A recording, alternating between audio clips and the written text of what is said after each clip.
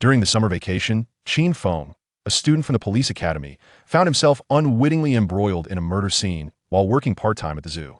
The case began with a body discarded in the lion enclosure, which caught the attention of the head of the Major Crimes Unit at the Tianhe City Bureau.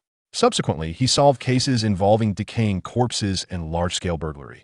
The leadership of the police academy insisted it was not the academy that had elevated Qin Feng, but rather Qin Feng who had brought honor to the academy, and they took pride in Hai's accomplishments. The Tianhe City Bureau remarked, "As long as Officer Qin is dispatched, criminals ought to be wary." The provincial department stated, "Team leader Qin is not only an asset to Tianhe City Bureau, but to the entire province." The ministry emphasized, "We must maintain a broad perspective and avoid parochial thinking. Expert Qin belongs to the nation." Interpol pondered, could Expert Qin possibly be a figure of global significance? Chapter 1. Part-time at the zoo. In August, Tianhe City. After a night of torrential rain, the summer morning felt refreshingly cool. The bicycle beneath him creaked, reminiscent of a well-worn instrument in need of oil.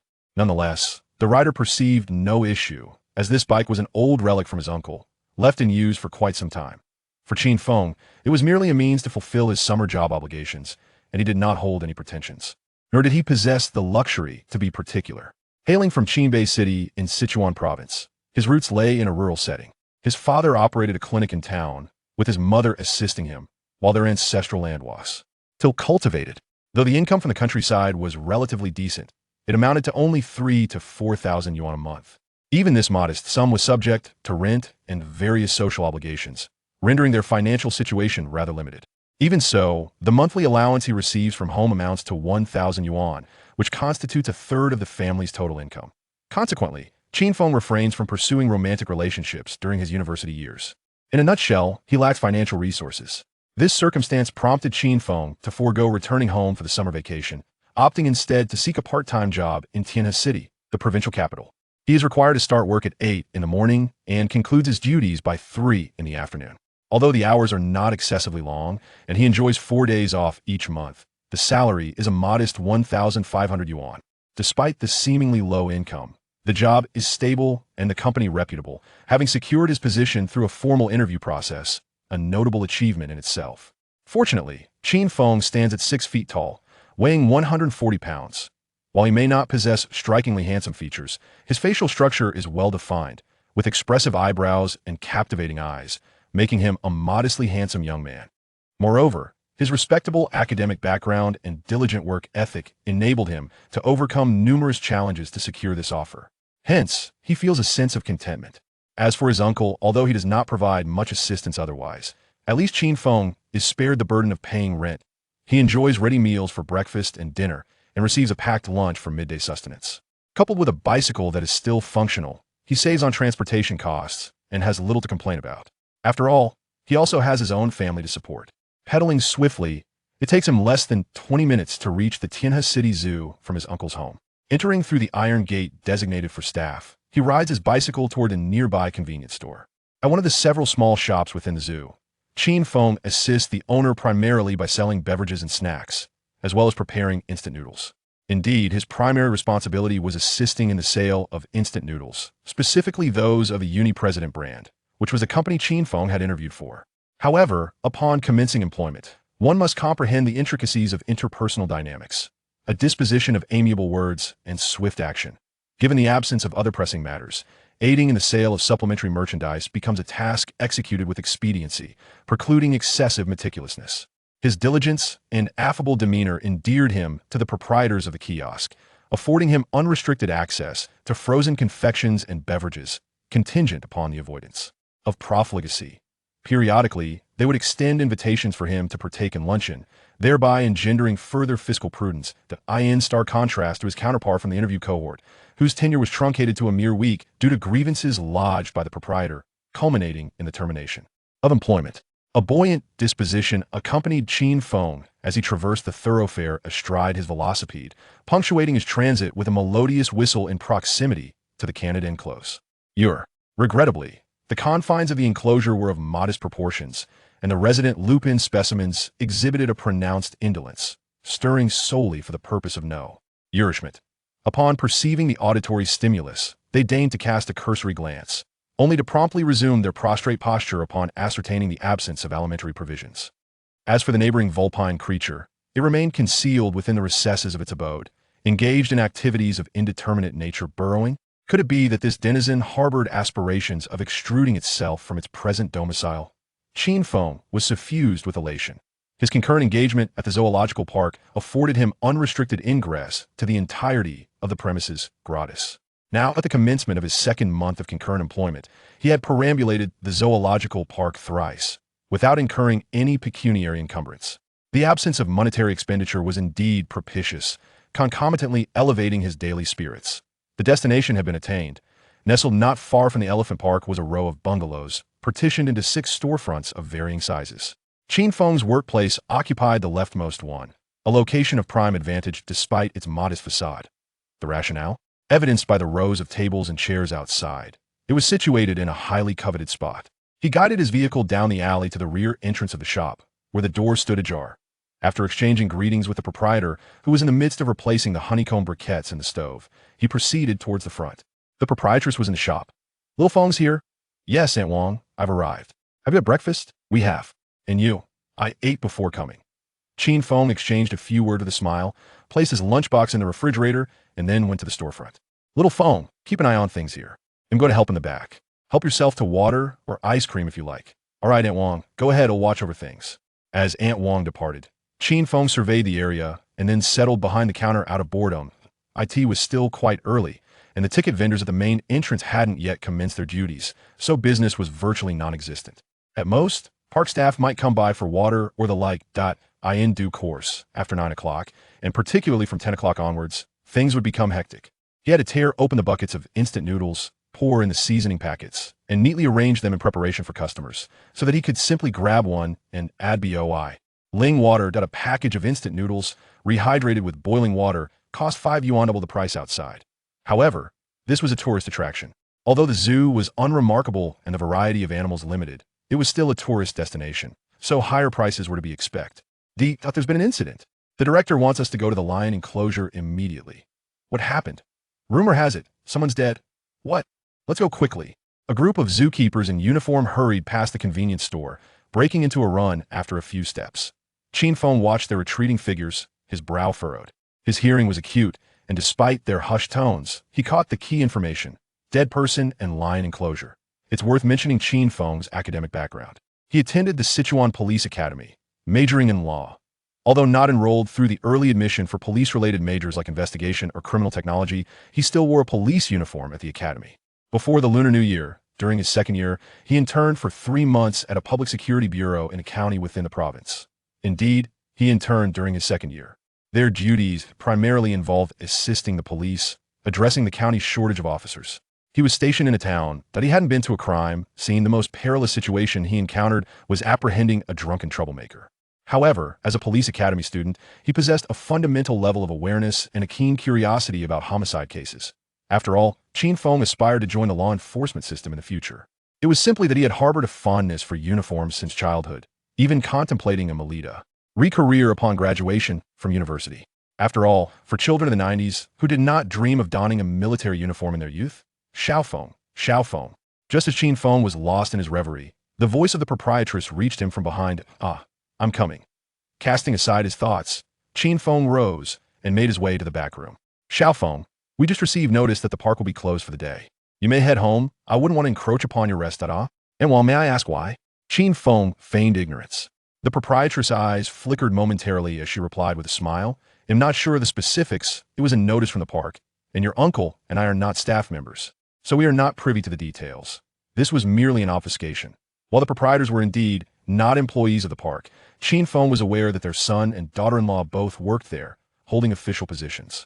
He found it hard to believe that they were unaware of the circumstances. However, even if he understood, he wouldn't press further. Even if he did inquire, he doubted they would provide the truth. There was no need to stir unnecessary trouble. Since the park was closed for the day and he was not required to take a day off, Qin Feng was quite pleased. After exchanging pleasantries, he wandered into the alley behind, pushing his bicycle along. Yet, instead of heading directly to the main entrance, he inexplicably found himself cycling towards the direction of the lion enclosure. Chapter 2. The Corpse in the Lion Park. Crime Eradication System. Qin Feng was well acquainted with the location of the lion park, having an exceptional memory for routes since childhood. He could effortlessly recall a path after traversing it just once, and he had roamed this area 3 times already. The Lion Park was not far from the convenience store, merely a distance of 200 to 300 meters. However, the entirety of the journey was uphill. After riding for a while, Qin Feng found it necessary to dismount and push his bicycle.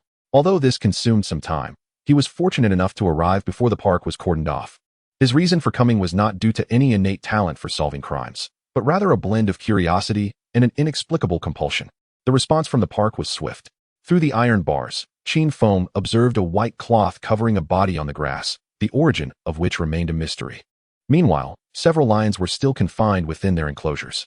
Had the lions been roaming freely, it was likely that the fresh corpse would have been devoured without hesitation. The zoo's ticket prices were modest, and its profitability was not particularly high. Thus, it was a fortunate occurrence for the animals to be sufficiently fed. If given the chance for an additional meal, the solitary male lion and 4 females would undoubtedly seize the opportunity. He could see several large heads pressing against the bars of their enclosure. Vocalized Qin Feng hesitated momentarily as he murmured to himself. A notification chimed, indicating successful sign-in. And he received a clue card, a skill, basic trace identification, including footprints, bloodstains, fingerprints, tool marks, bullet holes, etc. And a cash reward of 3,235 yuan. The clue card, trace identification, and even cash? Qin Feng's expression was not one of exuberance, but rather perplexity regarding the source of the cash from a mere sign-in. Moreover, were there any issues regarding the legitimacy of this money? Rest assured, host. All rewards from the crime eradication system will be processed effectively, ensuring no legal complications arise. Yet, while there may be no legal issues, what if someone were to cast doubt?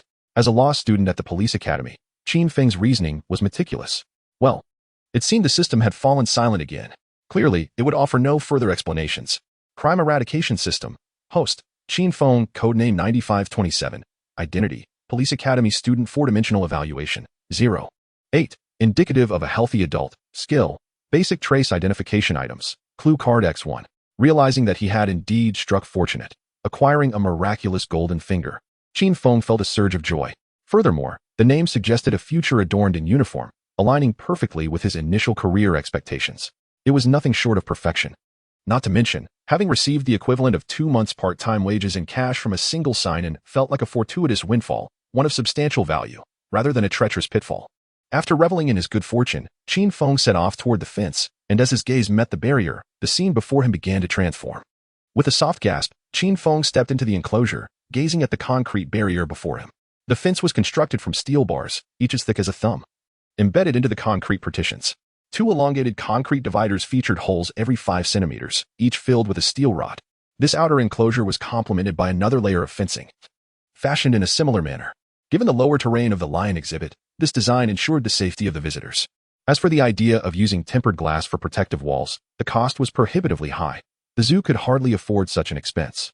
After all, the perimeter of the lion's habitat spanned over 100 meters, and constructing it entirely from tempered glass would amount to over 100,000. Far too extravagant. At this moment, Qin Feng's gaze was fixed upon the lower side of the outer wall's concrete partition, where he noticed a faint, recent mark, a trace of hard object friction that seemed freshly made. Turning his attention to the lifeless body sprawled on the grass within the enclosure, the significance of this mark became increasingly apparent. Suddenly, 2 police cars arrived, their lights flashing, as officers from the nearby precinct disembarked. 4 individuals emerged from the vehicles. A second-level police superintendent, 2 stripes and 2 stars, a first-level police inspector, 1 stripe and 3 stars, along with 2 auxiliary officers adorned with 2 chevrons. As soon as they exited the cars, the quartet hurriedly rushed inside, where zoo staff awaited them at the entrance to the animal housing area. Amidst all this commotion, Qin Feng stood conspicuously, yet neither the zoo personnel nor the officers from the precinct cast a glance in his direction. A homicide had transpired. Such a case was beyond the precinct's capabilities. It would undoubtedly require escalation to the district bureau, necessitating the involvement of the criminal investigation team, and perhaps even reporting to the municipal bureau. Several years ago, the Ministry of Public Security issued a directive. All homicide cases must be solved. The failure to resolve such cases would adversely affect the performance evaluations of relevant agencies. Consequently, in any city and at any level of authority, whenever a life is lost, regardless of the circumstances, a team from the local precinct is dispatched to conduct a thorough investigation at the scene. In instances of suicide or accidental death, a report is generated. However, in cases of murder, the investigation is handed over to specialized detectives. Indeed, the 2 officers who arrived on the scene did not even bother to inspect the grassy area, after a brief glance beyond the iron gate. They assigned auxiliary officers to secure the location before departing to draft preliminary notes. It was evident from the outset that this was neither a suicide nor an accident. And as the precinct lacked the authority to intervene, they naturally refrained from entering the scene haphazardly. Otherwise, when the criminal investigation team from the district bureau arrived, they would have faced unnecessary scrutiny. The prevailing attitude was one of detachment, to avoid trouble, to refrain from unwarranted involvement, and to adhere strictly to protocol. Fortuitously, the two officers were preoccupied and possessed a measure of experience. Otherwise, Qin Feng, who stood outside intently observing the scene, might have been forcibly removed or interrogated. However, Qin Feng had no intention of leaving, even at the risk of being scrutinized. He was not among the early recruits for law enforcement, and the likelihood of becoming a detective was nearly non-existent. Yet, he was unwilling to settle for merely donning a uniform and taking a civil service exam to be assigned to a rural precinct. Previously, he had contemplated pursuing a second degree in criminal investigation, as the institution offered such a program. However, lacking connections and influence, his chances of gaining entry into the police departments of major cities, especially within critical divisions like criminal investigation, were exceedingly slim. After all, only the sub-bureaus of the Criminal Investigation Brigade are equipped with specialized units, whereas the county bureaus are not. Police stations only have officers responsible for criminal matters but lack a dedicated squadron or brigade structure. The prospect of being a police officer unable to carry a firearm was far from Qin Feng's aspirations. Now, an opportunity had arisen. He was confident that by demonstrating his capabilities, he would be noticed. Of course, even if his merits were overlooked or appropriated, it would not matter. With his extraordinary advantage, he could simply proceed as planned. Once he began working with such abilities, he was not afraid of failing to ascend the ranks. Approximately 10 minutes later, another vehicle arrived. This time, Qin Feng remained stationary, intently observing the scene within. The car doors opened, and footsteps indicated the arrival of individuals from the sub-bureau. "Hey, what are you doing here?" The irate inquiry resonated as a melodious sound to Qin Feng's ears. He had been noticed, and now he merely needed to execute his plan. Chapter 3, Municipal Bureau 9th Division, Senior Colleague. "Hey, what are you doing here?" Qin Feng remained motionless, not even deigning to turn his head, completely ignoring the question. Evidently, the interrogator was not of a patient disposition and was on the verge of erupting, possibly even intending to chastise the oblivious Qin Feng. However, he was clearly restrained by someone. Subsequently, footsteps approached from behind, and someone halted abruptly. Only then did Qin Feng furrow his brow, turn around, and rise with feigned alarm. Well, except for the furrowed brow, the rest was an act. The individual behind him bore a serious expression, exuding an aura that instilled immense pressure upon Qin Feng, a young university student yet to emerge from the cocoon of academia. Moreover, the two figures flanking him scrutinized him intently, their hands resting ominously on the gun grips protruding from their waists. Under such circumstances, it would be remarkable for a young man not to feel a sense of alarm. Simultaneously, Qin Feng realized that he had perhaps ventured too far into uncertain territory. What was he doing?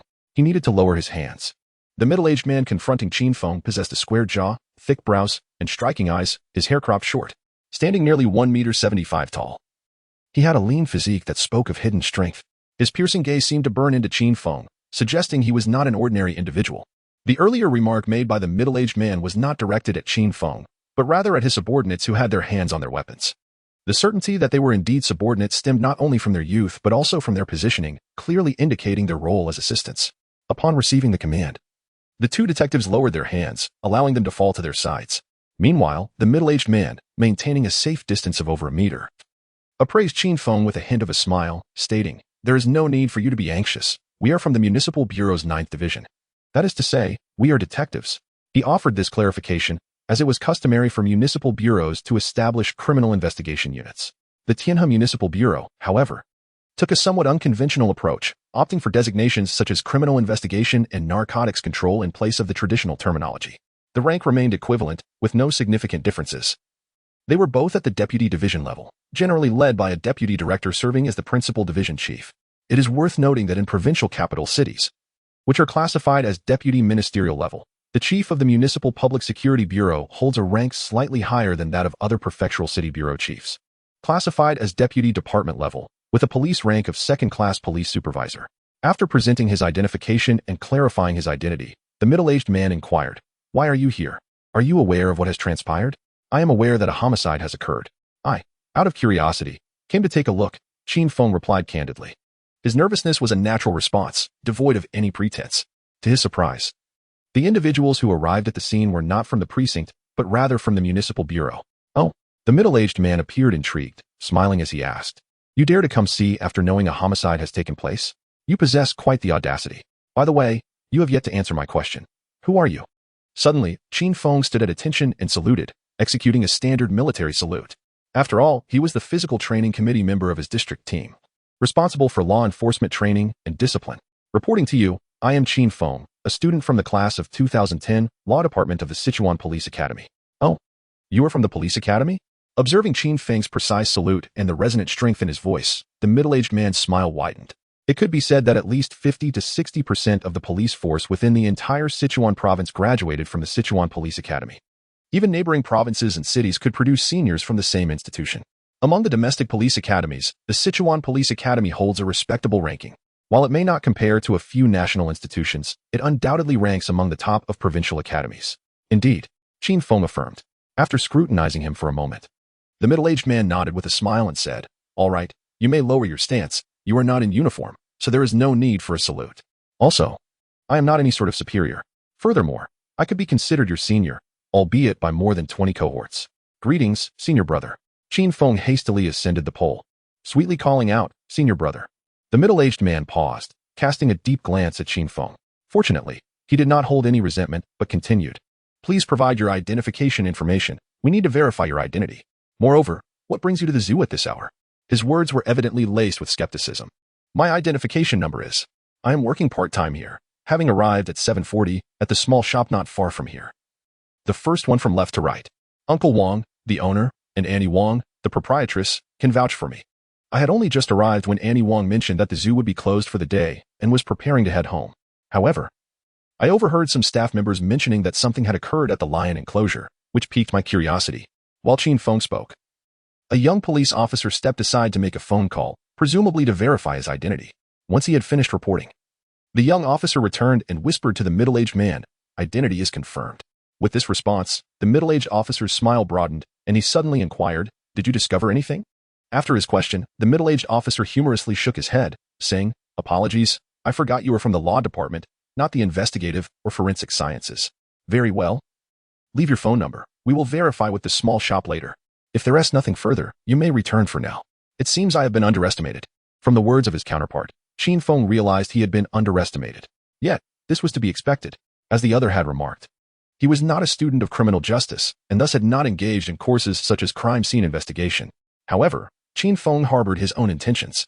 "Senior, I have indeed made some observations," he hastily interjected, glancing at the middle-aged detective preparing to depart. "Oh, really?" Without hesitation, Qin Feng squatted down and pointed to a mark on the concrete partition, stating, "Here, there is a scratch made by a hard object. And the mark appears quite fresh, likely made within the last 3 days." He refrained from being overly precise with the timing.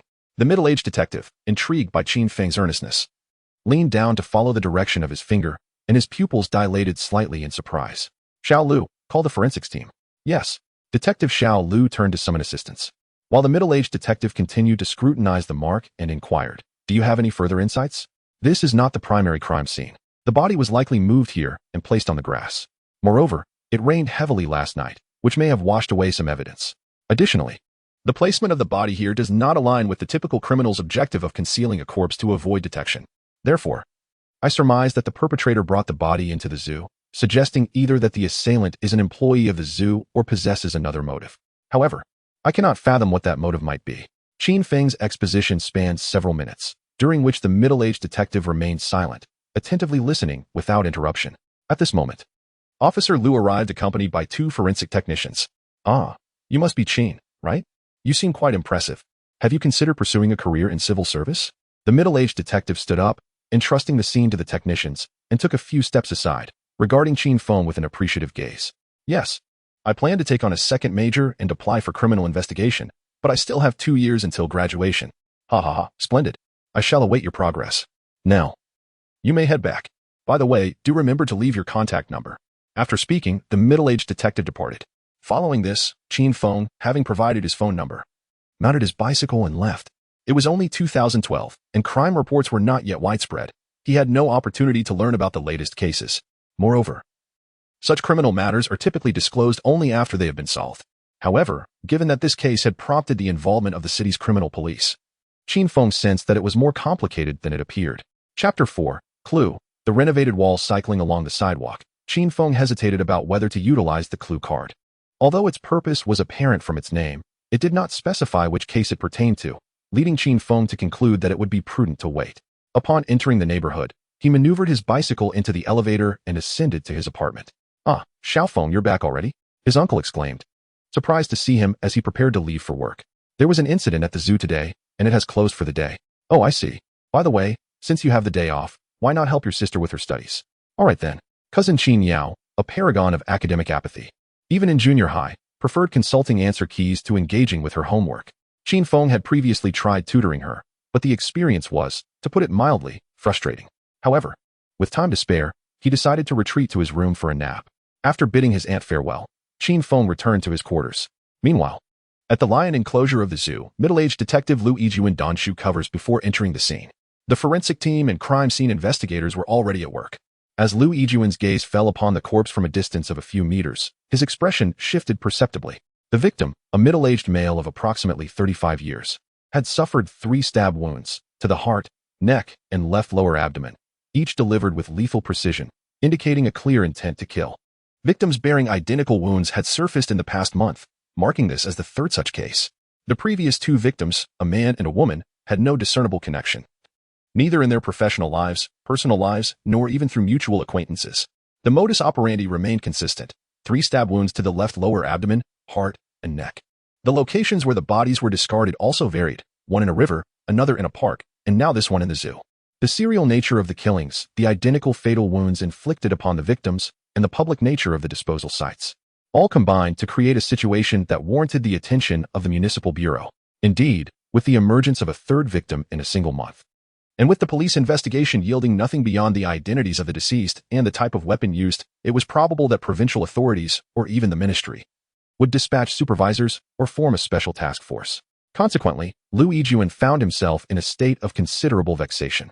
This sentiment was shared by the other homicide detectives, forensic pathologists, crime scene investigators, and other officers involved in the case.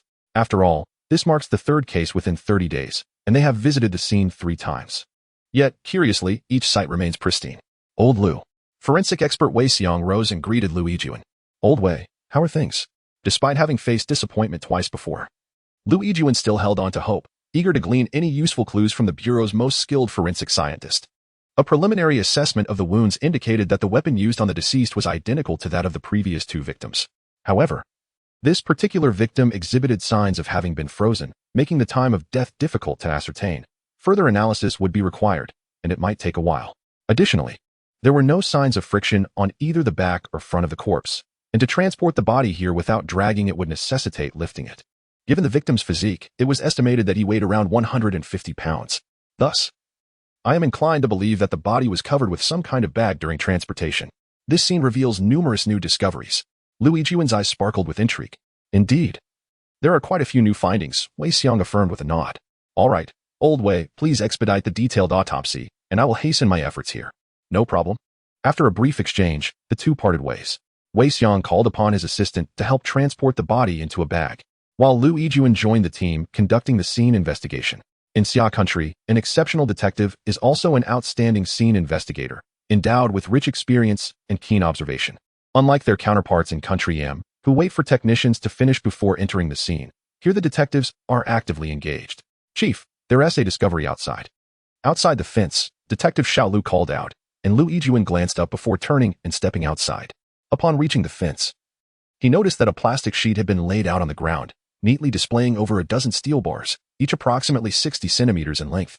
Simultaneously, an opening large enough for an adult to pass through had appeared in the fence. It was evident that these steel bars had been removed from the fence. Gather a few individuals and search the inner wall meticulously for any movable steel bars, Lu Yijuan exclaimed, his spirits lifted upon seeing the bars laid out before him. Several detectives and forensic officers promptly rushed over, diligently inspecting each steel bar along the inner wall of the fence. Soon, a discovery was made. "Boss, we have found something. Quickly, send the technical team to handle it." "Understood. Come on, Xiao Lu, let us speak with the zoo." "Yes." Upon locating the zoo's director and the keeper in charge of the lion enclosure, Lu Yijuan wasted no time and directly inquired. Are you aware that there are gaps in both the inner and outer walls of the lion enclosure? Impossible. That cannot be. The zoo director firmly rejected the notion. And the lion keeper looked equally astonished, following suit in denial. The director continued, Director Liu, lions are ferocious beasts. Although they have always been kept in captivity, we are well aware of the dangers they pose. Therefore, we have consistently placed great emphasis on the safety of enclosures like the lion and tiger habitats. If there were any breaches in the walls, we would have addressed them immediately. The piercing gaze swept over the two individuals, revealing no anomalies. Liu Yijuan refrained from arguing and directly led them to the breach in the outer wall. Take a look, he urged. How could this be possible? Exclaimed old Zhong. The caretaker, his astonishment palpable. The director, upon observing the opening that was large enough for an adult to crawl through, and equally capable of accommodating a lion, widened his eyes in shock. This was an incident.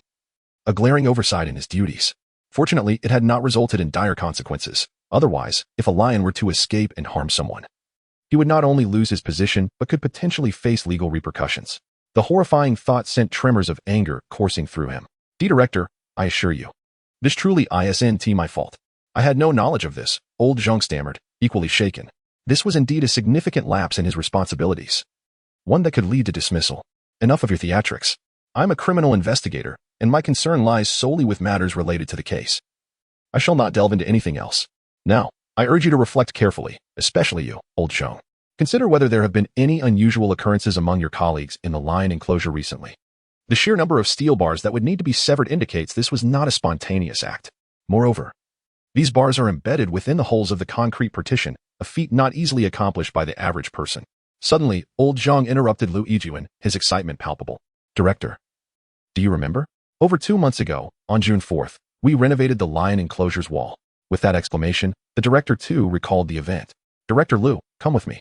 There are records in the garden, and other employees can testify. Additionally, we possess proof of the funds transferred.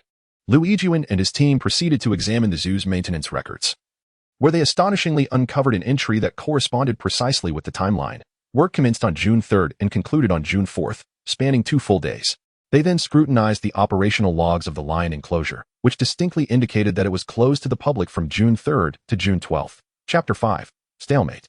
An unexpected invitation. Gathering clues, they once again took statements from the director and old Zhong, and dispatched personnel to interview the staff of both the lion enclosure and the zoo office.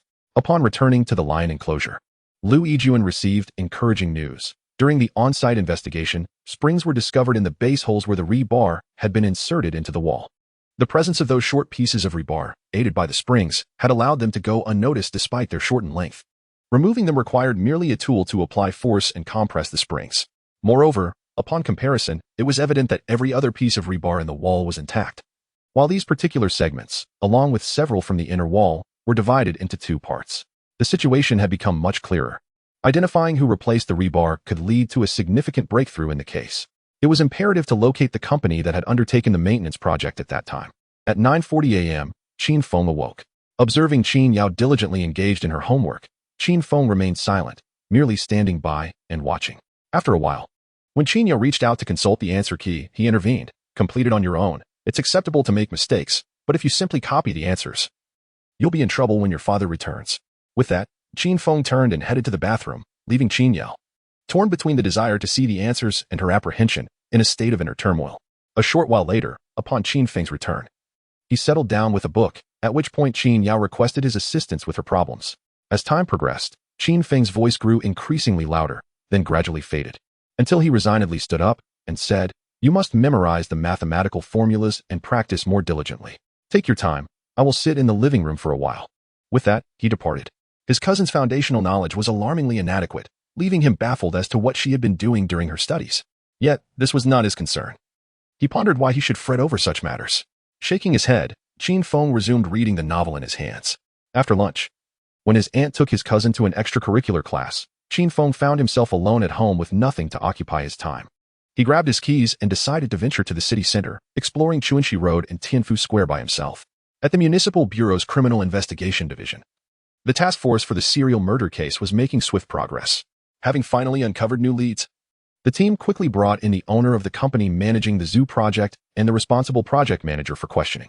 However, the interrogation process, a term often associated with criminal proceedings, was underway. Inquiry refers to the terminology used for administrative penalty records, witness testimonies, and explanatory notes.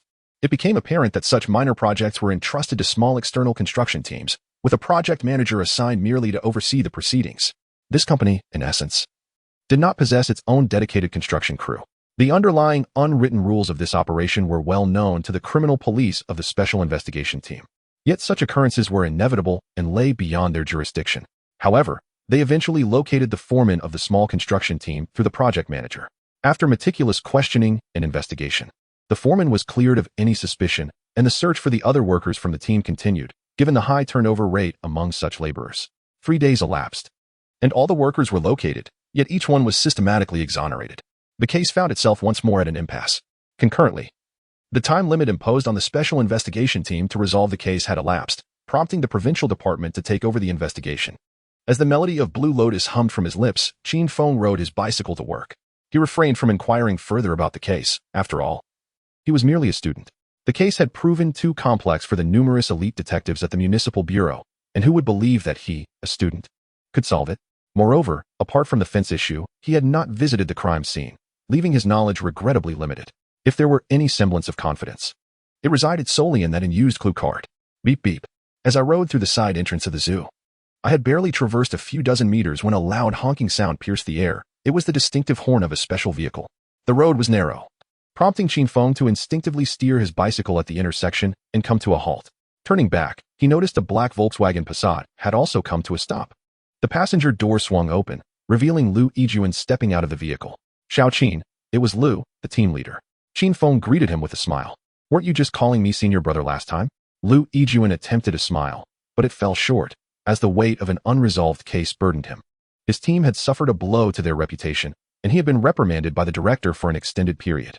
Now that the case had been handed over to the provincial department, he felt a lingering sense of dissatisfaction. His visit was motivated by a desire to revisit the crime scene in hopes of uncovering new insights. Senior brother, are you here regarding the case from a few days ago? Qin Feng inquired. Yes, Lu Yijuan sighed heavily. Is progress slow? The moment he posed the question, Qin Feng realized he had overstepped and quickly offered a sheepish apology. I'm sorry, senior brother, I was just curious. Not at all, it is indeed not progressing well. And the time has come for the case to be transferred to the provincial department. That can't be right. It's only been 4 days. While I am unaware of the investigation timelines, it seems improbable that the case would be handed over in such a short span. Qin Feng expressed his surprise. At that moment, Lu Yijuan hesitated, suddenly recalling that the case had not yet been made public, and thus he refrained from elaborating further. Shaking his head with a wry smile, he said, Never mind, I will go over there first. Are you heading to work? Yes, senior brother. You may go ahead with your tasks. Very well. As Lu Yijuan opened the car door and was about to get in, he suddenly paused, looking at Qin Feng and asked, Why not join us for a look? Me? Is that all right? Come on, it would be beneficial for us to have your perspective. Perhaps you might offer some fresh insights. After all, you were the first to notice the anomaly with the wall last time. Well, all right. After a moment of contemplation, Qin Feng agreed, but he needed to inform Uncle Wang and his wife. Senior brother, you go ahead. I will tell my boss and then meet you at the Lion Garden. Sounds good. Once in the car and driving for a while, Lu Yijuan suddenly sighed with a bitter smile. I truly am grasping at straws. The driver, Xiao Lu, glanced in the rearview mirror and remarked, Chief, not necessarily. I believe that gap in the wall is crucial, don't you think? Perhaps our investigative direction has been misguided. Let Qin Feng ponder it. He might provide a different perspective. Do you believe that? Lu Yijuan inquired. Xiao Lu hesitated for a moment before shaking his head. Of course I do. What's there to lose? Upon hearing this, Lu Yijuan nodded thoughtfully. Perhaps this seemingly impulsive invitation might indeed lead to an unexpected breakthrough.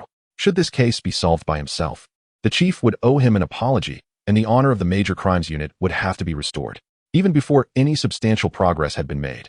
This deputy director of the 9th Division and leader of the Major Crimes Unit was already contemplating the accolades.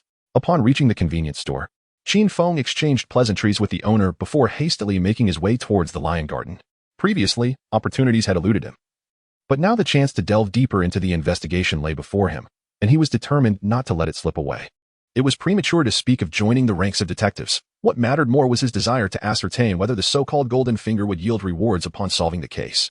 Given that the Golden Finger was dubbed the crime eradication system, it was only logical to expect some form of recompense for cracking the case. Otherwise, the title would be rather misleading. Upon arriving at the Lion Garden, Qin Feng spotted Lu Yijuan and 3 of his subordinate detectives crouched at the previous breach. He called out to them in greeting. Oh, little Qin has arrived. Come over, I have some updates to share with you. Liu Yijuan recounted the investigation's progress, detailing the fatal injuries to the corpse and the inquiries made regarding the engineering company involved. However, he refrained from mentioning the two prior cases, as disclosing case specifics to those outside the special investigation team was a clear violation of protocol. Should he divulge the details of the previous two cases, implicating the serial murder investigation, and if Qin Feng were to subsequently leak this information, Liu Yijuan would undoubtedly face repercussions, potentially even losing his position. Indeed, he was taking a considerable risk by sharing what he had. Senior brother, you have only investigated whether the manager responsible for this project and the workers of the engineering team had the opportunity to commit the crime, and if there was any connection to the deceased, correct? Yes. Have you considered the possibility that this case is unrelated to the workers and the project manager? Perhaps someone bribed the project manager or directly influenced the workers to leave a gap while repairing the fence. After all, this is not a significant matter. It could be resolved with a small gift of cigarettes or alcohol, or merely by uttering a few kind words. As long as the rebar of the wall remains intact and does not pose a safety hazard, the workers, motivated by their own benefits, are unlikely to question or ponder further. Liu Yijuan furrowed his brow. However, that doesn't add up. The construction was completed in early June, while the incident occurred just a few days ago, and the time of death for the corpse was in mid-July. Could it be that the murderer had planned to dispose of the body here over 2 months ago? Logically, that does not make sense. Furthermore, to go through such elaborate efforts to dispose of a body while leaving traces for discovery is even more illogical. After all, there are countless places where one could conceal a body. In fact, if the murderer were to go to such lengths, it would be far simpler to dig a hole and bury it, wouldn't it? This would be more discreet and convenient. Qin Feng fell silent. He had to concede that Liu Yijuan made a valid point. Qin Feng also struggled to comprehend the motive behind the murderer going to such great lengths to abandon the body in Lion Park. There are numerous perplexing aspects to this case, which are crucial to its resolution. It seems that only extraordinary measures will suffice. Upon casting a glance at Liu Yijuan, Qin Feng silently invoked the clue card. Instantly, the clue card vanished from his inventory, and a vivid image materialized in his mind. The speed of the vision was rapid. Merely a fleeting moment for Qin Feng. Nevertheless, it provided him with a clear glimpse of certain details. He beheld a large freezer brimming with an abundance of skinned meat, spacious enough to accommodate a corpse. Moreover, within the room housing the freezer, he discerned various tools, including stiff-bristled brooms. Yet, the imagery only revealed the interior of the room, devoid of any external views or indications of its location. The headache. Is this all that a clue card can offer? Qin Feng rubbed his temples, feeling somewhat distressed. Having utilized his ultimate skill, it appeared to yield little assistance to the case. Were they to enlist the police to locate a freezer filled with skinned meat? Surely, that would be a jest. Wait. Suddenly, a spark of inspiration illuminated Qin Feng's mind. Skin meat? Skin meat. How could I have overlooked that? With a resounding clap of his hands, Qin Feng, brimming with excitement, exclaimed, I've got it. I've figured it out. You figured it out? Liu Yijuan was taken aback, while Xiaolu and others gazed at the younger-looking Qin Feng with skepticism. Steadying himself and organizing his thoughts, Qin Feng began to speak. He could not directly mention the freezer, but other ideas had begun to formulate. Brother, consider this. Where are we? The zoo. The contracted project surely requires oversight. A homicide occurred in the lion enclosure, and I believe the entire zoo is now aware of it. However, it seems no one has furnished you with any leads, correct? Indeed, Liu Yijuan mused thoughtfully. Thus, Qin Feng continued, lies the crux of the matter. The perpetrator, or rather, the individual who disposed of the body, is likely an employee of the zoo. They exploited their position, perhaps offering a small inducement or fabricating a pretext to create an opening for their actions. Is that not a straightforward approach? It is even conceivable that the corpse was never transported from outside that night, but was already within the confines of the zoo. Consequently, even if you meticulously scrutinized the surveillance footage, you would be unable to detect any suspicious individuals during the disposal, wouldn't you? Furthermore, as far as I am aware, the meat provided to the various predator enclosures is not fresh, but rather frozen. This implies that they possess large freezers. Liu Yijuan's eyes gleamed with increasing comprehension. Qin Feng pressed on. Considering what you mentioned earlier, that the body exhibited signs of prolonged freezing, would that not provide a plausible explanation? Feng, you are truly remarkable. Liu Yijuan exclaimed, slapping Qin Feng on the shoulder with such force that he staggered, wincing in pain. Apologies, Feng, are you alright? I'm fine. Despite the throbbing pain in his shoulder, Qin Feng brushed it off, saying, therefore, Chief Liu, back to inspect the scene again. Before Qin Feng could finish his sentence, a zoo employee clad in overshoes and wielding a broom and dustpan called out to Liu Yijuan from the grassy expanse of the lion enclosure. Qin Feng's gaze was drawn to the individual, and suddenly, His eyes lit up with a spark of insight. It is indeed the broom, identical to the one depicted on the clue card, even bearing the same damage at one end. The clue card is truly remarkable, with a significant discovery at hand. Qin Feng refrained from speaking, suppressing the urge to divert his gaze. Indeed, Lao Zhang, what are you up to? You should be preparing for work shortly. First, let me tidy up the grass to prevent visitors from discarding trash bags, as it could be harmful to the lions. Lao Zhang explained with a cheerful demeanor. All right. You carry on. We are also getting ready to leave. Very well. I shall attend to my tasks now, Director Liu. Lao Zhang departed. Liu Yijuan turned to Qin Feng and said, please continue. Senior brother, near the two gaps in the wall, and extending inward to the location where the body was placed. Did you notice any traces of dragging? Yes, what of it? Is your hypothesis perhaps due to the torrential rain washing everything away? Indeed. Liu Yijuan recognized something. His eyes fixated on Qin Feng, anticipating further revelations. I seem to recall that the lion enclosure, due to its considerable distance from the tiger enclosure and the wolf den, has an independently set freezer, allowing the keepers to avoid a long trek to the cold storage for meat. Qin Feng spoke with a measured tone. What you imply is, Senior brother, you must be perplexed as to how the perpetrator managed to leave no traces in such a location as the zoo, correct? Even through such a small opening, how could such a large body be transported without leaving a mark? Yes, this is indeed a point of our confusion. Then, from where did the body thrower enter? Are they truly using a small cart? Qin Feng inquired, gesturing towards the iron gate leading from the animal enclosure to the grassy expanse. Old Zhang. Understanding dawned on Liu Yijuan and his companions. Upon further reflection and in conjunction with the clues provided by Qin Feng, it became evident that this method could effectively erase any traces. The gate in question served as an entry and exit point for the zoo staff during their working hours, making it entirely plausible for their footprints to be left on the grass. Consequently, the police instinctively disregarded these leads, allowing the perpetrator to successfully conceal their actions. The breach in the wall was not intended for the disposal of a body. In fact, the marks left behind were deliberately placed, with the true purpose of the opening being to divert attention. In truth, the assailant achieved this diversion with remarkable success. The homicide unit, including the special task force from the provincial office, focused their scrutiny on the breach, failing to consider other possibilities.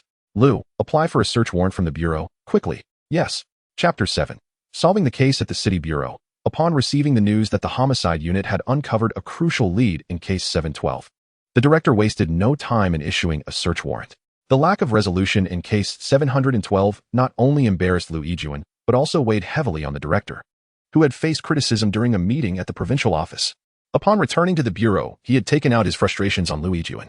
If the superior was under scrutiny, how could the subordinates expect to escape blame?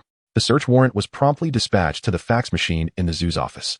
Detective Liu, who had been waiting, seized the document and swiftly departed, offering no opportunity for the zoo personnel to catch wind of the impending investigation. He hurried back to the lion enclosure, presenting the search warrant to Liu Yijuan. After confirming that there were no issues with the search warrant, Liu Yijuan immediately ordered Xiao Lu and his two companions to apprehend Lao Zhang and the other two caretakers. Upon receiving the command, the trio hurried towards the lion enclosure. Upon arriving at the animal shelter, they found two young caretakers engaged in cleaning. After being commanded to halt, one remained to keep watch while Xiao Lu, accompanied by another colleague, ventured along the corridor into the grassland, where they located Lao Zhang. Without further ado, they restrained him. Officers, what are you doing? What do you intend to accomplish? Lao Zhang shouted as he was handcuffed and pushed toward the entrance of the cold storage room, where frozen meat was kept. Prior to this, Liu Yijuan had already inquired with the two young caretakers and learned that only Lao Zhang possessed the key to the storeroom. Furthermore, for over a month, Lao Zhang had been the sole caretaker at the shelter during the nights, and he was also personally responsible for the freezer inside the storeroom. As he was shoved into the cold storage, Lao Zhang's face paled upon seeing the open freezer, along with Liu Yijuan and his two apprentices standing in front of it. Heads bowed. His legs began to tremble, yet he feigned calmness, directing an angry gaze at Liu Yijuan. Director Liu, I will file a complaint. I will accuse you of abuse of power.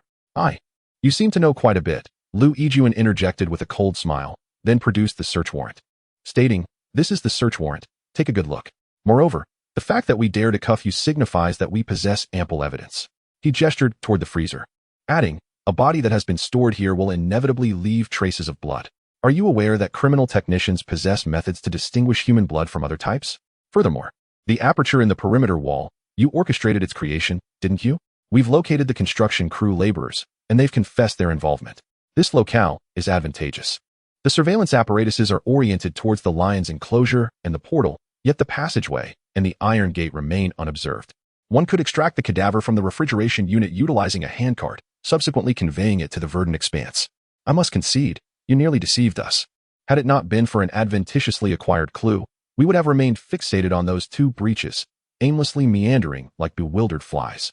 As a seasoned criminal investigator with 2 decades of service, Liu Yijuan's thespianism is unequivocally commendable. Even in the absence of substantiating evidence, his pronouncements possess an aura of verisimilitude. And Zhong, a man of ostensibly benign countenance, exhibited increasingly pronounced tremors in tandem with Liu Yijuan's discourse. There's no escape. The perpetrator has been apprehended. Observing Zhong's reaction, Liu Yijuan experienced an internal exhilaration. Were the circumstances more propitious, he would have exuberantly brandished his arms, venting the elation that coursed through him. The breach, the refrigeration unit, shattered Zhong's psychological defenses. He confessed, including the preceding 2 victims, all were homicides perpetrated by him. They merited their demise. Zhong enunciated through clenched teeth, his eyes suffused with crimson, resembling a wounded beast. Had it not been for them, my spouse would not have perished. Your spouse? Liu Yijuan's brow furrowed. Indeed, it was they, the triumvirate, who conspired to entice my spouse into the abyss of gambling, causing her to forsake our domicile for entire nights, accruing exorbitant debts. Even bringing her to the zoological park to confront me, before my very eyes, engaging in such acts. I am a man. Indeed, I am a man. Upon hearing this, Liu Yijuan and the others felt an ominous premonition settle within them. What of your wife? What have you done to her? Liu Yijuan inquired with a somber expression. With a terrifying grin, Lao Zhang looked up and replied, She has naturally perished as well. You killed her? What else could it be? In response to Lao Zhang's retort, Liu Yijuan found himself at a loss for words. After a brief pause, he pressed on. Where's the body? It's frozen in the freezer at home, Lao Zhang stated. Liu Yijuan turned to one of the detectives, who nodded and stepped outside to make a call. So, you murdered Shou Qiang and discarded his body on the grass, Liu Yijuan asserted. Indeed. I wanted him to regret it, to lament the grievous actions he had taken. That day, he wept most pitifully, declaring himself less than human, worse than a beast. And he spoke of apologies and offered me money. But do I truly need that paltry sum? What could a wretched gambler possibly possess? What about the murder weapon? Liu Yijuan interrupted Lao Zhong's disturbing reminiscence. The weapon? It lies beneath the freezer, Lao Zhong answered, glancing at the gap between the freezer and the floor with a smirk. At that moment, Lao Zhong was an entirely different person from the one they had known. His 2 most familiar apprentices huddled together, their necks drawn in fear, gazing at the man they had always perceived as gentle and honest. They never fathomed that their mentor, with whom they had shared countless days, was, in fact, a remorseless murderer who had slain not only his wife, but 4 individuals in total. Unexpectedly, not long ago, they were merely a wall away from a corpse, wandering in close proximity to it each day. The zoo director arrived, followed shortly by forensic experts and technical investigation officers from the municipal bureau. After more than 10 minutes, members of the provincial special investigation team also made their appearance. Upon reviewing the body cam footage of the interrogation conducted on the old man, the provincial team bore expressions of discontent. This case had previously been under the purview of the municipal bureau's major crimes unit. Yet now it was the provincial team that held responsibility. The municipal bureau had quietly uncovered crucial evidence, swiftly resolving the case, while the provincial team floundered about like headless chickens, which was a source of embarrassment and reflected poorly on their capabilities. However, Liu Yijuan was not one to be easily flustered. He explained the urgency of the situation and the necessity for immediate searches. Nonetheless, despite the explanations, the outcome remained unchanged. The case was solved by the municipal bureau's major crimes unit. After clarifying the situation, Liu Yijuan chose to disregard the provincial team members. The evidence was clear regarding who had cracked the case. As the person in charge, he had numerous tasks to attend to. And as for the specialists from the provincial team, they could grapple with their emotions on their own. It was unreasonable to expect him to forfeit credit for discovering vital leads. The members of the provincial special investigation team understood this logic, hence their displeasure was palpable. Yet they refrained from voicing their grievances, silently observing from the sidelines. The lion enclosure buzzed with activity, while Qin Feng returned to the convenience store to resume his duties. It was not until nearly 11 o'clock that Liu Yijuan arrived. Xiao Feng, we shall take our leave now. I will report your matter, and by the way, this case has a reward of 20,000. I will endeavor to secure it for you. Observing Qin Feng engrossed in his tasks, Liu Yijuan approached and spoke swiftly, lowering his voice somewhat. Thank you, senior brother, Qin Feng responded, feeling quite pleased upon hearing about the reward. Indeed, 20,000 is no trifling sum for a student like him. Do not mention it. I should be the one expressing gratitude to you. I have other matters to attend to, so I shall take my leave. We shall keep in touch by phone. All right then, senior brother, goodbye. Farewell. Chapter 8.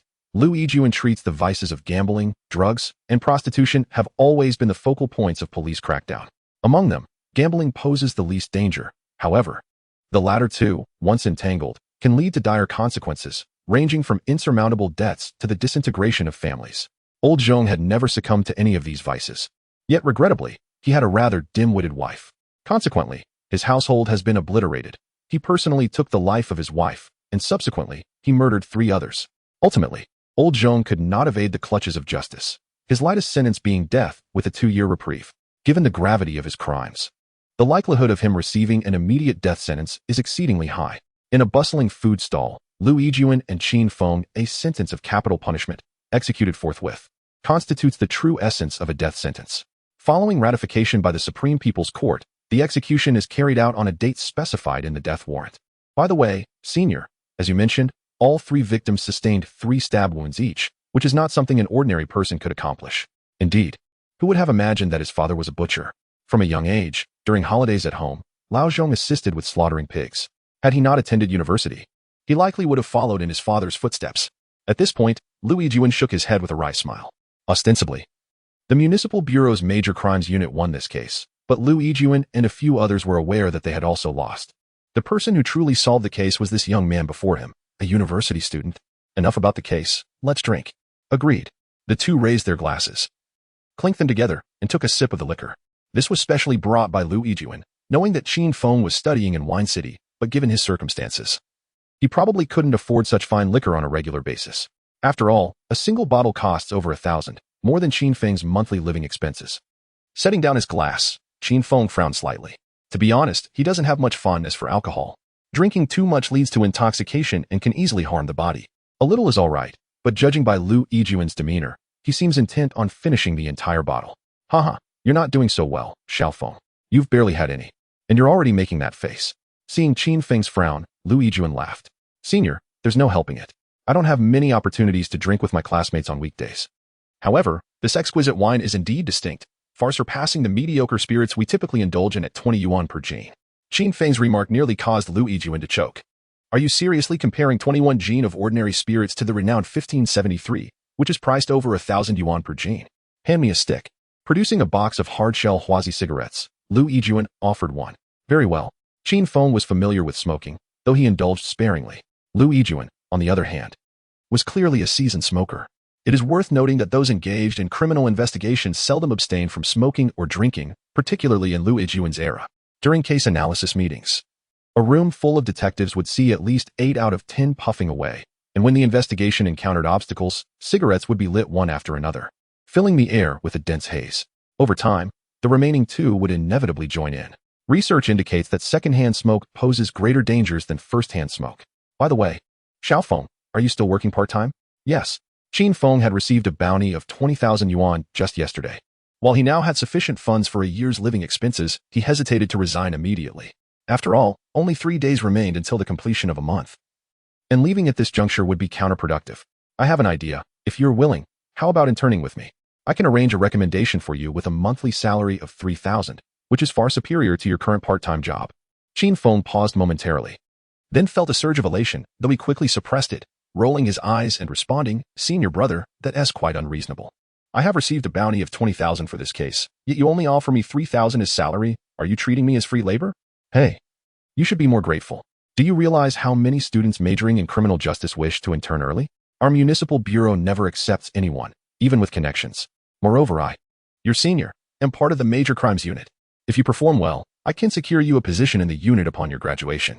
What do you think?" Qin Feng remained silent, merely raising his glass to clink with his seniors, saying, "Let us not discuss such matters. Let us drink. There are rewards for solving cases, distributed according to your contributions, and you can also practice shooting with me bullets at your disposal." How does that sound? Liu Yijuan believed no young man could resist the allure of firearms. In truth, Qin Feng found it hard to resist, but fortunately, he possessed his own advantages. And after this case, he would receive considerable rewards. At least on the surface, he maintained his composure.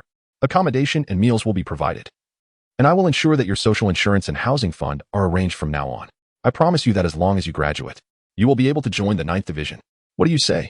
Ahem, the main issue is that I am about to start school, senior. Moreover, what good does social insurance and housing fund do for me if I cannot utilize them? Besides, can you balance the accounts? While studying, you will receive a salary of 2,000 each month with the maximum social insurance and housing fund provided. During breaks, you can come for an internship. How does that sound? You, don't be so presumptuous. Inquire about the conditions. And you will find that in the first year of officially serving as a criminal investigator, after deductions, the monthly salary amounts to merely 3 to 4,000. Elder brother, do not rush. I never said I would not agree. I am inclined to acquiesce. What I meant to convey was my willingness to comply. Among others, you are my esteemed senior, and while I may not extend such deference to anyone else, I certainly owe you that respect, do I not? These terms are already exceedingly favorable. As Liu Yijuan remarked, once one becomes a full-fledged investigator, the net monthly income hovers around 3,000, with allowances for transportation and housing barely nudging it over 4,000. Of course, aside from this, there are bonuses for solving cases. And those who excel in the year-end performance evaluations may also receive a year-end bonus. However, when all is said and done, the total annual earnings for a newcomer may reach a maximum of 60 to 70,000 at best. Thus, at this juncture, the remuneration offered by Qin Feng is indeed quite generous. The critical point is that the salary continues to be disbursed during the academic term. This signifies that he will not need to fret over tuition or living expenses in his junior and senior years. To refuse such an offer? That would be quite absurd. In fact, the initial proposal had already piqued his interest significantly. Upon witnessing Qin Feng's eventual agreement, Liu Yijuan's demeanor transformed, his previous somber expression completely vanishing, displaying a remarkable ability to change countenance that could rival the masters of Sichuan opera. The two indulged in revelry, toasting and feasting until nearly 9 o'clock before parting ways to return home. Upon arriving at his uncle's house, Qin Feng exchanged greetings, freshened up, and then retreated to his room to rest. Crime Eradication System. Host, Qin Feng. Codename 9527. Identity, Police Academy Student 4-dimensional evaluation, 100. 2. A robust adult. Skills, Basic Trace Identification, Basic Grappling Combat Items, Identification Card X1. Clue Card X1 Chapter 9. Internship at the Municipal Bureau. The resolution of Case 712 was pivotal, with Qin Feng playing a crucial role. And the system did not hesitate to bestow rewards. It granted an enhancement of 0 to his physical attributes, elevating his status from that of a healthy adult to a robust one. Additionally, he received a basic grappling combat skill, along with 1 clue card and 1 identification card. The identification card was new, and Qin Feng remained uncertain of its function, though its name provided ample clarity. Furthermore, there was a cash reward, albeit modest, amounting to 10,000 yuan. Consequently, with a bounty of 20,000, over 3,000 from his sign-in rewards, and last month as part-time salary, Qin Feng's total assets reached approximately 35,000 yuan. It was indeed a propitious time for him. The following morning, Qin Feng rode his bicycle to the zoo for his part-time job. Upon encountering Uncle Wang, he broached the subject of his resignation, having completed nearly a month. With only 2 days remaining, and without taking any days off, he could leave immediately. However, his upbringing instilled in him a sense of propriety that prevented such abruptness. Uncle Wang, upon learning of his intention, did not make matters difficult. Before the end of the afternoon shift, he personally contacted the representative from the uniform company to explain the situation. By the time Qin Feng returned home, he received a notification confirming the deposit of his part-time wages. In the evening, during dinner, Qin Feng informed his uncle and aunt of his decision to move out. When asked for the reason, he revealed that he had secured an internship opportunity at the municipal bureau, to which his relatives naturally expressed their support. His cousin also shared in the joy, indicating her approval. However, Qin Feng harbored strong suspicions that Qin Yao was merely delighted at the prospect of his absence, as it would mean she would no longer be under constant scrutiny to refrain from copying answers for her summer homework. After dinner, they took a stroll downstairs, during which Qin Feng called home. Upon hearing the good news, his parents reacted with the exuberance akin to a festive celebration, eagerly reminding him to make the most of his internship and heed his superiors.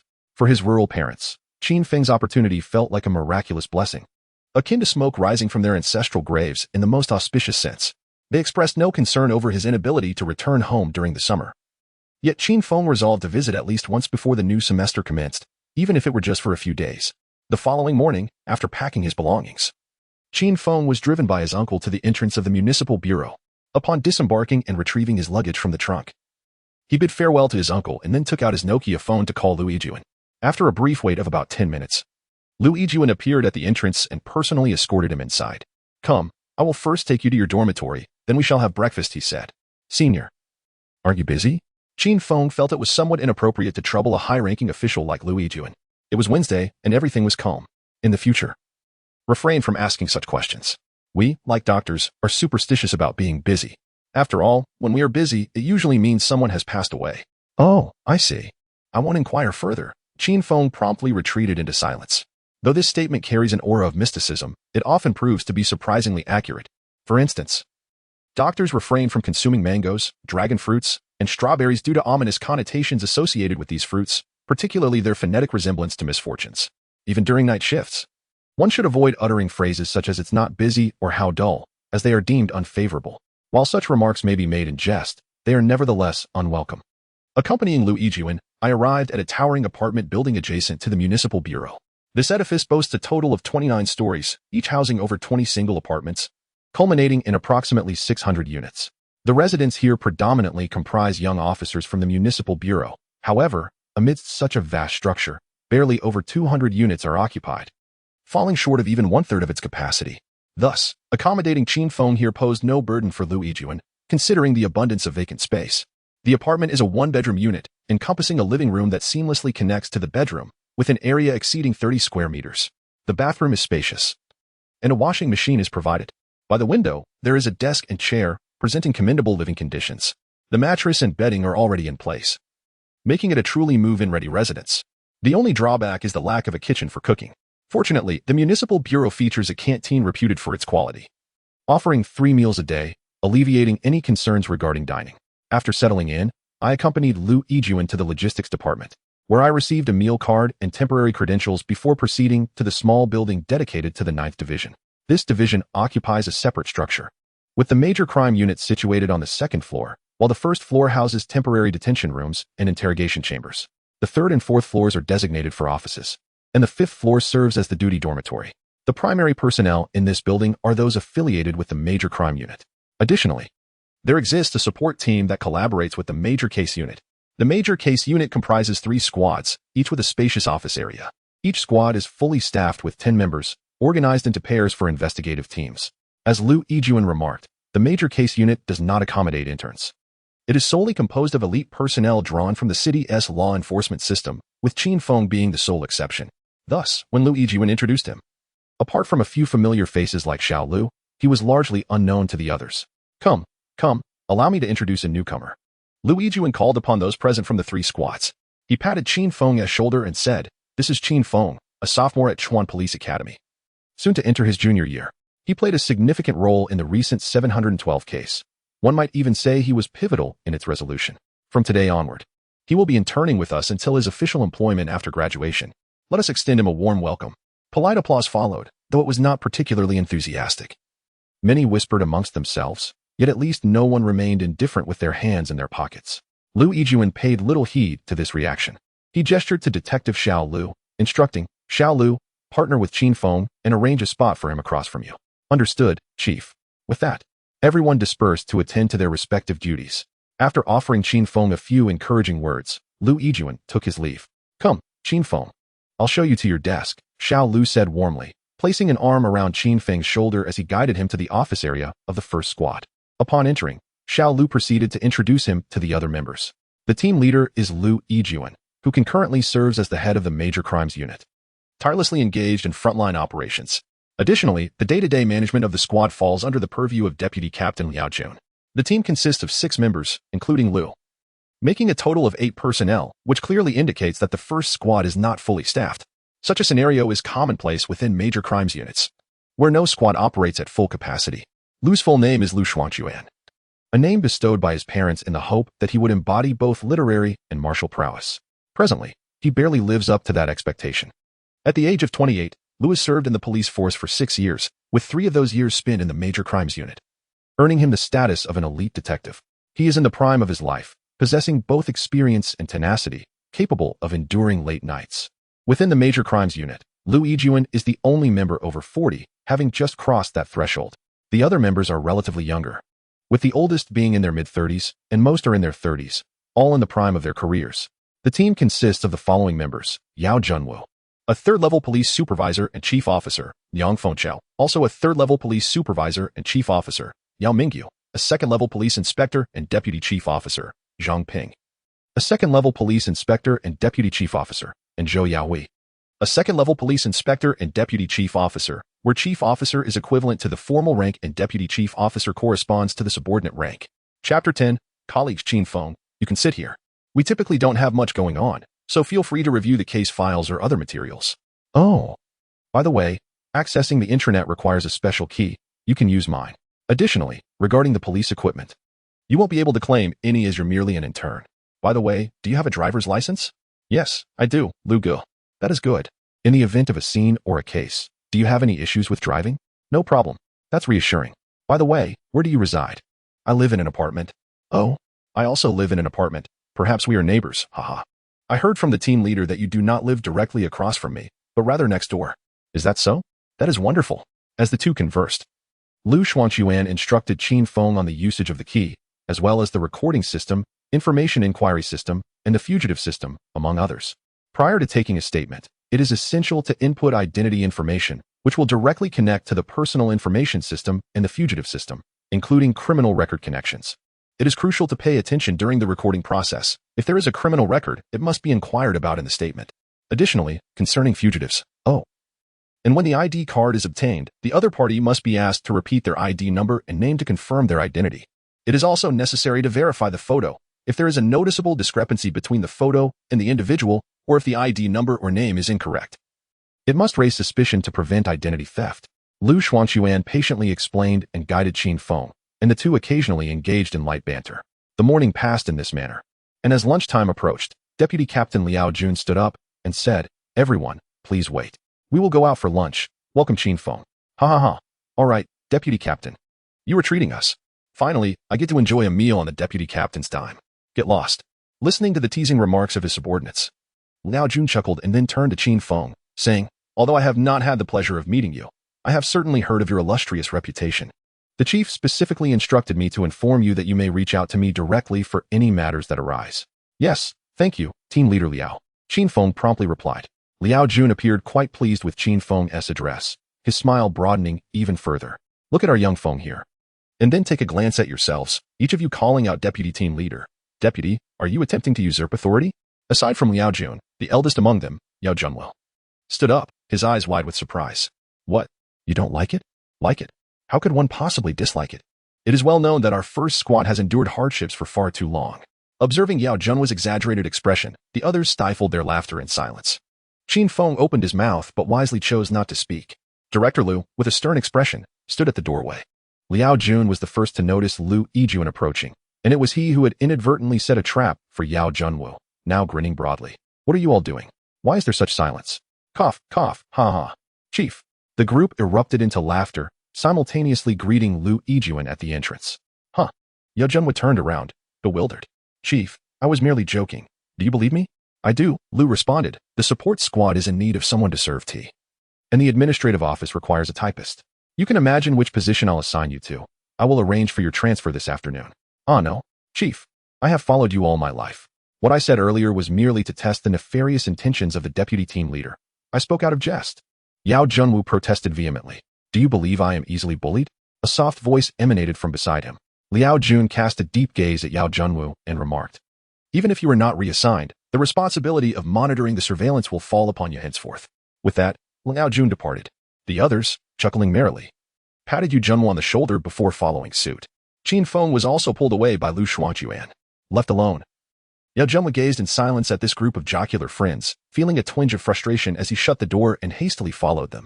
During work hours, alcohol was prohibited, hence the welcoming banquet did not feature any drinks. Not long ago, Yao Junwo had appeared rather distressed, yet now he was once again lively, embodying the role of the cheerful jester in the first squad. The earlier comments from Lu Yijun and Liao Jun were clearly made in jest. No one was genuinely upset. After enjoying a light-hearted lunch, the team returned to the office. With no new cases at hand, under Liao Jun's direction, they revisited previously unresolved cases, distributing them among various investigative teams to explore potential new leads within the case files. Lu Xuanquan had previously partnered with Lu Yijun and was considered a protege. Now, with the addition of Qin Feng, albeit an intern, no one underestimated him. Thus, Lu Xuanquan, who initially might not have been allocated such a fortunate assignment, was also assigned a case. The configuration of the major case team was quite flexible, based on the complexity and impact of the case. Investigations could be conducted by a single team, multiple teams, or even an entire squad, or several squads working in unison. The last major case, the 712 case, was principally handled by the first squad. The case assigned this time is not particularly significant. It pertains to a burglary. However, due to the substantial amount involved, it has been escalated to the Serious Crimes Division. From the case files, it is evident that the suspect possesses a high level of proficiency and an acute awareness of counter-surveillance, leaving the crime scene remarkably pristine. According to the victim's report, the stolen items include 100,000 yuan in cash, 2 gold bars valued at several hundred thousand yuan, 3 luxury watches worth over 1 million yuan each, alongside various pieces of jewelry. The total value reaches several million yuan. Such a burglary falls beyond the jurisdiction of the district's criminal investigation team and has been referred to the Major Crimes Unit. However, the on-site investigation revealed no suspicious individuals in the community surveillance footage, and after over a month of inquiries, there remained no leads, leaving the case in limbo. After spending an entire afternoon poring over the case files, Liu Xuanyuan and Qin Feng, having made no progress, decided to head to the cafeteria for a meal before returning to their apartment. After purchasing some toiletries from a convenience store downstairs, they ascended to the upper floor and entered Qin Feng's residence. Once they had settled in, Liu Xuanyuan brought his computer over and invited Qin Feng to play a few games before heading back to his own room to rest. Meanwhile, as Qin Feng lay on his bed, he reflected on the day's experiences in the squad. Overall, the team members were amicable, and there was no hint of disdain directed towards him. This was likely due to the prior 712 case. Otherwise, he might not have received such favorable treatment. After contemplating for a while, his thoughts returned to the burglary case he had just reviewed. Although Qin Feng lacked extensive prior experience, he had read numerous detective novels. Possessing adequate logical reasoning skills, and with Liu Xuanyuan nearby to provide explanations and guidance, he had gained considerable insight into the details of the burglary case. However, when it comes to other thoughts, aside from the secret techniques, I find myself at a loss. Using the clue card for this case leaves Qin Feng somewhat hesitant. After all, this case has been shelved for nearly half a year, and it is uncertain whether the suspect is still in Tianhe. Furthermore, he was aware that the clue card was not infallible when it was previously employed. If it had not been for a fortunate accident in spotting that broom, the resolution of the 712 case would not have been so swift. The utilization of the clue card must be approached with caution. Chapter 11. The new case, Qin Feng on the brink of collapse. The following day was Saturday. The Major Crimes Unit, devoid of any active cases, was on a break, save for the duty personnel. Coincidentally, the first squad did not require duty, and Qin Feng was pleased to enjoy a day off on his second day of internship. After breakfast, he spent an hour exercising in the apartment gym.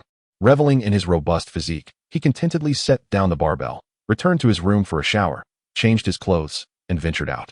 He intended to purchase several new outfits and pairs of shoes. Additionally, he planned to replace his mobile phone. And he needed to transfer 10,000 yuan to his family at the bank. Having earned his first paycheck, he wished to bring joy to his parents and reassure them. Fortunately, there was an industrial and commercial bank nearby, and at this hour, the customer traffic was minimal. Qin Feng promptly joined the queue to fill out the form. Once the teller completed the transaction and handed him the receipt, he called his mother. "Hello, Mom, have you eaten? I just had my meal. How about you? How's work? Are you getting along with your leaders and colleagues?" "Don't worry, Mom. I was personally recruited by the department head. He is my superior, and there are no issues in our interactions. The colleagues are quite amiable as well. They even treated me to dinner yesterday to welcome me." The good news is that Qin Feng understands the importance of reporting joy rather than sorrow. Furthermore, he speaks the truth, devoid of any benevolent falsehood. That is reassuring. "By the way, Mother, I have just transferred 10,000 yuan into your account. You and Father should purchase some food and clothing. Given the sweltering weather, it would be prudent to refrain from laboring in the fields unless absolutely necessary, or perhaps hire someone to assist us, for which we will compensate them. You need not worry about the tuition fees for the upcoming semester. I have already gathered sufficient funds, and there is no need for you to provide any further living expenses as I am well equipped." "My child, why are you sending us money, especially such a substantial amount? Where did you acquire so much?" Mother's tone was tinged with concern. "Mother, do you really think I could casually secure an internship at the city bureau? Recently, I encountered a case where I was able to provide significant assistance, which led the director to extend an invitation to me. Moreover, my efforts were not in vain. There is a reward of 20,000 yuan associated with the case. I also have a part-time job that earns me 3,000 yuan, which I have not spent a single penny of. From now on, I will receive a monthly salary, even during my studies, amounting to over 2,000. So, you and Father need not worry. Your son will be able to step directly into a position at the city bureau upon graduation." "Really?" Mother's voice brimmed with delight, clearly convinced by Qin Feng's words. "Of course it is true. Do you not know your son's character? I never lie."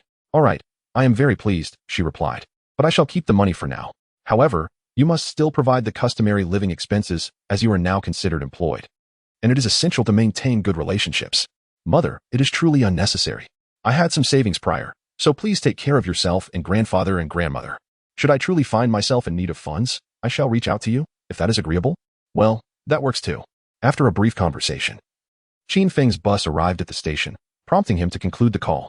Upon arriving in the city center, he purchased 2 sets of summer t-shirts, autumn shirts, a jacket, 2 pairs of casual trousers, and a pair of sports shoes, all at a reasonable price, totaling just over 3,000. As he passed by the Huawei mobile store, he recalled that his colleagues had all transitioned to smartphones, while he was still using the Nokia keypad gifted by his parents when he entered university. He decided to enter and select a device, spending another 3,000. After waiting for over an hour for the SIM card to be replaced, he finally held his new phone and tested it. Despite the multitude of applications it housed, the experience was undeniably more enjoyable than that of his previous device. At that time, smartphones were just beginning to emerge in the domestic market, with some manufacturers merely offering larger screens, failing to qualify as true smartphones.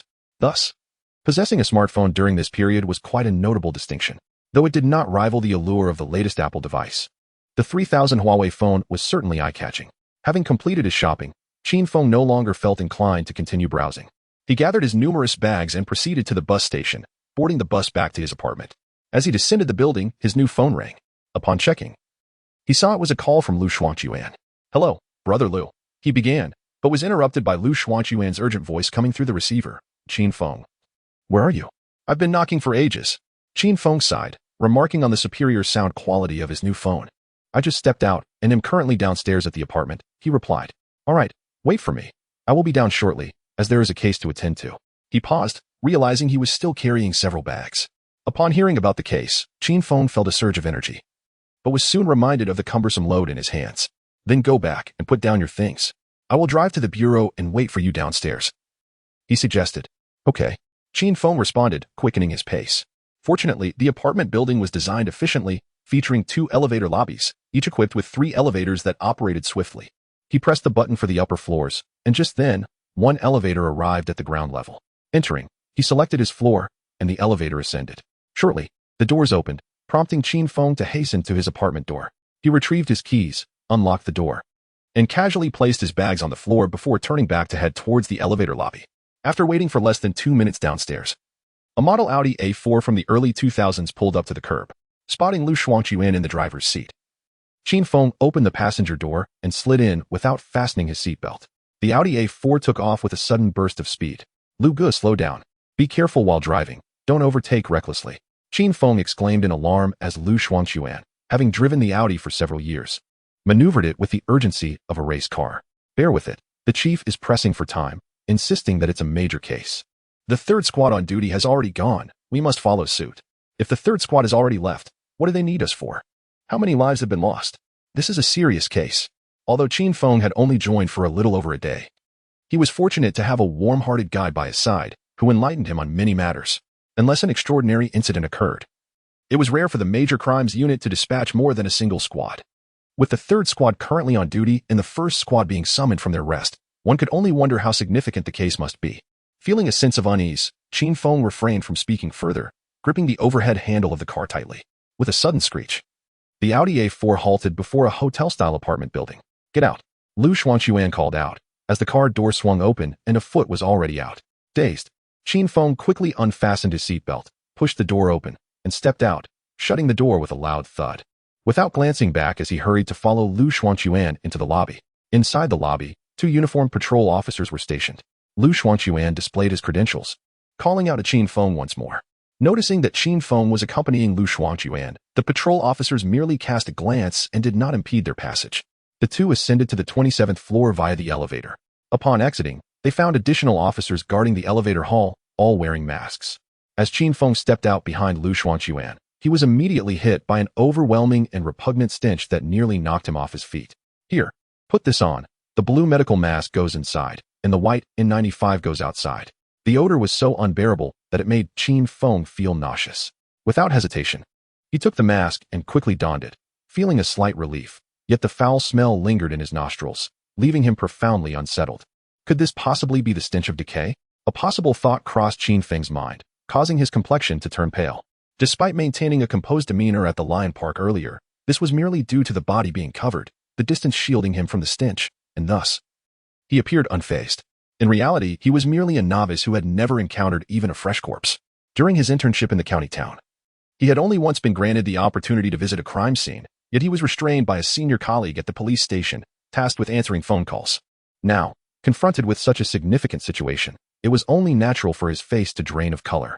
Chapter 12. The scene of decay. As Qin Feng fumbled with his mask, Lu Xuanquan couldn't help but smile, finally feeling a sense of superiority as a seasoned veteran. However, he soon regretted his amusement. The foul odor in the air was indeed unbearable. The moment he smiled, he felt the taste of it in his mouth and nostrils. Lu Xuanquan, nearly choking, ceased his pretenses and hastily donned 2 masks. With a serious expression, he proceeded toward the police cordon that had been set up ahead. Xiao Lu is here. Lu Gu. The others from the team had also arrived, all wearing masks yet engaging in light-hearted banter.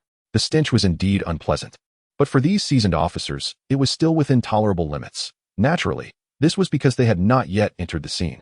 Meanwhile, a few younger members of the 3rd squad, who had ventured into the site, were presently retching in the stairwell on the opposite end. Qin Feng, the chief wants you to come take a look too, said Yao Mingyu, a 2nd-level inspector.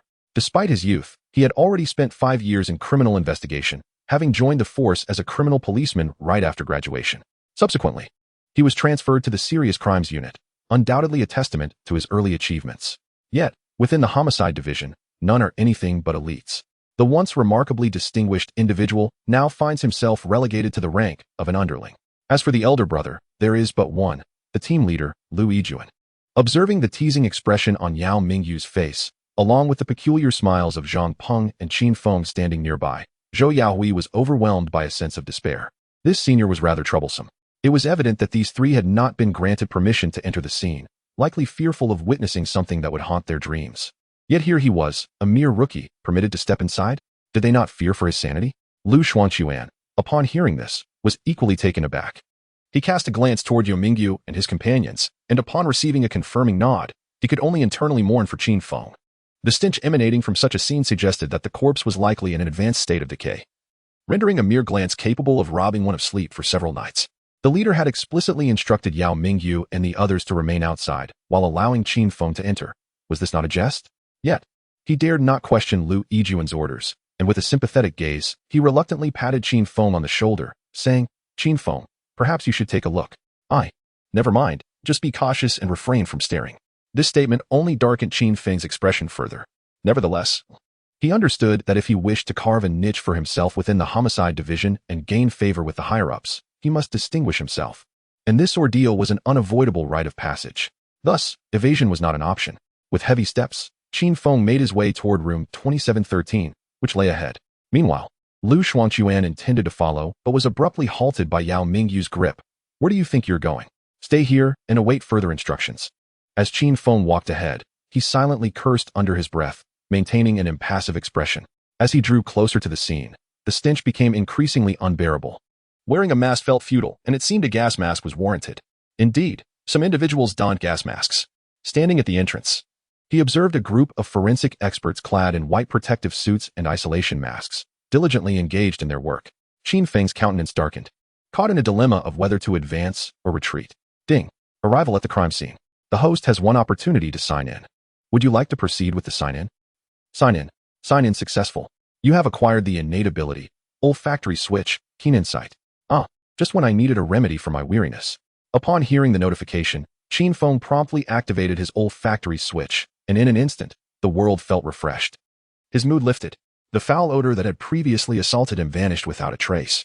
He wrinkled his nose and, amid the astonished gazes of those around him, slowly removed his mask and took a deep breath, nearly causing Liang Fengchao, who was watching, to choke. Liang Fengchao noticed Qin Feng and had brought over a set of protective gear and a mask, but it appeared that Qin Feng had no need for them. Brother Liang. Qin Feng grinned, greeting Liang Fengchao. Put it on. The smell is quite overwhelming. Liang Fengchao hesitated, internally lamenting, but ultimately handed over the protective suit. All right, Qin Feng acquiesced, readily accepting the protective clothing to don. Though the odor was no longer perceptible, the scene still required protection. The individuals nearby did not offer shoe covers or headgear. Wearing the protective suit would suffice. However, he refused the isolation mask, opting instead for a thin blue surgical mask. What purpose could this serve? Yet, Qin Feng entered with an unflinching demeanor, causing Liang Fengchao to doubt whether the stench had dissipated. Quietly, he cracked the isolation mask open slightly, and the foul odor surged in, nearly suffocating Liang Fengchao, who quickly zipped it back up. Qin Feng strode confidently into the scene, slightly raising his head. His gaze traversed the crowd encircling the bed, landing on the two corpses lying on the large bed. His eyes widened, pupils dilating rapidly. A sudden noise startled him, and he swiftly covered his mouth, turning to flee. How careless. His sense of smell had shut down, rendering him unable to detect the stench. But the visual shock of the decayed bodies churned his stomach. Moreover, his keen observational ability allowed him to see with startling clarity. As he ran, Qin Feng regretted his decision. Had he known, he would have refrained from signing in. Now, he was left embarrassed, his pride shattered. Reaching the doorway, he felt considerably better, the turmoil in his stomach gradually subsiding. After waiting a moment and undergoing a mental pep talk over a dozen times, under Liang Fengchao's lingering, meaningful smile, Qin Feng turned and re-entered the scene. Liang Fengchao was perplexed. In the corridor, upon witnessing Qin Feng's hasty exit, Yao Mingyu and the others widened their eyes in disbelief. Was that it? Was he simply going to run out in shame? Are you certain you wouldn't prefer to excuse yourself to the stairwell? Following their initial astonishment, the group's estimation of Qin Feng, the young man, deepened considerably. He was undeniably a ruthless individual. Upon re-entering the scene, Qin Feng felt considerably improved. The two severely decomposed, headless corpses on the bed no longer presented such a jarring impact.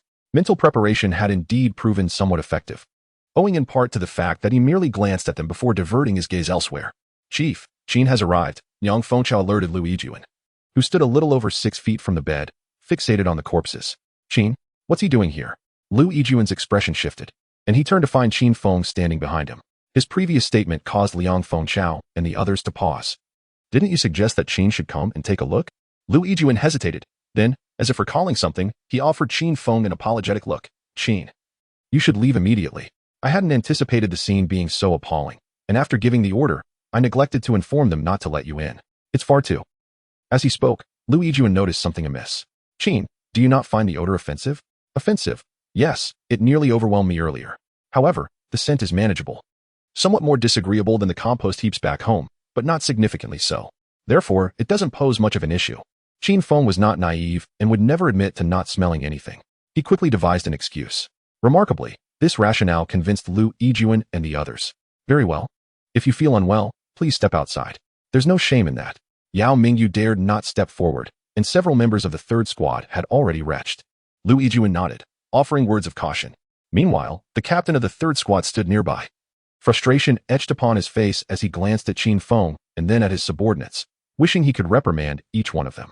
Observing others' bravery compared to his own team's cowardice was disheartening. Chapter 13. Discovery. The jewels hidden in the showerhead. He has entered. Indeed, he has entered. Goodness.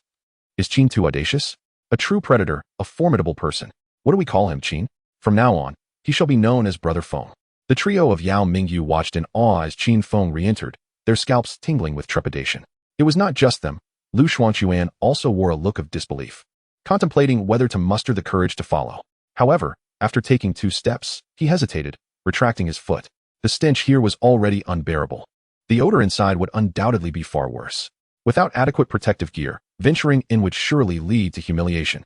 Furthermore, under such conditions, what could the state of the corpse possibly be? Thus, Lu Xuanquan acquiesced, calling out to Brother Feng. Upon hearing this, Yao Mingyu and his companions fell silent for a moment, exchanging glances before nodding vigorously. Such a fierce individual deserved the title. It was only fitting to address him as such. In room 2713, Qin Feng stood beside Lu Yijuan, his gaze sharp as an eagle's, sweeping across the large bed before turning to survey the surrounding area. The carpet at the foot of the bed caught his attention. In his keen observation, Qin Feng noticed a slight bulge in the carpet near the foot of the bed. Although the protrusion was negligible, so much so that one could hardly feel it underfoot due to the carpet's softness, his acute perception still detected the anomaly. Skirting around the others, Qin Feng disregarded the forensic team and the investigators, kneeling down to gently lift the carpet. What are you doing, Qin Feng? His sudden movement startled everyone present. At that moment, the forensic expert was at work, and the investigators were diligently attending to the scene, including Lu Yijuan, who stood aside without disturbing any items in the room. Yet, Qin Feng was lifting the carpet. The occupants of the room turned their gazes toward Lu Yijuan, whose expression shifted from neutral to grim. However, as Qin Feng's gloved hand rose, revealing a transparent crystal held between his thumb and forefinger, his countenance transformed from worry to astonishment. He quickly advanced a few steps to crouch beside Qin Feng, examining the transparent crystal. "What is this?" he inquired. "I don't know," Qin Feng replied, pausing momentarily before pointing to the corner of the lifted carpet. It must have fallen to the ground and was covered by the moved carpet. Judging by its shape and cleanliness, I suspect it is either a crystal or a diamond. The likelihood leans more towards a diamond, he added. "A diamond?" Lu Yijuan glanced at it a couple of times, nodded in silence, and then called out to Liao Jun, "Bring over an evidence bag." The evidence bag has arrived. Qin Feng placed the transparent crystal inside, while the forensic officer, alerted by the commotion, came over to photograph and document the location where the crystal had fallen. He then took the evidence bag and assigned it a number. "How did you discover that?" Lu Yijuan stood up, his gaze towards Qin Feng filled with astonishment. Just moments ago, the forensic personnel had scoured the area without noticing anything amiss, yet Qin Feng, with a mere glance, had identified a piece of evidence. Such keen perception was unparalleled, not only surpassing even the renowned criminal investigation experts from the provincial bureau but also those few labeled as detectives at the ministry. This young man, possessing an almost extraordinary level of acuity, was not only a university student but had also been recognized early on by Lu Yijuan, who felt immense joy at this revelation. Organizing his thoughts, Qin Feng turned to Lu Yijuan and explained, "My eyesight is quite exceptional. When I first glanced at the carpet, I noticed a slight bulge in that area, which piqued my curiosity." "Really? How come we didn't notice?" Lu Yijuan inquired, looking over. "Well, it certainly wouldn't be visible now. Additionally, I do possess superior vision, far better than many," Qin Feng stressed. "All right, I understand. How about you take another look? Would you like me to guide you around the scene?" Lu Yijuan suggested with a smile, eager to delve deeper into the investigation. "Sure. I would be more than happy to," Qin Feng replied, enthusiastic about the opportunity. Under the guidance of Lu Yijuan, Qin Feng began to traverse the entire room, occasionally crouching down to meticulously examine every corner, striving to leave no crevice overlooked while avoiding any disturbance to the room's furnishings. However, apart from the dust, no other discoveries were made elsewhere. Lu Yijuan, who had been closely following Qin Feng, gradually regained his composure from the earlier excitement. It was not until they entered the bathroom near the entrance that Qin Feng scrutinized the corners and several cabinets. After a moment of contemplation while gazing at the showerhead, he furrowed his brow and summoned a forensic officer, instructing him to photograph the showerhead for documentation. Only then did he reach for the showerhead, which was affixed to a flexible hose on the rack. Upon inspecting the connection, Qin Feng identified an issue and turned to Lu Yijuan, asking, "Can you unscrew the showerhead?" A forensic technician carrying a toolbox approached, extracted his tools, and after ensuring proper precautions, unscrewed the connection between the showerhead and the hose. As it was loosened, a metallic jingle resonated, and a silver pendant necklace tumbled forth from the showerhead. The pendant appeared to be made of jade, its emerald hue suggesting significant value. "Is there truly something here?" Lu Yijuan was taken aback. Meanwhile, Liao Jun and the captain of the third squad, who had been attentively observing the two, widened their eyes in astonishment upon witnessing the item emerge from the showerhead. Through the transparent section of their protective masks, their expressions of shock were unmistakable. As Qin Feng picked up the necklace from the floor and held it in his palm, he explained, "There are signs of friction at the connection, and it is not perfectly sealed. I deduce that it has been unscrewed by someone." As he spoke, Qin Feng took action once more. He straightened the soft hose and gave it a vigorous shake. A faint sound emanated from within, suggesting there was indeed something inside. The crowd gasped, their attention shifting to the opening of the hose. Soon, after several shakes, the object within finally revealed its true form, a rose gold bracelet. Judging by the shape and size of the more than 10 gemstones embedded in the bracelet, if these stones were indeed diamonds rather than mere crystals, the bracelet would hold considerable value. Gazing at the bracelet briefly, Qin Feng made another gesture, pointing to a specific section of the bracelet and stating, "There is a missing gemstone here. It should resemble the one I picked up from the ground earlier. Bring over the previous gemstone," Lu Yijuan commanded. In a short while, a bag containing the gemstone was brought forth. Lu Yijuan, holding the evidence bag in one hand and the bracelet in the other, examined them closely several times before nodding in affirmation. "They are indeed identical. Director Lu, I know to whom the necklace and bracelet belong," Qin Feng suddenly interjected. "You know?" Lu Yijuan and the others felt as though they were on the verge of being stunned into silence. "Yes, if my memory serves me correctly. Both the necklace and the bracelet are among the stolen jewelry from the 105 major burglary case. I reviewed the case files just yesterday, and coincidentally, these two pieces of jewelry have photographs included. Furthermore, based on the invoice provided by the victim, it can be confirmed that the necklace is a platinum Zhongyang green jade pendant necklace, valued at over 360,000. Meanwhile, the diamond bracelet you hold is a Cartier piece, valued at 198,000. A collective gasp permeated the air. Both Squad 1 and Squad 3 were intimately familiar with the infamous 105 aggravated burglary case. After all, a residential theft involving nearly 10 million in stolen goods was a rarity, especially considering the victim's prominent status. The discovery of the stolen items at a murder scene, coupled with the presence of a decapitated male and female cadaver, deceased for at least half a month, raised a plethora of questions. Were they the suspects in the 105 burglary? If so, what led to their demise in this location? A dispute over the loot? Chapter 14. Recognition and guidance. Burdened by mounting inquiries, Lu Yijuan instinctively turned his gaze towards Qin Feng. Unbeknownst to himself, he had subconsciously elevated Qin Feng to the position of an expert, instinctively seeking answers from him in moments of perplexity. Sensing the unspoken question in Lu Yijuan's eyes, Qin Feng offered a wry smile. "Chief, surely you don't believe I possess clairvoyant abilities and know everything, don't you?" The reflexive response only amplified Qin Feng's amusement. "I merely possess keen eyesight and a meticulous nature." Then what about the odor present here? And the two headless, decaying corpses? Even the seasoned veterans of Squad 3 were outside, retching, while Yao Mingyu and the others dared not even enter. At the doorway, the returning members of Squad 3, along with Yu Mingyu and others who had gathered to witness the commotion, were expressions of exasperation and speechlessness. They were being compared unfavorably. I already elucidated my sensitivities, and I did react to the sight of the decaying corpses, albeit subconsciously suppressing it later. Qin Feng shrugged.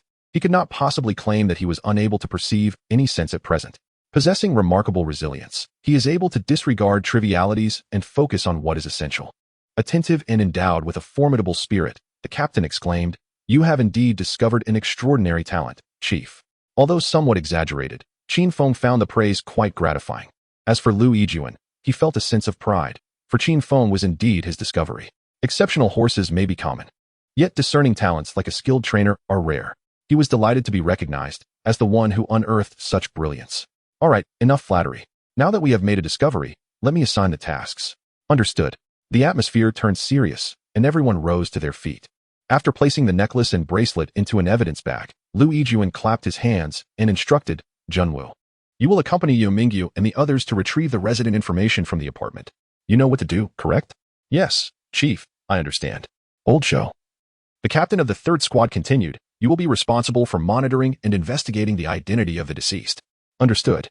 "Old Liao, take the others to visit the nearby shops, and also contact the waste disposal station to see if we can locate the head of the deceased."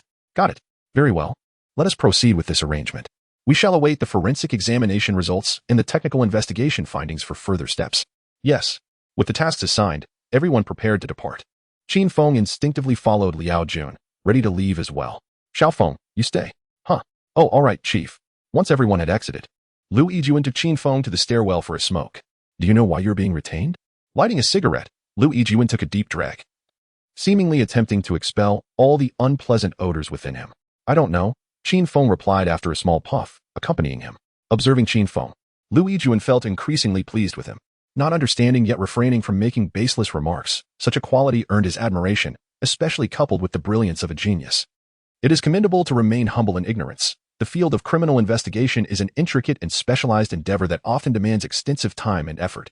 Human energy is finite. One cannot expect to accomplish every task alone, as it is vital to allow others the opportunity to shine. A proficient commander must possess not only formidable expertise, keen judgment, and exceptional decisiveness, but also the wisdom to judiciously utilize available resources and foster unity among subordinates. Lu Yijuan was imparting guidance to Qin Feng, not one to be dull-witted. Qin Feng quickly grasped the underlying meaning. He had already made a significant impression at the scene. Should these clues prove useful, he would be credited as the main contributor to the case. To engage in other tasks at this juncture would eclipse his colleagues' chances to showcase their abilities. It is unacceptable to feast alone while others go without. From these remarks, one can discern Lu Yijuan's regard for Qin Feng, as he is clearly being groomed as a future commander. "Chief, I understand now." "Thank you," Qin Feng said, his address reflecting a newfound respect, which brought joy to Lu Yijuan. During a meal, Qin Feng referred to himself as senior brother, but after starting work, he addressed Lu Chu or Director Lu. A stark contrast to how he spoke to others. While this showed a great deal of respect, it lacked a sense of intimacy. Now, with the term boss, he felt that Qin Feng truly recognized him and the Serious Crimes Unit. It was rather amusing that a distinguished deputy director, head of the Serious Crimes Unit, would feel elated over the acknowledgement from someone who wasn't even an intern. This also reflected Lu Yijuan's regard for Qin Feng. "Haha, no need for thanks. It is only proper. Just work hard. With your senior brother around, you will certainly not suffer any losses." I will remember that," Senior brother. As the two were engaged in conversation, Lu Yijuan's phone rang. After glancing at it, he quickly answered, "All right, I will be right down."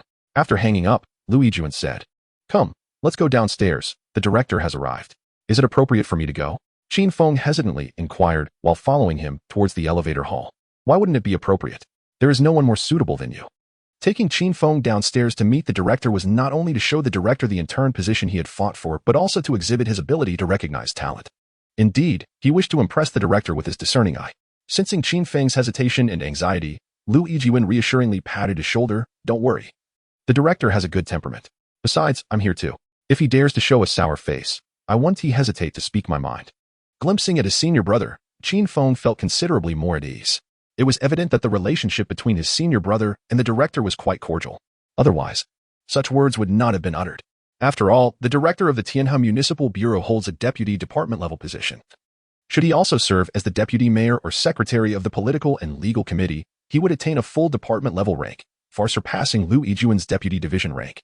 A subordinate, confronting the superior of his superior, who dares to utter a curse must either be quite deranged or extremely familiar with the situation. Clearly, Lu Yijuan is not a person of dubious intellect. As the two descended the stairs, they spotted the director seated on a sofa in the lounge area. Clad in a jacket, white dress shirt, slacks, and polished shoes, his hair slightly graying and slicked back. Upon noticing Lu Yijuan and Qin Feng approaching, Director Qi Xingli waved his hand, inviting them to take a seat.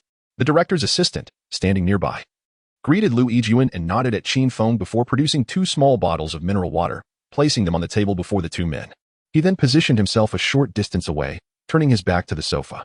"Old Lu, please provide an update," Qi Xingli stated, devoid of any pretentiousness, his voice resonating with authority and exuding a sense of decisiveness. "Yes, director." In the presence of the director, Lu Yijuan adopted a serious demeanor, nodding earnestly as he began to outline the situation on the upper floor. Throughout his account, he emphasized Qin Feng's significant role at the scene, prompting Director Qi to glance at him several times.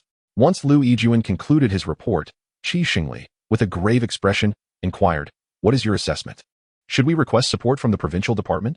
"Based on the discoveries at the scene, my initial hypothesis is to ascertain the identities of the two deceased.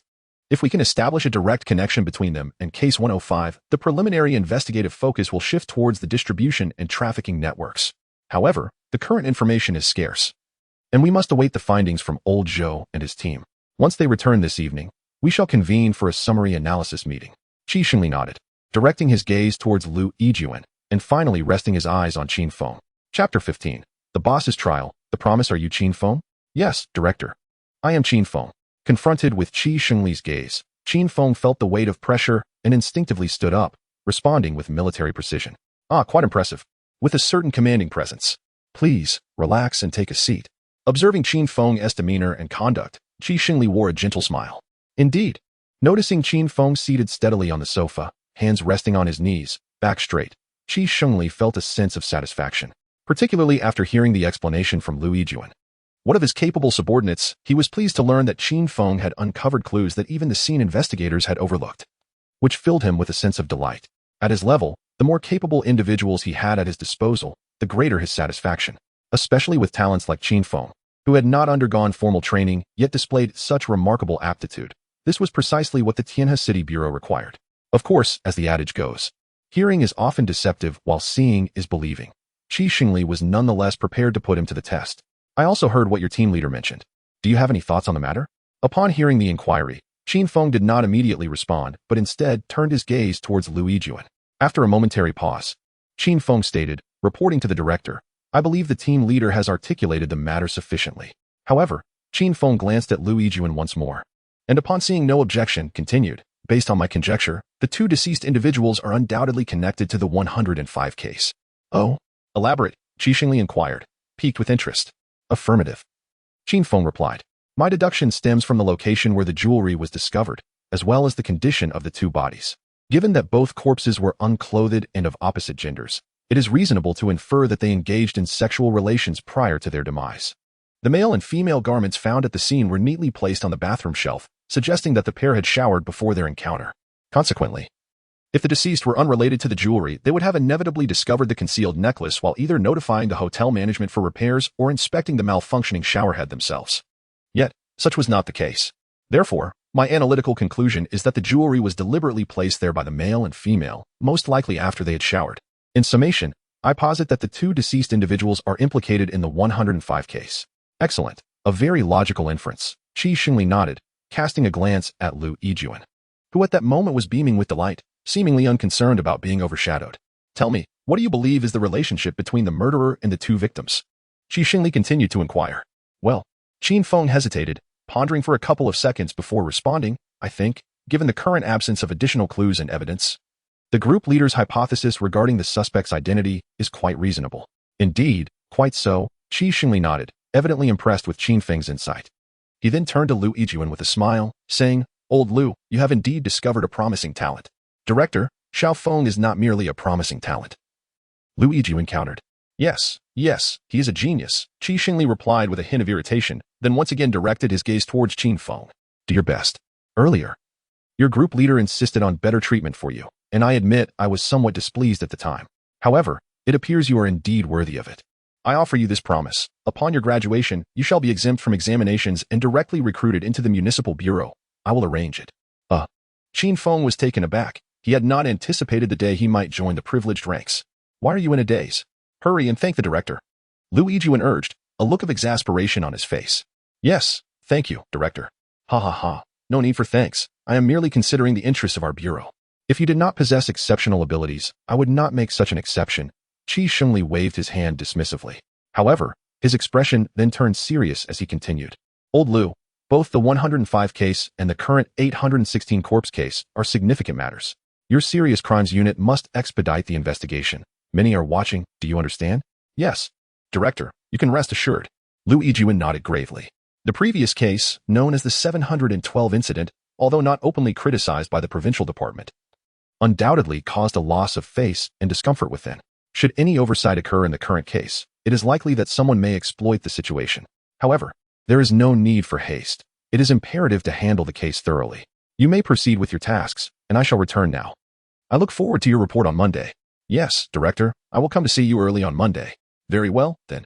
With that, Qi Xingli rose, and his assistant promptly approached, nodding to Lu Yijuan and Qin Feng before escorting their superior away from the hotel lobby.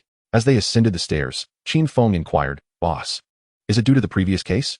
Lu Yijuan understood Qin Feng's implication and replied with a smile, yes and no. Rest assured, the experts from the provincial department possess the capacity for understanding and adhere to principles. They will not allow such trivial matters to impede their work, nor will they covertly sabotage it. While there is competition among US, collaboration prevails.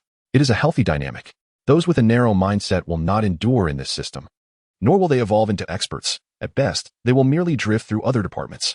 Nodding in agreement, Qin Feng chose not to respond further. Upon reaching the entrance of room 2713, Qin Feng halted. What is it? Lu Yijuan, clad in protective gear, asked. Boss, do you think that if the two individuals inside are connected to the 105 case, they might be habitual offenders? That is highly likely, Lu Yijuan affirmed. I have perused the case files of the 105 case, and the scene was remarkably pristine, indicating that the suspect possessed a considerable level of investigative awareness. Is it possible that they reserved an additional room for their clandestine meetings? Perhaps one across the hall.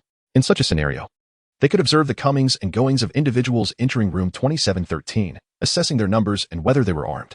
After all, the stakes in the 105 case are exceedingly high, and yet no cash, gold bars, or jewelry have been discovered at the scene. Quite a valid point. Let us proceed to the front desk. Lu Yijuan, upon hearing this reasoning, concurred and removed the half-on protective suit, leading Qin Feng towards the elevator hall. Upon reaching the front desk to obtain the room key, Qin Feng inquired further. Are there any nearby rooms that were rented around the same time? Specifically, long-term rentals. The receptionist began to check her computer and, after a brief moment, nodded affirmatively. Room 2714 was rented for a month and was booked on the same day as room 2713, with a gap of just over half an hour between the two reservations. Upon hearing this information, both Qin Feng and Lu Yijuan exchanged glances, prompting Lu to ask, what about the tenant information? Yes, let me check. I will print out the details for both rooms. Very well. Moments later, the tenant information was printed. The occupant of room 2714 was a woman, whose identification indicated she was rather young, merely 29 years of age.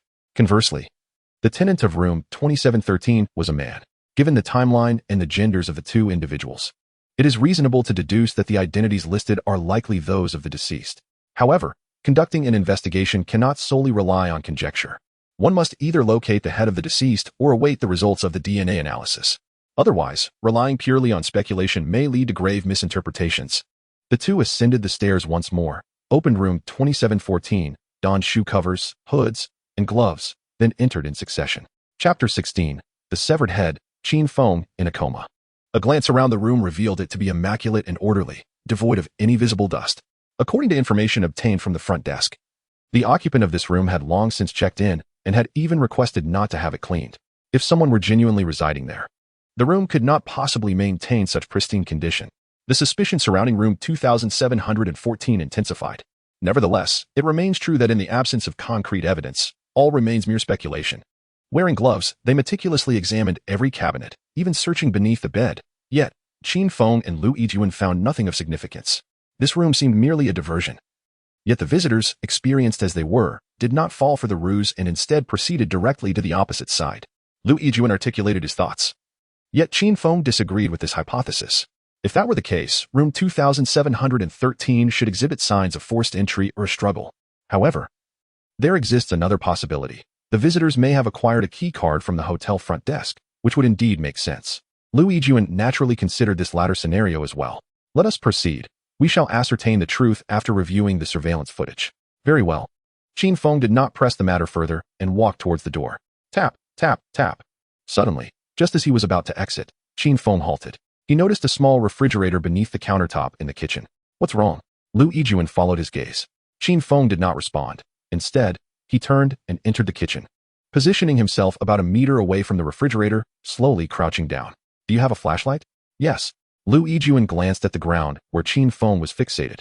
Finding nothing, he then handed over a police-grade flashlight that he had tucked at his waist. Taking the flashlight, Qin Feng cautiously leaned down and angled the beam towards the floor. Boss, could you please turn off the lights? All right. Lu Yijun paused momentarily before agreeing, rising to extinguish the kitchen lights. With a click, the lights went out, and the kitchen, recessed and shielded from natural light by a wall, became dim. Yet, under the intense beam of the flashlight, a faint footprint emerged, barely discernible. Upon seeing the footprint, Lu Yijun's eyes widened in disbelief, and he too crouched down, peering closely. The footprint became much clearer. Qin Feng lifted his gaze towards the gap of the refrigerator door, where he spotted a drop of dark brown liquid with a scattering pattern, resembling a dried liquid that had dripped from above. Lu Yijun, observing the same, recognized the mark.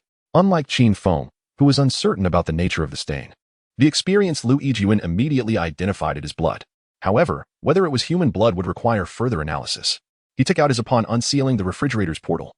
The interior luminaire flickered to life, whereupon Qin Feng's ocular organs dilated in astonishment. His hand recoiled as if subjected to an electrical surge, precipitating a retrograde stumble that culminated in a seated posture upon the floor. His gaze was inexorably riveted upon the ajar refrigerator, his countenance etched with unadulterated terror. Xiaofeng, Lu Yijun exclaimed, startled. Chief, Zhou Qiang, the squadron commander of the 3rd Division, having just returned, hastened into the domicile, accompanied by a subordinate, upon hearing the outcry. A forensic technician from across the hall also entered in tandem. Zhou, escort Xiaofeng hence and maintain surveillance. Exercise caution, as there are pedal imprints upon the floor. Forensic personnel, attend to the severed heads. Affirmative.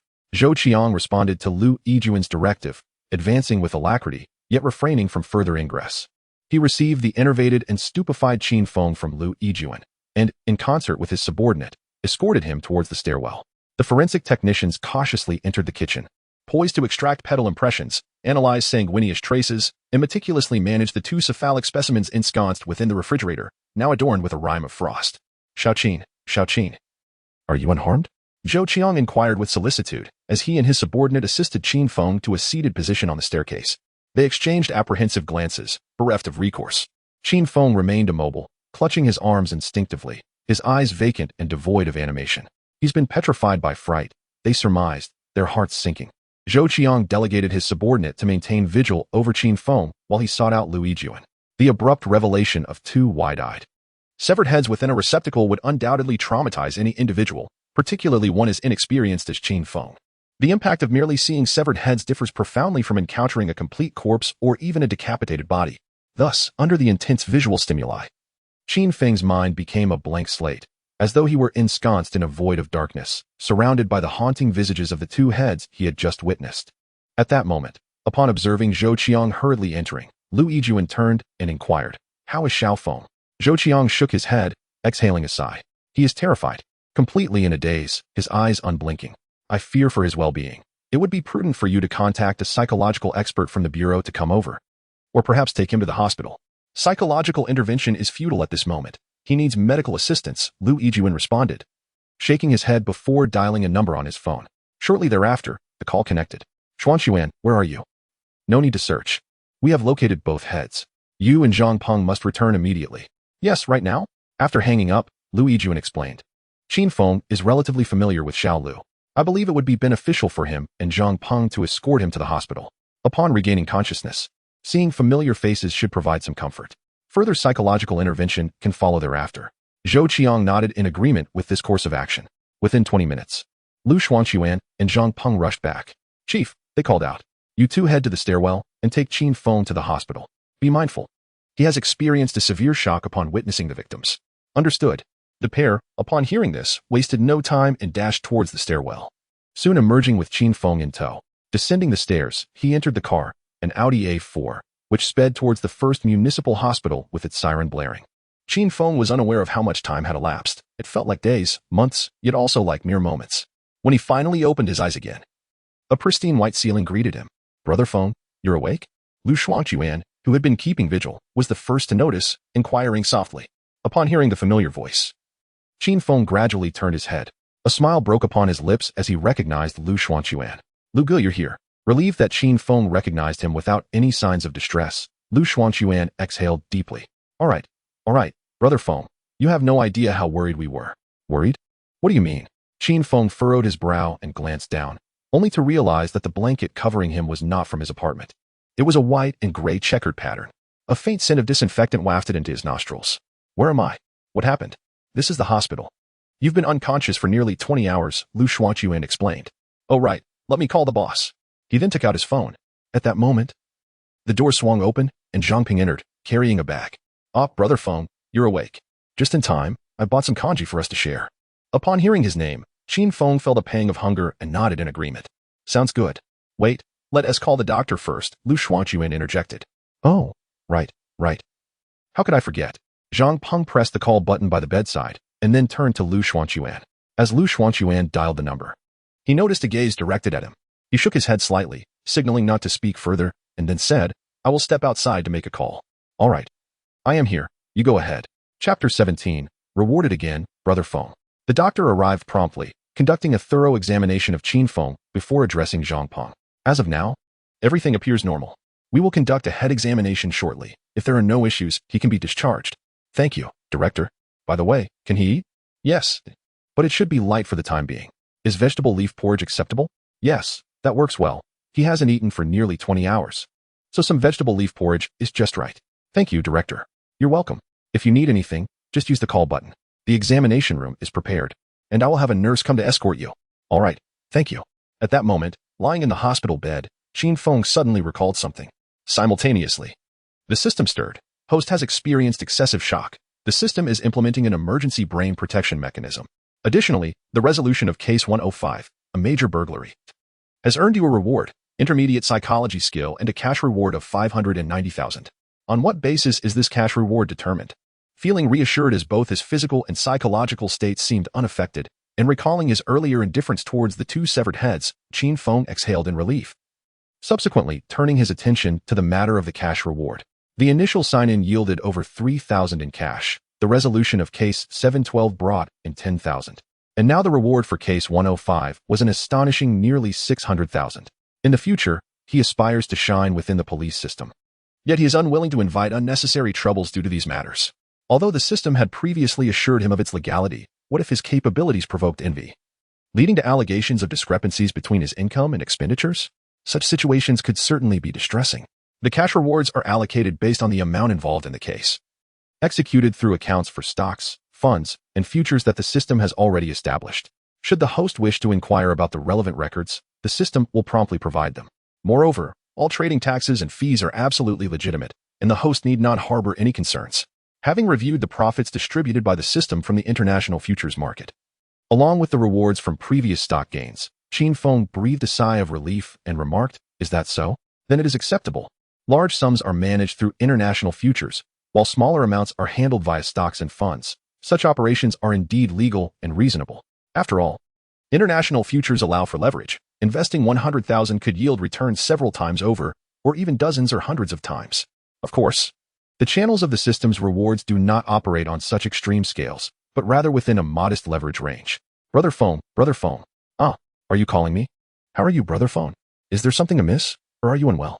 Lu Shuangqian and Zhang Peng stood by the bedside, their faces etched with concern for Qin Feng. They had called out to him several times without receiving a response. "Oh, it's nothing. I was just lost in thought. Shall we have our meal?" Qin Feng smiled. "All right, let's eat first." After pulling Zhang Peng, who seemed about to say something more, Lu Shuangqian responded with a smile, and the three of them began to partake in breakfast. "It is now the dawn of the second day. By the way, Feng, the chief is en route upon hearing of your awakening. And I've also learned that the director is on his way as well. You wouldn't believe it, but yesterday Lu Shuangqian nearly blurted out the truth. "What happened yesterday?" Qin Feng inquired with a smile, observing Lu Shuangqian's abrupt silence. He was cognizant of the reason for the other's reticence. "Rest assured, I am quite all right now. It was merely the sight of two severed heads. The initial impact was rather overwhelming, admittedly, to the point of being somewhat frightening. However, upon reflection this morning, it was not as monumental as it seemed. Are you truly all right?" Lu Shuangqian and Zhang Peng queried cautiously, observing Qin Feng's nonchalant demeanor. "Well." Qin Feng paused abruptly. The two of them felt a sudden jolt of anxiety, their complexions shifting immediately as they prepared to set down their chopsticks. "Ha, I'm fine." Truly, Qin Feng suddenly erupted in laughter. Judging by his countenance and the mirth evident in his eyes, it was clear that he had merely been jesting, intentionally startling the two. "Phew, Feng, do not frighten us so," Zhang Peng exclaimed, relieved. The sudden start had been unnerving for the two, who had been up all night. Zhang Ping lowered his voice conspiratorially. "Feng, you wouldn't know it, but I overheard that upon learning of your fainting spell, the director rushed to the hotel apartment and reprimanded the chief for a solid hour. Shuangqian was on the phone reporting your condition and overheard some of it. Thankfully, the doctor said there was no serious harm, or else the chief would have been disciplined." "That severe?" Qin Feng was taken aback, not expecting such developments. "Certainly. It is not merely your remarkable detective skills that are under scrutiny. Even a commonplace officer must answer for any misfortunes that occur. Moreover, you are still a student. If anything significant were to happen, the department would find it difficult to provide an explanation." As Zhang Peng spoke, Qin Feng nodded in agreement. This indeed holds true. In the unfortunate event of a duty-related demise, individuals such as Qin Feng, who is an external personnel and a student, would undoubtedly lead to disciplinary action for the direct supervisor, Lu Yijuan, should an incident occur during the internship. If matters escalated, even the chief would face repercussions. "Hey, what were you just calling me?" Qin Feng suddenly recalled their earlier address. "Hey, the name Brother Feng has spread throughout our major case unit. At least within our team and Team 3, everyone respects you, and some even feel a sense of inferiority. Thus, we have taken to calling you Brother Feng. Come on. I am several years younger than you. This title not only ages me, but also gives others the impression that I lack respect for my elders." "What respect for elders? Brother Feng? We are merely in our 20s, you know? Zhang Ping, with your appearance, you could easily claim to be in your 30s without anyone contesting it. You are not far behind either. Stop calling me the elder brother. All right, since we all possess a sense of self-awareness, let us refrain from such titles." "Fine. Brother Feng, you have the final say." Hastily arriving at the hospital ward, Qi Shengli and Lu Yijuan, upon hearing Qin Feng engaged in cheerful conversation and laughter, all breathed a sigh of relief. The ability to laugh signifies that the individual is not in grave danger. With a brief exchange of glances, Lu Yijuan pushed open the ward door and stepped aside to allow Qi Shengli to enter. "Director." Qin Feng was the first to notice the door opening and the arrival of Qi Shengli, quickly suppressing his smile and calling out, "Director! Chief!" Upon hearing the shouts, Lu Shuangqian and the others promptly set down their chopsticks, standing at attention. After addressing the director, they also acknowledged Lu Yijuan as he entered. Waving his hand to signal them to continue, Qi Shengli approached the bedside with a concerned smile. "Xiaoqin, how are you feeling? Is there anywhere uncomfortable?" he inquired. "Rest assured, whatever the issue, any discomfort must be reported. Do not worry about the costs. The bureau will cover everything." "Thank you, Director. I'm fine now. I've recovered." Qin Feng replied, glancing at Lu Yijuan with a hint of regret. "I'm sorry, senior brother. I embarrassed you and caused you to be reprimanded by the director." Hearing Qin Feng's words, Lu Yijuan shot a glance at Lu Shuangqian and the others, then softened his expression into a gentle smile. "What are you saying? It is indeed my inadequacy in work. I overlooked that you had never encountered such situations before and failed to emphasize the methods and approaches. The fault lies with me. Being criticized by the director is warranted. After a brief pause, Lu Yijun inquired, "Are you truly all right?" "I'm fine, really. After I woke up, I recalled the scene in the kitchen and thought it wasn't so bad. It was just the initial shock. It won't happen again in the future." "Ha ha, good." Qi Xingli chuckled. "I had heard whispers of your resilient spirit, and it seems those tales hold true. However, despite the sense of recovery, one must not neglect the necessary examinations and treatments. Director, I assure you, I am truly fine. After all, medication can be a double-edged sword, and further treatment is indeed unnecessary." Qin Feng quickly gestured dismissively, for he had no desire to linger in the confines of the hospital. Qi Xingli turned his gaze towards Lu Yijun, who met his eyes for a brief moment before Qi Xingli remarked, "Very well, if the examinations yield no issues, I shall facilitate your discharge. Nonetheless, a visit to the psychologist is imperative. It is not a matter of distrust. The gravity of this situation cannot be overlooked, and it is prudent to seek the insights of a professional." "I will certainly comply, Director." "Thank you for your concern," Qin Feng replied with a smile. While he was confident in his well-being, and his intermediate knowledge of psychology could arguably qualify him as an expert in the field, he chose not to refuse, wishing to alleviate the worries of Qi Xingli and the others. Chapter 18. Discharge and Suspect Identification. After a brief conversation, Qi Xingli and Lu Yijun took their leave. Both occupied with pressing matters, one as the city bureau chief and the other embroiled in a case of decomposing remains. Shortly thereafter, a nurse arrived to inform Qin Feng that it was time for his examinations. Following a series of tests, the attending physician concluded that there were no concerns, yet still recommended a consultation with a psychologist, ultimately approving Qin Feng's discharge. Upon returning to the apartment, Lu Shuachuan and his companion prepared to rejoin their team. Qin Feng promptly reached out to the psychologist to schedule an assessment for the afternoon. After a thorough evaluation, Qin Feng refrained from employing his psychological expertise to cheat. And the outcome, as expected, was remarkable, leaving even the psychological expert hired by the municipal bureau in disbelief. Armed with the diagnosis, Qin Feng returned to the homicide division by 3 o'clock in the afternoon. Is everything truly resolved? In the office, Lu Yijun, upon reviewing the diagnostic report, appeared somewhat skeptical. "Chief, didn't you see the expert's findings? Why still doubt?" "That's not the issue." Lu Yijun hastily defended himself before conceding. "You make a valid point. By the way, how about I grant you a few days off? You mentioned you hadn't returned home since the summer vacation, so it would be a good opportunity." "Actually, Chief, can't I directly join the case?" After pondering for a few moments, Lu Yijun replied, "Joining isn't an issue. The identities of the two deceased have been confirmed, and surveillance footage has identified them as suspects in case 105. Currently, our primary task is to investigate the whereabouts of the stolen goods related to case 105 and track the 3 identified suspects. Chief, after careful consideration, I believe this case may not be as straightforward as it appears." Suddenly, Qin Feng interjected. "Why do you say that?" "The current investigative direction seems to suggest a motive of unequal distribution of spoils or perhaps a case of black-on-black crime, doesn't it?" Qin Feng inquired. "Indeed," Lu Yijun confirmed, knowing that the investigative trajectory was quite apparent and could hardly be concealed. "Chief, the scene, specifically room 2713, was entirely sealed, with both the door and windows tightly shut. The crevices were even filled, presumably to contain the odor of decomposition. Furthermore, if this was a double cross or a dispute over spoils, why would the perpetrator decapitate the victims after the act? And having severed the heads, why leave them in the adjacent room instead of disposing of them? This very question was raised during last night's analysis. Our hypothesis is that someone among the perpetrators harbored a deep-seated grudge against the deceased. But decapitation, Chief, is an extreme act. Most people struggle to commit murder at all, let alone sever heads, 2 of them, in fact. Do you suspect the perpetrator is a recidivist?" Lu Yijun inquired, his brow furrowed. This possibility had, of course, occurred to him and the rest of the major crimes unit. They weren't obtuse. However, the 3 suspects they'd identified via surveillance didn't match any profiles on the wanted lists, leading to their dismissal. Consequently, the identities of the 3 remain unknown. Indeed, what if the perpetrator is a habitual offender who has evaded capture? "Damn, a careless oversight," Lu Yijun exclaimed, slapping his forehead. Experience, while invaluable, can sometimes be a hindrance, leading to cognitive inflexibility and being misled by preconceived notions. Upon discovering that the 3 suspects weren't on any wanted lists, he'd reflexively discarded the possibility of a serial killer. A near blunder. Realizing this, Lu Yijun quickly added, "All right, Xiao Feng, we'll postpone the vacation discussion. Once this case is resolved, you'll get your leave. You are to return now and inform the 2 teams to convene. I shall join you shortly." "Understood, Chief." Soon after, in the conference room of the Major Crimes Unit, Several detectives from Team 1 and Team 3 gathered. Liu Yijuan entered, holding 3 printed photographs of the suspects. He affixed the images to the whiteboard and tapped it lightly.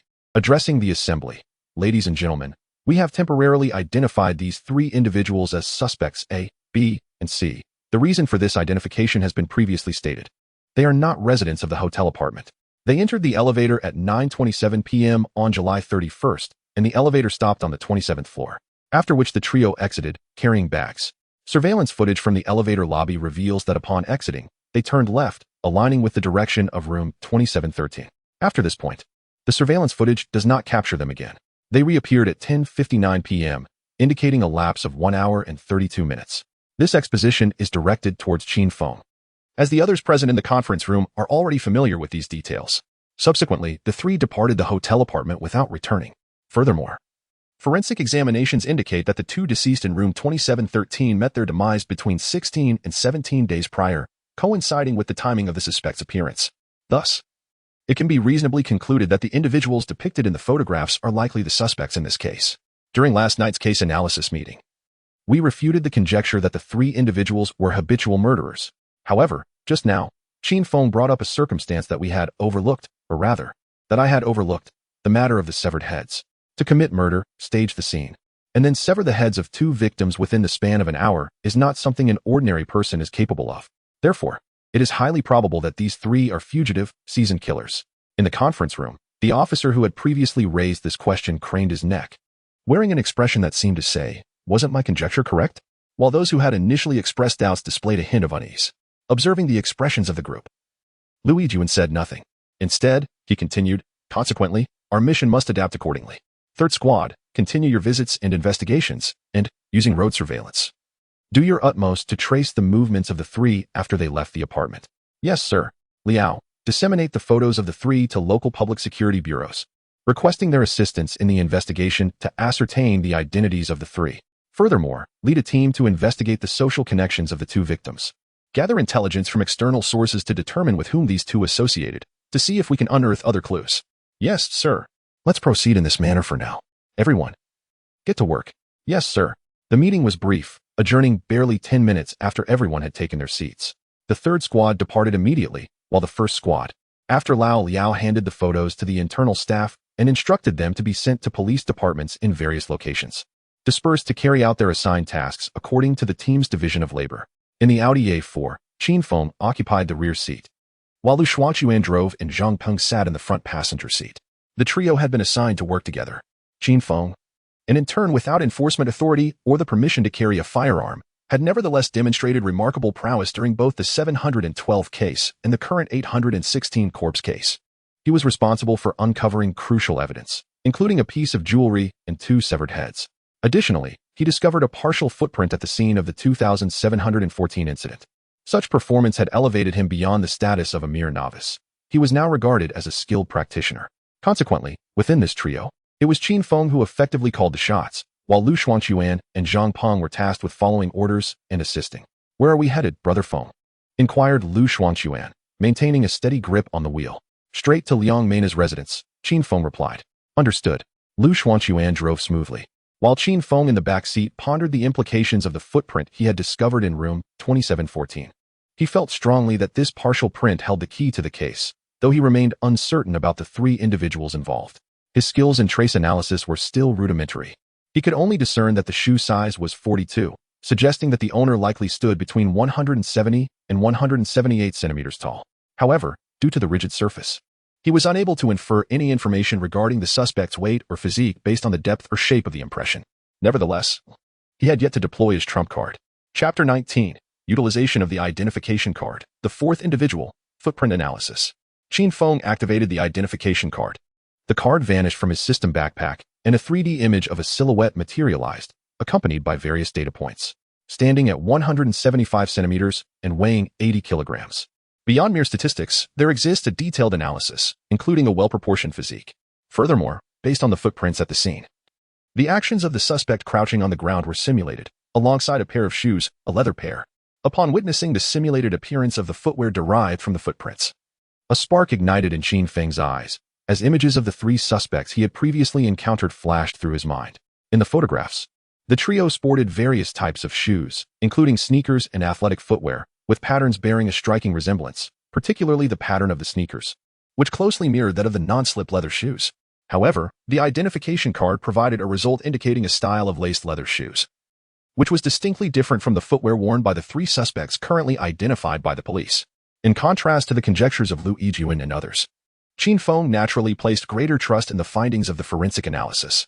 Thus, there were two possibilities. Either there existed another suspect, a fourth individual, or the suspects identified by the homicide team were mistaken.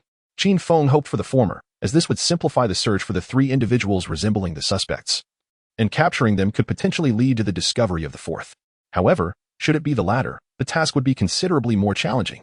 The vehicle entered a residential complex, where the deceased woman, Liang Mena, resided in Unit 2713. After parking, the trio disembarked and proceeded upstairs.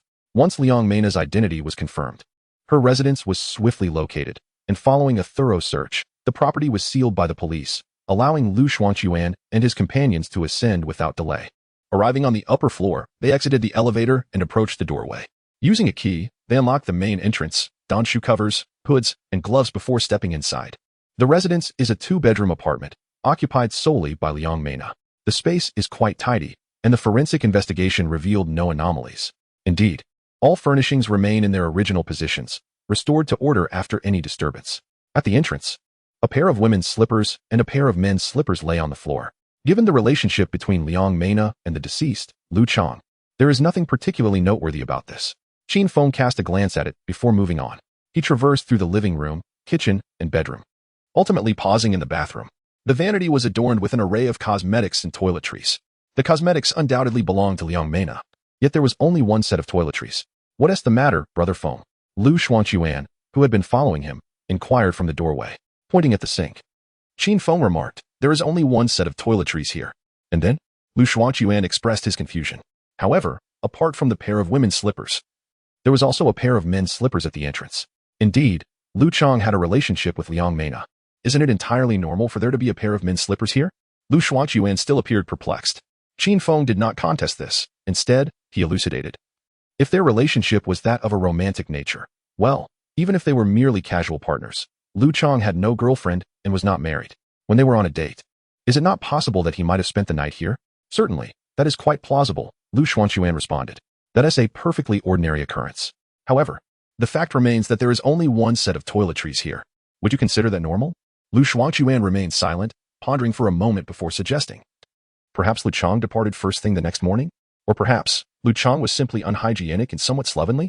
Qin Feng offered a faint smile, gesturing towards the placement of items in the bathroom, and then towards the door, inquiring, "The items here were returned to their original positions after the forensic technicians examined them, correct?" Assuredly, they are consummate professionals. They photograph everything before touching it and then restore it to its original state, precisely to accommodate any potential re-examination. Given that nothing has been disturbed, it follows that Liang Mena was likely a person who valued cleanliness and order. Tell me, would a woman who prizes tidiness be attracted to someone unkempt, who doesn't even bother to brush his teeth? And would she engage in an intimate relationship with him? Lu Xuanquan was rendered speechless.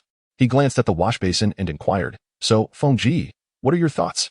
Qin Feng shook his head. "I merely find it incongruous. But I haven't formed a definitive theory yet." Lu Xuanquan.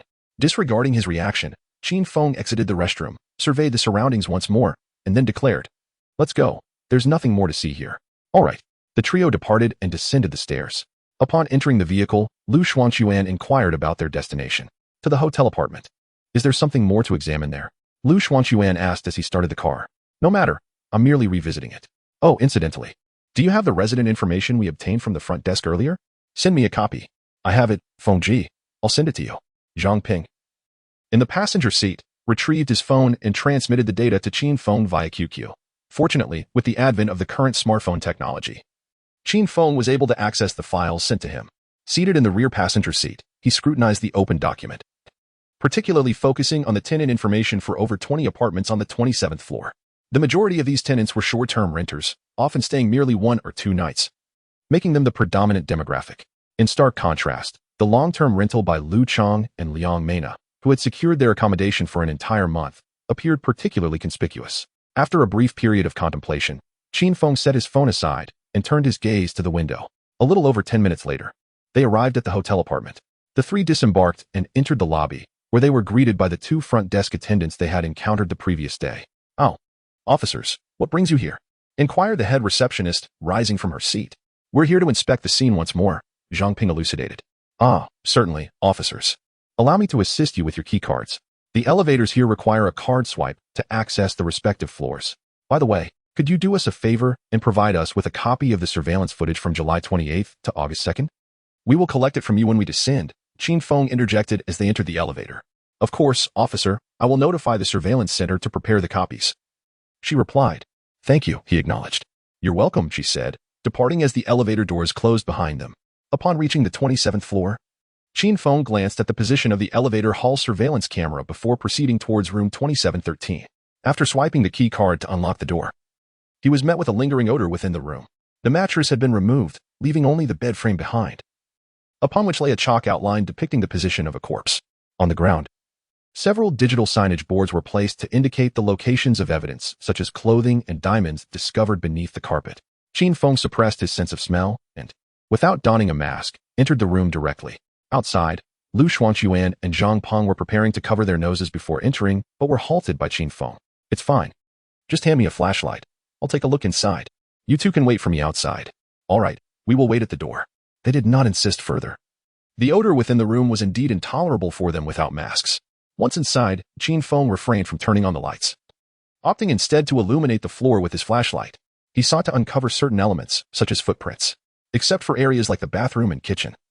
The apartment's floors were carpeted, and given the passage of time, the likelihood of discovering footprints was nearly non-existent. However, just because others could not discern them did not mean Qin Feng was equally hindered. With his keen perception, he could detect the minutest differences that eluded others, including nearly imperceptible traces left by the carpet after being trodden upon. Though these marks could not be substantiated as evidence, they could inspire investigative leads and support certain hypotheses following the use of identification cards. Yet, this time, Qin Feng had somewhat miscalculated. It was not that there were no imprints on the carpet, but rather that the multitude of faint impressions was exceedingly subtle. Considering the number of officers present in the room yesterday, it was evident that revisiting the scene now was too late. After a thorough examination, Qin Feng stood up. Disappointment etched across his face as he exited the room. Chapter 20. The adjusted surveillance camera. After conducting another inspection at 2714, Qin Feng, accompanied by Lu Xuanquan and Zhang Ping, descended to retrieve the surveillance footage. He then took a taxi back to the municipal police headquarters, instructing Lu Xuanquan and Zhang Peng to investigate Liang Meina's social connections. The two accepted Qin Feng's directives with alacrity, expressing no discontent whatsoever. Upon returning to his office, Qin Feng activated the previously copied surveillance video and began to scrutinize it meticulously. After watching for a little over 10 minutes, a sudden spark illuminated his eyes. He straightened his posture and swiftly located the footage from the 31st. Within mere seconds of viewing it, he abruptly rose and departed. However, after taking a few steps, he hastily returned to his desk to close the video, extracting the USB drive before exiting with urgency. At the entrance of Lu Yijuan's office, Qin Feng knocked on the door. Tap, tap, tap, tap, tap, tap, tap. After 2 unsuccessful attempts, he retrieved his phone to call Lu Yijuan. The phone rang twice before connecting. "Xiaofeng, what's the matter?" "Chief, where are you?" "I'm out conducting investigations.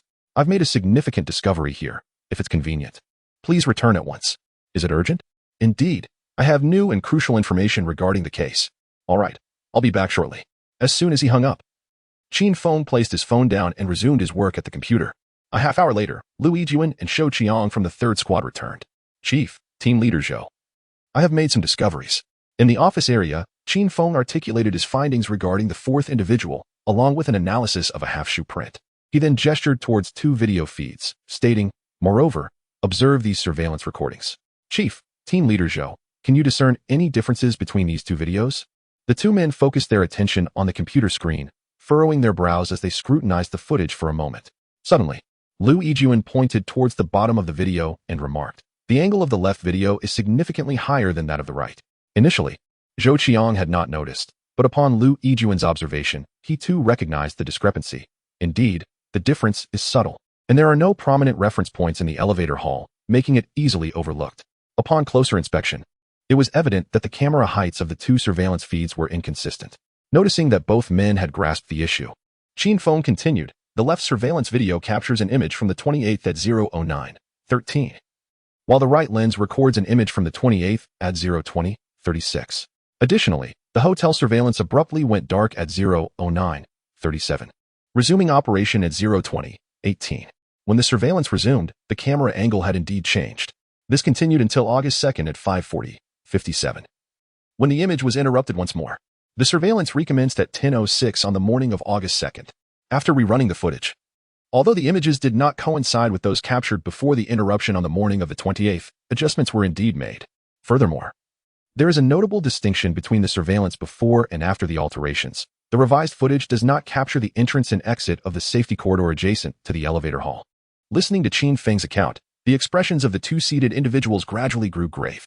Once Qin Feng concluded his narration, Lu Yijuan remarked, "So, do you believe there is an issue with the identities of the suspects we previously identified?" "Indeed," Qin Feng affirmed, his demeanor earnest. "Given that the surveillance footage has changed, I am convinced that the suspect would not go to such lengths only to disregard this advantage. However, the three suspects we initially identified boldly appeared in the footage, which defies logic. Additionally, the half-footprint discovered in room 2714 is unmistakably that of a specific brand of shoe, while the three previously identified suspects were not wearing such footwear. Therefore, my conclusion is that the true perpetrator is not the trio we observed in the elevator, but rather a fourth individual who was present at the scene. Could it be that the suspect is deliberately leading us astray, intentionally guiding our investigation in a certain direction?" Zhou Qiang expressed his doubts. The suspect could adjust the surveillance and yet brazenly enter, perhaps even bringing a bag to change shoes and conceal themselves across the way. Such a scenario is not beyond possibility, is it? Indeed, it is a possibility. Qin Feng did not dismiss the notion, but then shifted his argument, saying, however, there is fundamentally no necessity for such actions, and it would be exceedingly risky. We typically review surveillance footage in reverse chronological order, focusing on the time of the incident or the time of death to enhance efficiency. This method facilitates a more convenient investigation process, allowing for easier discovery of clues while conserving time. Lu Yijuan and Zhou Qiang nodded in agreement, expressing no dissent. Therefore, in the presence of three suspicious individuals, should we examine the subsequent footage? While there is a possibility, it is easily overlooked. After all, the two interruptions in the surveillance occurred 2 days prior to the incident and 1 or 2 days afterward, creating a considerable gap in time. If the suspects were indeed to act in such a manner, the likely outcome would be a counterproductive result. Regarding the shoe print issue mentioned by Captain Zhou, while it is not out of the realm of possibility, if one premise is invalid, then the latter cannot hold either. Thus, there would be no necessity for the three individuals to change their footwear. Lu Yijuan interjected, echoing Qin Feng's sentiment. Indeed, that is precisely my point, Qin Feng. What are your thoughts on this fourth individual? Lu Yijuan inquired. For the moment, I have no insights, however. I believe the target is likely among the hotel's guest list. As for the three individuals, are they merely guests? Lu Yijuan nodded and further questioned. No, Chief. Captain Zhou, you seem to have overlooked an important detail. Although Case 105 has been resolved and the suspect is deceased, the stolen goods have yet to be recovered. Do you suspect that these three individuals are part of a fencing operation? Zhou Qiang asked. Indeed. We have previously entertained the notion that it could be a case of blackmail or uneven distribution of spoils. However, considering the composed departure of the three individuals and the possibility of a fourth person being present, I suspect that these three are merely members of a fencing gang come to collect illicit goods. As for their prolonged stay of over an hour, I surmise it was to negotiate the price. Moreover, it is highly likely that Lu Chang and Liang Mena were aware of the unusual identity of the stolen item's owner and were contemplating an escape. The two sets of jewelry were presumably hidden away for their eventual departure, intended for emergencies. Unfortunately, they did not have the opportunity to retrieve these items before their plans were thwarted. Quite an intriguing analysis, exclaimed Lu Yijuan, applauding as he directed a gaze filled with admiration towards Qin Feng. Old Zhou, is it acceptable for your third squad to be reassigned from Case 816 to specifically handle the investigation of the stolen goods in Case 105? Absolutely. Zhou Qiang agreed without the slightest hesitation. His acquiescence was not due to magnanimity nor folly. While it seemed unjust for the third squad, which had been laboring diligently for 2 days, to be pulled from Case 816, Lu Yijuan offered compensation in the form of the task of tracing the stolen items. Although this endeavor appeared as daunting as searching for a needle in a haystack, the investigation was not without its challenges. Nonetheless, the police had their channels for gathering information, such as through informants or individuals managing fencing operations. Furthermore, once these stolen goods were recovered, the benefits to the third squad would be considerable, albeit not comparable to the accolades that could be earned from solving Case 816. while breaking case 816 might yield immediate recognition and reward. Tracing the stolen items also promised tangible advantages. Each path possessed its own merits and drawbacks. Nevertheless, it must be noted that the clues regarding the 816 case, including the involvement of a fourth individual in the surveillance issues, were all uncovered by Qin Feng, who was a member of the first team. Thus, it is entirely reasonable for the third team to withdraw from the 816 case, as they have no grounds for complaint, especially considering that Lu Yijuan has provided compensation. Zhou Qiang consented, and Lu Yijuan promptly set about contacting everyone from the first team who was outside, realigning the investigative direction to focus on the list of individuals who had checked into the apartment hotel between the 28th of May and the 2nd of June. They began their inquiries with the residents of the 26th and 28th floors. Members of the first team were summoned back, and all resident identification information was retrieved. Those from other provinces who were on business trips had their itineraries examined first, to eliminate anyone who had departed before the time of death and only checked into the hotel thereafter.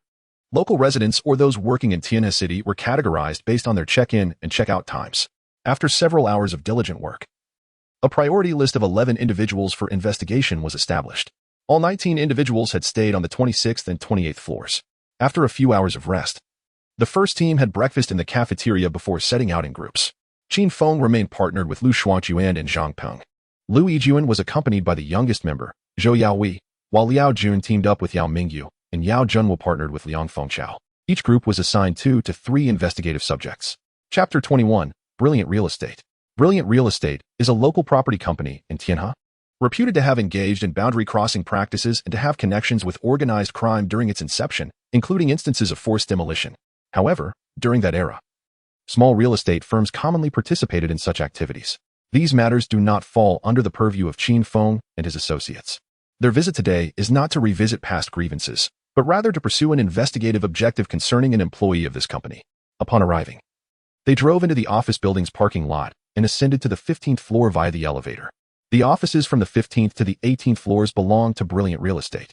These 4 floors were purchased by the company, and without the appropriate identification, one cannot access the upper levels. Entry is restricted to the reception center on the 15th floor.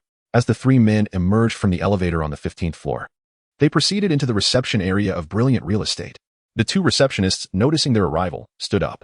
One of them smiled and inquired, "Good morning, gentlemen. How may we assist you today?" Zhang Peng produced his identification, stating, "Police. We are here to speak with your administrative manager, Wang Yu, to gather some information." The receptionist hesitated momentarily before responding. "Manager Wang? Is she not at the office?" Zhang Peng's expression darkened. Disregarding the receptionist's appealing appearance, he inquired sternly, "Is she present or not?" "Yes, Manager Wang is here and at work." "Gentlemen, please follow me to the lounge for a brief wait. We will notify Manager Wang immediately." "You have 10 minutes, she replied. After delivering this message, Zhang Peng turned to Qin Feng, who nodded in acknowledgement, and together they followed the receptionist to the adjacent lounge. Meanwhile, the other receptionist hastily picked up the phone to contact Wang Yu. Upon the call connecting, she relayed, "Manager Wang, 3 police officers have arrived at the reception center, stating they wish to speak with you. They have requested only 10 minutes. Sitting in her office, Wang Yu furrowed her brow, contemplating for a few seconds before replying, "Understood. I will be there shortly." Serving tea to several police officers, using the finest leaves. "Understood, manager." Upon entering the reception room, Qin Feng glanced around. It is evident that this opulent real estate company is indeed affluent. The reception room, nestled against a large glass window, spans over 10 square meters and is adorned with floral arrangements and greenery. The walls are embellished with artwork, complemented by a comfortable 3-sided sofa set and a substantial coffee table. The decor clearly reflects meticulous attention, devoid of any crude aesthetics, instead exuding an exquisite luxury. Qin Feng approached and seated himself on the single sofa facing the entrance, while Zhang Peng and Lu Shuangjuan occupied the central 4-person sofa, leaving the opposite single sofa vacant. The receptionist, having guided them, stepped out, only to return shortly with 3 cups of clear tea, served in blue and white porcelain. "Please enjoy the tea. The manager has been notified and will arrive shortly," she said.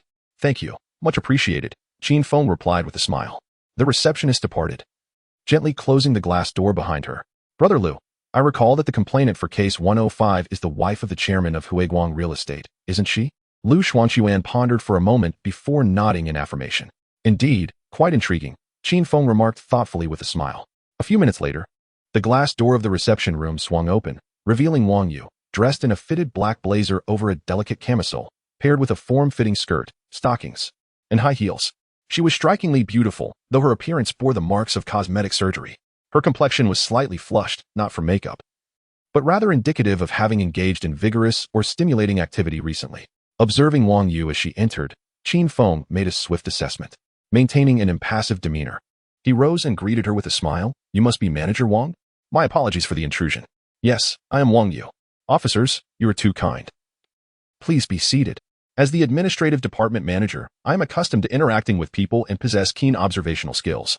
It was immediately apparent that Qin Feng was the leading figure among the three. Once everyone was seated, Wang Yu glanced at the untouched teacups and inquired with a gentle smile, "Officers, is the tea not to your liking? Why haven't you taken a sip? It's quite all right. We are not thirsty." Lu Shuangquan and Zhang Peng remained silent, one observing and the other taking notes. Qin Feng was the one who responded, cutting straight to the chase. "Manager Wang, we are here today to gather some information from you regarding a case. Am I in some sort of predicament? Do I need to seek legal counsel?" Wang Yu asked, her brow furrowed. "Manager Wang, you are overthinking the situation. We are merely seeking to understand the circumstances, and furthermore, legal representation is not necessary during the investigative phase." Wang Yu fell silent, awaiting further explanation. Her resistance was palpable. "The matter at hand is this. We have discovered that on the night of July 31st, you booked a room on the 26th floor of the Jinyang Apartment Hotel. Is that correct?" Upon hearing the question, Wang Yu's complexion shifted. Her hands, resting on her crossed legs, trembled involuntarily. She retorted with a hint of indignation. "Is there a problem with that? Moreover, is this not a matter of my personal privacy? Does the police force have the authority to investigate a citizen's privacy at will?" "Manager Wang, please do not be alarmed. We have no intention of prying into your personal affairs." With a slight upward curve of his lips, Qin Feng spoke in a composed tone. "However, due to a homicide that occurred on the 27th floor that evening, we are currently conducting an investigation. So we kindly ask for Manager Wang's cooperation." "Homicide? May I inquire which department you represent? I would like to see your identification again." Wang Yu's ire subsided somewhat upon hearing the word homicide. "Certainly," Qin Feng replied with a nod. Lu Shuangquan, who sat beside him, produced and unfolded his credentials, stating, "We are from the Municipal Bureau's Major Crimes Unit." After reviewing the identification and listening to Lu Shuangquan's introduction, Wang Yu fell silent. After a prolonged pause, she finally said, "Officer, I reiterate, this is my private matter. I apologize, Ms. Wang, but perhaps you do not comprehend the gravity of the situation," Qin Feng interjected, his expression turning serious. "We are here to gather information regarding a murder case, and your cooperation is imperative. Furthermore, we will be documenting your statements. Should you provide false testimony or intentionally conceal information leading to adverse consequences, the police reserve the right to pursue criminal charges against you. Rest assured, if it is determined that you are not implicated in this case, we will safeguard your privacy and will not disclose any information. Our sole interest lies in the criminal investigation, not your personal life." "All right, fine, I will cooperate," Wang Yu acquiesced reluctantly. "So what would you like to know?" "Officer, can you assure me that this will remain confidential? I have a boyfriend, and we are planning to marry by the end of the year." Upon hearing this, Qin Feng and his companions exchanged understanding glances. "Rest assured, I guarantee it," he assured her. "Thank you," she replied, straightening her posture. Wang Yu began to respond to the inquiries. "Indeed, I reserved a room at the Jinyang Apartment Hotel for the 31st, but I did not go that night." "Did not go?" Qin Feng expressed his skepticism. "Yes, when I was preparing to depart that afternoon, I received a call indicating that there was an issue. Hence I did not proceed." "A call? Whose call?" Qin Feng pressed further. "My boss's. Zhao Huihuang." "Yes, you were with Zhao Huihuang, correct?" Qin Feng confirmed. "Yes, indeed. Was it your decision to book the hotel or his?" "It was his idea. The boss has a wife and does not allow me to initiate contact with him. It is always he who reaches out to me." "Did he mention why you did not come?" Qin Feng inquired again. "He did not say, nor did I ask. We exchanged a few words before the call ended." "Did he not ask you for the room key?" "I did not go to the hotel, so naturally, I did not obtain the key card," Wang Yu replied. "Very well, we will verify this later. Additionally, please assist us in locating Director Zhao. We need to confirm a few details with him as well." "We need to find the boss?" "Certainly, this is a homicide investigation. We must interrogate everyone present at the scene of the crime. Although you claim he did not attend, we must still confirm this with him personally." "All right, fine." Wang Yu stood and led the way as they entered the elevator, ascending to the 18th floor. Chapter 22. Zhao Huihuang's complications in the chairman's office. The over 50-year-old Zhao Huihuang, whose physique remained unaltered and whose hair was impeccably groomed, warmly welcomed Qin Feng and his companions with the charm of a distinguished middle-aged gentleman. After several individuals took their seats, Zhao Huihuang addressed Wang Yu, saying, "Manager Wang, please proceed with your work." His expression betrayed no hint of discomfort. Understood, Chairman. I shall take my leave now. With that, Wang Yu nodded to Qin Feng and the other two, then exited the office. These officers must be under Director Lu's command. I am somewhat acquainted with your Director Lu. Zhao Huihuang began to establish rapport as soon as he sat down. In response to Zhao Huihuang's remarks, Qin Feng remained non-committal, simply smiling as he replied, "That is indeed fortunate. It seems we share a connection, so I will be direct." "Well, everyone is quite busy. By the way, may I ask the name of this officer? You appear rather youthful." "I am Qin Feng." "Indeed, I am quite young." Having just turned 20, Qin Feng responded. 20? Zhao Huihuang exclaimed in surprise. "At my age, I was still washing dishes for a living. And here you are, Officer Qin. Already a member of the Major Crimes Unit. Your future is boundless." "You jest, Zhao Dong. I am still pursuing my studies," Qin Feng replied. Zhao Huihuang appeared slightly perplexed, glancing at Lu Xuanquan and Zhang Peng before his gaze returned to Qin Feng. "This is our identification. You may take a look, Zhao Dong." Lu Xuanquan timely presented his badge, followed suit by Zhang Peng. According to police regulations, actions related to law enforcement investigations must involve 2 or more officers with enforcement authority present. This explained why Lu Yijuan assigned 2 officers to accompany Qin Feng. Of course, for a routine inquiry, the presence of just one formal detective suffices, in order to facilitate operations and promptly address unforeseen events. Personnel from various departments typically operate in pairs during fieldwork. After reviewing the credentials, Qin Feng wasted no time and directly addressed Zhao Dong, stating, "Time is of the essence for all of us. Shall we commence?" "Very well," Zhao Huihuang replied after a brief moment of contemplation. "Mr. Zhao, we would like to inquire about your whereabouts on July 31st. July 31st? Zhao Huihuang pondered for a moment, and after a pause, uncertainly responded, "I believe I came to the office in the morning and stayed until approximately 4 in the afternoon before returning home. Is that so? However, our investigation indicates that you instructed manager Wang Yu to book a room at the Jinyong apartment hotel, only to later cancel, citing other commitments. Is that correct?" "Oh, yes. Yes, there was such a matter," Zhao Huihuang recalled, seemingly coming to an understanding, but his expression soon shifted to one of embarrassment. "Well, Officer Qin, you know how it is in my position. There are many temptations around, and occasionally I find it difficult to resist." "I understand nothing," Qin Feng replied, rolling his eyes. He had been single all his life and had only encountered such scenarios through gossip or novels, making true understanding impossible. Why did the agreed-upon time change? Ahem. After returning home, I was held up by my family and was unable to go out, so I took the opportunity to inform Wang Yu, Zhao Huihuang explained. "Is that truly the case?" Qin Feng scrutinized Zhao Huihuang intently. "Indeed. If you don't believe me, you may conduct an investigation," Zhao Huihuang affirmed. With a furrowed brow and an expression of discontent, Zhao Huihuang fixed his gaze on Qin Feng and asked, "Do you suspect that I am involved in the murder case?" The formality in his address had shifted, now simply referring to Qin Feng as you. Qin Feng remained silent. "Huh, what a joke. Although I, Zhao Huihuang, may not rival the elite of the business world, I possess a fortune in the billions and am surrounded by beauty. I would have to be insane to commit murder, especially if someone I do not even know. I never accused Chairman Zhao of murder. I merely sought clarity. Moreover, allow me to remind you, Chairman Zhao, that the deceased hold a rather pertinent connection to you." "What connection?" Zhao Huihuang inquired, his complexion darkening. "The 2 individuals who perished were suspects in the burglary case involving your residence, specifically the incident concerning your stolen safe." Zhao Huihuang fell silent. "Chairman Zhao?" Qin Feng called out. "I have nothing further to say. If you suspect me, you are welcome to follow the proper procedures. Should you have any more inquiries, please direct them to my attorney." "Very well, I have no further questions either. I shall take my leave. Apologies for the disturbance." Suddenly, Qin Feng stood and made his way toward the exit. Lu Xuanquan and Zhang Peng exchanged glances, then promptly rose to follow him. With a resounding thud, the office door slammed shut, and Zhao Huihuang, seated on the sofa, wore an even darker expression, one that was truly frightening. In the underground garage, the 3 entered a vehicle. Lu Xuanquan did not start the engine immediately. Instead, he turned to the back seat where Qin Feng sat and said, "Brother Feng, do you think there's something off about Zhao Huihuang? You've noticed?" Qin Feng smiled. "Anyone can see that," Zhang Peng chimed in. "So what shall we do? Should we initiate an investigation into him upon our return?" Lu Xuanquan inquired further, urging a thorough examination of his account. It was evident that Zhao Huihuang must be concealing something. However, to assert that he personally committed murder seemed implausible. "My intuition suggests that the concealed items are likely those stored within a safe." Lu Xuanquan and Zhang Peng exchanged glances, silently acknowledging their shared understanding. Zhao Huihuang's recent demeanor in the office was indeed suspicious, as he was clearly withholding information, an observation that could be made without psychological analysis. Nevertheless, based on careful observation.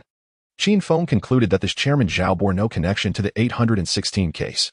The disconnection from the 816 case, coupled with Zhao Huiwang's peculiar behavior, led Qin Feng to recall the shift in attitude and expression when he previously mentioned the 105 case.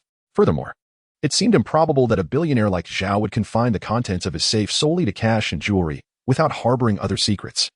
It was reasonable to surmise that among the items reported missing by the Zhao family, aside from cash, jewelry, and watches, there must be other significant items that had not been disclosed, whether in the previous registration of lost items related to the 105 case or currently. Conversely, if indeed there existed unregistered lost items that would not only be of paramount importance but might also pertain to unsavory privacy matters or illicit activities, in such circumstances, it was plausible that Zhao Huiwang might resort to alternative means to recover them, including the hiring of an assassin. Moreover, the pivotal factor was that Wang Yu had reserved a room, only for Zhao Huiwang to subsequently fabricate an excuse to refrain from attending. The timing and location coincided perfectly with those of the 816 case, rendering it exceedingly coincidental and making it difficult to dismiss any suspicion. At a little past 4 in the afternoon, the trio returned to the municipal bureau, in the office area of the Major Crimes Unit. Each investigative team had reconvened to compile the information gathered from their inquiries throughout the day. When it was time for Qin Feng's group to present, he organized the copied investigation records and distributed them, stating, "In our interviews, one individual can be largely ruled out. However, there are certain concerns regarding Wang Yu, the administrative manager of Huiguang Real Estate, and her employer, Zhao Huiguang. Particularly with Zhao Huiguang, I recommend a thorough investigation into him personally, as well as his accounts, his mistress's accounts, and the company's accounts, as he may potentially be involved in orchestrating a murder." As they reviewed the copied records, Lu Yijuan and Liao Jun exchanged glances. Lu Yijuan remarked, "Zhao Huiguang is a member of the Provincial Political Consultative Conference and a representative of the Provincial People's Congress. We must exercise caution in our investigation. I believe it is feasible, but we need to seek approval from the Bureau." This was the reason for the previously mentioned sensitivity surrounding Zhao Huiguang's identity. If he were merely the owner of a real estate company, he would not warrant the designation of sensitive. Upon hearing Lu Yijuan's comments, Qin Feng remained noncommittal. As he was not a formal officer, he could only offer suggestions. "Very well. Let us proceed in this manner. There are still numerous individuals requiring interviews. Lao Liao, you shall take charge. I will handle the matter concerning Zhao Huiguang." Understood. The group nodded in agreement before departing with the additional resident information they had received. It was evident that they would be working overtime that day, as it was unlikely they would finish on time. Chapter 23, a little video. The old man's tricks are astounding. Once the others had left, Qin Feng called Lu Shuangquan and Zhang Ping to wait, then hurried after Lu Yijuan. "Chief, I have something to discuss with you." "Very well, let's proceed to the office." Lu Yijuan nodded and led Qin Feng into his office. Once seated at his desk, Lu Yijuan turned to Qin Feng and said, "Speak your mind. I wish to investigate Zhao Huiguang's wife and son." "Oh, and what is your reasoning?" "Today, at Huiguang Real Estate, when I inquired about Zhao Huiguang, the most significant shift in his demeanor occurred not when he sensed my suspicion regarding his involvement in the 816 case, but rather when I mentioned the 105 case. I believe that the Zhao family concealed certain information during the lost property registration process. So, you intend to ascertain the nature of the missing items through inquiries with Zhao Huiguang's wife and child, correct?" Lu Yijuan inquired. "Indeed." Lu Yijuan did not immediately acquiesce, nor did he decline. Leaning back in his chair, he pondered for a moment before sitting upright, placing both hands on the table, and said, "What I am about to disclose must remain confidential." "Understood. I will not spread this information." "Please, proceed," Qin Feng assured, albeit somewhat perplexed. "There are indeed unregistered items within Zhao Huiguang's safe. He confided in me that there exists a portable hard drive, which contains various videos involving him and his female subordinates and lovers. Do you comprehend?" Lu Yijuan paused, assessing Qin Feng's reaction.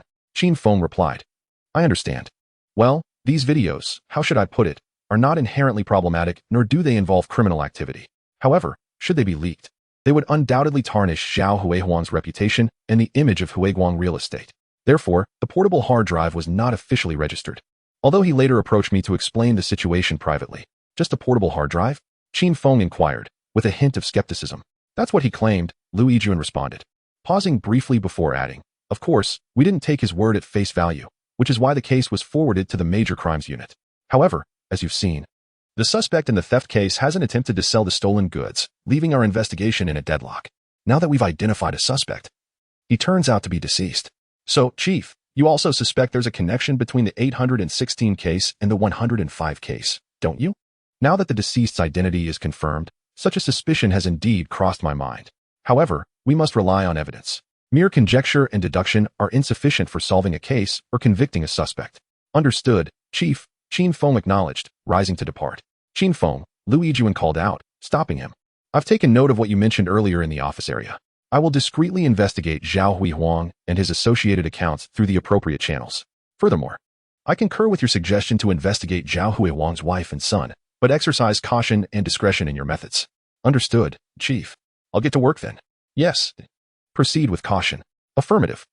Given the egregious nature of the 816 case and the widespread awareness among hotel residents due to the emanating odor, the higher-ups are pressing for a swift resolution. Consequently, the first squad, currently in charge of the investigation, is working at a feverish pace. The investigation required extensive time and manpower, and the Jinyang apartment hotel was thriving. To thoroughly assess all guests within the 5-day time frame, a considerable number of days were necessary. Thus, apart from daily meetings, everyone spent their time in the field. After 5 days, the initial phase of the investigation concluded. No substantial clues emerged, and concurrently, Zhao Hui Huang's inquiry reached its conclusion. Through the established channels, no significant financial transactions or withdrawals were found in the accounts associated with Zhao Hui Huang, his company, or his romantic partners. However, the third squad managed to apprehend 3 individuals involved in fencing stolen goods, recovering jewelry and luxury watches. Unfortunately, the gold bars had already been melted down and recast, making it impossible to ascertain their ownership by Zhao Hui Huang. Aside from the recovered jewelry and watches, the 3 members of the fencing gang, along with their leader, denied possessing any items beyond the aforementioned stolen goods. Furthermore, they exhibited ignorance regarding the murder. Merely relying on the evidence of the 3 individuals' presence at the crime scene captured on surveillance footage did not suffice to establish their culpability in the murders of Lu Chang and Liang Mena. Consequently, the gang members faced charges of trafficking stolen goods, leading to the detention and prosecution of over 10 individuals, currently held in custody. The investigation into the 816 case once again reached an impasse. As for the only suspects, Wang Yu and Zhao Hui Huang, neither appeared in the hotel surveillance footage. Additionally, according to hotel staff and system records, Wang Yu's booked room had not been checked into, nor had it been vacated. Hotel regulations stipulate that once a reservation is made, the room cannot be cancelled after 6 o'clock on the day of check-in. The phone records between Zhao Hui Huang and Wang Yu, coupled with Wang Yu's call logs with the hotel, indicate that the 2 calls occurred at 6:13 p.m. and 6:15 p.m. on the 31st, respectively. This aligns with the hotel's regulations. Consequently, based on the comprehensive investigation, their involvement is temporarily dismissed. At present, the police possess only a partial footprint and the forensic examination results, which confirm that a sharp object was used to pierce the heart and that the same weapon was employed for the decapitation. Other evidence collection efforts have yielded no results. While hair and skin samples from the 3 individuals involved in the fencing operation have been recovered, they admit to entering the room but deny committing the murder. Their explanation for the extended stay of over an hour is plausible and corroborated by the head of the fencing ring. Of course, the possibility of collusion among the fencing gang members cannot be ruled out. However, in the absence of further evidence, particularly the murder weapon, the evidence is insufficient for the police to prosecute the 3 individuals for murder. In the Precinct 1 office area, the morale of the officers is somewhat low. Qin Feng sits at his desk, an open file in front of him, his eyes fixed on the surveillance footage playing on the computer, which shows the 3 members of the fencing ring from when they exited the elevator to when they re-entered it over an hour later. He has watched it several times since the case reached a standstill yesterday. Brother Feng, you've been watching this for hours. Come on, let's get some dinner. Lu Shuangchuan glanced at the time and called out to Qin Feng, who seemed to be in a trance with some concern. All right, let's go. Qin Feng prepared to rise, his gaze shifting away from the computer screen. Just as he began to lift himself, he suddenly sat back down, redirecting his attention to the screen once more. He maneuvered the mouse to rewind 3 seconds. The video resumed playback. He dragged the mouse again to replay it. After 3 or 4 attempts, a spark of realization lit up in Qin Feng's eyes. He had found it. A jubilant cheer erupted in the office, momentarily halting a group of detectives heading to the cafeteria, all of whom turned their attention to Qin Feng. He raised his head, scanning the faces of his colleagues, finally resting his gaze on Liao Jun. Captain Liao, I've made a discovery.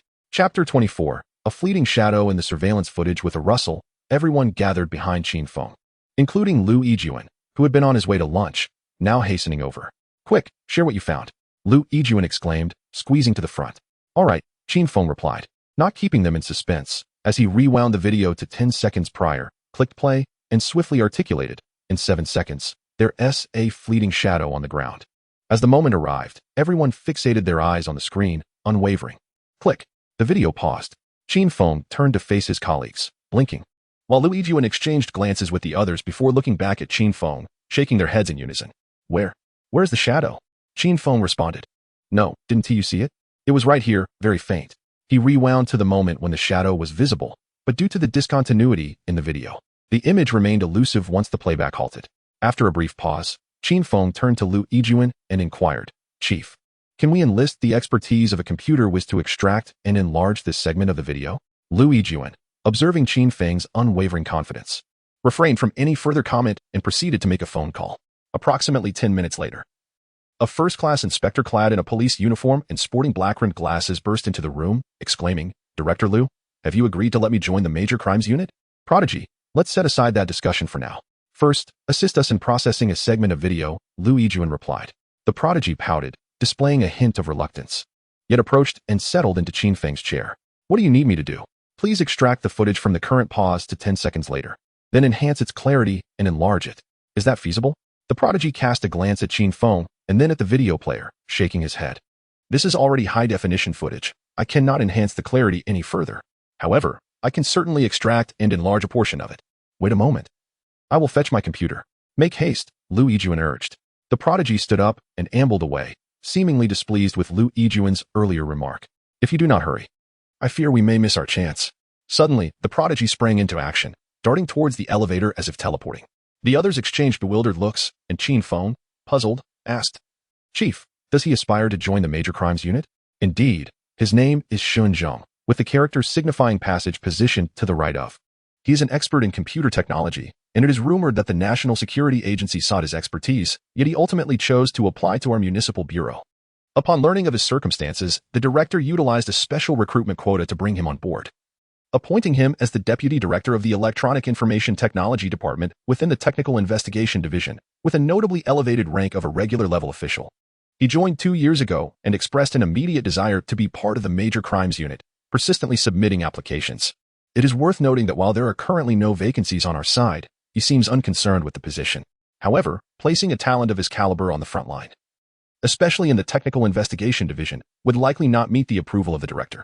Observing his demeanor, it is apparent that his physical condition is somewhat lacking. Qin Feng nodded in agreement.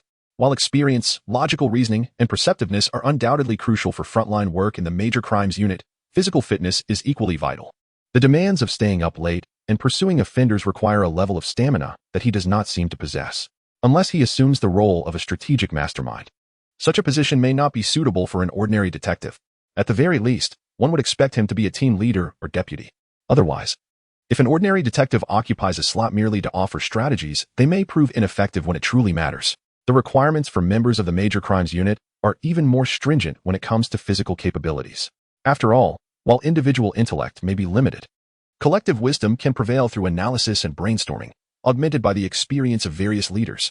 Unless one is a prodigious genius, it is indeed challenging to establish oneself in the Major Crimes Unit, particularly given that Shun Zheng excels predominantly in computer technology. Of course, this expertise is not to be dismissed as unimportant. With the proliferation of smartphones and computers, those who possess this skill in the future will undoubtedly be indispensable.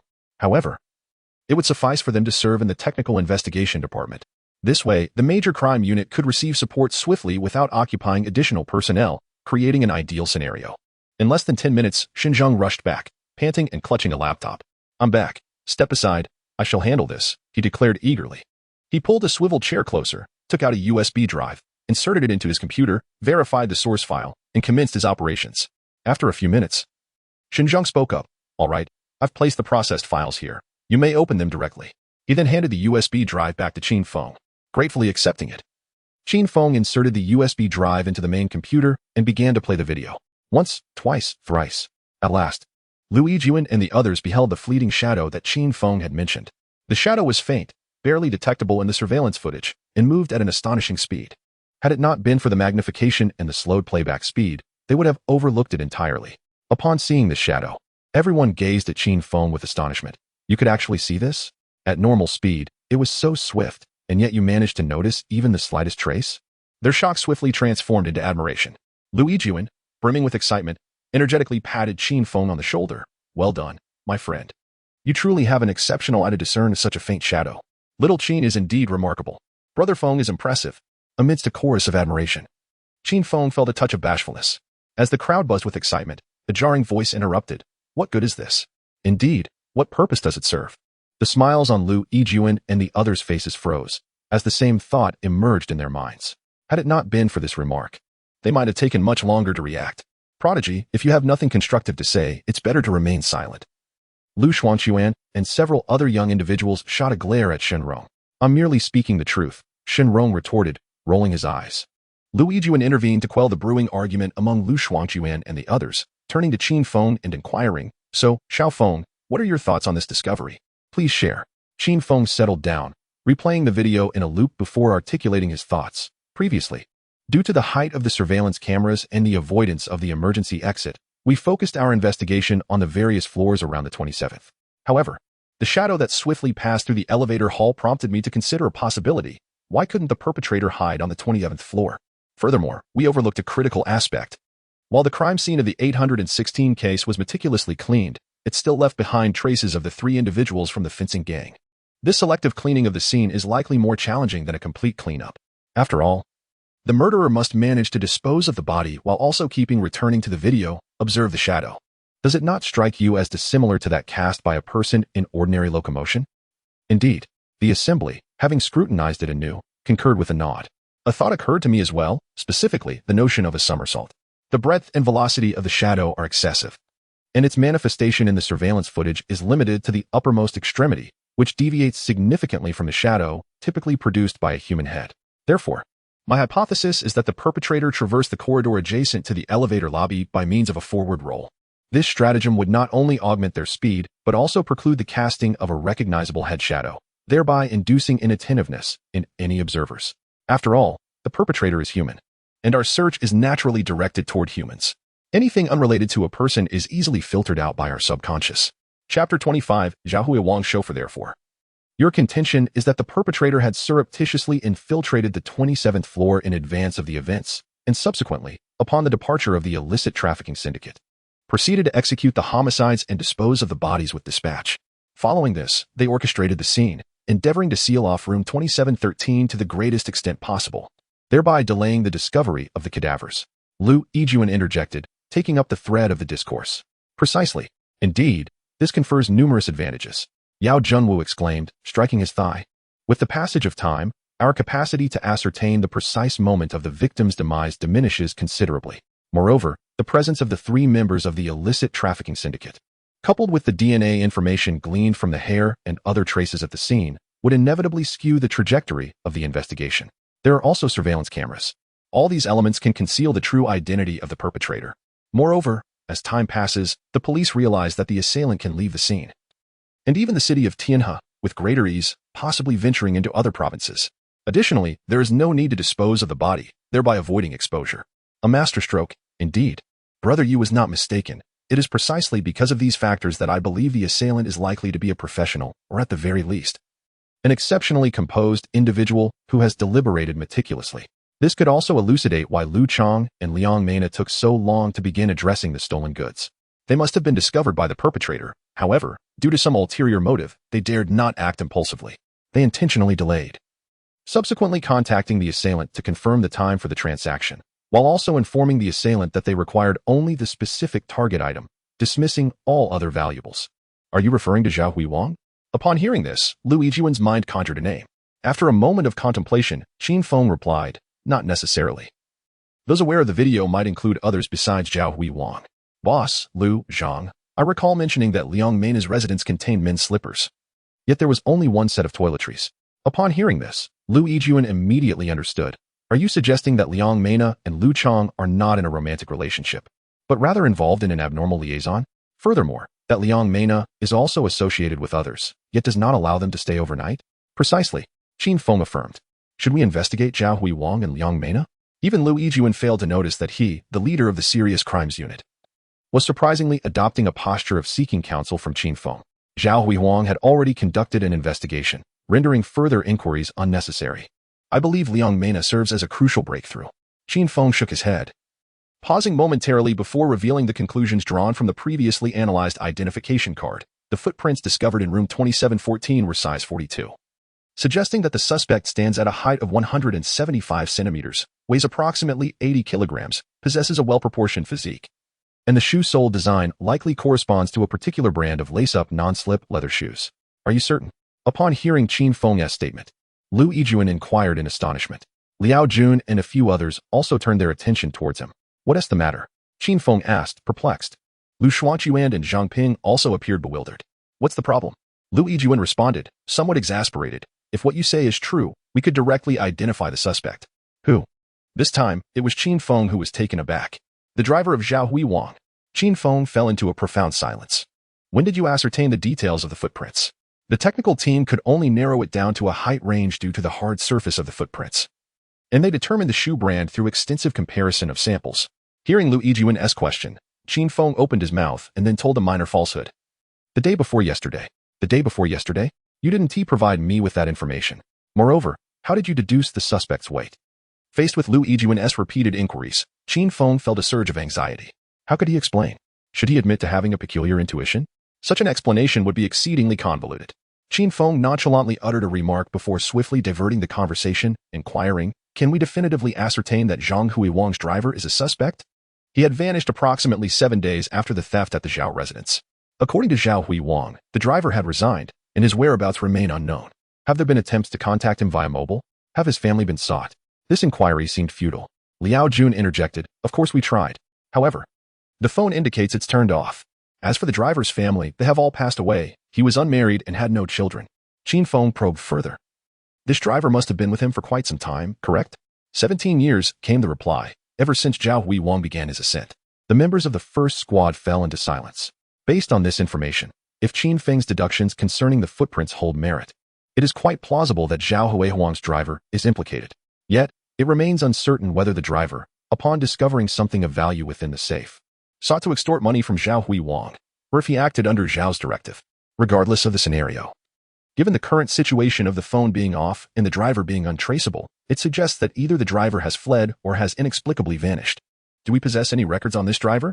Yes, but there's no need to pursue that line of inquiry. We've reviewed them, and they are remarkably clean. Aside from some early service records, there is no additional information, no traffic violations whatsoever, Yao Jun will lament it. At that time, the investigation into Zhao Huiwang's associates was solely overseen by him and Liao Jun. So, does this mean our lead has once again run cold? Indeed. Lu Yijun sighed but refrained from admonishing Qin Feng. After all, the disappearance of Zhao Huiwang's driver had occurred prior to the incident. Even if Qin Feng had provided information directing their focus toward the driver, it would have been too late. Chief, we should investigate Liang Mena, Qin Feng suggested. At this point, it is the only course of action. Lu Yijun nodded in agreement, stating, you all proceed with your tasks. I will speak with the director about extending the investigation period. Otherwise, it will expire the day after tomorrow, and we will have to hand over our findings, rendering our efforts futile. With that, Lu Yijun hurried away, neglecting his meal. Meanwhile, under Liao Jun's direction, the others commenced a more thorough investigation into Liang Mena, focusing primarily on individuals who might have visited her residence. Qin Feng remained behind, acquiring information regarding Zhao Huiwang's driver, Wei Qiangyuan, and reviewing items retrieved from Liang Mena's home.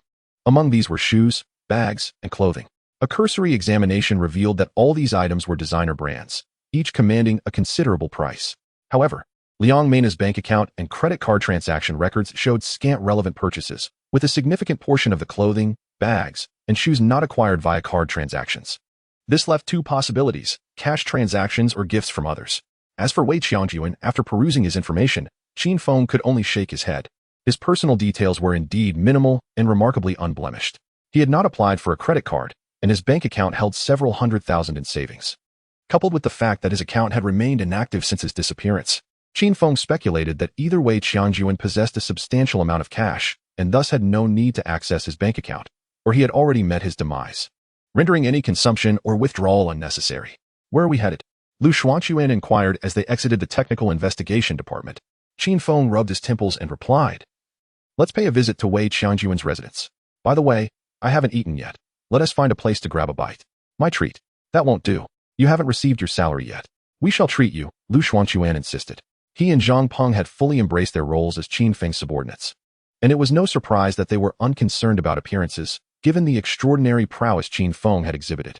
After a discreet comparison, They had clearly recognized the disparity in their abilities.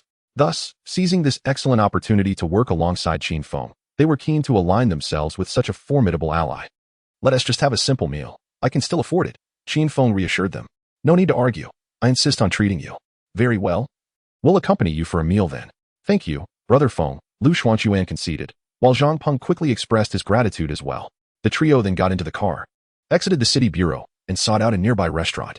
After finishing their meal, they returned to their vehicle and set off towards Wei Qiangjuan's home. Chapter 26, Gunfight at Moon Bay Community. Located in the Moon Bay Community, Wei Qiangjuan owned a 3-bedroom apartment, purchased outright without any mortgage. This upscale neighborhood, situated on the edge of the South 3rd Ring Road, had been completed and occupied for just over 2 years. The price per square meter for second-hand properties here was 1 to 2,000 more than comparable locations in the vicinity. This premium was attributed not only to the quality and design of the homes, but also to the amenities offered within the community. The amenities of a high-end residential community are undoubtedly far superior to those of a standard neighborhood. After presenting his identification to the security personnel at the entrance, Lu Xuanquan drove into the community, proceeding directly along the paved road towards Unit 1 of Building 6, where Wei Qiangjuan resided. The landscaping within the community is indeed exceptional. Describing it as a haven of verdant trees and melodious birdsong would be an understatement. The expansive central courtyard features a magnificent fountain and artistic rock formations, creating an ambience that immediately conveys a sense of luxury, and justifiably so. The community comprises a total of 10 buildings. Notably, there is no building 4. Perhaps to avoid superstitions, the 11 buildings encircle the courtyard, each designed with south-north ventilation, ensuring that no unit is deprived of the courtyard's view. The smallest unit boasts 3 bedrooms, while the largest offers 4. Even the 3-bedroom layouts exceed a generous area of over 130 square meters. And the 4-bedroom apartments are even more spacious, exceeding 160 square meters, imparting an impression of a grand flat. However, a true grand flat would typically start at a minimum of 200 square meters. As the car halted at the entrance of the unit, the 3 individuals alighted and made their way towards the elevator lobby. The elevator lobby is also exquisitely decorated, spacious, and furnished with comfortable sofas and coffee tables for relaxation. The attention to detail is commendable. Ding! As the 3 entered the unit door, the elevator chimed, and a man clad in a security uniform, complete with a wide-brimmed hat, stepped out. Upon seeing the trio, he paused momentarily, then frowned and inquired, "You 3 are not residents of our community, are you?" "Police." Lu Xuanquan promptly produced his identification to show. "Oh, officers, my apologies. Please, do come in." The security guard, in his 30s, hastily apologized and swiftly walked past the 3 individuals towards the entrance of the unit. Qin Feng glanced back at the retreating figure, sensing that he had overlooked something. Yet, upon further reflection, he could not recall what it was. He was certain he had never encountered this individual nor seen his photograph in connection with any case. Dismissing the thought, Qin Feng shook his head and followed Lu Xuanquan and Zhang Peng into the elevator. The elevator ascended rapidly to the 16th floor, where room 1602 housed Wei Qiangjuan. "Ah, Brother Feng, we don't have a search warrant. How do we enter?" Zhang Peng suddenly remarked as they stood at the door.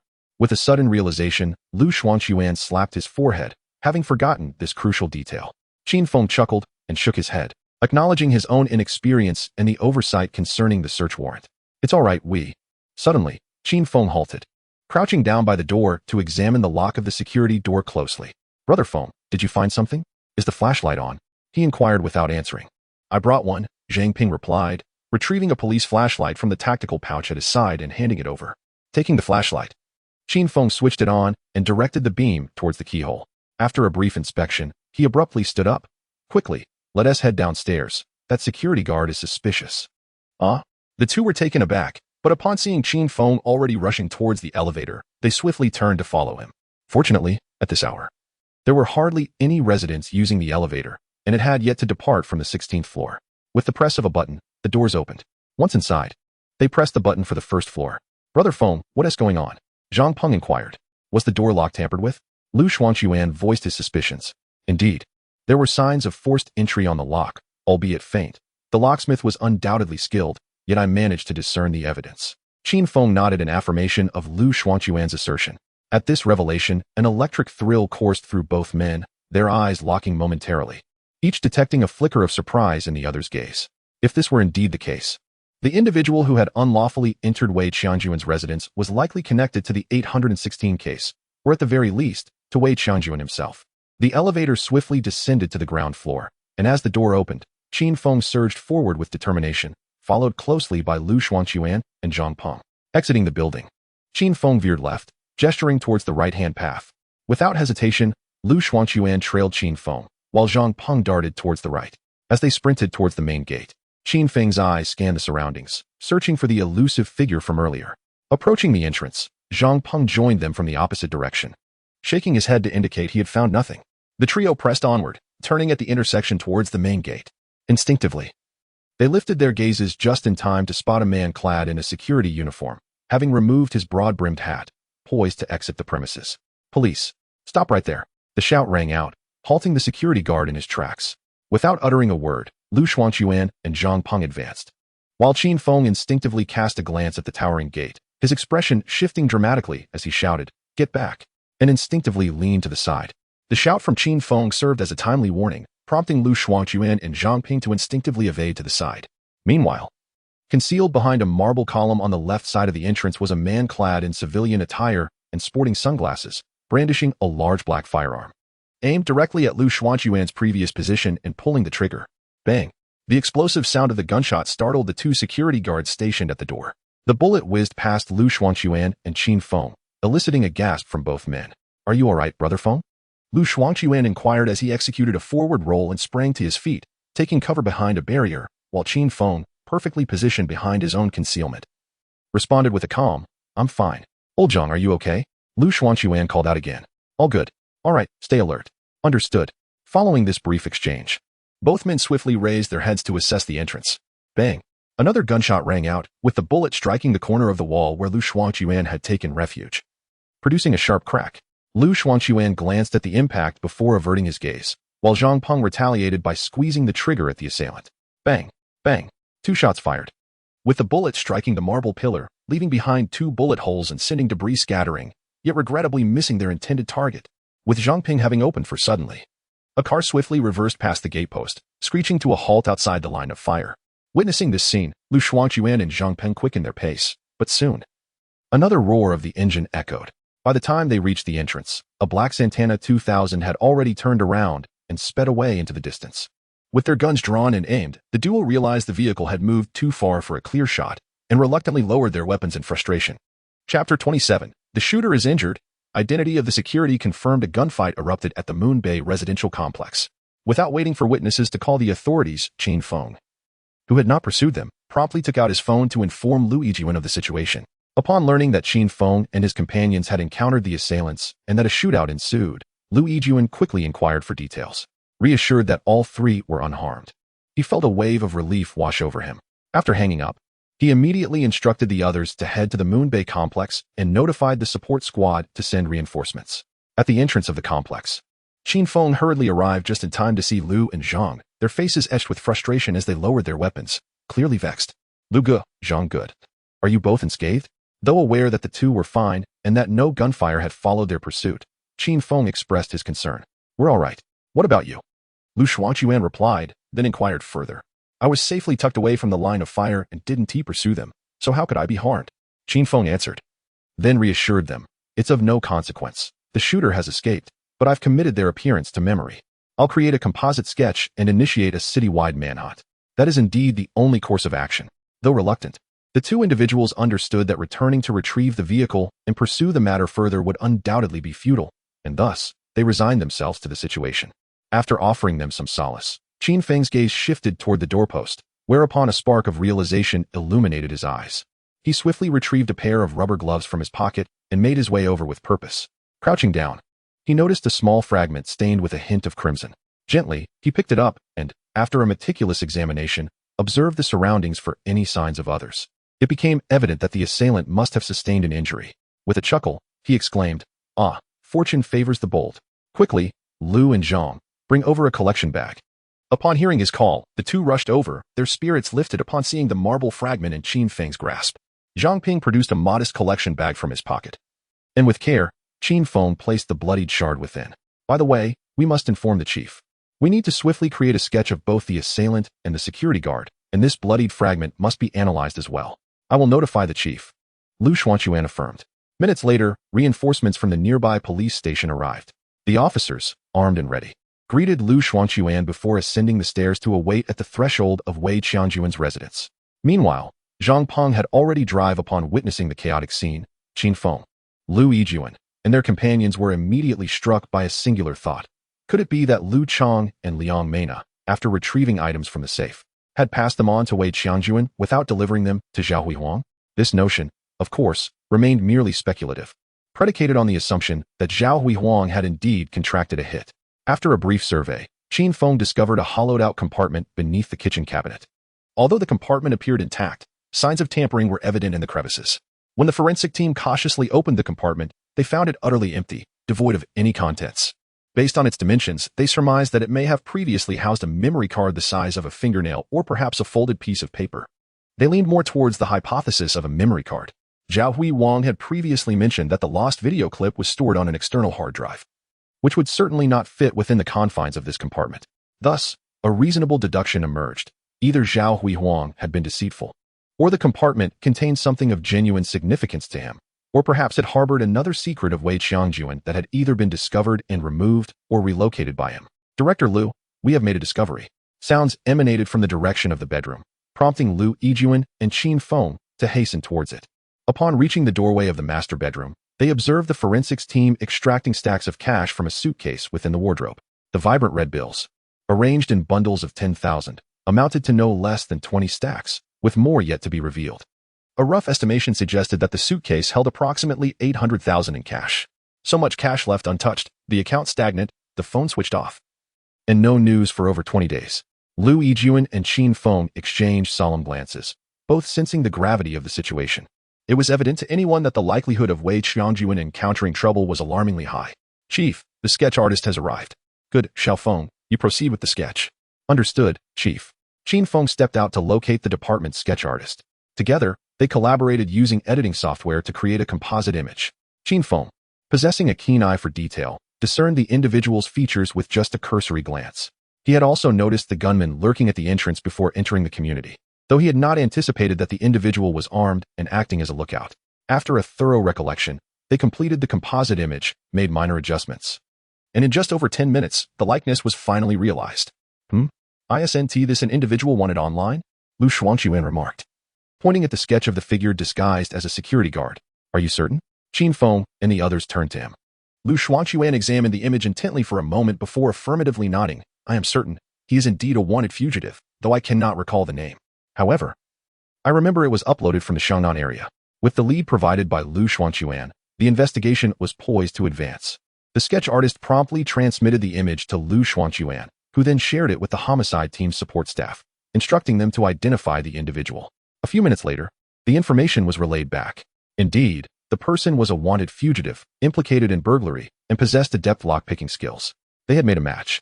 Subsequently, information regarding the fugitive known as He Wei was disseminated to all precincts, police stations, and patrolling officers throughout the city.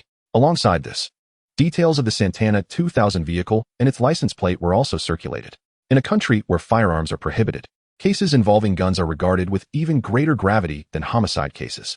After all, the presence of a firearm in the hands of a suspect signifies an exceptionally high level of danger, necessitating immediate attention.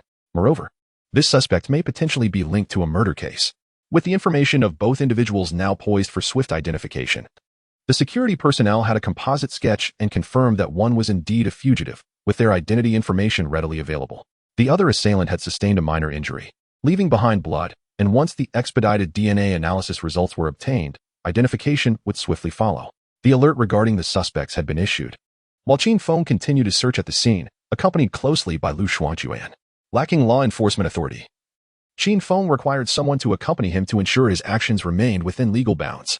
Chapter 28. The backup. Zhao Huihuang's arrest. The study was, apart from the living room, the least damaged area of the house. It seemed that He Wei, who had intruded, had not even managed to enter this room. At that moment, Qin Feng stood before a row of bookshelves against the wall, deep in thought. The study was equipped with an esports chair, an all-in-one desktop computer, gaming headphones, a mouse, and a mechanical keyboard, an entire set of gaming apparatus. Not a single book adorned the desk. All were neatly shelved. If Wei Qiangjuan were an avid reader, at least one book would surely rest upon the desk. Even a person with obsessive-compulsive tendencies would not retrieve a book from the shelf each time they wished to read. Moreover, judging by the disordered arrangement of the books on the shelf, it is evident that Wei Qiangyuan is not a person plagued by obsessive-compulsive tendencies. Thus, one can reasonably deduce that he does not harbor a passion for reading. Yet, why has he assembled such a row of bookshelves filled with at least several dozen volumes? Is there something amiss? Feng Ge, do you also perceive an anomaly? Lu Xuanquan approached Qin Feng, casting a glance at the bookshelf as he inquired. Do you also sense something is off? Indeed, this individual clearly does not possess the temperament of a bookworm. Just look at these titles, the 24 histories, the comprehensive mirror to aid in government, and the development of modern literature. Oh, and there is even a copy of Don Quixote. The most ludicrous of all is this volume on quantum physics. All these tomes are esoteric and perplexing, if he can comprehend them. I shall offer him my head as a chamber pot. Qin Feng initially believed Lu Xuanquan had noticed the incongruity between the desk and the bookshelf, but it turned out this fellow underestimated Wei Qiangyuan. However, upon reflection, it is not entirely unreasonable. While one cannot dismiss the possibility that Wei Qiangyuan, despite his high school education, is indeed studious, the titles of these books are rather excessive. Strangely enough, the book that appears to have been most frequently handled is Quantum Physics. Can you believe it? Extending a gloved hand to retrieve the volume on quantum physics from the shelf, Qin Feng sensed something was amiss as soon as he made a move. This book, positioned on the fourth shelf, would typically require someone to stand on tiptoe to reach it, yet its weight felt distinctly incongruous. Such a thick book should be heavy. Yet it felt remarkably light. What a discovery! He took the book down and placed it on the table, opening it up. To his astonishment, a substantial portion of the pages had been hollowed out, revealing a black notebook and a metallic pen holder containing a signature pen. This pen appeared to be a brand name item, likely worth several hundred to 1,000 yuan each. Ah, there is something within this, Lu Xuanquan exclaimed in astonishment. Could it be that Wei Qiangyuan conceived this idea after watching a film? Regardless of how the notion was conceived, I sense that this notebook holds significant value. As he spoke, illuminated by the law enforcement camera, Qin Feng scrutinized the notebook before extracting it and unveiling its hidden clasp. Empty? Qin Feng lifted the notebook and leafed through its pages, discovering it was indeed blank, devoid of any writing. Could it be that Wei Qiangyuan merely intended to place a notebook within an excavated book? What is it, Xiao Feng? Have you found something? Lu Yijuan approached upon hearing of a discovery. A hollowed-out book and a blank notebook. Qin Feng replied without lifting his gaze, continuing to examine the empty notebook. A blank notebook? Impossible. Lu Yijuan glanced at the hollowed quantum physics book and then at the notebook in Qin Feng's hand, asserting confidently, after expending such effort. How could he possibly hide a notebook without any writing? Check the pen. Perhaps it is defective? I have examined it. The notebook bears not even a scratch. Qin Feng shook his head. Xiao Feng, you are unaware of this. Presently, various peculiar pens circulate among children. The kind that requires special lighting to reveal the writing has become ubiquitous. Such pens indeed contain ink, but it remains invisible to the naked eye. If Wei Qiangyuan wrote with insufficient pressure, the marks would be imperceptible. Qin Feng, devoid of children, had nonetheless familiarized himself with the advancements in children's stationery and toys available on the market, mistakenly envisioning them as the toy guns, toy cars, and figurines of his own childhood. He retrieved a signature pen and began to doodle on another sheet of paper. Indeed, the ink beads glided smoothly yet, to the naked eye, no markings were discernible upon the paper. Unscrewing the pen, he noted that the ink cartridge was present, albeit the color markedly differed from that of a standard signature pen. He brought forth a purple light. The purple light illuminated the scene, drawing the attention of several onlookers to the notebook. It was not until over 20 pages later that a message emerged on one sheet. If I die, Zhao Huihuang is the one who killed me. Evidence is in Xinxing Balian 3112, devoid of any punctuation. Chief, what are your thoughts? Qin Feng inquired, glancing toward Lu Yijuan. After a moment of contemplative silence, Lu Yijuan replied, we shall split into two groups. Lao Liao, you take your team to monitor Zhao Huihuang and await my instructions to bring him back to the station. Qin Feng, Lu Xuanquan, accompany me to Xinxing Balian. With a sense of urgency, the group hastily departed, dividing into two factions as they exited the Moon Bay community. Upon arriving at the Xinxing Balian shopping mall, they approached the property management, presenting their credentials. Afterward, the customer storage area 3112 was unlocked, revealing a paper box within. Donning gloves, they extracted the box and opened it to unveil a USB drive. Computer, Lu Yijuan called out, prompting Lu Xuanquan to promptly pass over the laptop he was carrying. Upon connecting the USB drive, they discovered a video file contained within. As the video played, Zhao Huihuang's visage appeared, suggesting it had been recorded surreptitiously. In the scene, Zhao Huihuang sits in the large office chair, his expression a blend of gloom and anxiety, his eyes reddened. Qiangyuan, how do you view my treatment of you? Boss, you have been exceedingly generous. You provided me with a substantial salary, And when I found myself at a dead end, it was you who rescued me. Otherwise, I would have either perished or been confined to a prison sewing machine. You also financed my mother's medical treatment in recent years and covered her funeral expenses. I remember all of this. The voice presumably belongs to Wei Qianjuan. Indeed, I did not misjudge you, Qianjuan. Zhao Huihuang's face briefly reflects gratitude, only to vanish as he speaks solemnly. You are aware of the burglary my family suffered recently, are you not? Yes, boss, Wei Qianjuan nods. Zhao Huihuang strides to the floor-to-ceiling window, gazing outside, his voice laced with indignation. The money, watches, and gold and silver jewelry, I do not care about them. They amount to merely a few million, a trifling sum. However, those two scoundrels dared to take what was not theirs. Qianjuan, I need your assistance in retrieving my belongings. Boss, just instruct me on what to do, and I shall comply. Wei Qianjuan responds without hesitation. Very well, Qianjuan. I have already identified those two individuals, but the one responsible for locating them is unable to act directly. Moreover, these two are exceedingly cautious. They will only relinquish the items upon receipt, rest assured.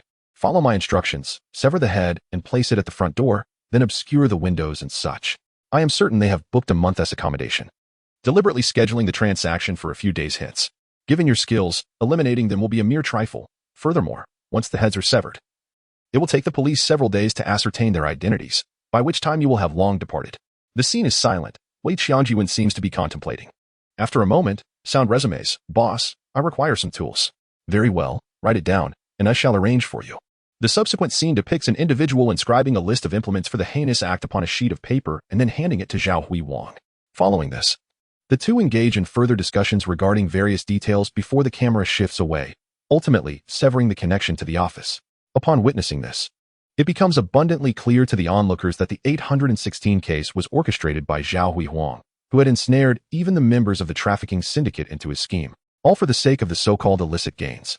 Although the precise nature of these gains remains elusive, all will be revealed once Zhao Huihuang is captured. Hello, Lao Liao.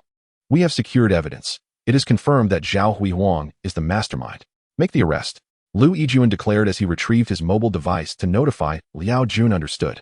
Meanwhile, at Huihuang Real Estate, Liao Jun, accompanied by Yao Junwu and others, disembarks, ascends the building, and enters the real estate company. On the 18th floor, within the chairman's office, they apprehend the still-working Zhao Huihuang and take him into custody. Chapter 29, the resolution of the 816 case, a missed commendation. And the director discusses compensation.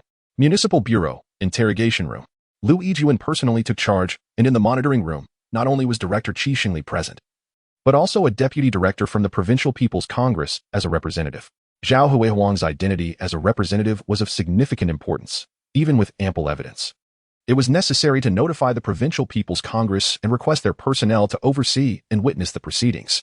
At the outset, whatever Liu Yijuan inquired, Zhao Huihuang remained silent.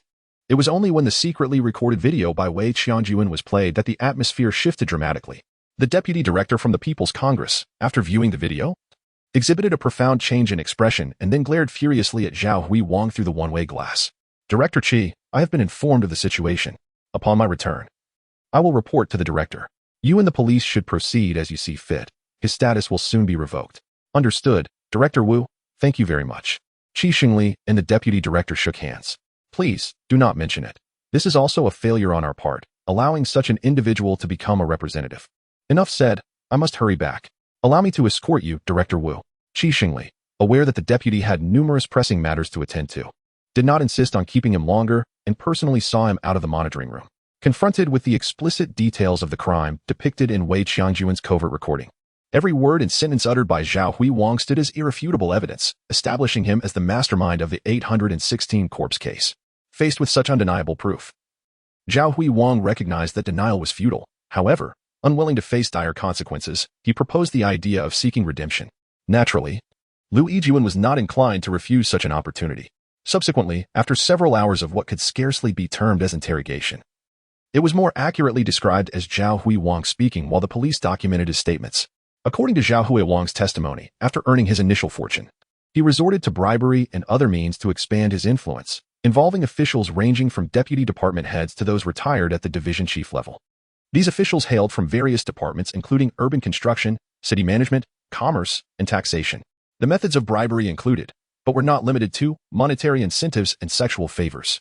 As for the evidence, it is concealed within a hard drive that ostensibly contains numerous video files. The investigation into a criminal case unexpectedly unveiled a bribery scandal. Subsequently, the Provincial Disciplinary Inspection Commission was notified. Before their arrival, the police inquired about Wei Qiangyuan's whereabouts and the identities of the two individuals at Moon Bay. It was confirmed that Wei Qiangyuan had indeed perished at the hands of He Wei, who posed as a security guard, and the hired gun Yang Jun. He Wei had a criminal record for burglary and murder. However, the murder charge had not been uncovered, leaving only the burglary record on the wanted list. Yang Jun, on the other hand, was a notorious figure, one of the perpetrators of the infamous Christmas Eve massacre 5 years prior. At that time, 3 individuals committed the heinous act. The police managed to apprehend 2 of them, who were killed in a standoff, while Yang Jun, as the mastermind, wisely fled before the situation escalated, employing Caudy moreover. The case has implicated over a dozen public officials involved in bribery, as well as the apprehension of an individual previously evading capture, leading to the revelation of 2 homicide cases, one of which was a significant case supervised by the department in earlier years. With this case as a foundation, the Tianhe City Bureau's status as a model unit for the year is assured, and the Major Crime Unit may even receive a collective first-class merit award. The members of the Major Crime Unit were elated. Amidst their celebrations, Qin Feng was summoned to the director's office by Lu Yijuan. Inside the office, 3 individuals were seated on the sofa. Xiao Feng, both Lu and I recognize the substantial effort you have invested in this case. The initial clues, the subsequent suspicions and investigations concerning Zhao Huihuang, as well as the critical leads, were predominantly uncovered by you. You are the primary contributor.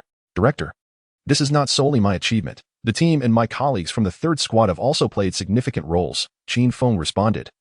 Though he had yet to experience the harsh realities of society, he understood the rudiments of interpersonal relations.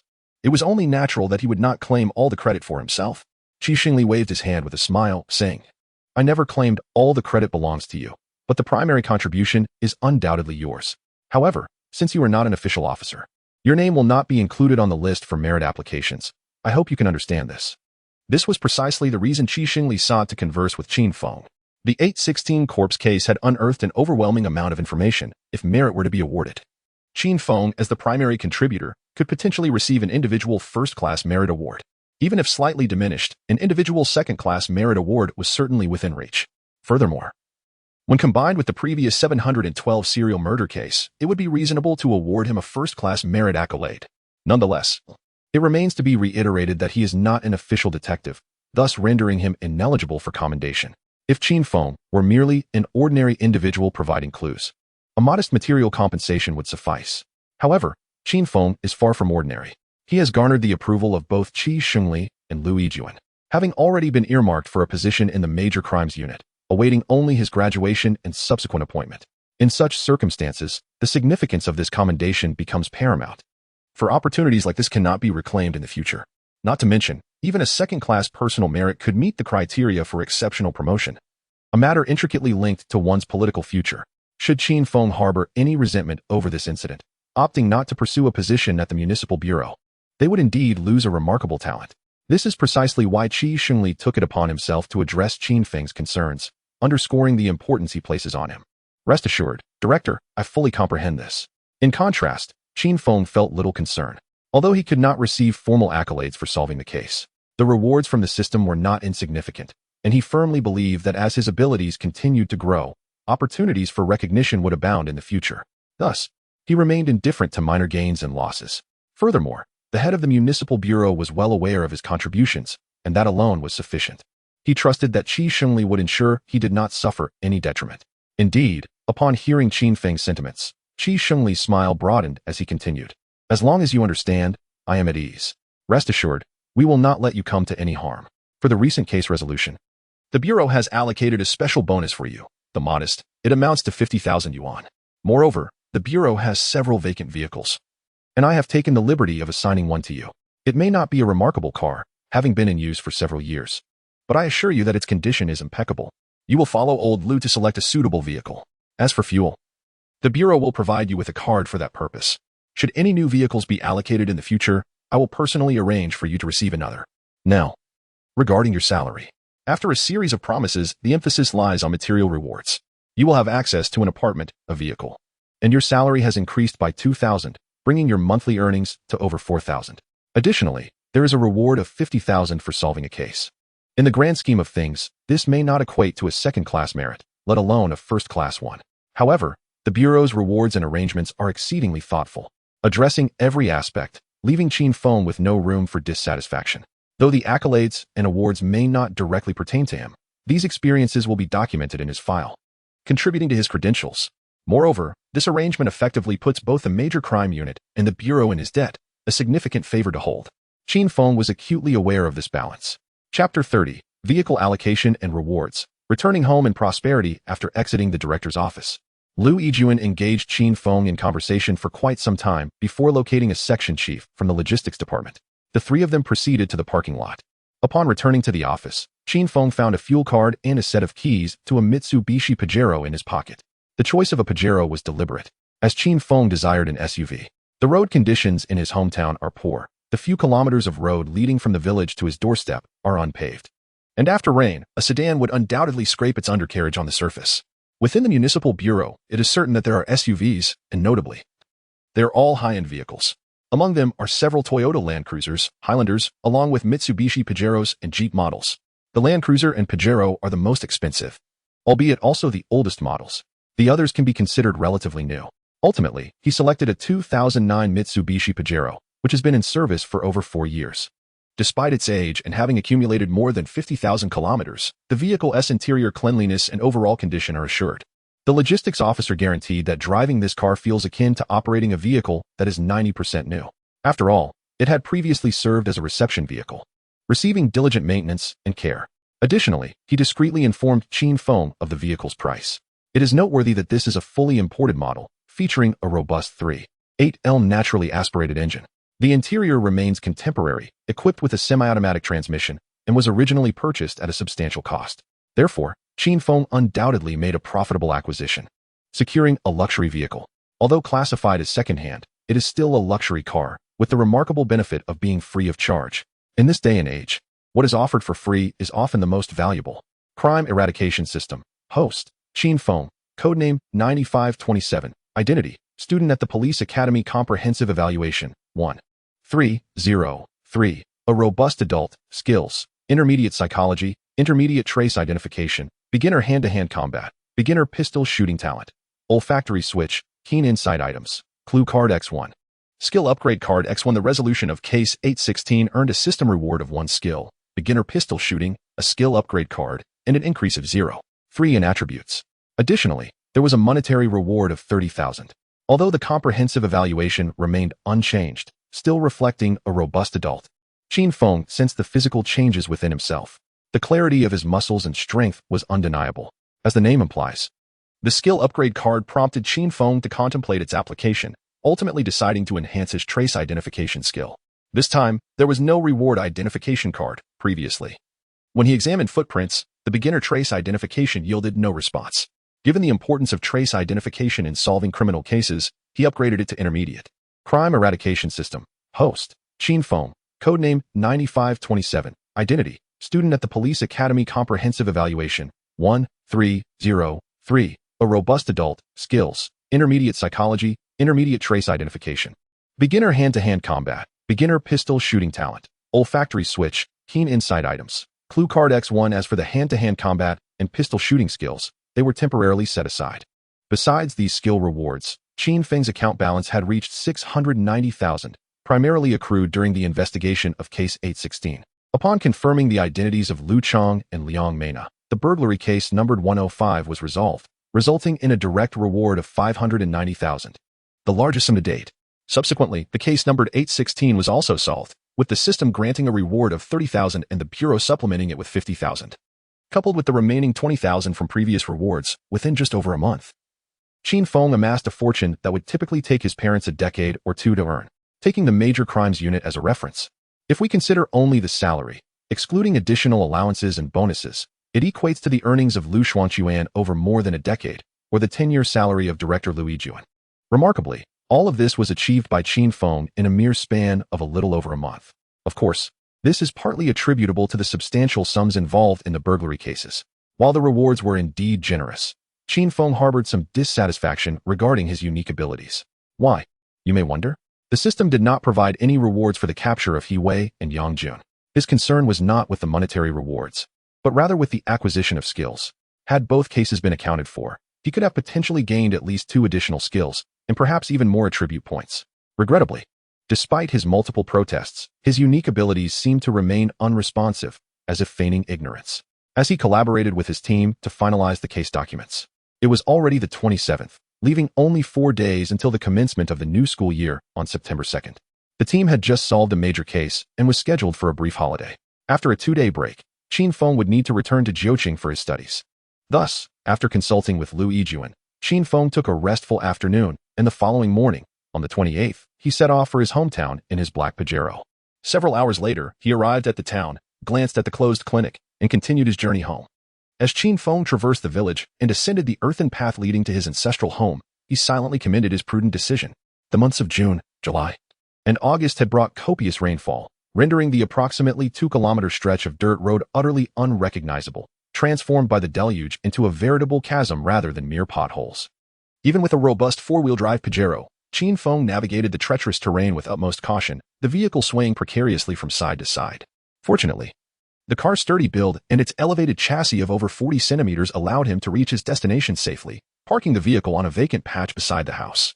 The commotion of the automobile naturally captured the attention of his parents and grandparents, along with their loyal dog, Dahuang.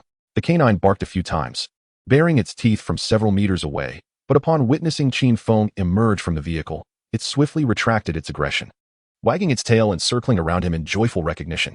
"Is that you, little Feng? Returned at last?" His mother, emerging with a bowl in hand, also caught sight of him and called out joyfully as she rushed to greet him. Soon after, his grandparents and father joined the warm welcome. "Mother, father, grandfather, grandmother," Qin Feng exclaimed with a smile as he opened the rear doors and trunk of the car. Inside were gifts of clothing and shoes for his family, along with fruits, snacks, and his suitcase. The unexpected return of their son, grandson, in such a grand vehicle elicited both surprise and curiosity within the family. Yet they collectively refrained from posing questions at that moment. Instead, they responded with delight and assisted in carrying the items into the house. Upon learning that Qin Feng had purchased shoes and clothing for the entire family, his grandparents reproached him for his extravagant spending, while his parents also voiced their disapproval. However, the son's filial piety brought them joy, revealing the disparity between their words and their true feelings. As for other matters, they decided to inquire further during mealtime. After bringing the items into the house, Qin Feng joined the family at the dining table. Just as he settled in, his mother broached the subject of the car. Following a thorough explanation, they discovered that the vehicle had been allocated by the municipal bureau, with no expenses for fuel, maintenance, or repairs. This revelation brought immense joy to the family. Consider the honor of having a car provided by the Public Security Bureau of a provincial capital. Such treatment is remarkable. The government vehicles in their town are typically just Santana models. Yet, the car Qin Feng had brought home was not only more imposing than a Santana, but also exuded a sense of sophistication. His grandparents and parents may not have been familiar with the Pajero or imported cars, yet their innate sense of value enabled them to discern quality. To possess a vehicle superior to that of the town government, provided by the Bureau, spoke volumes about the esteem in which their son and grandson were held by their superiors. Elated, his grandfather and father, having previously set down the wine jug, poured themselves another glass and offered one to Qin Feng as well, inviting him to partake. Although he was not particularly fond of alcohol, Qin Feng did not wish to dampen their spirits and joined in the toast. Chapter 31. Renowned in the village, a family's delight after finishing lunch. Qin Feng assisted his mother in washing the dishes and tidying the kitchen. The 5 family members settled in the dining room, engaging in conversation while enjoying the fruits Qin Feng had brought home. After a while, Qin Feng gazed at the adobe-walled house and remarked, "Mom, a few days ago, the Bureau awarded us a bonus of several tens of thousands, and I also made some gains in the stock market. Currently, I have over 100,000 on hand. I wish to withdraw 150,000 to renovate our family's house, transforming it into a 2-story brick structure." Such a substantial sum. Qin Feng's words startled his parents. How could one possibly earn that much in a month? Subsequently, Qin Feng elucidated that after solving a case, he received compensation from the Bureau due to his inability to take credit for the achievement, along with his dealings in the stock market, which alleviated their concerns. After some contemplation, his parents consented to the renovation. After all, Qin Feng had secured employment, and his education would no longer impose a financial burden on the family. Furthermore, he would contribute over 100,000, while the family would provide a few thousand. At this juncture, constructing a 2-story building would certainly be feasible, perhaps even leaving room for additional expenses. In light of this, his grandfather also proposed to contribute a few thousand from his pension to support the renovation. Having served as a doctor in the local hospital for decades, his grandfather received a monthly pension exceeding 3,000. However, he had previously allocated a considerable amount of his funds to his uncle, leaving little for Qin Feng's parents. The age-old adage holds true: a sovereign favors the eldest son, while common folk cherish their youngest. Although Qin Feng's parents privately harbored some grievances regarding this, they refrained from voicing them. Nevertheless, his grandfather had always been quite fond of Qin Feng, as is often the case with elders who tend to favor male offspring. Thus, the decision was made.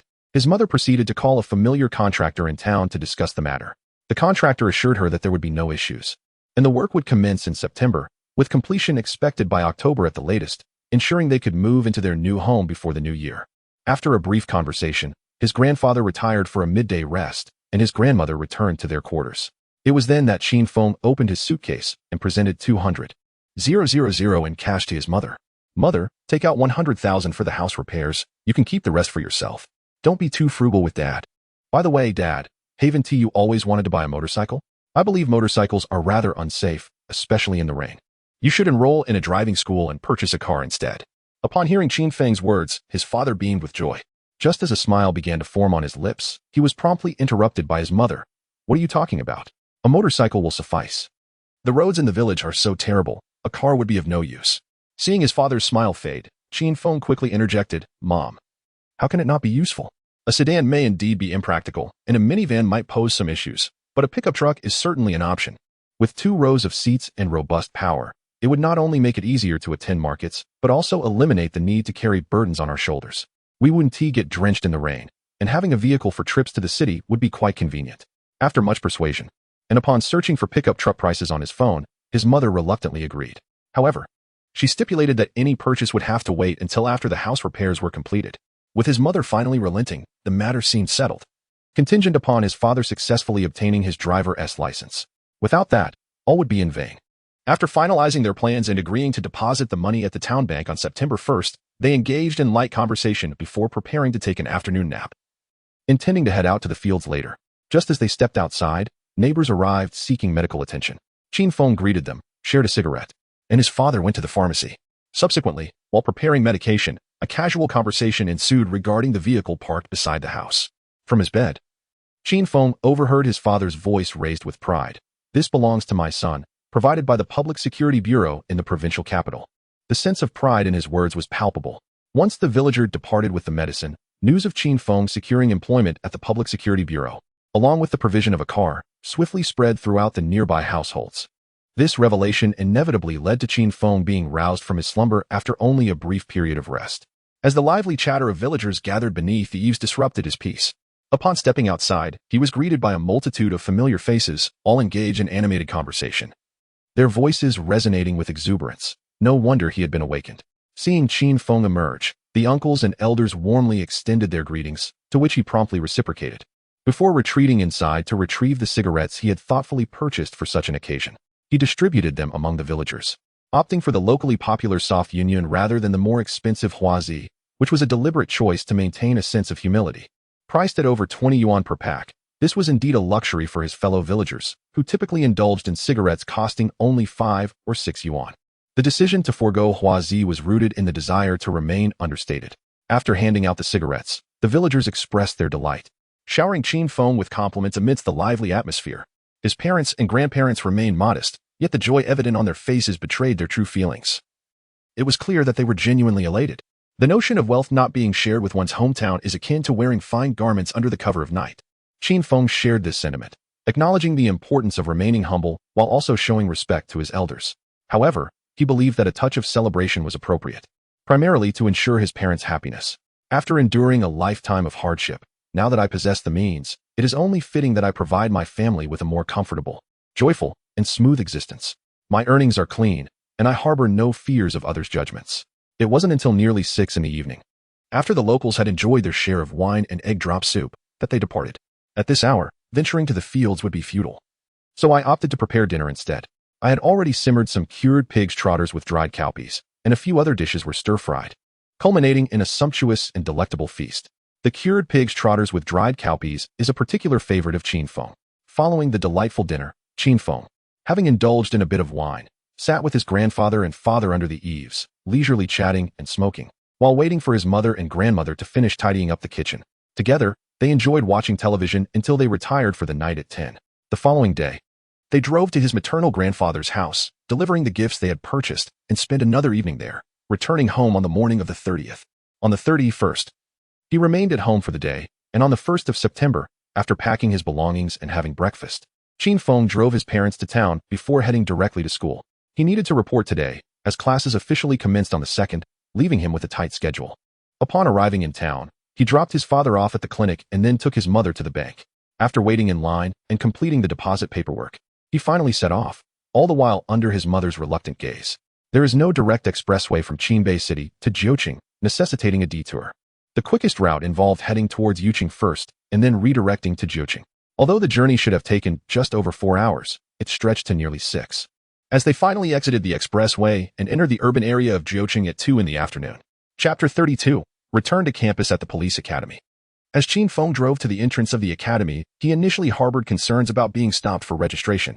However, to his surprise, as he approached the gate, the automatic recognition system promptly identified his license plate, and the barrier lifted to allow passage.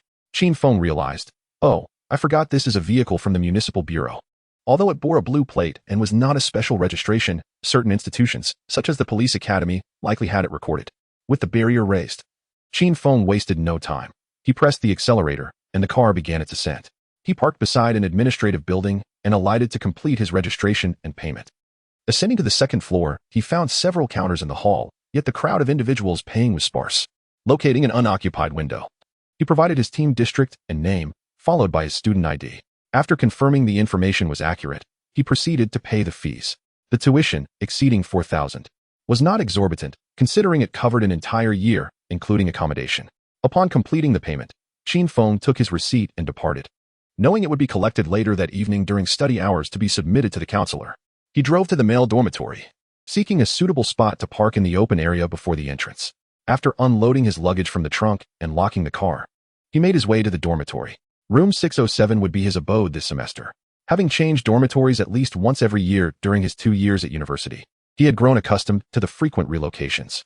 The dormitory door stood ajar, and with a playful grin, Qin Feng stealthily approached before suddenly leaping into the room, exclaiming, "Boys, Daddy's here. Get lost. Scram." Startled, he added, "Damn, you gave me quite a fright." Upon entering the dormitory, there was no warm welcome. Instead, a few unfeeling retorts and the longest fingers were raised in disdain. How callous. As I settled into the lower bunk, the wardrobe and desk remained in their unchanged positions, an unspoken agreement among the 6 residents. Jokingly, I placed my belongings and inquired if anyone had eaten lunch. Most had, save for Su Jiwei, who had recently arrived from another province and had yet to dine. It was already past 2 o'clock. "Shall we purchase a cup of instant noodles to tide us over until dinner at 5? Proposed Qin Feng.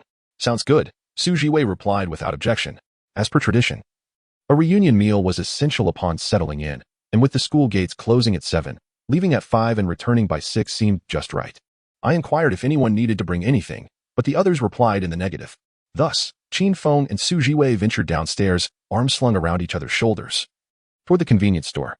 Upon arrival, the sight of instant noodles failed to whet our appetites. With dinner still over 2 hours away, we decided to buy 2 grilled sausages each, munching on them as we meandered back to the dormitory.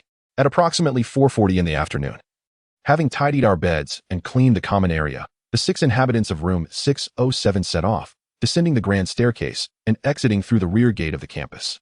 This street was lined with eateries. Naturally, the reunion dinner could not be a hasty affair. After a discussion, the 6 of us decided on a hot pot fish dish. The dining experience itself will remain unchronicled. After finishing dinner, I returned to the dormitory to change into my uniform, then gathered in the classroom for roll call. The squad leader, an ordinary university counselor, shared some essential reminders, emphasizing safety, appearance, and other matters. Once these formalities were concluded, we returned to the dormitory at 8 o'clock, and by 10, the lights out signal sounded, prompting us to extinguish the lights and retire for the night. The following morning, a Monday, the temperature was a pleasant 28 degrees with a refreshing southwest breeze, indicative of a crisp autumn day.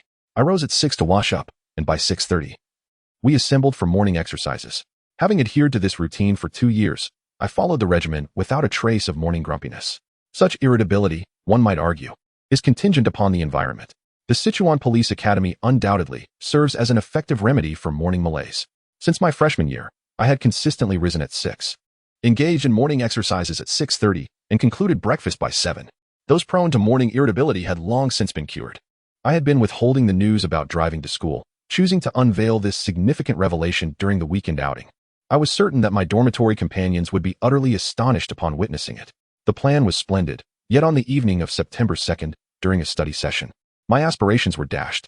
Qin Feng, Su Jiwei, Tao Yuan, please accompany me to the office, the squad leader announced as he entered the classroom, calling out the names of the 3 individuals. The 3 of us exchanged glances, silently questioning whether any of us had erred. We then rose to follow the squad leader out, catching up with his pace. Upon reaching the office and settling into our seats, we learned that our summons was due to the arrival of new students. Each major in the junior year needed to select a group of individuals to serve as assistant counselors for the freshmen. Unfortunately, Qin Feng and his 2 companions had been chosen for this responsibility. It cannot be deemed unfortunate. At least the role of assistant counselor not only garners academic credits, but also facilitates the opportunity to forge connections with younger peers. Moreover, it presents a chance to pursue those whom one finds appealing. Upon this reflection, Qin Feng cast a glance at Su Jiwei and Tao Yuan, pondering whether it was mere coincidence that all 3 remained single and unattached. Could it be that the team leaders have taken it upon themselves to delve into the matters of their peers' romantic lives? However, is it not explicitly stated by the Academy that romantic relationships are discouraged? Furthermore, they have only just entered their 3rd year. Or perhaps, the team leaders aspire to enrich their university experience? Numerous questions lingered, yet none among the trio voiced dissent. The prerequisites for the assistant counselor position mandated that one must be a student leader, a criterion all 3 met. Additionally, academic excellence was required to serve as a role model, a standard that Qin Feng and Su Jiwei particularly fulfilled, having received scholarships. As for Tao Yuan, she was an enthusiastic participant in both cultural and athletic activities, consistently ranking among the top in her cohort, and serving as the Group S secretary, thus fitting the profile. Notably, the new student cohort necessitated both a male and a female assistant counselor. After addressing the main issue, the team leader instructed the trio to attend a meeting at the new student's office the following morning before dismissing them. As they exited the office and made their way back to the classroom, the 3 engaged in a fervent discussion, tinged with a mix of apprehension, anxiety, and excitement. The significance of being entrusted with the assistant counselor role, symbolizing the faculty's approval and inviting the admiration of younger students, was undeniable. To claim reluctance would be a blatant falsehood. Upon returning to the classroom, Chunlei, the team leader and a fellow resident of dormitory 607, directly inquired, "Is it about the assistant counselor position?"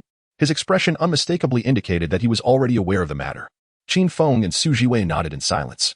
The squad leader had asked me before the semester began and requested that I recommend some singles, which led me to suggest you too. After all, it is only natural to keep the benefits within our circle, as you understand. What do you comprehend? Qin Feng scoffed, realizing it was indeed you. With clarity of purpose, he raised his right hand in a fist and struck Chunlei's fist with vigor. Well done. It was curious that both individuals from the same dormitory had become assistant counselors, while both he and Lao Su were undoubtedly exceptional. Considerations for balance must also be taken into account. Now it made sense. After all, who could resist the influence of a brother who was a district captain? A rather lofty position. Qin Feng had made a decision. Since his brother was so considerate, it was evident that they would be busy with the new students' registration over the weekend, rendering them unable to go out. Thus, he resolved to share the good news of his car with them tonight. As for matters concerning the municipal bureau, he chose to remain silent, primarily out of concern that it might dampen his brother's spirits. Upon graduation, they need not take exams. He would quietly join the workforce and surprise them later. He believed that moment would undoubtedly be spectacular. Amused by this thought, Qin Feng smiled. What delightful thoughts occupy your mind, causing you to smile so mischievously? Su Jiwei exclaimed. Observing Chunlei and the others' disdainful expressions, Lao Su adopted a stern demeanor, embodying the essence of justice. Qin Feng rolled his eyes, choosing not to clarify. It seemed that everyone was entirely oblivious to the true matter at hand. Chapter 33. The new student's enrollment? Flirted by a junior? The days of joy, or rather, the days of the new semester passed swiftly, and soon it was Saturday. Early in the morning, dressed in a long-sleeved police uniform, tie secured, large-brimmed hat in hand, and shining shoes polished the night before, he called out to Su Jiwei. Together, they departed the dormitory, armed with pens, notebooks, and the materials received the previous night. After having breakfast at the cafeteria, I made my way to the registration point for new students on the playground. Each team had a designated area. Behind the table was a long bench, with the team number displayed above. New students, after completing their fee payments and receiving their military training uniforms, needed to come here to register and collect their dormitory keys. Surrounding them were second and third-year students acting as volunteers, guiding and assisting with carrying bags. Being a volunteer for the newcomers, particularly for those staying on campus, is quite exhausting. Fortunately, today the temperature was only around 25 or 26 degrees Celsius, with no sun and a pleasant breeze. Otherwise, considering the temperature during Qin Feng's registration, I would have likely soaked through several outfits. As for heatstroke, that was unlikely, given we had all endured the scorching sun's trials. Tao Yuan had already arrived, and Qin Feng hurried over to assist with the setup. Su Jiwei was paired with another female student, although there seemed to be some frustration on old Su's part regarding his partner. At this point, it was only 8:30, and there were hardly any newcomers present. The buses arriving to pick up students had only just departed, and it was likely that even the earliest arrivals wouldn't show up until around 10 o'clock. After all, there were 2 days for registration, and not many new students would come on the first morning. This proved true, as Qin Feng and Tao Yuan sat for the entire morning, hesitant to leave. Yet only 5 or 6 students registered. The registration list indicated that they were responsible for a team of 50 newcomers. The morning passed in this manner, with the 2 taking turns to eat. Once they finished their meal, they could not return for a nap, lest new students arrive during lunch. They could only wait idly. It was prudent not to return, as upon returning from lunch, Qin Feng noticed Tao Yuan surrounded by people. After greeting old Su, he quickly rushed over to assist. During the afternoon, several hours were spent welcoming a significant number of new students. In the evening, a brief visit was made to the freshmen's dormitory, exchanging greetings and familiarizing oneself with the newcomers, with plans to continue the following day. At 6 o'clock on Sunday evening, in the basketball court beneath the grand staircase, the freshmen assembled. Naturally, Qin Feng and his fellow assistant counselors were present as well. As they gathered and formed ranks, a sea of camouflage uniforms surrounded them, creating an atmosphere of anonymity.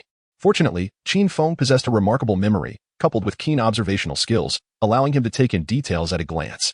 Thus, he managed to memorize the names of most, albeit a few remained elusive, yet he recognized them as part of his group.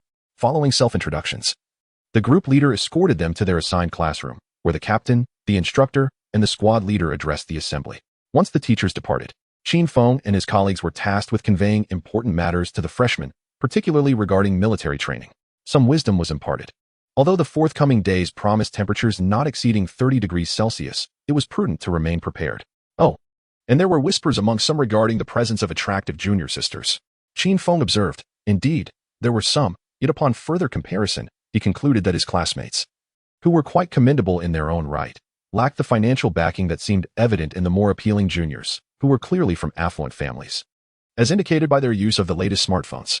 Additionally, it was worth noting that Qin Feng maintained a watchful eye over the younger students in his squad. On the very first night, he had informed them of the school's prohibition against romantic relationships. Thus, introducing them haphazardly could be seen as contradictory. Most importantly, he was not one to engage in matchmaking or meddling. Life, though unpredictable and full of twists, must continue onward. Every day, Qin Feng would take a glance at the military training site before attending classes, occasionally wandering around when time permitted. During self-study sessions, he had to remain vigilant as Tao Yuan prepared for the welcome party. As a classmate and partner, he bore the brunt of the workload. By mid-September, the freshmen had undergone over a week of military training.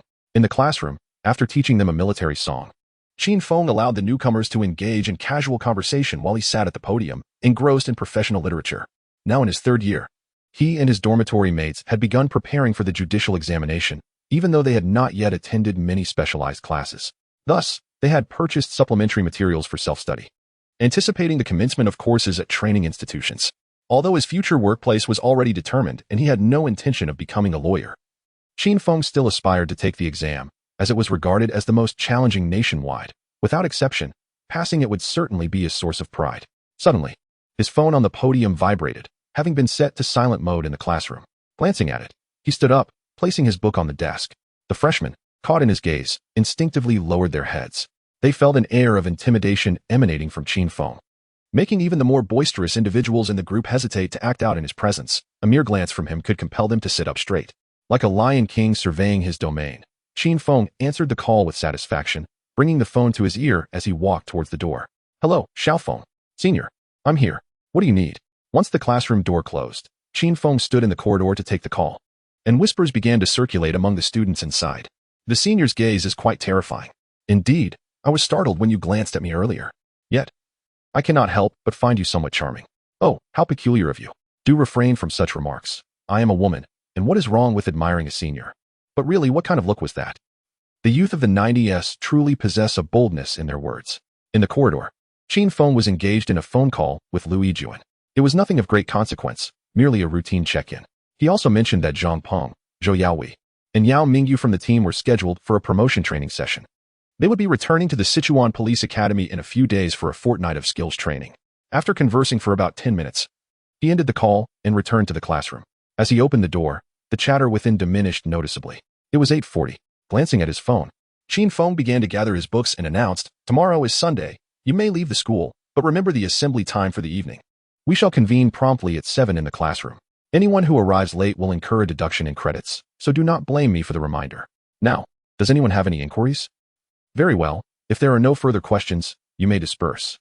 The lights will be turned off at 10. I shall be at the boys' dormitory by 9:40, and I hope to see everyone there." With that, Qin Feng was the first to stride out of the classroom. "Senior, wait." A junior sister hurriedly pursued him. "What is it? Do you need something?" Qin Feng paused to inquire. Senior, do you have time tomorrow?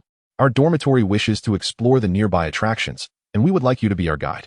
With an expression of eager anticipation, Xiaoyi Ran tilted her head and inquired. Compared to the towering Qin Feng, who stood at a height of 1.8 meters, Xiaoyi Ran, at merely 1.6 meters, appeared rather diminutive. Nevertheless, she possessed an appealing countenance, exuding an aura of innocence.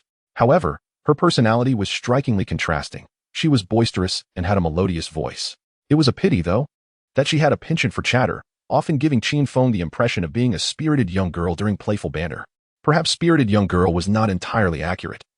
There was an undeniable boldness about her. "Oh, and she smoked as well. How many of you are there?" Qin Feng queried while strolling outside the academic building. "There are 4 of us," she replied. "But it's not certain. Our dormitory might also have a gathering. However, if you wish to join, I can send you the bus route." "I see. Well, we want to go then. We can discuss it later when the senior has time." As Qin Feng paused momentarily, he raised an eyebrow. Was he just flirted with by a junior? It seemed so, yet it also felt ambiguous. Never mind that. He dismissed the thought, though a sense of quiet excitement stirred within him. What a predicament born from an innocent crush. Realizing this, Qin Feng hastened his pace, knowing his friends were waiting for him and Lao Su at a local skewer shop on campus. Had it not been for the strict regulations governing the evening study sessions for freshmen, he would have dashed over to indulge in merriment long ago. Chapter 34. Smoking in plain sight? Pouring drinks and apologizing after finishing their skewers and enjoying a small glass of Langio. Qin Feng and Su Jiwei made their way towards the freshman dormitory. With the influx of students, the new dorms were situated beneath the grand staircase. Although referred to as new dormitories, they were essentially repurposed storage rooms and maintenance areas. This is not a formal dormitory, but rather a makeshift arrangement. After entering the dormitory, Qin Feng and Old Su separated to check on each room, inquiring about the absence of those who were missing and their reasons for being away. Unfortunately, they bore responsibility for any incidents involving the new students, so they had to take this task seriously. After spending a few minutes in each room, Qin Feng emerged from the last dormitory, having realized it was already past 10 o'clock, the designated lights-out time. As he was about to return, he noticed some commotion coming from the first dormitory. He knocked on the door and stepped inside, only to be taken aback by the sight before him. Who was this? A person audaciously seated on a chair, smoking a cigarette, and upon noticing Qin Feng's entrance, showed no intention of extinguishing it, instead gazing up at him defiantly. Such arrogance! Qin Feng furrowed his brow.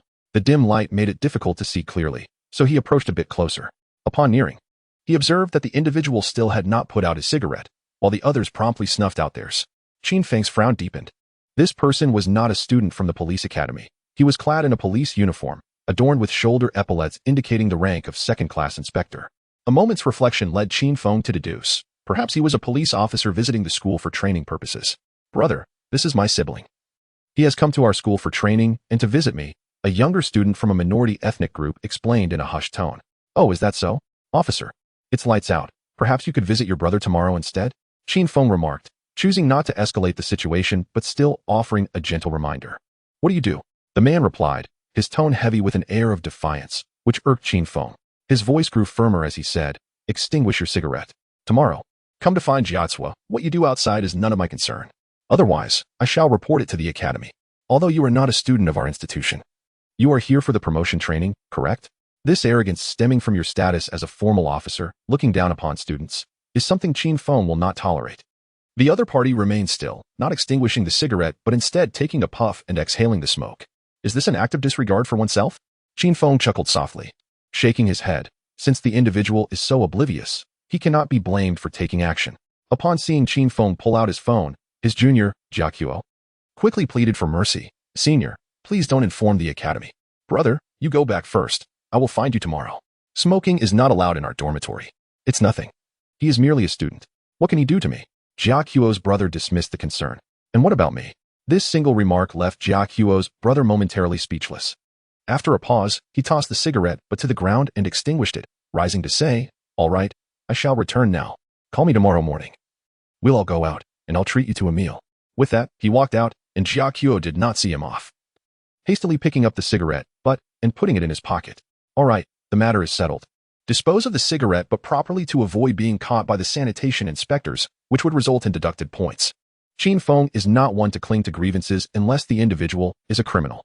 Of course, the other party's prompt concession played a role, otherwise, he would have made this audacious officer feel the iron fist of the Major Crimes Unit of the Tianhe Municipal Bureau. Indeed, from the very beginning, Qin Feng had no intention of reporting to the academy. Regarding such an active police officer, it is necessary to have someone he fears handle the situation. What does he fear? Naturally, it is the inability to rise in rank. Qin Feng believed that as long as he made a phone call to Lu Yijuan, such trivial matters would not be declined, as he had connections that could facilitate communication with the instructors responsible for training. Having expressed this, Qin Feng departed. The freshmen collectively exhaled in relief. On a Sunday, Qin Feng planned to venture out with his dormitory comrades. However, just as he stepped out of the school gate, his phone rang once more. It was Zheng Ping calling. "Hello, Brother Feng. We arrived last night and just got up. Would you like to join us for lunch?" "Sure. It's on me. Let's meet at Yulawang, right next to the school." "All right, I'll let Yao Wei and Mingyu know." "Sounds good." Originally intending to wander about, Qin Feng decided not to decline Zhang Peng's invitation. Consequently, he would not be able to dine with Lao Su and the others. After exchanging pleasantries, he grabbed breakfast at the school gate and returned to campus. When the time for lunch approached, he made his way to the entrance of the hot pot fish restaurant named Yulawang. As he arrived and prepared to make a call, Zhang Peng and his companions appeared. "Brother Feng," they greeted him. 3 grown men addressing someone who had yet to graduate as brother was something Qin Feng had grown accustomed to. Though one young man accompanying Zhang Peng appeared momentarily taken aback. "Brother Feng, allow me to introduce you. This is Lin Rue, a shooting instructor from the Provincial Special Police Corps and one of the trainers for this session," Zhang Peng explained. "Officer Lin, this is Qin Feng, whom we refer to as Brother Feng." "Hello, Officer Lin. Please don't mind Zhang Peng's informal address.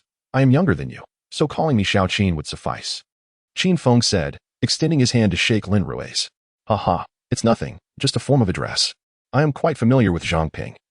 You may call me Lao Lin or Rue Gu." "Very well, I shall address you as Rue Gu then. Come, let us proceed inside." The 5 of them entered, found a table by the window, ordered fish, and a few cold appetizers. Zhang Peng smiled and retrieved 2 bottles of Nongfu spring water from his black bag, inquiring, "How about we have some white liquor for lunch?" "That works for me," came the reply.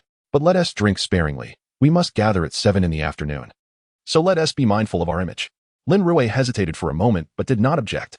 With their agreement reached, they called the waiter for glasses and began to pour the liquor. Qin Feng took a glass, declaring that he would only partake of that one, as he could not handle more. The others had no objections. As they drank and conversed, they soon grew more familiar with one another. Lin Rue finally understood why Qin Feng was referred to as Feng Ge, and he raised his glass for a toast, calling out, "Cheers, Feng Ge." Wait, Rie Ge. Please don't tease me," Qin Feng responded. "No, Feng Ge, you truly deserve this title. I have always dreamed of becoming a police officer, especially in the homicide unit. Once you're on the force, please help me get a position there." Qin Feng felt a bit awkward, unsure whether to agree or decline. Fortunately, Zhang Peng was perceptive and swiftly redirected the conversation, saying, Come on, why do you only think of such fanciful matters? The homicide unit isn't open to just anyone." At that moment, Lin Rue also recognized the impulsiveness in his words and quickly apologized. "Feng Ge, please don't take offense. I was a bit tipsy just now and misspoke. Allow me to drink half as an apology." As Lin Rue swiftly consumed half a tael of liquor, a peculiar flush crept onto his face. "Let us not speak of that," Qin Feng interjected, waving his hand and taking a generous sip of his drink, marking the matter as settled. The group then indulged in food in light manner, steering clear of any work-related topics. Amidst their laughter and dining, Jia Qiu and his elder brother, along with several classmates from their dormitory, entered the room. Upon spotting Qin Feng seated by the window, one classmate exclaimed, "Is that our senior over there?" The others turned to look, quickly recognizing him. "Indeed, it is him. Should we go over and greet him?" However, before the suggestion could gain traction, The speaker realized their faux pas, offering an awkward smile towards Jia Qiu's brother. Unperturbed, Jia Qiu's brother observed the group drinking with Qin Feng, recognizing them all from their prior exchanges during a training session a year ago. Among them was Lin Rue, an instructor from the Provincial Special Police Force, who had previously conducted training when they were promoted to the rank of second-level police officer. Yet now, it appeared they were dining and drinking with Qin Feng, seemingly with intentions to curry favor. This scene caused a shift in Jia Qiu's brother's expression after a moment's contemplation. He called over a waiter, requesting a glass and several bottles of Shaolang liquor. He opened 2 bottles, pouring one into a glass and handing the other to his brother. He said, "Fill the cup. We shall go and offer an apology to your senior." Chapter 35. The application of handguns and shooting class. To the astonishment of several junior disciples, Brother Jiazhu, holding a cup of wine, approached Qin Feng's table. He first exchanged greetings with a few acquaintances before turning to converse with Qin Feng. After a few brief exchanges, he downed the contents of his cup, which contained a generous amount of liquor. Inspired by his brother's boldness, Jiazhu attempted to mimic him, but was halted by Qin Feng. They clinked their cups and each consumed a fifth of their drink. Upon returning, the junior disciples noticed a significant change in Brother Jiazhu's demeanor. He appeared much more amiable, sporting a broader smile and a hint of humility, a stark contrast to his previously indifferent attitude. As the weekend passed, a new week commenced. On Wednesday afternoon, Qin Feng, accompanied by several male students, made their way to the ammunition depot located at the rear of the academy to collect firearms and ammunition from their handgun application and shooting instructor. This semester, they were set to partake in shooting classes. For police academy students, shooting and combat were not only favored pursuits, but also distinguishing factors that set them apart from ordinary university students. Firearms embodied a certain romantic allure for young men. The previous week, they had engaged in theoretical lessons on ballistics and the fundamentals of handguns, including disassembly and maintenance.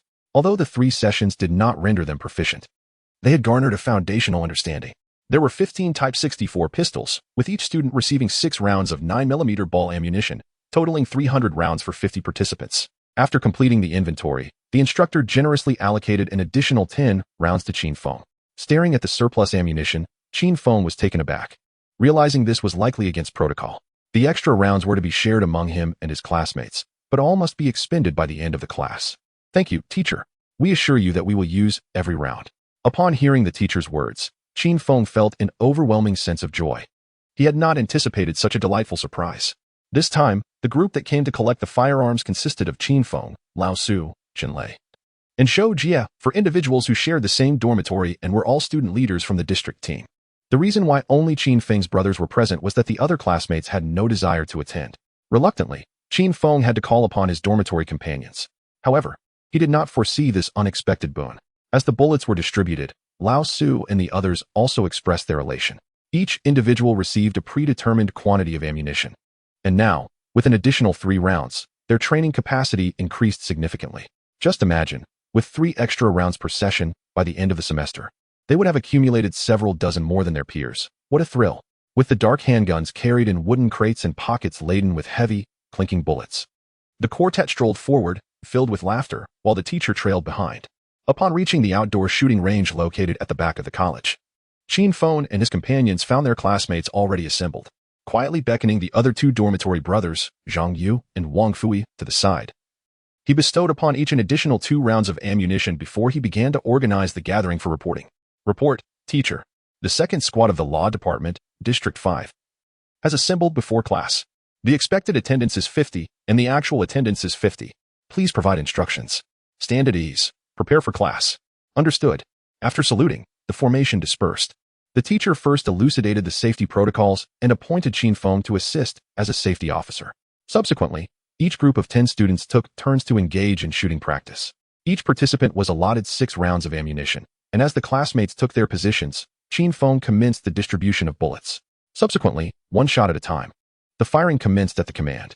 After each discharge, there was no glance at the target, merely a verification of the firearm to ensure the bullet had been fired before loading the 2nd round and continuing to shoot.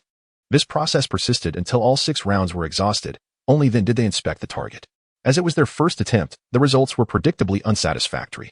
At a distance of 25 meters, merely hitting the target was a commendable achievement. Regardless of luck or skill, the best performance in the group was 3 shots on target, while the poorest results were completely off target. 1 round after another, the participants completed their shooting training with exhilaration, undeterred by the deafening gunfire. Upon leaving the shooting range, they eagerly compared their results, animatedly discussing their performances. Finally, it was the turn of Qin Feng and his classmates. Lao Su, Jinlei, and Zhou Jie also took their positions. Following the prescribed steps, they verified their firearms and loaded a bullet, preparing to shoot. Taking a deep breath, Qin Feng gripped the cold metal of the gun in his right hand, awaiting the command, his gaze fixed on the chest ring target ahead. He felt an intuitive certainty that he would hit the target. Prepare to shoot. Begin. A sharp whistle pierced the air, and with steady aim, he pulled the trigger. Bang! Without hesitation, he applied pressure evenly, unconsciously firing the bullet that soared from the chamber. It hit 10 points. His keen eyesight, coupled with innate talent, allowed him to see clearly even the small hole in the center of the target. It was a commendable shot, and he was motivated to continue. Behind him, the instructor glanced at Qin Feng's target, smiling, yet restrained, assuming it was merely a stroke of luck. After all, he had barely aimed before firing. Extending his arm slightly before discharging the weapon. Verification of the firearm, loading the bullet, chambering it, and with a sharp whistle, Qin Feng swiftly pulled the trigger once more. Bang! The bullet struck the target, achieving a perfect score of 10. This time, a smile crept across Qin Feng's lips, lifting them in delight. Behind him, the instructor wore a look of astonishment, soon replaced by exhilaration. He sensed that Qin Feng possessed an extraordinary talent for shooting. Indeed, the third shot landed a 10. The fourth shot also a 10. Upon completing 6 shots, Qin Feng's target was entirely marked with 10s, culminating in a flawless score of 60. This was merely the first shooting training, primarily focused on experience, yet Qin Feng managed to achieve a remarkable result of 10 for every shot. When the target paper was retrieved, the instructor confirmed its accuracy and displayed it proudly, inevitably stirring a wave of excitement among the onlookers. However, the instructor refrained from further comment, suppressing his enthusiasm as he prepared the next group. As the final group concluded their shooting, just as everyone was getting ready to disperse, the instructor picked up a new firearm and called Qin Feng over. You haven't used up all your bullets, have you? Bring them out. I'll supplement a few for you to take another round. 5 shots per set. Yes, sir. Qin Feng stepped up to the shooting position, extracting the 3 extra bullets. The instructor then pulled out 2 from his pocket. He loaded all the bullets into the magazine, instructing, shoot as swiftly as you can. There are no limits. Understood. Qin Feng maintained a calm demeanor as he loaded the bullets, while the other students watched from behind. With the magazine secured in the chamber and the weapon cocked, the whistle blew. Qin Feng aimed his firearm forward, and then, bang, bang, bang, bang, bang, the shots rang out, almost 1 per second, in perfect rhythm. Report. Shooting completed. Verify the weapon. Affirmative. Removing the magazine, the sound of clicks echoed as the bolt was pulled several times to ensure the chamber was devoid of ammunition. With the empty gun pointed towards the ground, a shot was fired, producing a hollow sound of the firing pin striking air. Only then did Qin Feng lower the weapon. Let us go take a look. As soon as the gun was set aside, the teacher eagerly dashed towards the target range, followed closely by the other students. Upon witnessing the clustered impact points, with 1 bullet grazing the edge of the bullseye, merely a 9 ring, and the rest scoring perfect 10s, the teacher was exhilarated while the students were left astonished.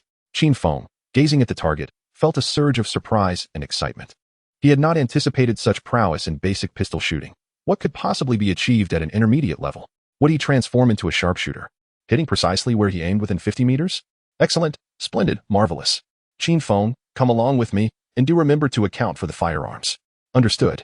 Subsequently, after confirming the inventory of firearms was in order, Qin Feng, accompanied by several dormitory mates, lifted the wooden box containing the weapons and followed the teacher, who moved with remarkable speed towards the ammunition depot. The remaining students, however, dispersed on the spot.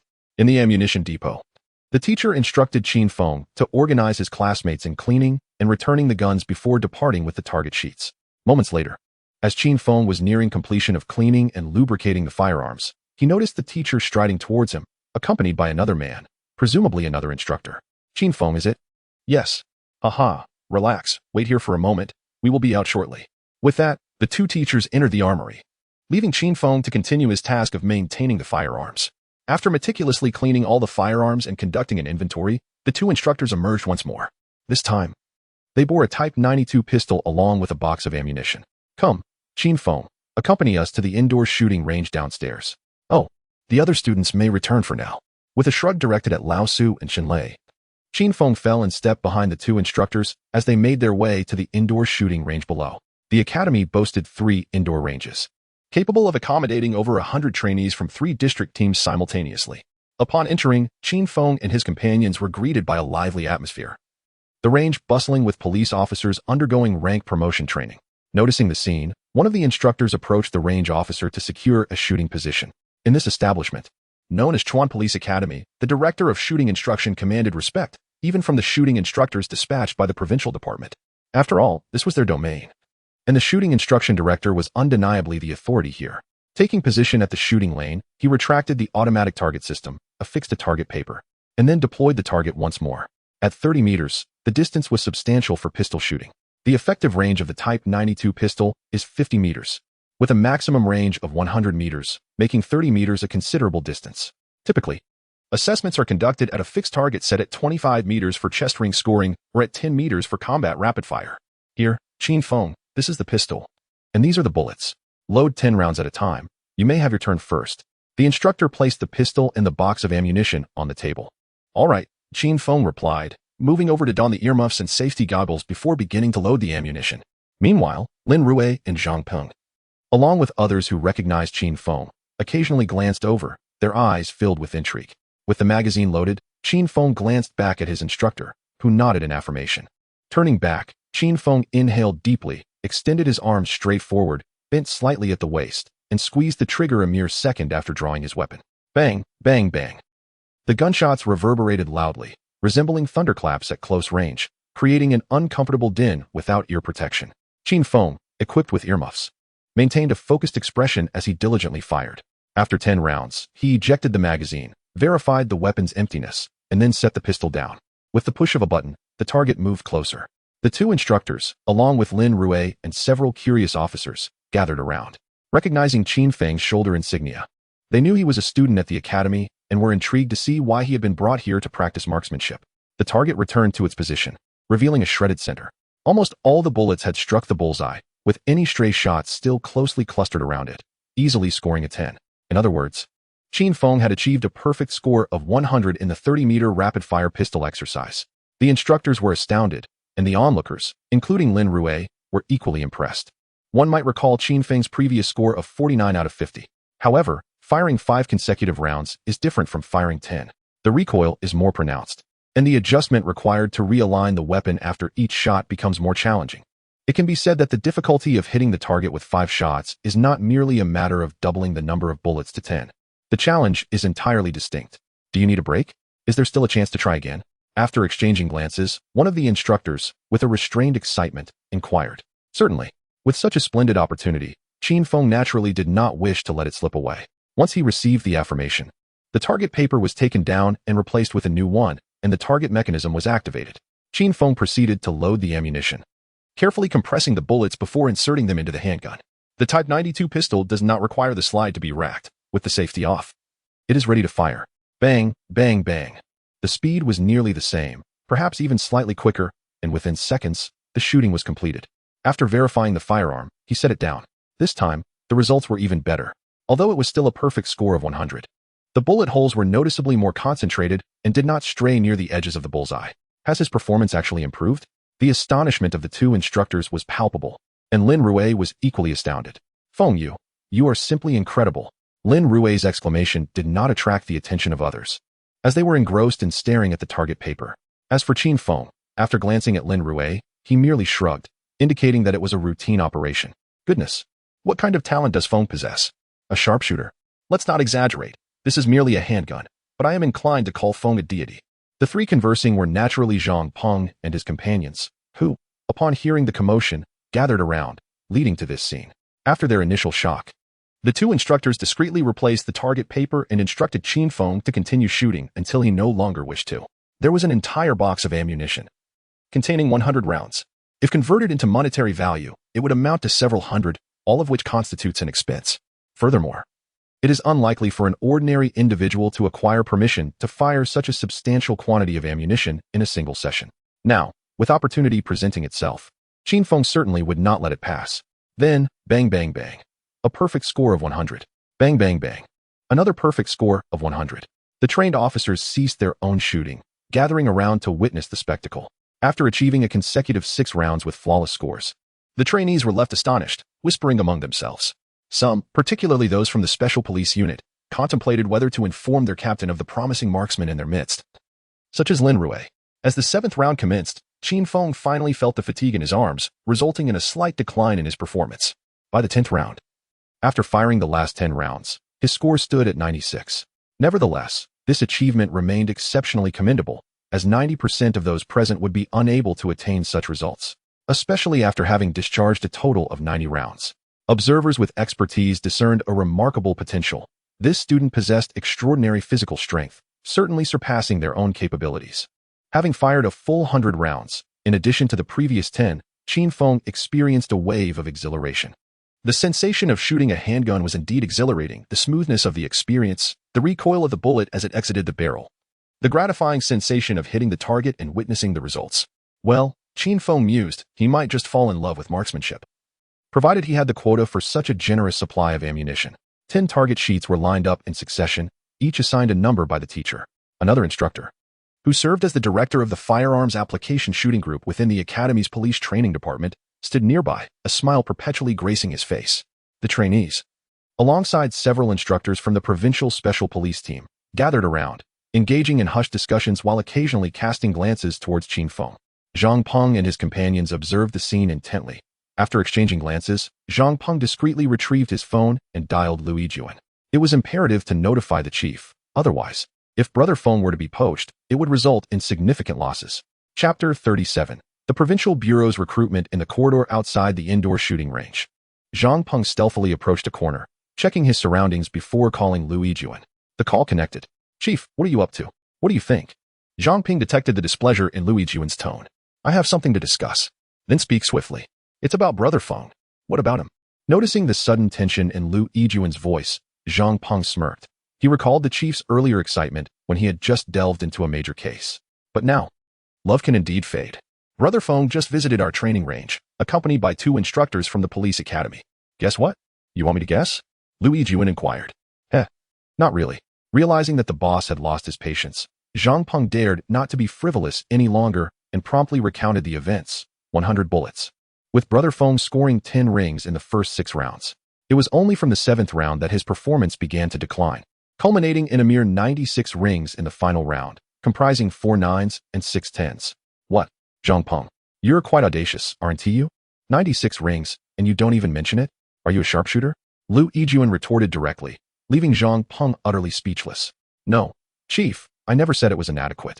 Just let me finish, please. Go ahead. Well, everyone witnessed Brother Feng's performance. Several instructors from the special police team were present as well. And I noticed something peculiar in their expressions. Why the hell didn't you mention this sooner? Damn it, Zhang Ping. If you ever again fail to get to the point, I swear I'll crush you.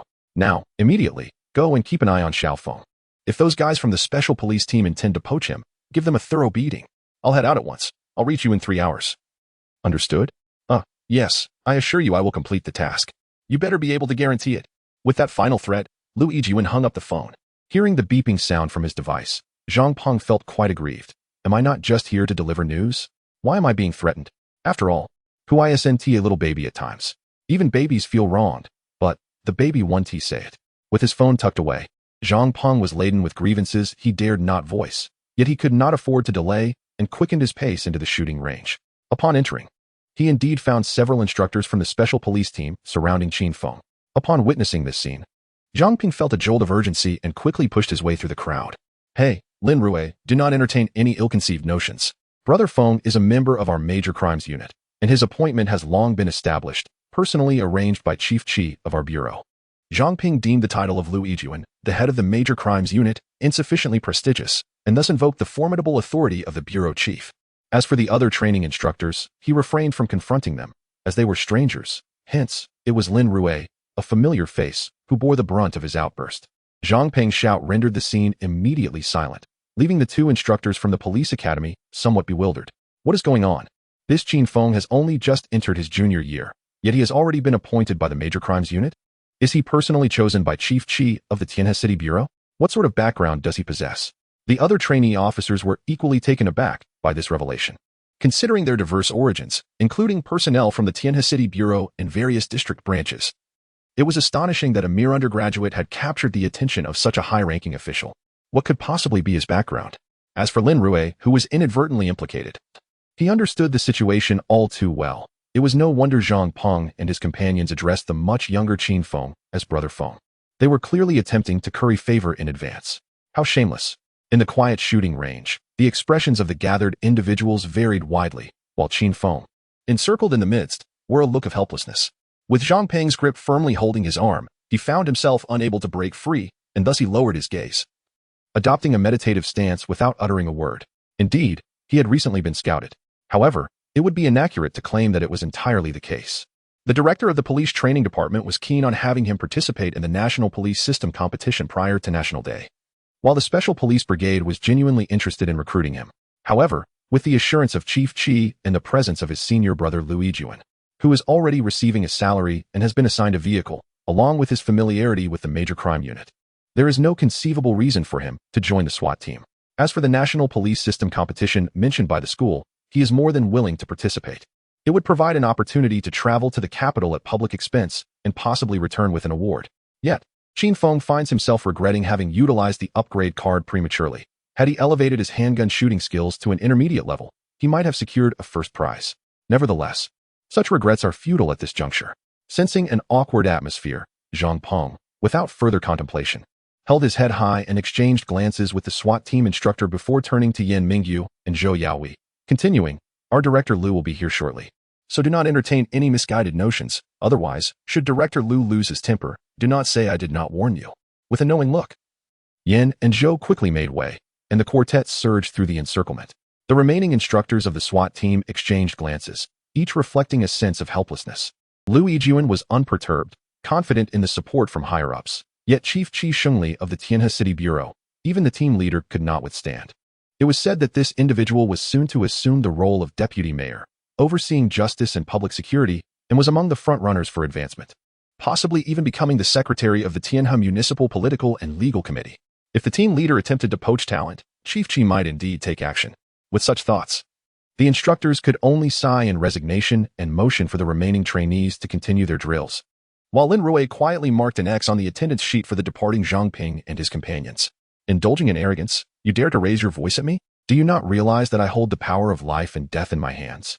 After completing the task, Lin Rui felt a sense of relief, while the other instructors merely smirked, choosing to ignore the incident. You think you're impressive? If you are, then refrain from seeking promotions. After a few shared chuckles, they returned to their respective training areas to continue their guidance. Meanwhile, having ascended the stairs, Qin Feng finally freed himself from the clutches of Zhang Ping and his companions. He remarked, "You three are something else. Even after stepping out, you refuse to let go. I must confess, I do not have a preference for men." "We share your sentiment," they echoed in unison, casting glances at one another and scrubbing their hands in disdain. "All right, I'll take my leave now. You all continue with your training." Just then, an odd thought crossed Qin Feng's mind as he looked at Zhang Ping with a peculiar expression. He cautioned, "By the way, considering how you just confronted Lin Rui, do you think he might retaliate and hinder your training progress?" Zhang Peng's eyes widened, bewildered. Yao Mingyu and Zhou Yaohui's expressions morphed dramatically. From their understanding, the instructors from the Special Police Unit were not known for their kindness, and it was indeed plausible that retribution could occur. Realizing this, the three wore expressions of bitter resignation. "Isn't the chief supposed to be arriving soon? You should mention this to him." "Ah, indeed. The chief will surely take action regarding this matter," they said, their spirits lifting slightly, smiles returning to their faces. "I'll be on my way now. You should return to your training." With that, Qin Feng departed without a backward glance, while Zhang Ping and the others, after deliberation, resolved to return. Even if they were indeed targeted, they accepted their fate. However, the promotion is a significant matter that cannot be treated lightly. One cannot afford to be absent, as such absence may adversely affect the outcome. In the shooting range, upon seeing the figures of Zhang Peng and his companions enter, Lin Rui was momentarily taken aback. He was familiar with the trio and had initially thought they would not return, allowing him to mark them as absent for some mischief. Now that they had returned, well, he would seek an opportunity instead, silently erasing the mark he had just made. Lin Rui maintained his composure and continued to guide the training. Chapter 38. Liu Yijuan arrives, request for assistance shortly after 6 in the afternoon. Liu Yijuan arrived in a Passat police car. Qin Feng, who was preparing to head to the classroom, found himself blocked at the dormitory building. Xiaofeng, Liu Yijuan, donned in his police uniform, adorned with 2 stripes and 3 stars on his shoulders, spotted Qin Feng and immediately waved, calling out to him. This moment did not go unnoticed by many students. Qin Feng waved back and then addressed Su Jiwei and Chun Lei, saying, "Old Chun, if attendance is taken, just inform them that I have gone to the freshmen. Old Su, please keep an eye on things. or let Tao Yuan know to cover for me for a bit. I will be there shortly. Understood. After exchanging pleasantries, Qin Feng walked towards Lu Yijuan under the gaze of numerous onlookers. Once in the car, they drove to the mountaintop sports field, soon pulling over to the side of the road. The two disembarked and entered a nearby pavilion to sit down. As soon as they were settled, Qin Feng spoke up. Chief, you need not have come all this way. I remember the kindness you and Chief Qi have shown me. How could I so casually switch allegiances? Besides, I have a passion for criminal investigations and have never considered joining the SWAT team. Having received this reassurance, Lu Yijuan desisted from dwelling on the matter. Instead, he opened the briefcase he was carrying and stated, my visit pertains not only to that issue, but also to a recent case. Given your expertise in footprint analysis, I thought to solicit your insights, hoping they might prove beneficial to the investigation. Subsequently, he retrieved several photographs from his bag and handed them to Qin Feng. What sort of case is it? A homicide? Qin Feng inquired as he received the images. Indeed, 5 days prior, a woman's body was discovered in Shea Park. Judging by her attire, it appears she was a victim of an attack while out for an evening jog. The cause of death was mechanical asphyxiation, and the estimated time of death is between 10:30 p.m. and 10:35 p.m. the previous night. There are indications of sexual assault, yet no bodily fluids were left behind. The deceased has been identified as a resident in close proximity to the park. The location where the body was found is deemed the primary crime scene. However, minimal pertinent information has been uncovered.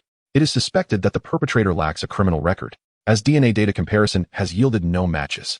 The only valuable evidence consists of these footprints. I consulted footprint specialists from the provincial department, but they could only approximate the height and weight range, lacking precision. There are no surveillance cameras in the vicinity of the crime scene, and our scrutiny of recent footage has not revealed any suspects meeting the criteria within approximately half an hour before and after the incident. Consequently, we surmise that either the suspect concealed themselves near the crime scene beforehand or entered the park from an alternate location. Thus, the timeline must be extended further back, and the scope broadened. Such a course of action would inundate us with an immense volume of investigative work. As he gazed at the photographs, Lu Yijuan listened intently to the case being presented by Qin Feng. By the time Lu concluded, a vivid image had formed in Qin Feng's mind, accompanied by the necessary data, albeit devoid of a face. It was evident that the footprints belonged to a single individual, a male, standing at 168 centimeters tall and weighing 70 kilograms, robust and powerful. Moreover, the suspect bore a disability in his right leg, possibly a discrepancy in leg length or an injury to the right leg. While the unevenness might not be overtly pronounced, the left leg evidently functioned as the supporting limb. Did you discern all of this? Lu Yijuan inquired, astonished after hearing Qin Feng's deductions. Beyond height and weight, the disability in the right leg is apparent from these two photographs. Extracting the two images of the footprints, Qin Feng elaborated, look here. These footprints unmistakably represent the left and right feet. The hardness of the ground should be relatively consistent, yet there exists a subtle variation in depth. Furthermore, the arch of the right foot is not well defined, and the imprint tilts outward. Is there? Lu Yijuan scrutinized the photographs closely, yet he failed to perceive any discrepancies. The adage, a different profession is like a different mountain, rings true, especially given Qin Feng's extraordinary observational prowess, which others could scarcely match. With unwavering confidence, Qin Feng continued, I surmise that the suspect has likely augmented the height of the insole in his right shoe, or that the injury to his right leg has largely healed. Hence, the traces left behind are not overtly pronounced, yet they retain an unconscious habitual behavior. If it were any more apparent, the experts from the provincial department would undoubtedly discern it. However, the discrepancies in these footprints are indeed exceedingly subtle, and it is entirely reasonable not to have noticed them. Lu Yijuan, with a perplexed expression, questioned, you consider this normal? A layperson like you can see it, yet seasoned experts in their 60s cannot? Is that what you deem acceptable? In response to such inquiries, Qin Feng could only assert, I possess the insight. The ability to perceive minute details combined with intermediate trace identification yields results that far exceed mere arithmetic. It is greater than 2, perhaps even surpassing 3, 4, 5, or 6. Having regained composure, Lu Yijuan inquired further into the specifics, diligently noting them down. After pausing to reflect, he exhaled deeply and remarked, well, with such comprehensive leads provided by you, I am no longer concerned. I intend to extend the scope of surveillance to a range of 1x2x1x1 kilometers. What do you think? Qin Feng regarded Lu Yijuan with curiosity before shaking his head, saying, Chief, while I may have made some advancements in trace identification, it is merely due to my keen eyesight. As for other matters, to be candid, I am merely a novice. Furthermore, I am unfamiliar with the circumstances at the scene. I cannot provide guidance on how to determine the expansion of the search area. In essence, this conveyed an unspoken subtext. Aren't you making things difficult for Fat Tiger? Look at me. Ha ha ha. Lu Yijuan slapped his forehead, chuckling awkwardly as he said, your performance is so exceptional that I momentarily forgot you were still a newcomer. Very well, let it be so. I must return overnight. Indeed, prior to my arrival, I placed a call to Director Qi, who mentioned he would confer with the academy to explore the possibility of your early graduation. Qin Feng blinked in astonishment. Is such a thing even feasible? Lu Yijuan merely hinted at it, offering no further elaboration, and after stowing away the photographs, he proceeded towards the police vehicle. Chief, you may head back directly. I shall meander my way to the teaching building. Very well, I shall take my leave. Should any matters arise, do not hesitate to call me, and remember, do not be swayed by others' persuasion, Lu Yijuan advised with a final note of caution. Rest assured, Chief, the conditions you have provided are exceedingly generous, and I am confident no other establishment could offer such terms. Besides, I am not one to play hard to get. I trust you. Then it is settled, Xiaofeng. I will take my leave now. A broad smile adorned Lu Yijuan's face. Take care on your journey, Chief. Fear not, I am an experienced driver. With that, Lu Yijuan entered the vehicle, revved the engine, and sped away with a wave of his hand. As he watched the taillights vanish around the corner, Qin Feng clasped his hands behind his back and strolled leisurely towards the teaching building. The clock had just passed 7, attendance had been taken, and he felt no urgency. He retrieved 2 books from the classroom and, after inquiring about the attendance matter, ambled down the stairs to the designated area for new students. Upon entering, he found that Tao Yuan was absent, likely off preparing for a program. The previously buzzing chatter in the classroom seemed to hit a pause when Qin Feng stepped in. Feel free to chat or play, but do keep your voices down, he smiled, offering a gentle reminder. Taking a seat on the podium stool, he immersed himself in his studies. After all, he prided himself on being a diligent student. The pursuit of knowledge knows no bounds. The ocean of learning is infinite, and one should continue to learn throughout their life. The wise admonitions of ancient sages linger in our ears. Although the anxiety of job hunting post-graduation no longer troubles me, the journey of learning must persist. Chapter 39. The Reward of Bejiquin and the Prohibition of Drinking while driving 2 days later while attending class. Qin Feng suddenly received a system notification. The case of the heinous crime at Shade Park has been solved, granting a reward of a tracking card X1 and the skill of beginner Bejiquin. Ding. It has been detected that the beginner grappling combat skill can be fused with beginner Bejiquin. Would you like to proceed with the fusion? Oh, that case has been resolved? How is it that I received a reward? Previously, I did not receive any rewards for 1224. All right, my involvement in the footprint identification can be considered as participating in the case. Realizing this, Qin Feng felt a surge of joy and glanced at the second notification. Proceeding without hesitation to fuse the skills. Host, Qin Feng, codename 9527, Identity, Police Academy Student Evaluation, 1, 3, a robust adult, skills, intermediate psychology, intermediate trace identification, beginner Bejiquin. Beginner pistol shooting talent, olfactory switch, keen insight items, clue card X1, tracking card X1 after the fusion, a numeral was appended to Bejiquin, leading Qin Feng to deduce that it signifies a level above beginner but not yet intermediate. This semester offers not only a course in practical pistol shooting, but also one in grappling combat. With his beginner grappling combat skill, Qin Feng could claim invincibility among the district team, easily overpowering opponents who weighed double his own.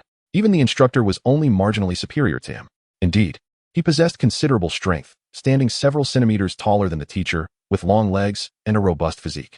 Coupled with his adept skills, he naturally gained some advantages. However, after mastering the 8 Extremes Fist, Qin Feng could confidently proclaim, who else? The swift amalgamation of 2 skills not only endowed Qin Feng's mind with the techniques of the 8 Extremes Fist and grappling combat, but also introduced him to an array of fusion techniques, particularly enhancing his joint manipulation skills. The power was formidable. With sufficient force, it bore the essence of the technique known as dislocating bones and tendons. It was a delightful surprise to receive such bountiful rewards from merely assessing a footprint. Qin Feng, please rise and address the following question. The teacher's sudden call caused the smile on Qin Feng's face to vanish instantaneously. Reluctantly, he stood, utterly unsure of how to respond to the inquiry. Casting a glance at his peers on either side, he sought a hint from them, but upon noticing their equally bewildered expressions, he realized he was not alone in his distraction. Thus, he candidly admitted his lapse. I apologize, teacher. I was momentarily lost in thought and did not catch the question. Quite well, you were honest. I did not pose a question. Please take your seat and focus on the lecture, the instructor replied kindly, waving him down. I'm sorry. Teacher, I'm at a loss, Qin Feng murmured as he sat down, casting a frustrated glance at his dormitory companions. If I am not paying attention, Why do you choose to follow suit? Is there no sense of responsibility among you? Following this brief interlude, the students in the lecture hall felt an unspoken sense of solemnity, refraining from any further distractions. Although it is not a specialized course, it is not an elective either. Failing the exam necessitates a retake, and without passing, one cannot obtain a graduation certificate. Although such instances are rare, it is prudent to be prepared for any eventuality. The subsequent classes were rather mundane yet harmonious, with numerous students diligently taking notes. At last, the class bell rang. The Marxism teacher showed no inclination to delay, succinctly summarizing the lesson before declaring the class dismissed. With books and laptops in hand, he ambled out of the classroom. Finally, class was over. Tomorrow is a break. Let us head back to the dormitory for a game. You all enjoy yourselves. I and Lao Qin will take a stroll on the playground, announced Su Jiwei as he stood up. Indeed, we must check it out, Qin Feng concurred, also rising. They were quite responsible in this regard, as the freshmen were still undergoing military training, and they seized the opportunity to take a look. Very well, we shall return to the dormitory first. What shall we have for dinner? Asked Zhang Yu, the dorm leader. Let us just grab something casual for dinner. Tomorrow, Lao Su and I should not linger on the playground, but rather have lunch outside, then go singing in the afternoon, and return for dinner. What do you think? Suggested Qin Feng. Sounds good. I'm in favor. How about we go for fish? Since Lao Qin has a car, we can venture a bit farther. I know a place by the river that serves exceptionally delicious fish, proposed Chen Lei from Jiucheng. That sounds splendid, everyone agreed, then turned to Qin Feng. In principle, that is fine. If there is good food, we must seize the opportunity. I may not have many hobbies, but eating is certainly one. However, I prefer not to frequent ostentatious places. I believe the authentic flavors reside in the quaint alleys. Indeed, in the past, financial constraints limited my choices. However, now that I possess some wealth, I find myself indifferent to luxurious hotels. It is somewhat futile. I lacked the means before, and now that I have them, I perceive the ambience of grand hotels as rather mundane, offering little beyond ostentation, while the culinary experience remains mediocre. Of course, there is also the joy of wandering through streets and alleys in search of delectable food. The plans for Saturday have been finalized. Qin Feng and Su Jiwei entrusted their textbooks to Chen Lei and the others, requesting them to return to the dormitory, and then they set off together towards the playground. The current cohort of junior students is indeed fortunate. Since the commencement of military training, the highest temperature has reached a mere 28 degrees, with the sun rarely making an appearance, leading Qin Feng and his companions to feel as though they are in a fictitious wine city. It is essential to note that the sweltering heat typically lingers until the end of September each year. With temperatures hovering in the low 30s, the ground becomes scorching. Yet this year seems anomalous, as if some of the younger students had previously saved the earth in another life. Regardless, there is a palpable dissatisfaction among the senior students. Why should it be so? When we began our military training, the sun blazed fiercely, leaving us drenched in mere minutes, while they enjoy the pleasant autumnal weather. How is that fair? Furthermore, even under such favorable conditions, there were new students weeping and calling for their mothers. This incident truly occurred on the third day of military training, when a burly young man broke down in tears on the playground, crying out for his mother. This elicited grim expressions from the instructors and the head of the training department. Even the assistant counselor felt a sense of embarrassment. Fortunately, this freshman was not from their squad. Had he been, Qin Feng would have likely been infuriated, as it was undeniably a source of shame, leaving one to wonder how he could summon the courage to act thus. Upon arriving at the playground, I discreetly observed my fellow freshmen from the rear of our designated area, quietly noting if anyone appeared inattentive. My intention was not to intervene, but merely to wait for a break, during which I could casually address a few of them. I soon discerned that the newcomers seemed particularly apprehensive of me, and I believed that a few words would suffice to ensure their compliance. Finally, the break arrived. I approached with Su Jiwei, as was customary, to express our concern, inquiring if anyone felt unwell, especially the girls. Although I refrained from being overt, I subtly advised those who were discomfort to take heed. Subsequently, I named 3 individuals and guided them aside for a brief admonishment. A few words exchanged, and they promised to amend their behavior, clearly chastened. With satisfaction, I observed the trio return to their ranks, appearing obedient and well-mannered. However, my attention was drawn to Xiao Yiran's intense gaze. Never mind. I recalled that I had other matters to attend to, so I decided to make my exit. I called to Lao Su and, without giving anyone a chance, I swiftly departed, leaving behind a visibly displeased Xiao Yiran. The modern girl can be quite intimidating, possessing a directness that is hard to ignore. The night passed in silence, and the following morning at 9 o'clock, I visited the playground for a brief while. As it approached 10, Lao Su and I left the playground and returned to our dormitory. After changing clothes, our group of 6 assembled and made our way toward the school gate. My vehicle was parked in a lot adjacent to the administrative building, typically reserved for faculty. Yet there were no stipulations preventing students from parking there. Upon locating my car, I adjusted the rear seats of the Pajero to accommodate 7 passengers, creating a spacious interior. With everyone settled, I started the engine and followed the navigation towards the fish restaurant mentioned by Tianhe. The fish restaurant is situated in the outskirts, adjacent to a tributary of the Yangtze River, offering a picturesque view and delightful flavors. A considerable number of diners frequent this establishment, primarily arriving by car. Upon parking, they approached the owner to confirm their reservation, which Tianhe had arranged in advance. By the time they arrived, it was already 11:30, nearly lunchtime, so they wasted no time in diving into their meal. The other 5 indulged in a bit of alcohol, while Qin Feng opted for a beverage in lieu of drinks, adhering to the principle of not drinking and driving. This choice was motivated not only by legal compliance, but also by a concern for personal safety. Chapter 40. A sudden turn at the fish restaurant. The cold pot fish must be prepared with freshly killed fish, otherwise, the flavor would be lacking. Furthermore, fish fillets are essential for proper marination. Of course, the soul of the dish lies in the dipping sauce. Cold pot fish is not about freshness. It is all about the taste. This establishment, known as Zhang's Fish Restaurant, utilizes live fish that are freshly killed, claimed to be sourced from the river. The live fish are indeed visible, but their exact origin remains uncertain. Nevertheless, the fish is undeniably delicious, not from those raised on feed, and even if farmed.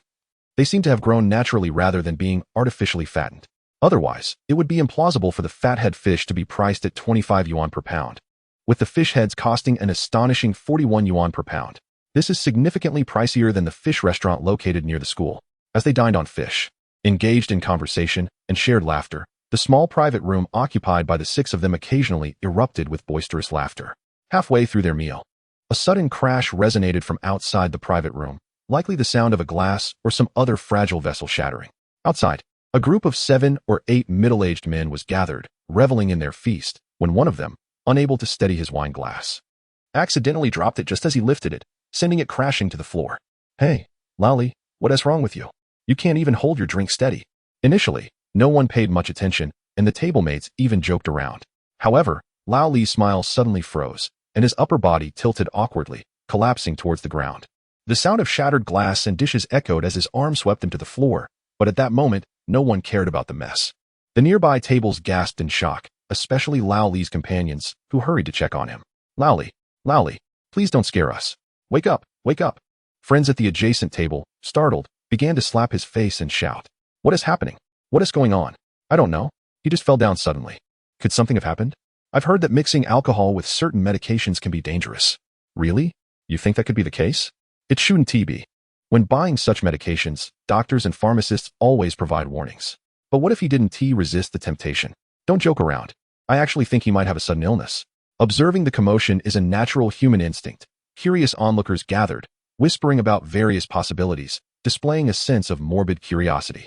Qin Feng and his friends stood nearby, taking out their phones to call for an ambulance. Yet, as they watched, Qin Feng's brow furrowed. "He is already dead. Step aside, let me take a look." With a sudden exclamation, Qin Feng stepped forward to restrain his classmate, reaching out to feel the pulse at the neck and testing for breath. It was evident that the individual had passed away. "What? No way." The classmate's friend gasped in shock, and onlookers turned pale, instinctively retreating several meters. Witnessing a death so suddenly would terrify any ordinary person, and such reactions were entirely natural. Yet, Qin Feng remained steadfast, retrieving a pair of rubber gloves from his pocket and donning them amidst the astonished gazes of the crowd. He pried open the deceased's mouth for a brief examination and then proceeded to inspect the closed eyes. After a moment, he rose and addressed the friends of old Li, stating, "The individual is confirmed deceased. This situation necessitates contacting the authorities." "Ah, yes. Several individuals instinctively produced their phones to call for help. One person acted swiftly, and as the others placed their calls, they finally set their devices down. Qin Feng observed their expressions and actions closely. Their sorrow and panic appeared genuine, prompting him to retreat to the periphery of the gathering, watching from a distance. In matters of death, no one dares to approach, and Qin Feng was no exception. However, just moments ago, a system notification had indicated the possibility of a sign-in. This sign-in could only occur at a crime scene, suggesting that the death of the diner, Old Li, was no accident, but rather a premeditated murder.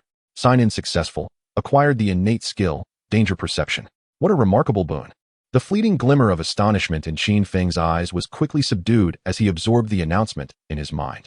Host, Qin Feng, codename 9527, Identity, Police Academy Student Attributes, 1, 3, a robust adult, skills, intermediate psychology, intermediate trace identification, basic Bajiquan, basic pistol shooting talents, danger perception, olfactory switch, keen observation items, clue card X1, tracking card X1. Old Qin, what's the situation? That was a corpse you just touched. As Qin Feng stepped out of the crowd, his dormitory brothers followed suit, their appetite for food entirely diminished. Casting a glance at the inquiring old Su, Qin Feng replied, "The dead do not consume the living. My grandfather and father are both in the medical field. I am not particularly fazed by corpses." Upon hearing Qin Feng's words, the others recalled similar sentiments, with Wang Fui exclaiming, "So you intended to assist in saving lives?" Enlightenment dawned upon them, and their gazes towards Qin Feng shifted. Imbued with newfound respect, though misunderstood by his companions, Qin Feng chose silence, continuing to observe the commotion within the crowd while awaiting the arrival of the police. The fish restaurant owner soon arrived, startled to learn that a guest had suddenly passed away. He hurried over to investigate. For those in the food industry, particularly restaurant owners, even the presence of a fly can jeopardize their business. How much more so when a patron dies mid-meal? If this incident lacks a proper explanation, it could spell disaster for the restaurant's reputation. Thus, apart from the deceased's companions, the owner appeared the most anxious, and it seemed he was at least acquainted with the deceased. The diners at the adjacent table observed that the owner did not engage in any disputes, nor did he raise his voice to shift the blame onto himself. These individuals exhibited a sense of reason. Undoubtedly, the owner's demeanor played a role in this. At the very least, he did not evade responsibility and remained on the premises awaiting the arrival of the police. As for the emergency services, once it was confirmed that a fatality had occurred, someone made a call to inform them that their presence was no longer required. A police car, sirens blaring, arrived approximately 10 minutes later. 2 officers and 1 auxiliary officer disembarked and swiftly approached to inquire about the situation. After much discussion among the crowd, they managed to convey the details. The officers refrained from disturbing the scene, ensuring the area was secured while simultaneously notifying the Criminal Investigation Division. Subsequently, a middle-aged officer stepped forward, instructing all diners to remain on-site for statements. Nearly 20 minutes later, 4 police vehicles arrived. In addition to the 7 or 8 detectives in uniform from 3 of the cars, there was also a vehicle containing 4 forensic officers. Once the detectives arrived, they began to examine the scene and take statements from the witnesses present. Before long, Qin Feng noticed someone glancing in his direction, engaged in conversation. The detective conducting the inquiries also cast a glance toward him. "That's all right. Let us take a record. What is your name?" "You shall go first." The second-level police superintendent directed at Qin Feng. "Very well, let us proceed over there." Without a hint of hesitation, Qin Feng cast a reassuring glance at his concerned comrades and gestured towards a nearby leisure pavilion at the fish restaurant. "Agreed, we shall converse there." Chapter 41, An Unexpected Homicide. The trio entered the pavilion, where Qin Feng produced a red cigarette case. Distributing a cigarette to both the second-level police superintendent and the third-level inspector before igniting one for himself without awaiting their response. Observing Qin Feng closely, the second-level police superintendent paused as he held his cigarette, then lit it as well. "You appear remarkably unperturbed," he remarked with a wisp of smoke escaping his lips. "It is merely a corpse. There is nothing to be anxious about." "I have encountered far more terrifying situations during the summer break," Qin Feng replied candidly. To be evasive would only arouse suspicion. It was far better to assert one's identity directly. Upon hearing this, the second-level police superintendent narrowed his eyes and remarked, "It seems you possess considerable experience." There were ambiguities and traps within his words. Qin Feng discerned this and chuckled.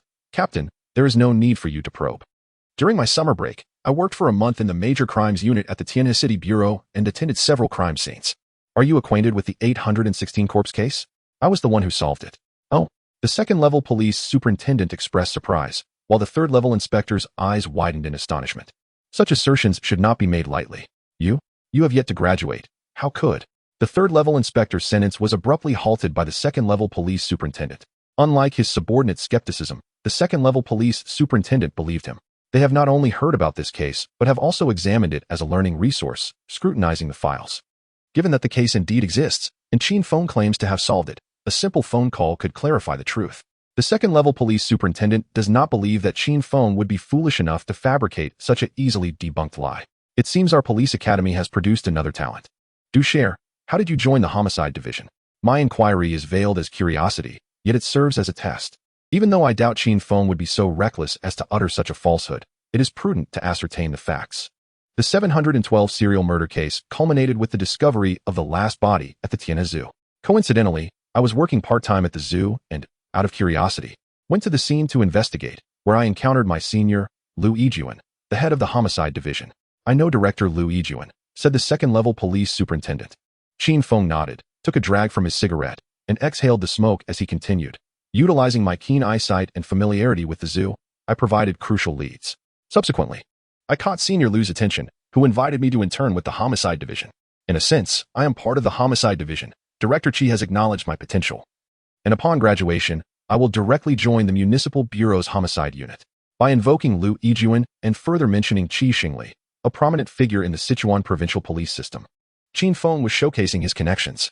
However, beneath this plethora of information lies a singular intention to participate in the investigation of this case. Naturally, he cannot make such a request outright, for even though he has garnered the favor of the Tianhe Municipal Bureau, it is essential to note that the Tianhe Municipal Bureau and the Jiuqing Police are two distinct entities of equal rank, lacking any hierarchical relationship. To gain entry, one must capture the attention of the other party. This is precisely why Qin Feng articulated so much. Indeed, his words piqued the interest of the second-level police superintendent. Dispelling any doubts he harbored, transforming his inquiry into a tone tinged with curiosity, "I have yet to ask your name." "I am Chaozhen, with Zhen meaning truth." He replied, "Officer Chao, I am Qin Feng, with Qin representing the Qin dynasty and Feng signifying wind and rain." "Very well, Qin Feng. What is your perspective on this case? Do you perceive it as an accident or something else?" Chaozhen inquired.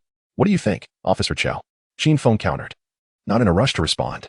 "The forensic expert is still examining the scene. I have yet to receive a conclusive answer." Chaozhen shook his head. Rising, Qin Feng glanced towards the forensic expert several dozen meters away, contemplating before speaking. "In assessing the condition of the deceased, I examined the oral cavity and the eyes. While nothing significant emerged from the oral inspection, there was evidence of congestion in the inner corner of the deceased's eye. However, numerous factors could lead to such congestion. It could indicate a cerebral hemorrhage, a ruptured capillary, or even exposure to a particular toxin. The specifics will depend on the autopsy results. Nevertheless, I believe the food here poses no issue. Furthermore, I am inclined to suspect foul play. As for the motive," Qin Feng gazed at Chaozhen. "From the moment the glass shattered to the time of death, the entire sequence transpired in less than a minute, far too brief." "Too brief?" Chaozhen nodded, acknowledging the validity of this reasoning. It certainly ruled out illness as a cause. After all, no matter how rapid an ailment may be, a span of less than a minute from onset to demise is undeniably too short.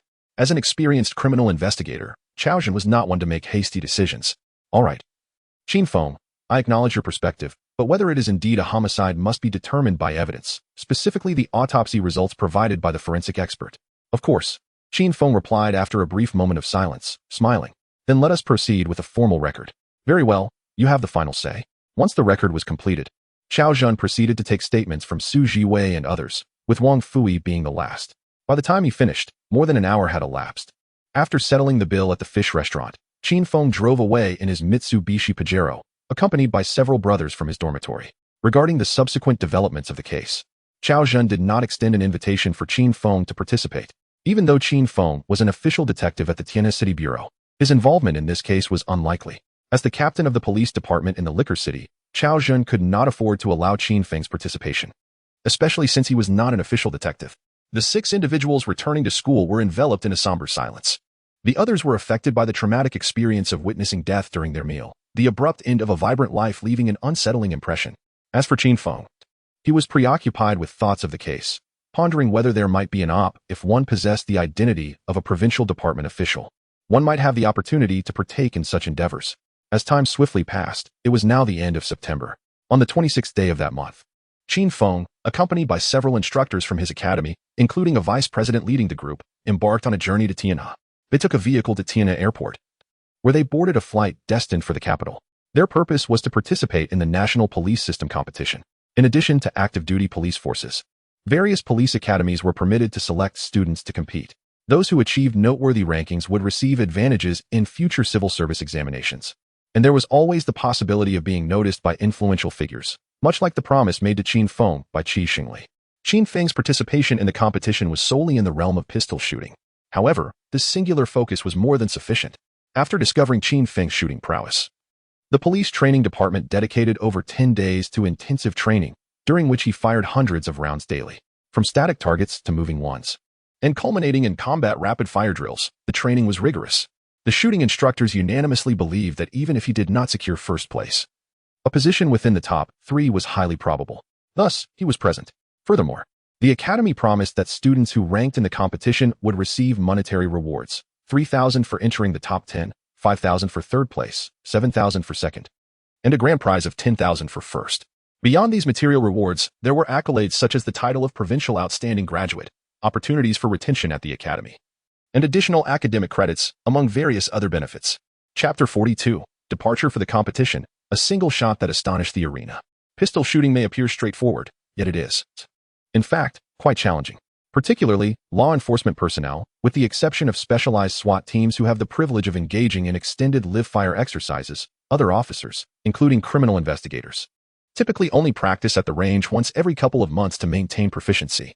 Numerous constraints contribute to this, such as budgetary limitations and ammunition allocation. Some rural police stations may not even discharge a single live round throughout the entire year. Consequently, within the National Police System's grand shooting competition, the presence of 3 police academy cadets, each distinguished by a single shoulder mark, among a group of robust, sun-bronzed officers ranging from junior to senior ranks, appeared conspicuously out of place. Naturally, they garnered considerable attention. Among these 3 individuals, 2 hailed from prestigious public universities, while Qin Feng, a sophomore, was the sole representative from a provincial police academy. Even the ministry leaders who reviewed the information took a second glance at Qin Feng's photograph. The initial round consisted of stationary target shooting. Rules: participants were required to engage in a standing position, firing at a stationary target positioned 25 meters away, utilizing a Type 92 pistol. Each participant was allotted 10 rounds of ammunition and had to complete the shooting within 30 seconds. Failure to do so would result in disqualification. The top 20 performers would advance to the second round, a mobile target shooting competition, with a total of 40 participants. The initial round carried a substantial elimination rate of 50%, creating immense pressure. Regarding the fairness of the competition, the question arises as to whether some individuals might excel at mobile target shooting but struggle with stationary targets. While such cases may exist, they are exceedingly rare, almost non-existent. Furthermore, stationary target shooting serves as the most fundamental assessment. Failure to pass this basic evaluation would preclude any possibility of success in more advanced challenges. Gunner, take your positions. Dressed in training attire, complete with goggles and ear protectors, Qin Feng assumed his position at target number 40. The shooting position is situated at the far end, flanked by 2 other positions occupied by competitors, with the front and rear positions possessing certain advantages, such as a softer echo of the gunfire. As the command to prepare is given, the participants ready their firearms. Prepare, beep, with the sound of a whistle. The 30-second countdown commences on the large screens diagonally facing the shooters. One by one, the competitors aim their weapons, while the dignitaries in the viewing area raise their binoculars to focus on the action. Bang, bang, bang, bang. After firing a test shot and observing the point of impact to confirm the calibration of his pistol, Qin Feng swiftly discharged the remaining 9 rounds at a rate of 1 per second. Upon completing the shooting, he stood at attention, raised his firearm with one hand, barrel pointed upwards, and signaled with his left hand to indicate he was finished. Being the first to submit his results, he naturally attracted the attention of the supervising instructor. The vice dean leading the team, upon witnessing this, cautiously glanced at the officials, and seeing no signs of displeasure among them, turned his binoculars toward the target. Oh! When he beheld the concentrated holes in the bullseye of the target, a look of astonishment crossed his face. Regaining his composure, he began to count the bullet holes one by one. 10 shots on target, each one a perfect 10, 100 points? It's assured. Delighted by the confirmed score, the vice dean quietly set down his binoculars and patiently awaited further developments. Meanwhile, the vice president of the university, observing the vice dean's expression and demeanor, directed his gaze towards position 40. After taking a moment to assess, the vice president fell silent. Vice Dean Wu, you have exceptional talent at your institution. The esteemed vice president of the public university, upon taking his seat, chose to disregard Vice Dean Wu. Now, with the latter initiating conversation, and the former S rank surpassing that of the vice dean by a level, Vice Dean Wu, momentarily taken aback, quickly responded with a smile. Oh, not at all. President Zhong, your public university is truly a reservoir of talent. Our Chuan Police Academy is merely respectable among provincial police academies, not a patch on public university. Vice Dean Wu, how about transferring your student to public university? I could facilitate his graduate studies. Upon hearing this, Vice Dean Wu felt a wave of distaste wash over him, almost tempted to retort dismissively. However, considering the individual's stature, he restrained himself and, with a shift of his gaze, replied, President Zhong's recognition of Qin Feng is a privilege for him and an honor for our Chuan Police Academy. However, Qin Feng has already been earmarked by the Tianhe City Bureau's Major Crimes Unit, and they have signed an agreement, with salary payments already underway. Is that so? President Zhong mused, falling into contemplative silence. Shooting completed, the results were announced. Target 1 scored 90 rings, Target 2 scored 94 rings. Target 23 achieved a perfect 100 rings. Target 40 scored a perfect 100 rings. With the initial 20 participant scores tallied, the remaining competitors were asked to exit. The top 20 were to prepare for the second round, commencing in 20 minutes. The second round featured pistol shooting at moving targets. With the following rules, each participant would have 5 bullets aimed at 5 colorful balloon targets, positioned 10 to 15 meters away. The victor would be determined by the highest accuracy in the shortest time taken, with the top 10 advancing to the third round. A 50% elimination rate was once again enforced. The 5 vibrant, helium-filled balloons, tethered to the ground by threads exceeding a meter in length, swayed erratically in the gentle breeze. The sight of this arrangement elicited a collective gasp from nearly all the contestants. Such a challenge had never been divulged nor anticipated, leaving them unprepared. The sheer audacity of this year's examination was unprecedented. Contestants clustered in small groups, exchanging bewildered glances. Qin Feng, unfamiliar with the others, stood apart, initially perplexed by the balloons, but soon his eyes gleamed with interest. Little Qin, Zhou Yong, a shooting instructor from the Provincial Special Police Corps and fellow representative of Sichuan Province in the pistol shooting competition, approached him. Zhou Yong had also advanced to the second round. Instructor Zhou, well, do you feel confident? Zhou Yong inquired, a hint of trepidation in his voice.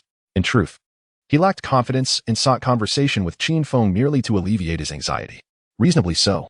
The wind is somewhat erratic, making it futile to discern a pattern unless the direction becomes consistent, which is a matter of chance. Keen eyesight and swift execution should yield favorable results. Qin Feng replied with earnestness. Zhou Yong was taken aback. Observing Qin Feng's composed demeanor and sincere advice, Zhou Yong regretted initiating the conversation. Already tense, he felt further unnerved by the calm instruction from a newcomer. This novice is quite formidable, he mused inwardly. Oh, is that so? I'll take another look.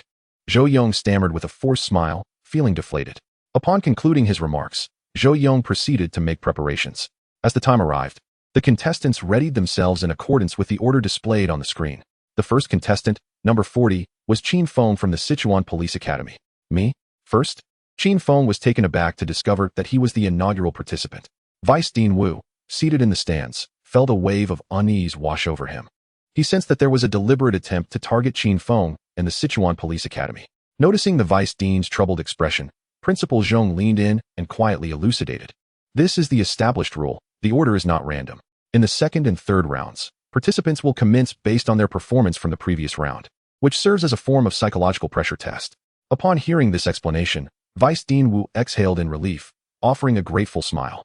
The two then lifted their binoculars, directing their gaze towards Qin Feng, who had already assumed his shooting position 200 meters away. After receiving a magazine containing 5 rounds, he conducted a thorough inspection before tapping it in his hand. Only then did Qin Feng draw forth the 92-style pistol from the quick-draw holster on his thigh, remove the empty magazine, and replace it with a loaded one. Click. Ready. Qin Feng announced loudly. The 2 proctors beside and behind him signaled that the timing was set, simultaneously reconfirming. Is the contestant ready? Ready. On my command. Beep. At the sound of the whistle, the electronic timer commenced. Qin Feng's body instinctively bent forward as he grasped the pistol, disengaging the safety with a swift motion, his arms extending forward. Bang! The gun fired, and the balloon burst. The spectators, including fellow contestants and various officials, were left astounded by the shot. How much time had passed? Just 2 seconds, it seemed. In a mere 2 seconds, he locked onto the swaying, erratically moving balloon, and with a single shot, struck true. Is this a psychological pressure test? Indeed. It is a test of pressure, though not for the first contestant, Qin Feng, but rather for the subsequent participants. The other contestants were left speechless. Chapter 43. The Great Competition. The Beautiful Policewoman. I will surpass you. With keen insight and a commendable proficiency in basic pistol shooting, bolstered by a physical attribute evaluation of 1.3, along with the advantages of basic bagwazang, Qin Feng's vision was remarkably acute, his control over his body exceptional, and his pistol shooting skills highly refined. Furthermore, his intermediate knowledge of psychology enabled him to swiftly adjust his mental state, allowing him to relax and remain unperturbed. Thus far, Qin Feng has skillfully employed 4 skills and 3 innate talents throughout this competition. This is why he is formidable and composed. Beneath his goggles, his eyes shone brightly with determination. After hitting his first target, his body swiftly shifted, adjusting the gun's aim towards the second target. Bang! The gun fired again, even faster than the last, taking only 1 675 seconds from aiming to hitting the second target. Although the precise timing of individual shots was not displayed, everyone present instinctively gauged that this shot was swifter than the previous one. Bang, bang, bang. The sound of gunfire echoed as colorful balloons burst, sending ripples of excitement through the hearts of the contestants. With the shooting complete, the timer ceased. Almost instinctively, everyone turned their gaze to the large display screen showing the time. 729 seconds, less than 9 seconds, averaging just over 7 seconds per shot. The emergence of such a remarkable achievement sparked a wave of astonishment, followed by resounding applause, including from the examiners present. If it had merely been a moving target, the excitement would have been far less palpable. However, this particular target was a helium balloon tethered by fine threads, and the venue was subject to wind. While the moving target exhibited predictable motion, the balloon, buffeted by erratic gusts, exhibited unpredictable movement with rapid directional changes. To lock onto and accurately fire at the target within approximately 1 second and 0.7 of a second demonstrates a reaction speed that far exceeds that of the average individual. As the leaders nodded in quiet approval, their eyes gleamed with interest directed towards Qin Feng, particularly the 2 officials from the Beijing City Bureau, who were already contemplating the prospect of recruitment. Such a talent must belong to the Beijing City Bureau, and they felt assured. After all, this is the heart of the nation, and they believed that with a few enticing promises, it would not be difficult to entice this university's student away from his studies. This was their thought, while others among the leaders harbored their own calculations, though not at this moment, as they intended to observe further.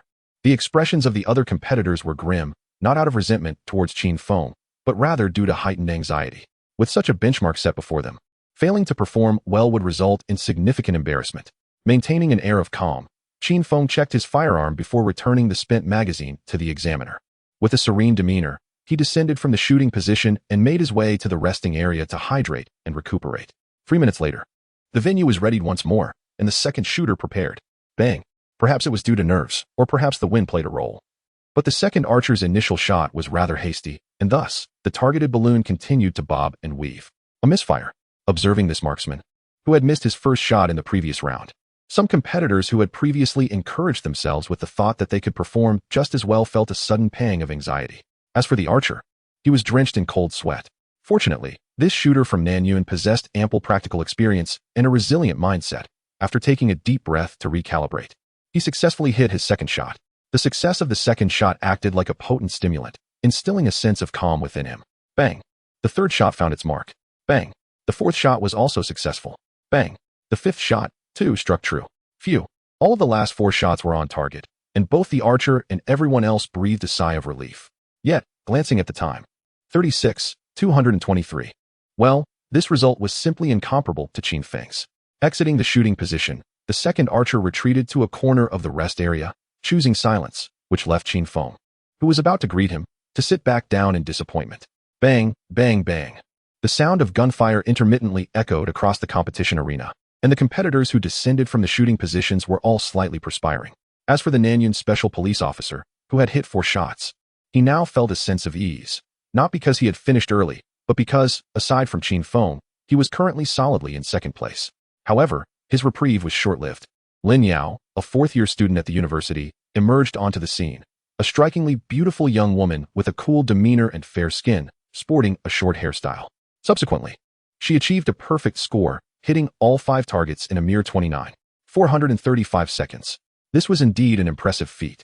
Observing Lin Yao descend from the shooting position with her composed and aloof expression, Nanyuan, the special police officer, felt a surge of displeasure. His expression, already somewhat dark, appeared even more so, though the change was subtle. Nevertheless, it was evident from his countenance that his mood was far from pleasant. After all, who would remain in high spirits after being unceremoniously displaced from second place to third by a young upstart? As Lin Yao entered the rest area, she gazed skyward, seemingly oblivious to the astonished looks of her peers. She strode directly to Qin Feng and stood before him, declaring, "I will surpass you." With one seated and the other standing, Lin Yao looked down at Qin Feng, exuding an air of a victor. "What?" Qin Feng replied, bewildered as he looked up at her. Just as he was about to respond, Lin Yao turned away with an icy demeanor and walked off. Watching her retreating figure, he felt a sense of frustration wash over him. He had merely come to participate in a competition and had performed well. Why was he being confronted? What gave her the right to claim she would surpass him? Was it merely her beauty? He had his own strengths. He was indeed formidable. The significance of this was worth repeating. "Hey, Qin, That girl is truly remarkable. She hit all 5 targets. Aside from you, none of us stand a chance against her. It's uncertain whether being targeted by her is a blessing or a curse, but one cannot deny her beauty. Have you considered that? Zhou Yong maintained a commendable demeanor.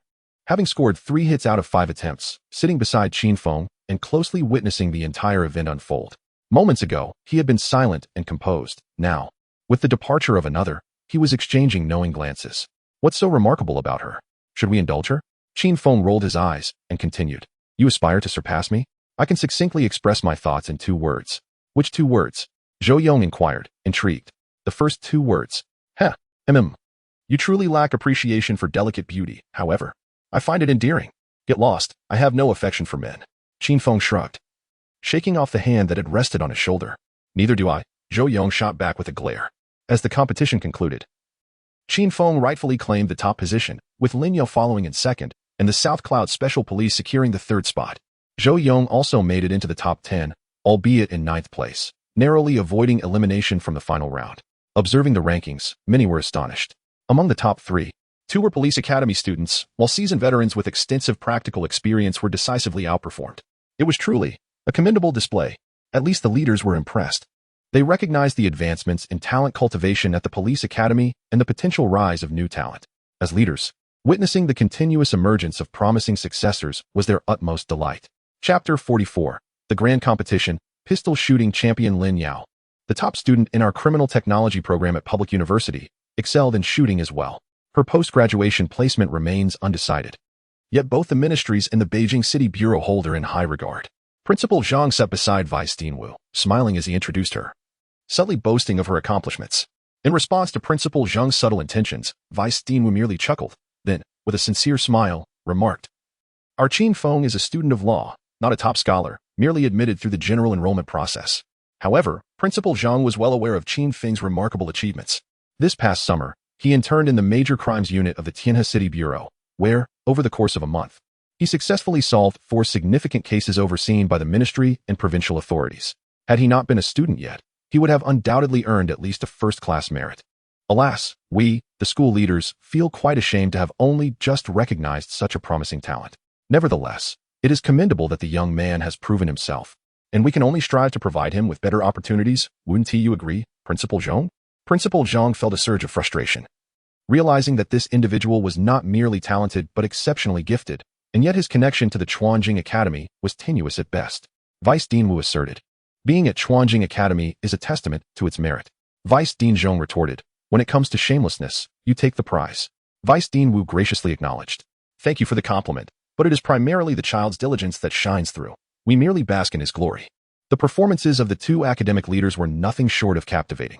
Ultimately, bolstered by Qin Feng's outstanding accomplishments, Vice Dean Wu emerged victorious due to his audacity. After all, while Lin Yao is indeed exceptional, she is merely a student, whereas what Qin Feng has achieved transcends student accomplishments. Coupled with his triumph in the competition, Principal Zhang found himself at a distinct disadvantage from the outset. The 3rd round of the contest commenced swiftly. In the rapid-fire combat challenge, targets are fixed within a fan-shaped area randomly appearing before the shooter. Each target is visible for 2 seconds, requiring 3 shots for the first target, 3 shots for the second, and 4 shots for the third, totaling 10 rounds. Shooters must aim and fire within the brief 2-second window while controlling the number of shots fired, with final scores determined by the number of rings hit. The fleeting appearance of targets, with a total of 20 randomly presented, tests the shooter's reaction speed, psychological resilience, and ultimate shooting precision. This time, the competition employs a reverse order of commencement. The 10 participants will compete based on their performance in the second round, starting from the lowest rank to the highest. The final ranking will be determined by the results of the 3rd round, meaning the scores from the first 2 rounds will not factor into the ultimate standings, necessitating a fresh start for all competitors. Upon hearing the rules, the leaders of all participating units inwardly cursed the person who devised them, especially those who performed well in the second round, with Vice President Wu being the most vocal in his thoughts. After all, had the scores from the first 2 rounds been counted, even if only the second round scores were considered, Qin Feng would have been assured of victory as long as he did not falter in the 3rd round. However, with this new development, the previous ease Wu felt dissipated, replaced by a renewed gravity. While Principal Zhong and others also grumbled internally, they felt a sense of relief. Perhaps this time they might have an opportunity to surpass their competitors? Lin Yao shared this sentiment, casting a glance at Qin Feng that brimmed with provocation. Yet, Qin Feng's calm demeanor rendered her gaze as futile as throwing a challenge to the blind. The competition has officially commenced, with marksmen positioned and targets revealed. The shots are fired. One by one, competitors take the stage, their scores instantly announced, and rankings dynamically updated on the large screen. This particular contest hinges on mental fortitude. Not only do the participants yet to compete exhibit signs of anxiety, but those who have already finished also remain tense. Their gazes fixed intently on the arena and the imposing display. It must be acknowledged that Lin Yao, the formidable policewoman, truly merits the phrase women hold their own against men. As the penultimate contestant, she approaches the line with an impassive expression, calmly completing her aim and firing. With a perfect score of 98 rings, she surpasses her predecessors, temporarily claiming the top position. Thus, the pressure shifts to Qin Feng. As he makes his way to the shooting position, their paths intersect. Lin Yao glances at Qin Feng, her eyes betraying a restrained excitement, while he passes by with an air of composure. "Young lady, your joy is premature." Standing at the shooting station, he receives the magazine, loads the chamber, and prepares. Marksman ready. Prepare. Beep. As the whistle sounds, a circular target emerges 8 meters to the left front. Qin Feng spreads his legs, tilting his body slightly, while his right hand reaches for the holster. With a swift motion, he draws his weapon, the safety clicking off with a sharp sound. Bang, bang, bang, 3 shots fired in less than a second. The target registers the hit, and the next one appears approximately 15 meters straight ahead. Bang, bang, bang. His gun swivels swiftly with his body, and with keen eyes, Qin Feng pulls the trigger again, sending 3 bullets hurtling toward the target. The third target materializes, positioned 10 meters to the right front at a 70-degree angle. Once more, he turned, the gunfire erupted, and the chamber was emptied. Finished. A resounding shout reverberated throughout the arena. Following the conclusion of the shooting, the marksman meticulously inspected his firearm. Click, click, snap. The verification of the weapon complete. It was returned, and Qin Feng calmly removed his ear protection before departing the range. Silence enveloped the arena, with every gaze fixated on the large screen.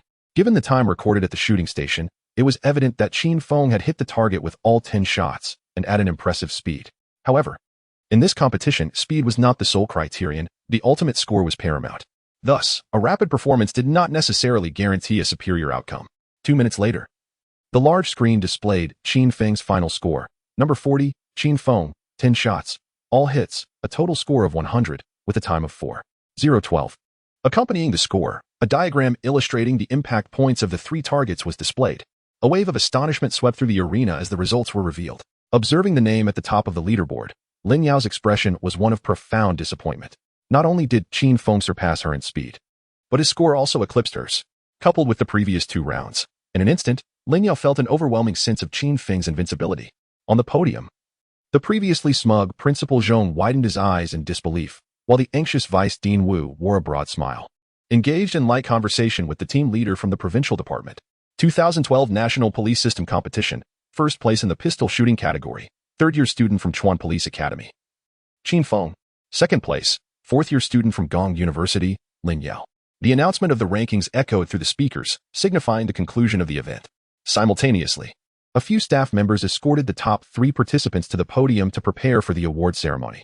Ha! Qin Feng, splendid indeed. You have truly brought honor to our esteemed president of the Sichuan Police Academy.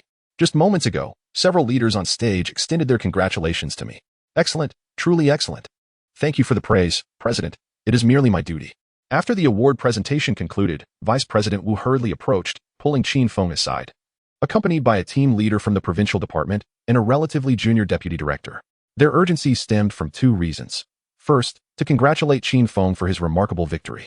And second, because many individuals on the podium, including leaders from various ministries, inquired about Qin Feng's background. As Vice President Wu boasted, he divulged Qin Feng's experiences, attracting considerable attention. In this situation, Vice President Wu remained composed, yet the deputy director grew increasingly anxious. Although Qin Feng had already been earmarked by the Tianhe Municipal Bureau, making his immediate transfer to the provincial department unlikely, the situation remained precarious. The Tianhe Municipal Bureau still operated under the provincial department's oversight. However, should another province or even a ministry seize him, the provincial department would lose all claim. Therefore, the deputy director's urgency was to retain this talent within Sichuan province, ensuring that no one else could draw close to Qin Feng. Young individuals may not always withstand temptation, especially when surrounded by cunning veterans. While other provincial departments may be manageable, there is a legitimate concern that ministries may not adhere to fair play. Chapter 45: The Troubles of Fame. After receiving commendations from Vice Dean Wu, the deputy director also exchanged a few pleasant words with Qin Feng, following which the three of them swiftly departed, leaving other leaders who wished to converse with Qin Feng in vain.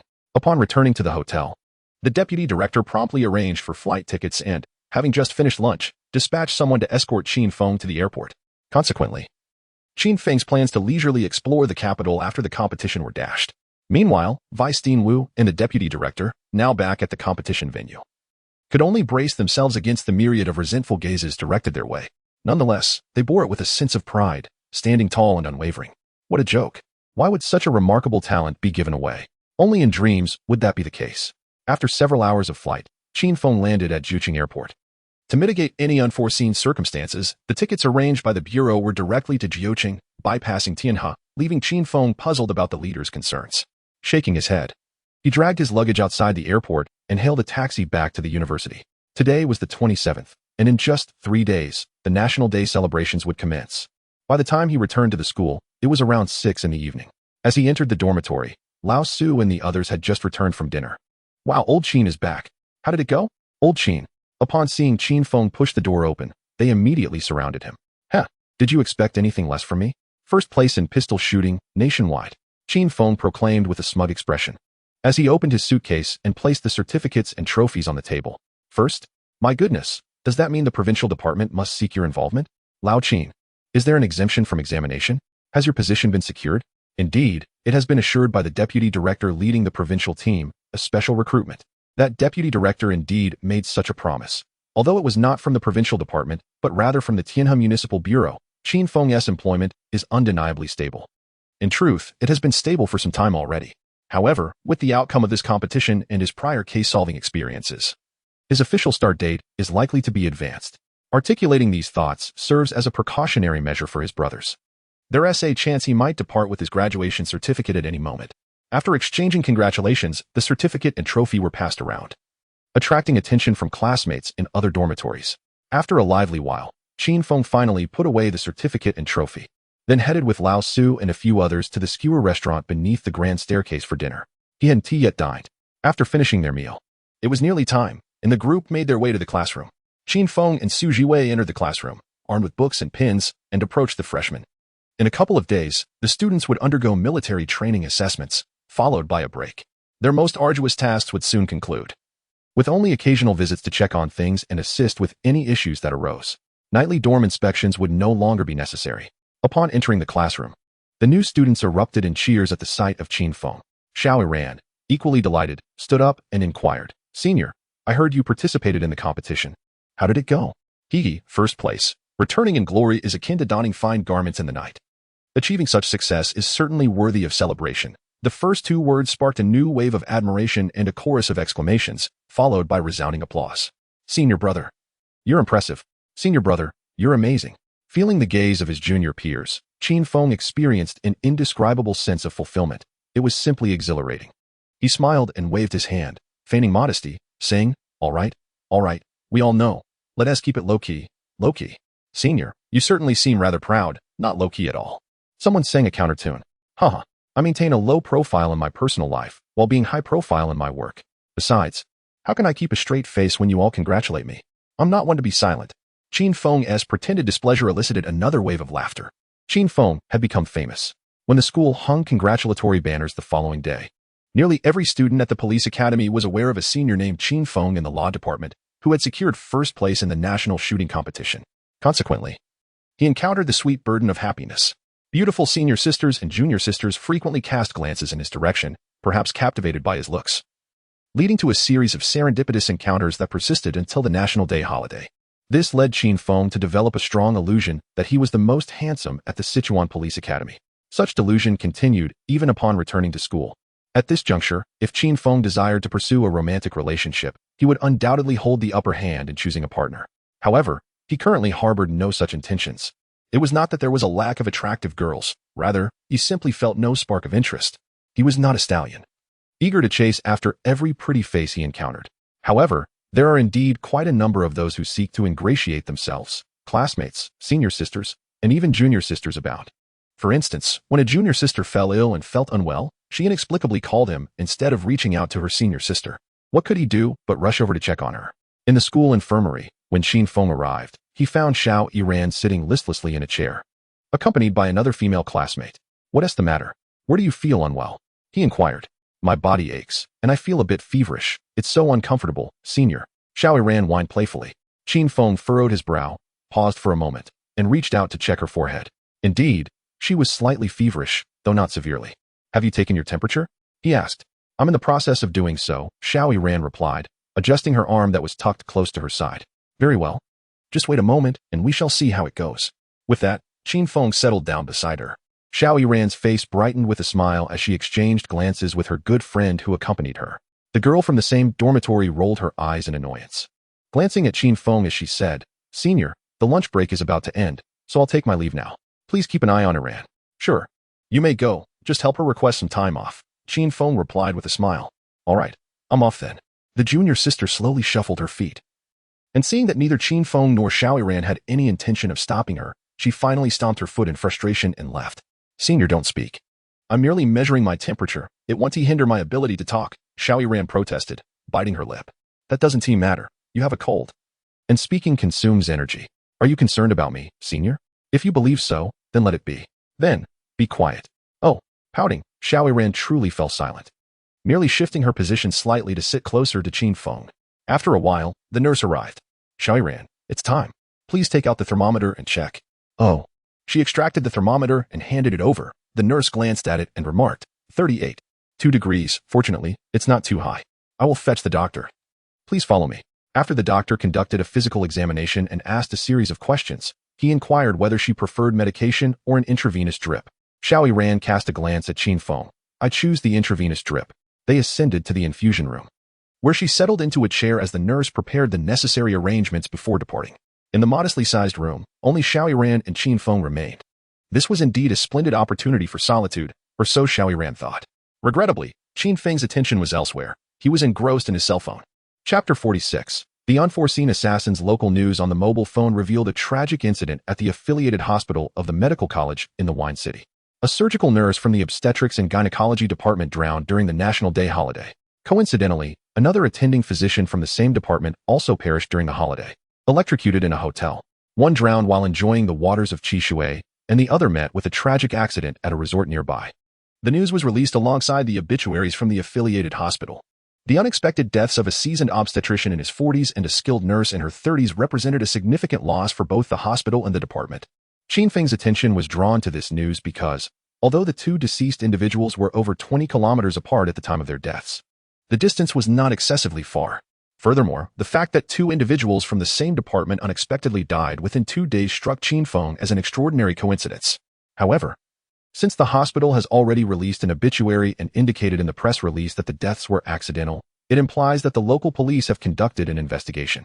Yet, Qin Feng recalled a film titled Accidental Killer, which narrates how individuals orchestrate accidents to eliminate their targets. This method is highly covert and possesses significant deceptive qualities.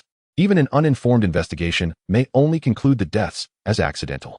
Upon reading the news, Qin Feng had an instinctive feeling that the deaths of these two individuals might not be as straightforward as mere accidents. Both deceased were obstetric and gynecological medical personnel, and their identities were closely intertwined. The sudden demise of two individuals with such similar roles in quick succession led Qin Feng's mind to immediately conjure the phrase, revenge killing. Of course, this was merely his conjecture and suspicion. Concrete evidence was necessary for validation. Yet, evidence. Senior brother. Noticing that Qin Feng was engrossed in his phone and had not responded to her calls, Xiao Yiran, feeling somewhat displeased, gently nudged him. It irked her that he was not paying attention to the lovely junior sister beside him, but instead was absorbed in mobile news. What is it? Qin Feng, snapping back to reality, inquired. What are you so captivated by? Observing his junior sister's slight discontent, Qin Feng silently shook his head with a sigh, thinking it troublesome. However, he concealed his feelings and forced a smile, replying, It's nothing, just a news article. Alas, time has come. You should continue your 4 here while I attend my class. Casting a glance at his phone, Qin Feng appeared to have just realized that time was not on his side, and the class was fast approaching. What? You're leaving? Naturally. Xiao Yiran did not wish for Qin Feng to depart. The doctor had assured that his cold was not severe, and he was still receiving treatment. I have classes to attend this afternoon as well. Very well, then. Though reluctant, Xiao Yiran did not want Qin Feng to perceive her as unreasonable and ultimately nodded in acquiescence. After exchanging a few parting words, Qin Feng exited the infirmary but did not head to class. Instead, he ambled toward the dormitory while dialing Lu Yijuan on his phone. After a few rings, the call connected. Hello, Xiao Feng. What's up? Senior, I would like to request your assistance in investigating the unexpected deaths of 2 individuals. The case should have been concluded in your province, Qishui. The deceased. Qin Feng relayed the information regarding the 2 individuals. Upon hearing this, Lu Yijuan did not decline and promptly agreed. Sure, no problem. I'll have the administrative staff look into it and send you the findings. Do you suspect there is something amiss with their deaths? I merely find it somewhat coincidental and wish to understand more. Qin Feng replied. After a brief moment of silence, Lu Yijuan responded. It's prudent to inquire, but Xiao Feng, allow me to remind you as your senior, please don't take this as meddling. What do you mean? Senior? If, and I emphasize if, you discover any irregularities, refrain from expressing opinions unless you possess concrete evidence, and do not make private contacts with anyone in your province. Understand?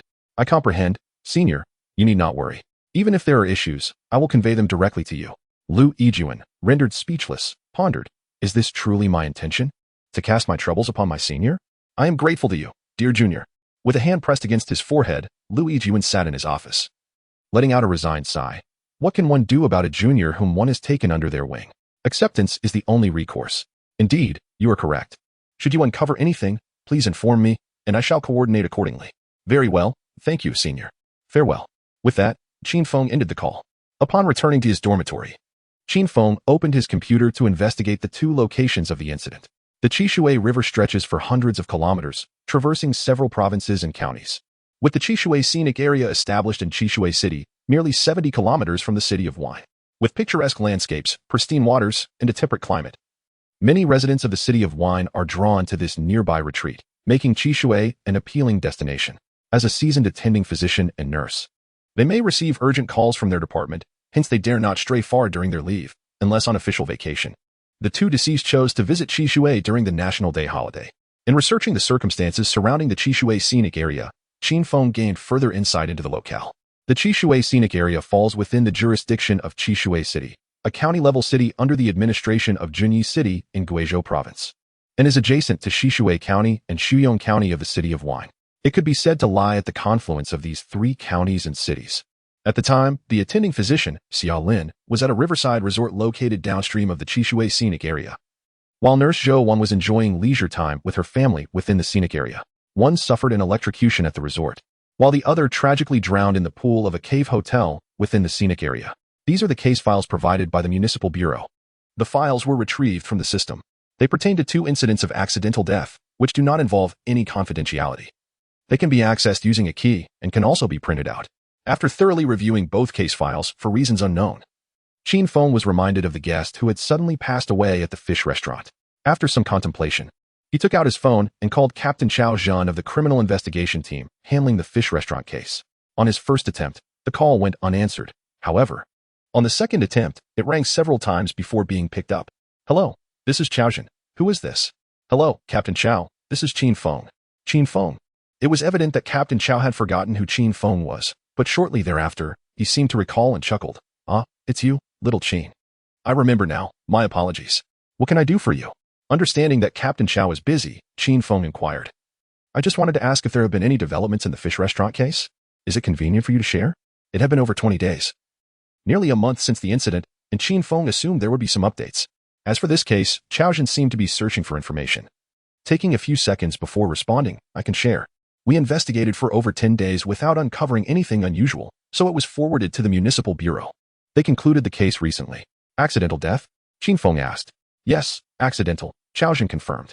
After a brief pause, he added, following a thorough autopsy, it was determined that the cause of death was heart failure triggered by rapid blood circulation due to alcohol consumption. After obtaining the consent of the family, an MRI examination of the heart was conducted, revealing that the deceased suffered from cardiovascular stenosis, a condition that had previously gone undetected. It appears that the individual's health had deteriorated recently, compounded by the presence of embolism and the consumption of alcohol, which significantly accelerated blood flow, ultimately leading to cardiovascular complications and resulting in cardiac arrest. This is the explanation provided by the expert. However, I am unable to elaborate on the specific medical details. Thank you, Captain Chao. By the way, may I have a look at the case file? After expressing his gratitude, Qin Feng made another request. I sincerely apologize, but that is not possible. Having been declined amidst the ongoing proceedings, Qin Feng did not harbor much hope. Then, Captain Chow, may I inquire about his name and identity? I can disclose that information, but you must not share it with others. Confidentiality is paramount. Rest assured. I will keep it to myself, Qin Feng assured. Perhaps due to Qin Feng's position in the Major Crimes Unit. Xiao Zhen refrained from elaborating further and simply stated, the deceased's full name is Li Weiming, who served as the Deputy Director of the General Surgery Department at the City Hospital. Not affiliated with the Medical College Hospital? Qin Feng inquired. No, he is a physician at the City Hospital's General Surgery Department. All right, thank you, Captain Chow. You are welcome. I have no further questions. I will treat you to a meal another day. I shall take my leave now. Very well, goodbye. Chapter 47. Signing at the scene of death? Not an accident, but homicide. On the dormitory balcony, Qin Feng, with a cigarette clenched between his lips, gazed outside as the wisps of smoke gracefully ascended. His eyes narrowed while observing the towering broadleaf phoenix trees. He was deep in thought, reflecting on the deaths of Shaolin and Zhou Wan. I was reminded of the demise of the guest at the fish restaurant. Initially, I presumed that the guest, Old Li, was a doctor from the affiliated hospital's obstetrics and gynecology department, only to discover he was a physician at the municipal hospital. Could it be that my assumptions were misguided? Were Shaolin and Zhou Wan merely victims of a tragic coincidence? Regardless, I resolved to visit Qishui, as it was not far. With a decision made, Qin Feng exited the dormitory, secured the door, and departed. Upon reaching the teaching building, he approached the squad leader to request leave. Given his prior victory in the major competition, along with ongoing discussions between the Tianhe City Bureau and the provincial department regarding Qin Feng's potential early graduation, the squad leader, who oversaw the students, was already informed and thus readily approved the leave without hesitation. The captain, seated at a nearby desk, expressed a few words of concern before also granting him a 3-day leave. With the leave approval in hand, Qin Feng proceeded to the parking lot. En route, he called Chen Lei at the dormitory to explain his situation and informed Su Jiwei, requesting him to oversee the freshman squad. Once he started his vehicle, he set the navigation and drove his Mitsubishi Pajero towards the school gate. After more than 10 minutes, he entered the highway. Following an additional 40 minutes, he arrived at the scenic area, navigating slowly along the road until he finally parked at the Cave Hotel. After securing his vehicle, Qin Feng, with a crossbody bag slung over his shoulder, made his way to the Cave Hotel. Upon entering, he approached the front desk to register. Hello. May I inquire if room 302 is available? Presenting his identification card, he asked the receptionist. Please hold on. Sir, room 302 is unoccupied. Would you like to check in? After making an inquiry, the receptionist responded. The National Day holiday has just concluded, and it is not the height of summer. Thus, the scenic area is currently in the off-peak tourism season. Although the Cave Hotel is renowned, it too experiences fluctuations between peak and off-peak periods. Today, only 3 rooms have been reserved. Room 302, a suite with an exquisite view, is priced at just over 600 per night during the off-peak season. Yet it remains unbooked. Well, I shall book it for 1 night, Qin Feng stated. Very well, sir. Please hold on a moment. Shortly thereafter, the room was secured. And after swiping his card to pay for the accommodation and deposit, Qin Feng received the room key. Following the directional signs, he ascended to the suite situated at the highest point of the cave. This particular suite is a standalone glass enclosure. Located at the far left of the cave's summit, constructed from fully transparent tempered glass, with curtains around to ensure privacy. The room is equipped with a switch that allows the floor-to-ceiling curtains facing the outside to be completely drawn back. Once opened, the view is breathtaking, whether by day or night. Upon opening the door, Qin Feng paused at the threshold. Crime scene detected. Would you like to check in? Check in. Check-in successful. Gained basic pharmacology and the innate skill, acute olfaction. Ah, yet another innate skill? Qin Feng felt a surge of excitement. It was not solely due to the newfound ability acquired through check-in, but also because he was now certain that Zhou Wan's death was unequivocally not an accident. Room 302 was the same place where Zhou Wan and her family had previously stayed, and now it had transformed into a crime scene. Given its status as a crime scene, Zhou Wan's demise could only be the result of foul play. Arriving at the crime scene, Qin Feng was determined to leave no stone unturned in his investigation. The suite comprises 2 bedrooms, one large and one small, constituting a quintessential family room. The master bedroom boasts a spacious 2-meter bed, while a partition devoid of a door leads to 2 smaller beds, each measuring 1.5 meters. Thus, the suite can comfortably accommodate at least 4 individuals. With a bit of snugness, it can easily host 6, and considering the ample sofa in the living room, 8 guests would not be an impossibility. Additionally, the expansive bathroom is fully equipped with a bathtub and shower facilities. The restroom and sink area are also generously spacious, devoid of any sense of crowding. To put it succinctly, at a nightly rate exceeding 600, this accommodation is undoubtedly a remarkable value. However, the room has evidently undergone a thorough cleaning, indicating that he is the first guest to occupy it. The cleaning staff has shown great diligence, leaving even the most challenging corners spotless. After a thorough inspection, Qin Feng shook his head. Even if the suspect had left any clues, they would undoubtedly be irretrievable now. Seated by the floor-to-ceiling window, he drew back the curtains to unveil an unparalleled view, then opened the case file to peruse the autopsy report. According to the findings and toxicology analysis, no traces of sedatives such as triazolam were detected in the deceased, Zhou Wan, nor were there any minuscule puncture marks. The cause of death was determined to be drowning asphyxia. Thus, by what means did the suspect succeed in causing Zhou Wan to fall into the pool and meet her demise? Qin Feng unfurled the file, meticulously scrutinizing each page. Zhou Wan was a smoker. In the testimony of Zhou Wan's husband, he mentioned that Zhou Wan felt a bit stifled indoors, prompting her to step outside with a cigarette. When nearly an hour had passed without her return and her phone went unanswered, he ventured out to look for her, only to discover her lifeless body by the expansive swimming pool, situated more than 20 meters from their suite.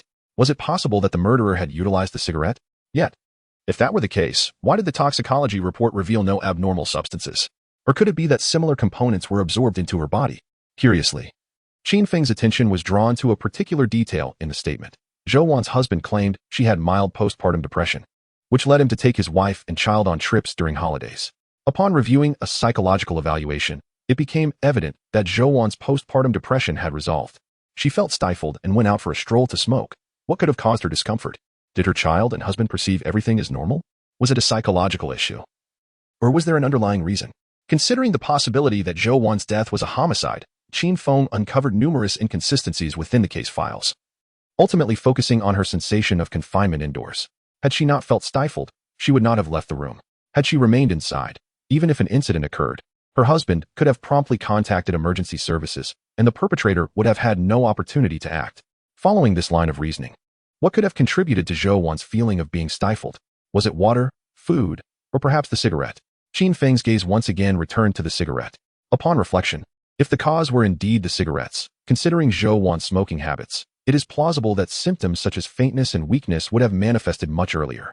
It seems necessary to inquire with Zhou Wan's husband.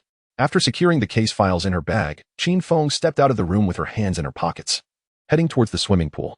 The pool was constructed adjacent to the cave entrance, separated from the suite by ornamental trees, with a walking path of no more than 30 to 40 meters. The pool itself was modest in size, not adhering to standard dimensions, measuring approximately 10 meters in length and 5 meters in width. One side of the shore featured landscape designs and several leisure seats. Upon reaching the poolside, Qin Feng stood transfixed, gazing at the shimmering surface of the water illuminated by the lights. After a moment, she regained her composure and surveyed the surroundings, hoping to uncover any overlooked evidence.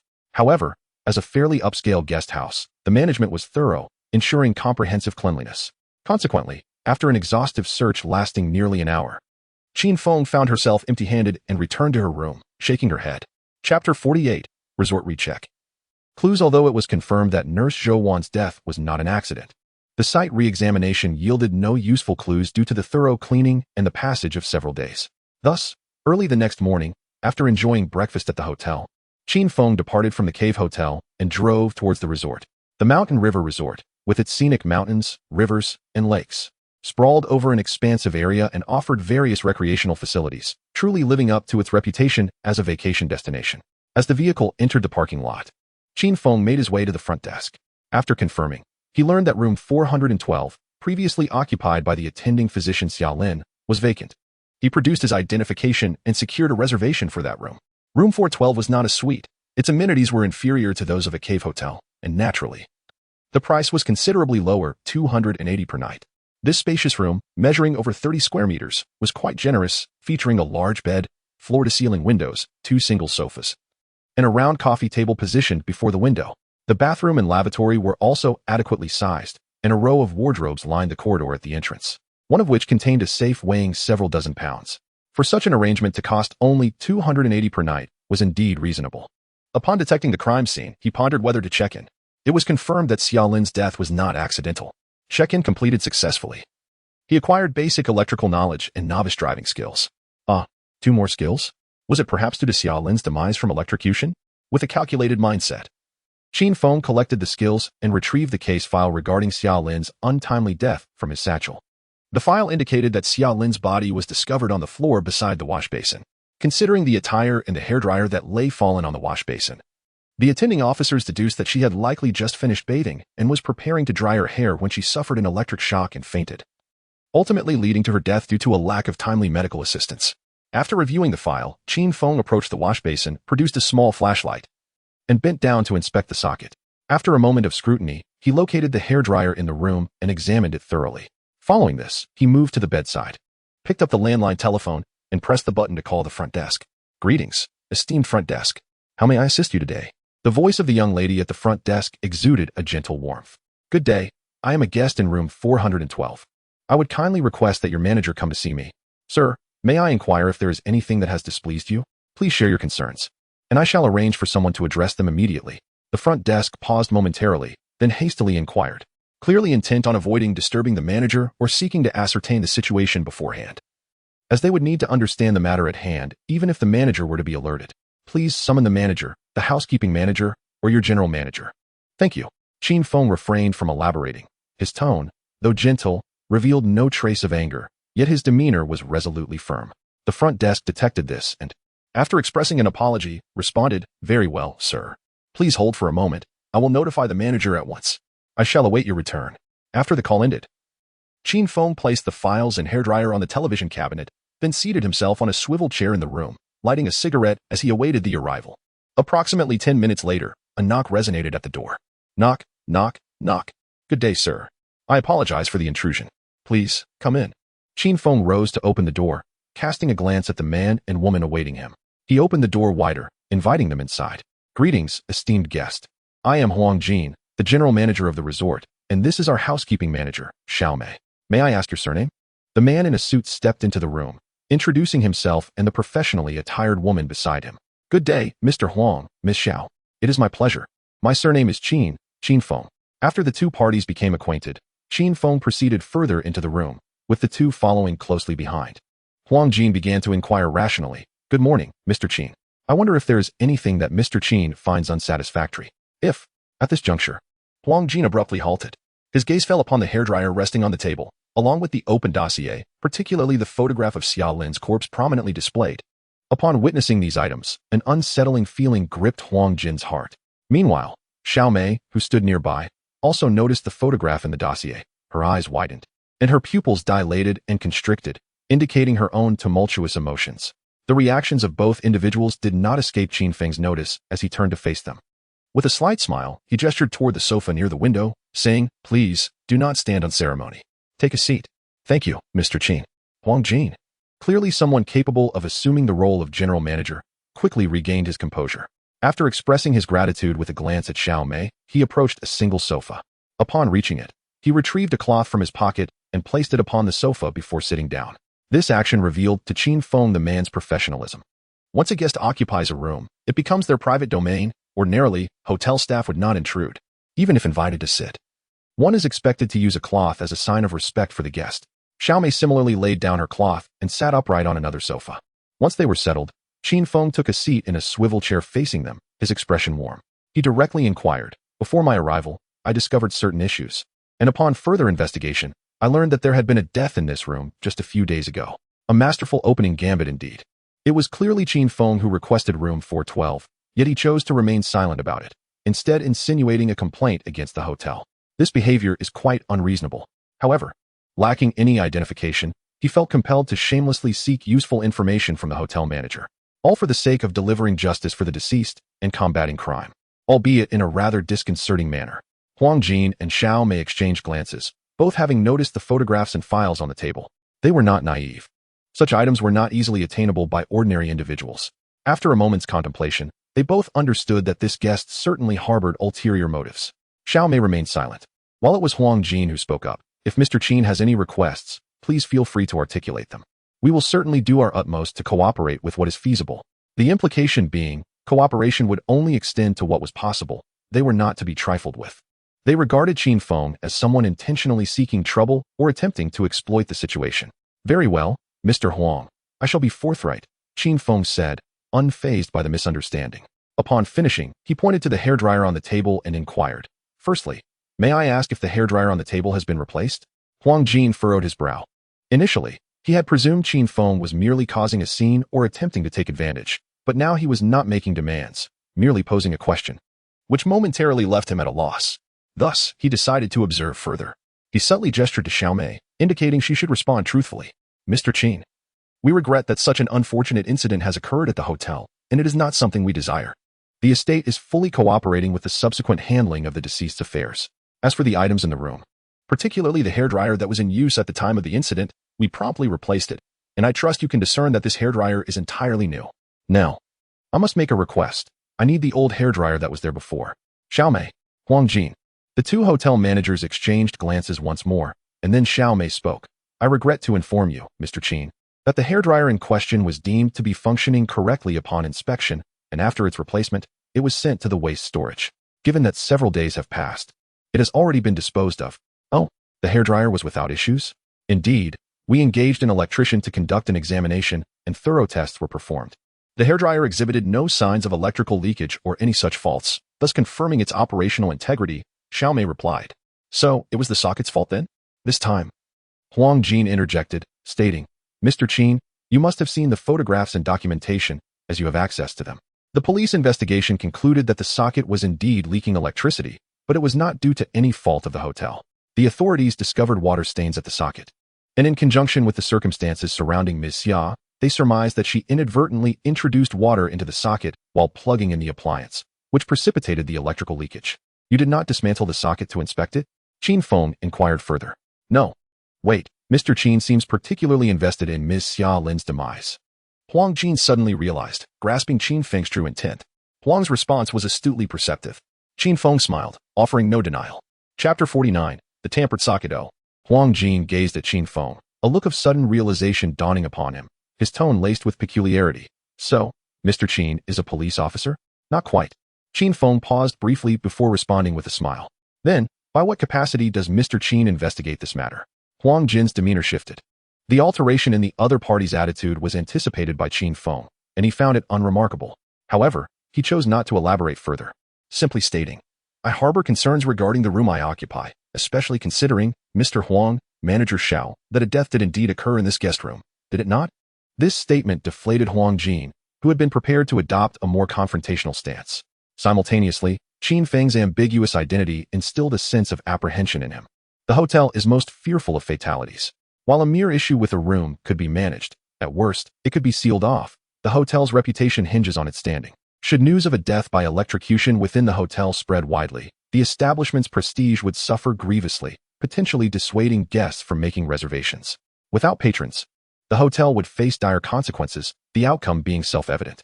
Admittedly, this incident was an unfortunate accident, corroborated by the police, followed by inspections from fire safety and regulatory authorities, all affirming that the electrical systems complied with standards. Yet, the adage fear of public opinion rings true, and another saying cautions that one should not fear the improbable, but rather the potential for the unlikely to occur.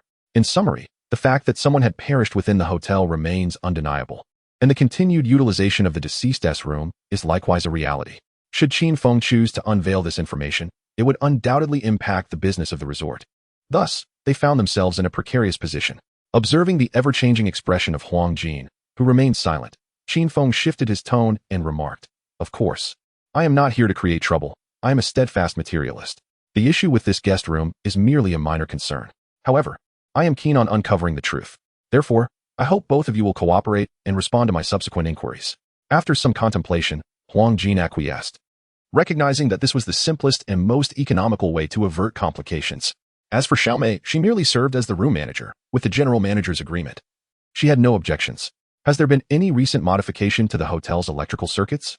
"No." "Have any suspicious individuals been observed entering or exiting?" "No." "Since the incident, has anyone else occupied this room?" "You are the first." "Very well, I will require a set of electrical tools. Additionally, could you please cut off the power to this room's sockets? I would like to conduct an inspection, if that is acceptable." "Certainly." Huang Jin concurred, glancing at Xiaomei. "The front desk has the tools. I will retrieve them. However, for the power cut, we need to confirm with the hotel's maintenance department, as the main switch for the sockets is located there. Moreover, once the power is cut, the entire floor's sockets will be affected, Xiaomei informed Huang Jin.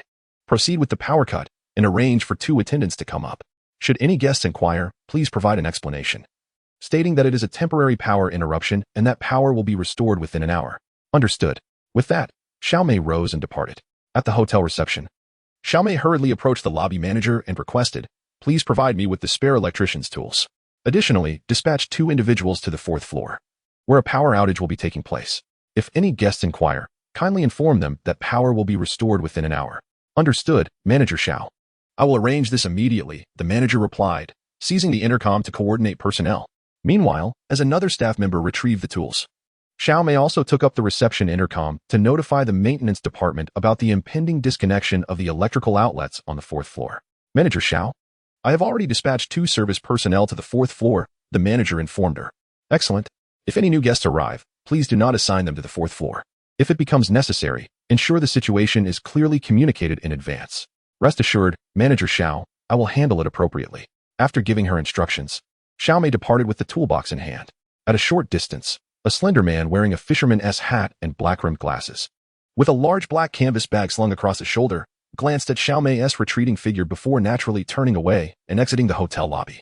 A few minutes later, the man re-entered and approached the front desk. Hello, I would like to reserve a Mountain View King room. Good day, sir. We do have availability for the Mountain View King room. However, due to ongoing electrical maintenance on that floor, there will be a temporary power restriction for the entire 4th floor. Power will be restored within an hour at the latest. Is that acceptable? Yes, that works for me for now. By the way, my lucky number is 16. Is that possible? One moment, sir, I'll check, the front desk supervisor courteously stated. After a brief moment of looking into the system, she looked up, a smile gracing her lips. Sir, room 416 is available. It's also a king-size bedroom with a mountain view. Thank you, please register me. Certainly, sir, one moment. With both hands, she accepted the ID card the man handed over, glancing at it, then at the man, then back at the ID before starting the registration process. Soon after, the room card and ID were placed on the counter. The supervisor said, Sir, the room fee plus the deposit is 500. Will you be paying by card or cash? The man replied, taking out a black rectangular wallet from his coat pocket and counting out 500 to hand over. Very well, I'll issue you a receipt. Also, here are your breakfast vouchers for the morning. Thank you. With the check-in completed, the man placed his ID back in his wallet, took the room card, and headed towards the elevator. On the 4th floor corridor, the man in the bucket hat walked towards 416, glancing at the open doorway of 412 as he passed. He then calmly averted his gaze and continued onward. Inside the room, Qin Feng, with a screwdriver in hand, carefully disassembled the outlet cover. After tapping the outlet a few times, he continued the disassembly. When the socket was exposed, a glint flashed in Qin Feng's eyes. He then handed his phone to Huang Jin to help film, and from his satchel, he retrieved a small pair of tweezers, carefully removing a small, membrane-like piece from within, placing it into an evidence bag. After looking around, he photographed the wires of the socket. After addressing these matters, Qin Feng pointed to the disassembled items on the table and said, I need to take these with me. Is it acceptable for you to replace the socket? No problem. I will have someone come to do it, Xiaomei replied. Huang Jin did not express any dissent. However, his countenance bore a somewhat grim expression. The disassembled socket revealed nearly half a centimeter of exposed wire, leaving the electrical wiring entirely vulnerable, a situation that is absolutely unacceptable, even in cases of exposure. Insulating tape should be employed for safety. Yet, this socket had been left untreated. I require the guest information for room 412 from the month preceding Xiaolin's death. The resort can provide this, but Mr. Qin must present identification and the necessary paperwork, Huang Jin stated. He neither refused nor offered the information casually. The procedures would require time. Qin Feng shook his head and proposed, how about this? I don't need a printed copy. You can display the information for me to review, and I will complete the paperwork later for someone to collect the physical document. After exchanging glances, Huang Jin and Xiaomei acquiesced. It's evident that a person capable of managing such a vast resort with meticulous order is no fool. If Huang Jin, having witnessed all these events, remained oblivious to the troubling circumstances surrounding Xiaolin's death, then he had wasted many years. Now that the evidence lay in Qin Feng's hands, if he insisted on adhering to certain principles without consideration for sentiment, the hotel would undoubtedly suffer the consequences. Thus, he opted for a compromise. While the data could not be printed, it could certainly be viewed. Chapter 50, Lunch Enhancements, Danger Perception Achievements. In Qin Feng's strategic maneuver after a brief wait, the electrician arrived at the hotel. Upon seeing the exposed end of the socket connection, his expression shifted, fear gripping him at the thought of jeopardizing his livelihood. Fortunately, General Manager Huang Jin reassured him, and upon learning that his job was secure, the electrician swiftly addressed the hazard and reinstalled the socket panel. Do you usually take care of exposed wire ends during installation? Qin Feng inquired, observing from the side. Of course, we must handle that. Unaddressed, it poses a significant risk of electric leakage and violates operational protocols. We are all certified, and such mistakes are unacceptable. Thank you. Esteemed electrician. Not at all. Now, if you'll excuse me, I must take my leave. Huang General Manager Xiao. Very well. Go ahead, Huang Jin replied, as the electrician tidied his tools and departed. General Huang, I would like to request the attendance records for all your electricians, if possible. Certainly. I will have that printed for you. The attendance records of the electricians are part of the resort's management information and do not require the confidentiality that guest information does. So Huang Jin readily agreed. All right, let us proceed. Agreed. Having gathered his belongings, Qin Feng wasted no time and, accompanied by Huang Jin and Xiao Mei, exited the room. After reviewing the guest information in the lobby and taking photographs, Qin Feng prepared to leave the resort. Mr. Qin, your room has been checked out. The total charges, including the room fee and deposit, amount to 500 and will be returned to your account. Thank you, General Huang and Manager Xiao. I shall take my leave now. Goodbye, Mr. Qin. Farewell. Upon exiting the lobby, Qin Feng made his way directly to the parking lot. From the floor-to-ceiling windows of room 416, one could observe the lobby entrance. A man in a fisherman's hat stood before the window, watching Qin Feng as he walked towards the parking lot under Huang Jin's escort. The man then turned and entered the room, retrieving a handbag from his canvas bag before hastily descending the stairs. After getting into his car, Qin Feng did not leave immediately. Instead, he took out his phone and called Lu Yijuan. Xiao Phone? It's me, brother. I have a matter at hand. Are you busy? If not, could you ask Lu Ge and Zhang Ping to come to Jiucheng? What is the matter? Do you have a lead? Lu Yijuan recalled the 2 cases of unexpected deaths that Qin Feng had previously requested. Indeed, there is evidence suggesting that the death of the attending physician, Xia Lin, was not an accident. Upon hearing Qin Feng's response, Lu Yijuan fell silent for a moment before replying. All right, I'll have Lu Xuanquan, Zhang Peng, and Yao Mingyu set off for Jiucheng immediately. They have just wrapped up a minor case and currently have no new ones. Thank you, brother. However, if we can ascertain that the other nurse's death is also suspicious, I may require your assistance. You are concerned about the Jiucheng Police Bureau, right? Lu Yijuan immediately grasped Qin Feng's apprehension. Yes, Qin Feng affirmed without hesitation. Haha, rest assured, if you truly find evidence, they will be grateful to you. Continue your investigation. And feel free to call me whenever you need. All right, thank you, brother. Don't mention it. I have faith in you. Keep it up. Oh, and be cautious. I will. After hanging up the phone, Qin Feng inserted the car key and turned it to start the engine. He shifted gears and began to drive, smoothly maneuvering the Pajero out of the parking space and towards the exit under the guidance of the steering wheel. With his newly acquired basic driving skills, Qin Feng felt an immediate difference while behind the wheel. His control over the vehicle was significantly enhanced, and his spatial awareness seemed instinctive. Previously, he could merely be considered a driver. Now, he transformed into a seasoned veteran, akin to an amateur race car driver. Although the skills he received were merely basic, as evidenced by his prior proficiency in handgun shooting, the system's foundational level was already exceptionally advanced for an ordinary person. As for the intermediate skills, they surpassed even those of a typical forensic expert. For instance, during his earlier inspection of the socket, he discerned issues at a mere glance, identifying numerous traces of tampering. Regrettably, the suspect had likely worn gloves while committing the act, and several days had elapsed since the incident, with the room having been cleaned. Otherwise, he might have uncovered more evidence, potentially leading him directly to the perpetrator. After all, he was capable of analyzing numerous details from the footprints on the hard floor, and with some time devoted to intermediate trace analysis, he could achieve considerable results. Upon returning to the scenic Cave Hotel at just past 11 in the morning, Qin Feng entered his hotel room and requested room service, beginning to organize his findings. As for Nurse Zhou Wan, aside from the system notification confirming his check-in, it was evident that she did not die by accident. However, he had gleaned little else, leaving him still puzzled about the circumstances of her drowning. In contrast, the information he gathered from Xia Lin proved to be quite substantial.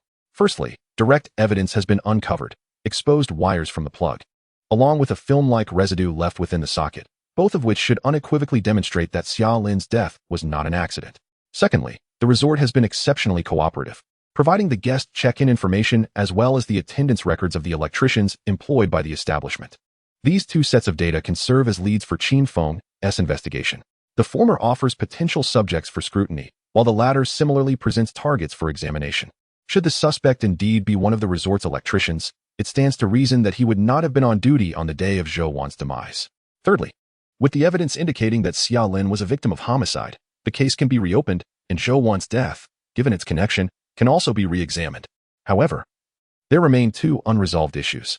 The first concerns how the suspect managed to isolate Zhou Wan from her room, leading to her drowning without any detectable foreign substances in her system. The second pertains to the suspect's manipulation of Xia Lin's room. How could he be certain that his actions would ensnare Xia Lin rather than her husband, who also resided there, and cause him to suffer an electric shock? If these questions can be answered and supporting evidence found, the suspect could be unequivocally implicated. Moreover, there exists another avenue to ascertain the identity of the suspect, interviewing family members and colleagues of both deceased individuals. Qin Feng currently posits that the deaths of Zhou Wan and Xia Lin are the work of the same perpetrator.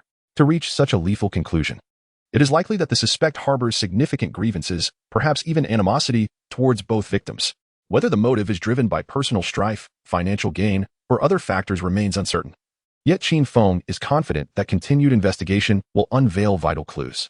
A gentle knock echoed at the door, signaling the arrival of lunch. Qin Feng approached the entrance and opened the door, discovering a server standing outside with a cart. "Good afternoon, sir. Your lunch has arrived." "Thank you, I'll take it," he replied, retrieving the tray from the cart. After expressing his gratitude, Qin Feng closed the door and returned indoors to enjoy his meal. The spread included a dish, a soup, and a bowl of white rice, ample enough for a solitary diner. The twice-cooked pork was expertly prepared, bursting with flavor. The homemade noodles were savory and chewy, and Qin Feng savored each bite. However, after a while, he found the meal somewhat dry and reached for a spoon to taste the soup. The jade and white soup, a delightful concoction of vegetables and tofu, was visually appealing and emitted a refreshing aroma. Just as he lifted a spoonful to his lips, an unsettling sensation gripped his heart. He paused, the feeling dissipating as he halted his motion. Placing his left hand over his chest and feeling no abnormality, he brought the spoon closer once more, only to have that disquieting sensation return. Furrowing his brow, Qin Feng began to question whether there was an issue with his heart. Yet, a sudden realization sparked in his mind: danger perception. If this was indeed an intuitive warning, then the soup might be the source of the threat. Setting the spoon down, he commenced a series of physical exercises, high knees and jumping jacks, to invigorate his cardiovascular system. After 5 minutes of vigorous activity, while slightly breathless, his heart remained strong and steady. Calming his breath, Qin Feng returned to the table, grasped the spoon resting in the soup bowl, and brought another spoonful to his mouth. Once again, that tightness gripped his heart. The mystery has been unraveled. There is indeed something amiss with this soup. Resolutely placing the spoon down, Qin Feng gazed out the window, ensuring that his actions remained concealed from outside view before carrying the soup towards the restroom. Over half of the soup was poured into the toilet, while some vegetables and tofu were retrieved and carefully stored in an empty evidence bag. He then discarded a sealed bottle of mineral water he had brought, filling it instead with some of the soup. After tidying up the table and placing the collected items into his satchel, Qin Feng returned to his seat to continue his meal. Upon finishing, he pressed the call button. Shortly after, a waiter arrived to clear the dishes, and Qin Feng, shouldering his satchel, departed towards the front desk to check out. From the moment he stepped outside, he casually observed everyone he encountered, including the hotel staff. Yet, no one exhibited any unusual expressions. At the front desk, after completing the checkout process, Qin Feng contemplated visiting the kitchen but ultimately decided against it. Both entrances to the kitchen were monitored by cameras, and anyone entering or exiting would certainly be recorded. Furthermore, he suspected that his lunch had been tampered with. Although the nature of the substance was unknown, it was undoubtedly something nefarious. This realization suggested that he may have drawn the attention of a certain individual with ulterior motives, likely the very suspect he was wary of. If he were to venture into the kitchen now, while the suspect was keeping an eye on him, it could easily lead to alarming the snake before striking. It would be wiser to play along and lure the suspect out instead. Chapter 51. The cunning suspect. Reinforcements arrive as he entered the vehicle and started the engine. Qin Feng pressed the accelerator. The Pajero roared to life, surging out of the parking space, accompanied by the screeching sound of tires against the pavement, smoothly veering onto the road towards the Cave Hotel. Qin Feng's actions were deliberate. He deliberately accelerated to unsettle the suspect, leading them to believe he had discovered a crucial clue and was compelled to hasten his departure, thereby prompting the suspect to impulsively increase their speed as well. In doing so, he hoped to briefly pinpoint his target. Driving at a brisk pace, Qin Feng continuously glanced at the rearview mirror and his surroundings, hoping to spot a vehicle tailing him. The suspect had refrained from acting against Xia Lin and Zhou Wan in Zhouqing, instead opting for Qishui, a location 20 kilometers away. This meticulously planned murder, executed with only a day's interval, suggested the suspect possessed a vehicle. Moreover, the vehicle was likely a common model, one that wouldn't attract undue attention due to its high prevalence. A black Pajero passed by the entrance of the Cave Hotel. Qin Feng, preoccupied with observing the road and rearview mirror, failed to notice the two small, coin-sized black wireless cameras mounted on the gateposts on either side. Approximately 20 meters from the gate, inside a silver-gray Volkswagen Bora parked behind a white Iveco minibus, a man wearing a baseball cap scrutinized the screen of his smartphone. The car was already running and in gear, but as the man prepared to follow, his eyes suddenly fixed. He shifted back to neutral, picked up the receiver, and rewound the playback. The video captured Qin Feng's glances at the rearview mirror, a detail that brought a smile to the man's lips. Intriguing, he remarked. After uttering these words, the man set down the receiver, reached for the ignition, and turned off the engine. After waiting for a few more minutes, the man started the car, retrieved the cameras from the entrance, and drove off in the opposite direction of Jiuqing.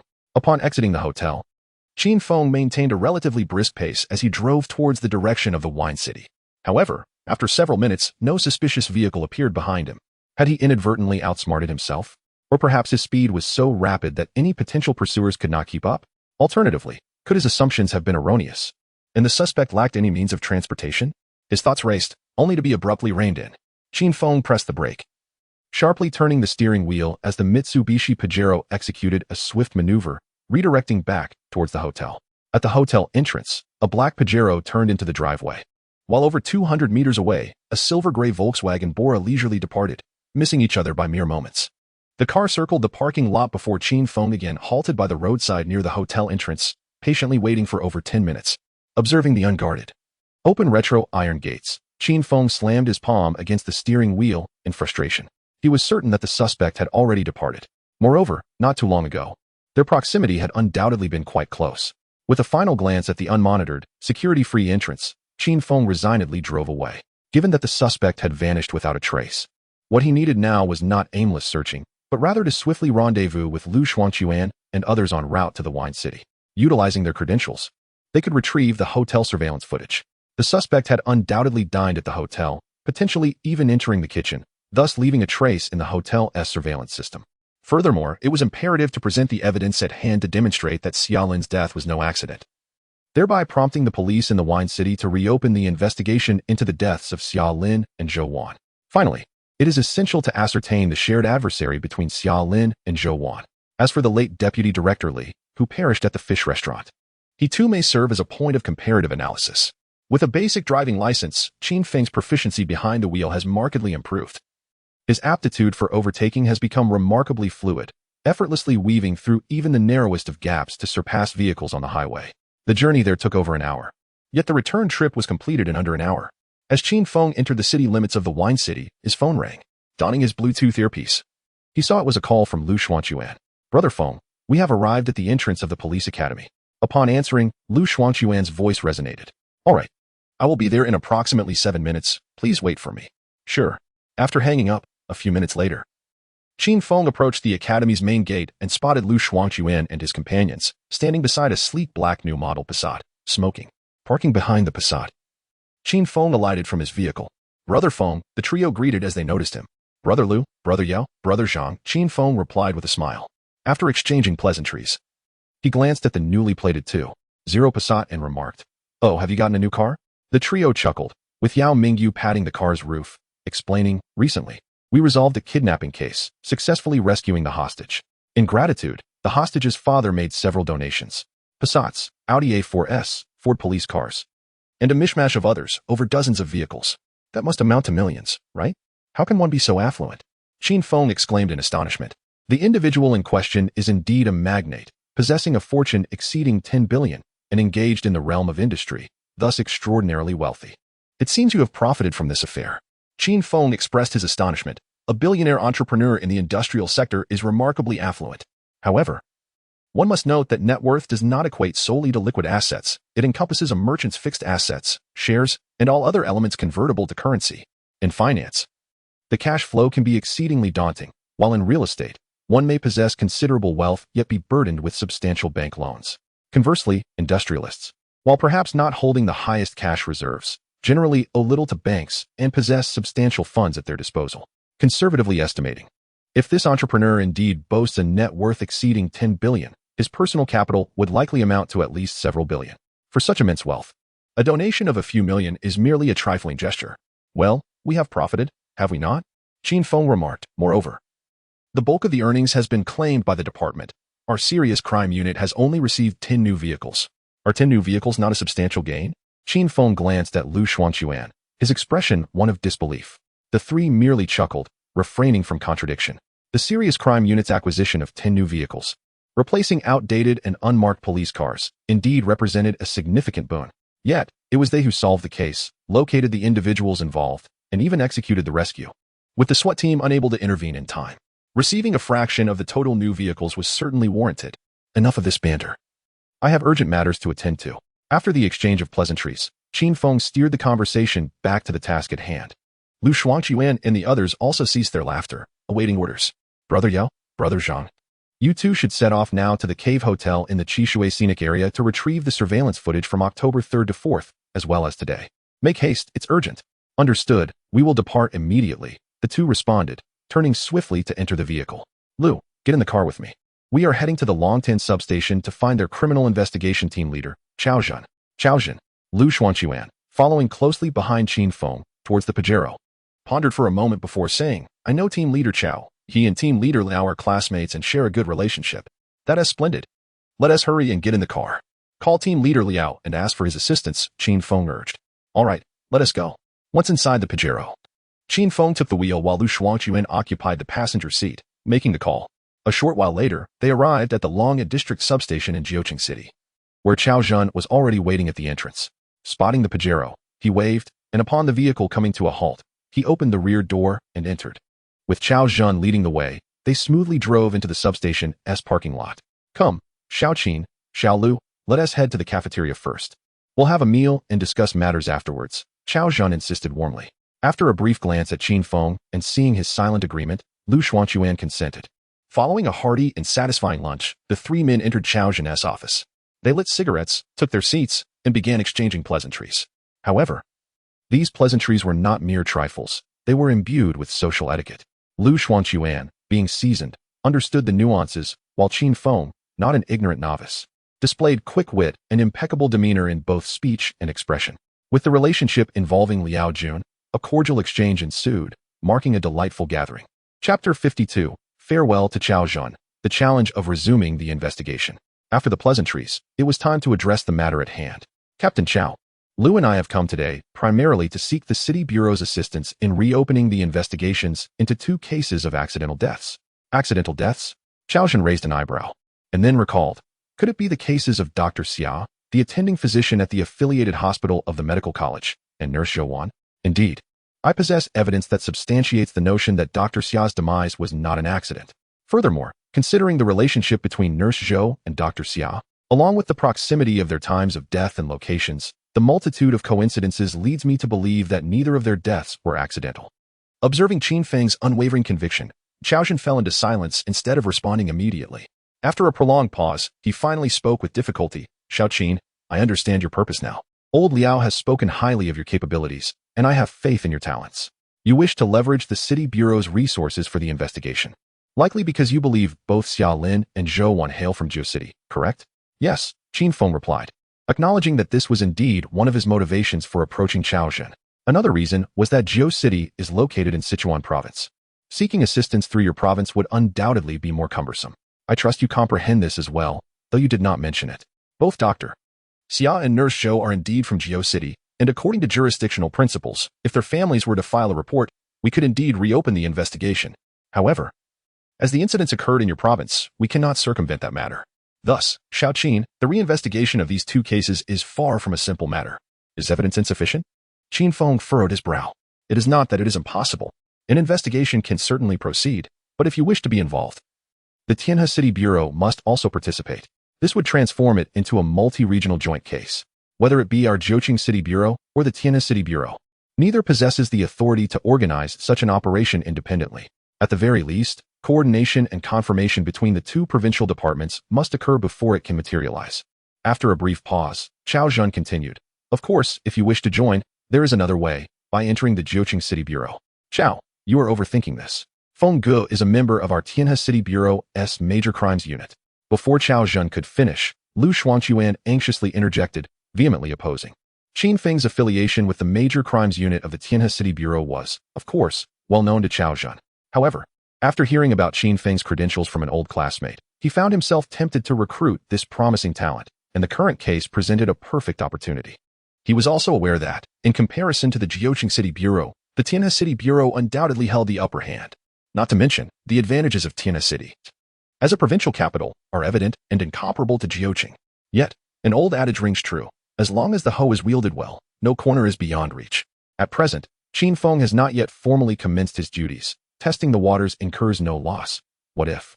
Lu Xuanquan's interruption displeased Chao Zhen, who shot him an exasperated glare. Nevertheless, Lu Xuanquan remained undeterred. Although merely a detective without an official title, he stood firm. However, his administrative rank is not to be underestimated. The position of chief officer is equivalent to that of a departmental head. Should he secure a leadership role with real authority, he would directly match the rank of Chao Zhen, the head of the criminal investigation team in the urban district of Jiu City. Moreover, let us not forget that Lu Xuanquan is still quite young, under 30. In contrast, Chao Zhen has already surpassed 30 and is nearing 40. One operates in the provincial capital while the other is situated in Jiu City. In terms of future prospects, Lu Xuanquan undoubtedly has greater aspirations, as the provincial capital offers more positions and a larger framework, facilitating swifter advancement in administrative rank. Thus, when faced with this team leader, Lu Xuanquan remains undaunted. The two engage in a silent standoff, and Qin Feng finds himself in a rather helpless position. He had not anticipated that Chao Zhen, who had previously dismissed him and disregarded his speculation that Director Li might have been murdered, would now attempt to recruit him. Yet, Chao Zhen's assertion holds merit. If he wishes to participate in the investigation of this case, the only viable option, apart from collaborative efforts across various jurisdictions, is to partner with the Jiu City Police. Seeking assistance from the provincial police would be a far-fetched endeavor. However, he is bound by a contract, and both his senior Lu Yijuan and Director Qi Xingli have treated him exceptionally well. He cannot simply abandon his position for the sake of a single case. Furthermore, the disparity between Tianhe and Jiu City is evident. Qin Feng is not foolish. When faced with uncertainty, he knows to seek assistance. After apologizing, he disregards the tense standoff between the two and rises to leave the office, dialing Lu Yijuan. Upon learning that Qin Feng had spent a day and a night and uncovered evidence suggesting that an accidental death was indeed a homicide, Lu Yijuan felt a surge of excitement and curiosity about the case. After a brief moment of contemplation, he promptly agreed to meet with the director. After hanging up the phone, Qin Feng let out a long sigh. It would be ideal if the director could effectively communicate with the provincial department to organize a joint investigation across multiple locations, allowing him to participate and earn a reward. However, if that fails, he would not hesitate to hand over the evidence to the police in Wine City. After all, he could not, in good conscience, disregard professional ethics for the sake of a reward, nor could he turn a blind eye to the plight of the deceased. Such individuals, in Qin Feng's opinion, are unfit to be police officers or even to hold any public office. After more than half an hour, Lu Yijuan returned the call. Xiao Feng, you and Xiao Lu should head back. The director has agreed to communicate with the provincial department, but the timeline is still uncertain. We should have results within 2 days at most. 2 days? What is the matter? Lu Yijuan asked, noticing Qin Feng's hesitation regarding the time frame. Boss, I suspect that the suspect's targets may extend beyond just Dr. Xia and Nurse Zhou. They simply haven't found an opportune moment with others, so, can we expedite this process? All right, I will have the director communicate with the police in Wine City first while we conduct our investigation here. What do you think? That sounds like the only option. Good, you and Xiao Lu should head to the city bureau and wait. I will call you once I sort things out on my end. Understood, boss. Lu Ge and I will head over now. All right. After hanging up, Qin Feng re-entered the office. Lu Ge, let us go to the city bureau. After addressing Lu Xuanquan, he turned to Captain Chao and said, Captain Chao, I truly appreciate you taking the time to meet with us amidst your busy schedule. The director has issued orders for us to head directly to the city bureau to await further updates. In order to enhance Chao Zhen's appearance, Qin Feng invoked the esteemed presence of Director Qi Xingli. So be it, compliance with orders is paramount. You may proceed with your tasks, he conceded. Indeed, although Chao Zhen may have harbored some displeasure internally, he refrained from expressing it outwardly. It is likely that he understood the case bore little connection to the Longtan branch. Even should the investigation be resumed, his role would merely be that of a facilitator. Moreover, he had recently harbored numerous reservations and had not consented to assist. Thus, even if Captain Chao felt dissatisfaction, he would have to limit future interactions. Upon departing the branch, Qin Feng and his companion drove to a stop near the Jiu City Bureau. The Jiu City Bureau was in close proximity to the police academy, and after meandering about, they returned to this familiar locale. While seated in the vehicle, Qin Feng lowered the window, lighting a cigarette as he gazed outside. As he pondered the melancholic turn of the season, the sky darkened ominously, heralding impending rain. Observing the shifting weather, Qin Feng furrowed his brow and remarked that this was characteristic of Jiu City. Once autumn commenced, rainfall became increasingly frequent, and in winter, it could persist for several days, with a relentless drizzle that chilled to the bone, rendering even the police-issued cotton jacket ineffective. Lu Xuanquan, also an alumnus of the police academy, shared similar experiences. During their graduation, the academy ensured job placements, lacking offerings in law, sociology, or business management. Having spent several years studying in Jiu City, he too was acutely aware of the peculiar climatic contrasts, sizzling summers with scarce rainfall, juxtaposed against the dreary, continuous rains of autumn and winter. Tightening his coat, Qin Feng pressed the button to raise the window. Just as the window began to ascend, the first drops of rain began to fall, arriving with impeccable timing. The co-pilot, Lu Xuanquan, promptly raised the window, and the two sat in silence within the car, extinguishing their cigarettes. Chapter 53, The City of Wine, a World Brimming with Blossoms. The melody resonated as Qin Feng's phone rang. He was particularly fond of this song, hence it had been set as his ringtone. Upon answering, he initially assumed it was a call from Lu Yijuan regarding arrangements. However, the caller ID revealed it to be Xiaoyiran. Shaking his head, Qin Feng accepted the call. Hello, senior, are you at school? I would like to invite you to dinner. Dinner? You mean at the cafeteria? Qin Feng inquired. No, I meant dining out this weekend. Xiaoyiran clarified. I'm not at school right now. Let us discuss it once I return in a few days. Oh, from Xiaoyiran's tone, Qin Feng detected a hint of discontent. By the way, have you recovered from your cold? I'm much better, thanks to you for keeping me company during the fore drip. No need for thanks. I had to leave abruptly yesterday due to unforeseen circumstances. I'm glad to hear you're on the mend. I have some matters to attend to, so if there is nothing else, I'll hang up. All right then. After ending the call, Qin Feng exhaled deeply and directed his gaze out the window. Is it a girlfriend? Lu Xuanquan, the co-pilot, glanced over. No, she's just a junior. I'm mentoring the new students this semester. Oh, so you're the type of person, Feng Ge. What kind of person? Qin Feng turned to look back, his eyes reflecting a warning. Hee, nothing. Lu Xuanquan chuckled awkwardly. However, it has only been a little over 2 months. Now, when confronted with Qin Feng, Lu Xuanquan inexplicably feels as if he is facing a superior, and the seriousness of his demeanor brings an indescribable pressure, giving Lu Xuanquan a knowing glance. Qin Feng turned his gaze back to the window. By the way, Feng Ge, I heard that the chief and the director are arranging for your early graduation. Is that true? Yes, I heard it from the chief, and it is indeed true, Qin Feng replied, still looking outside. That's wonderful. In that case, it won't be long before you officially join the workforce, right? At least until the end of my junior year. I believe it should be that way.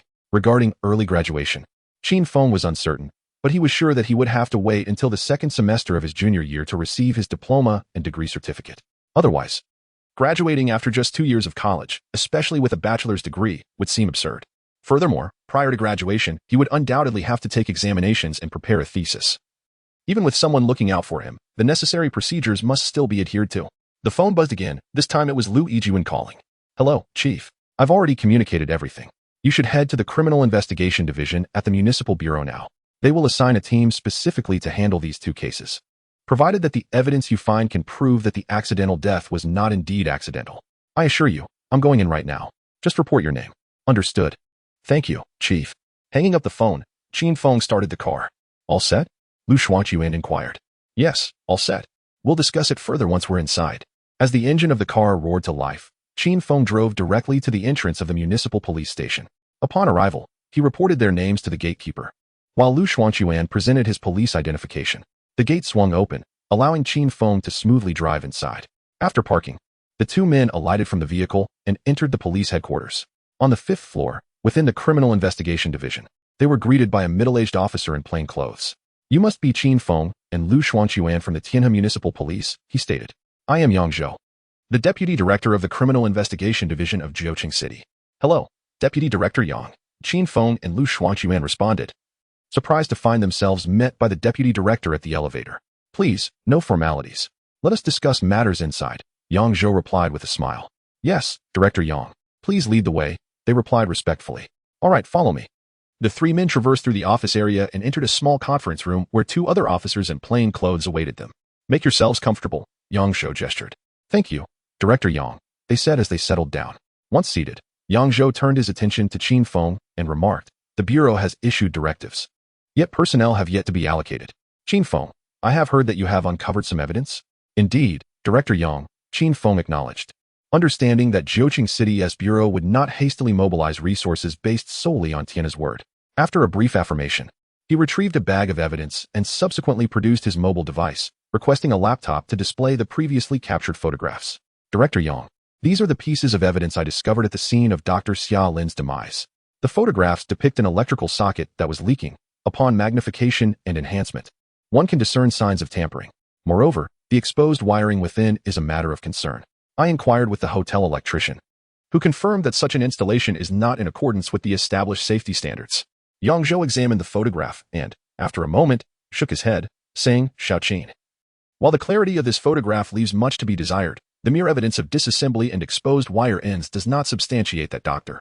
Xia's death was anything but an accident. At most, it indicates that the electrical system of the hotel poses safety risks." "Indeed, I am aware," Qin Feng nodded, gesturing towards several evidence bags. "Thus, I have also uncovered additional physical evidence. 2 of these bags contain items extracted from within the socket. One bag holds a plastic film-like substance discovered within the outlet, while the other contains the socket itself. Team Leader Yang, this can be subjected to analysis. If my deductions are accurate, the plastic film was likely intended to contain a small quantity of liquid for conductive purposes, and it was surreptitiously placed within the socket. When Dr. Xia attempted to use the hairdryer after her shower, the plug punctured the film, causing the liquid to leak and connect with the exposed wire ends, resulting in an electric shock. At this juncture, Qin Feng paused briefly before retrieving 2 additional evidence bags from his satchel. "Furthermore, I had close proximity to the suspect, and this serves as evidence." "Excuse me?" The individuals in the conference room looked up in astonishment at Qin Feng. "Contained within is my lunch from earlier today, vegetable and tofu soup, which has presumably been tampered with.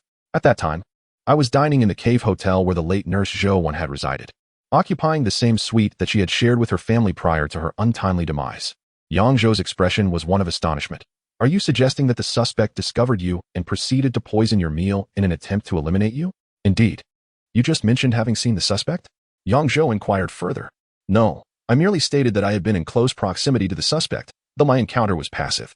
At this juncture, Qin Feng fell silent, his brow furrowing deeper, only to subsequently relax. Initially, he believed that the suspect had identified him within the confines of the cave hotel. Yet upon reflection, he realized that he had spent an entire night there without incident, only to be targeted by the suspect the following day. Prior to this, he had visited but one location, the Tianhe Resort. Therefore, it dawned on him that the suspect had indeed marked him at the Tianhe Resort. This notion suggested that his actions in room 412 had piqued the suspect's interest. If the suspect were an employee of the resort, he would have ample time to erase any incriminating evidence. Thus, it became evident that the suspect was not an employee of the resort, but rather, coincidentally returned to the resort today with the intent to eliminate evidence. Fortuitously, he had arrived first and had entered room 412 ahead of the suspect, uncovering the clues hidden within the socket. Consequently, when he was dismantling the socket, the suspect must have witnessed him. The more he pondered, the brighter Qin Feng's eyes grew. 2 individuals immediately surfaced in his mind, Wang Jin and Xiao Mei. However, he swiftly shook his head in denial. Neither of these individuals could possibly be the perpetrator. They are either employees of the villa or part of the management, and they undoubtedly had ample opportunities to enter the room and eliminate any evidence without having to wait for such an extended period.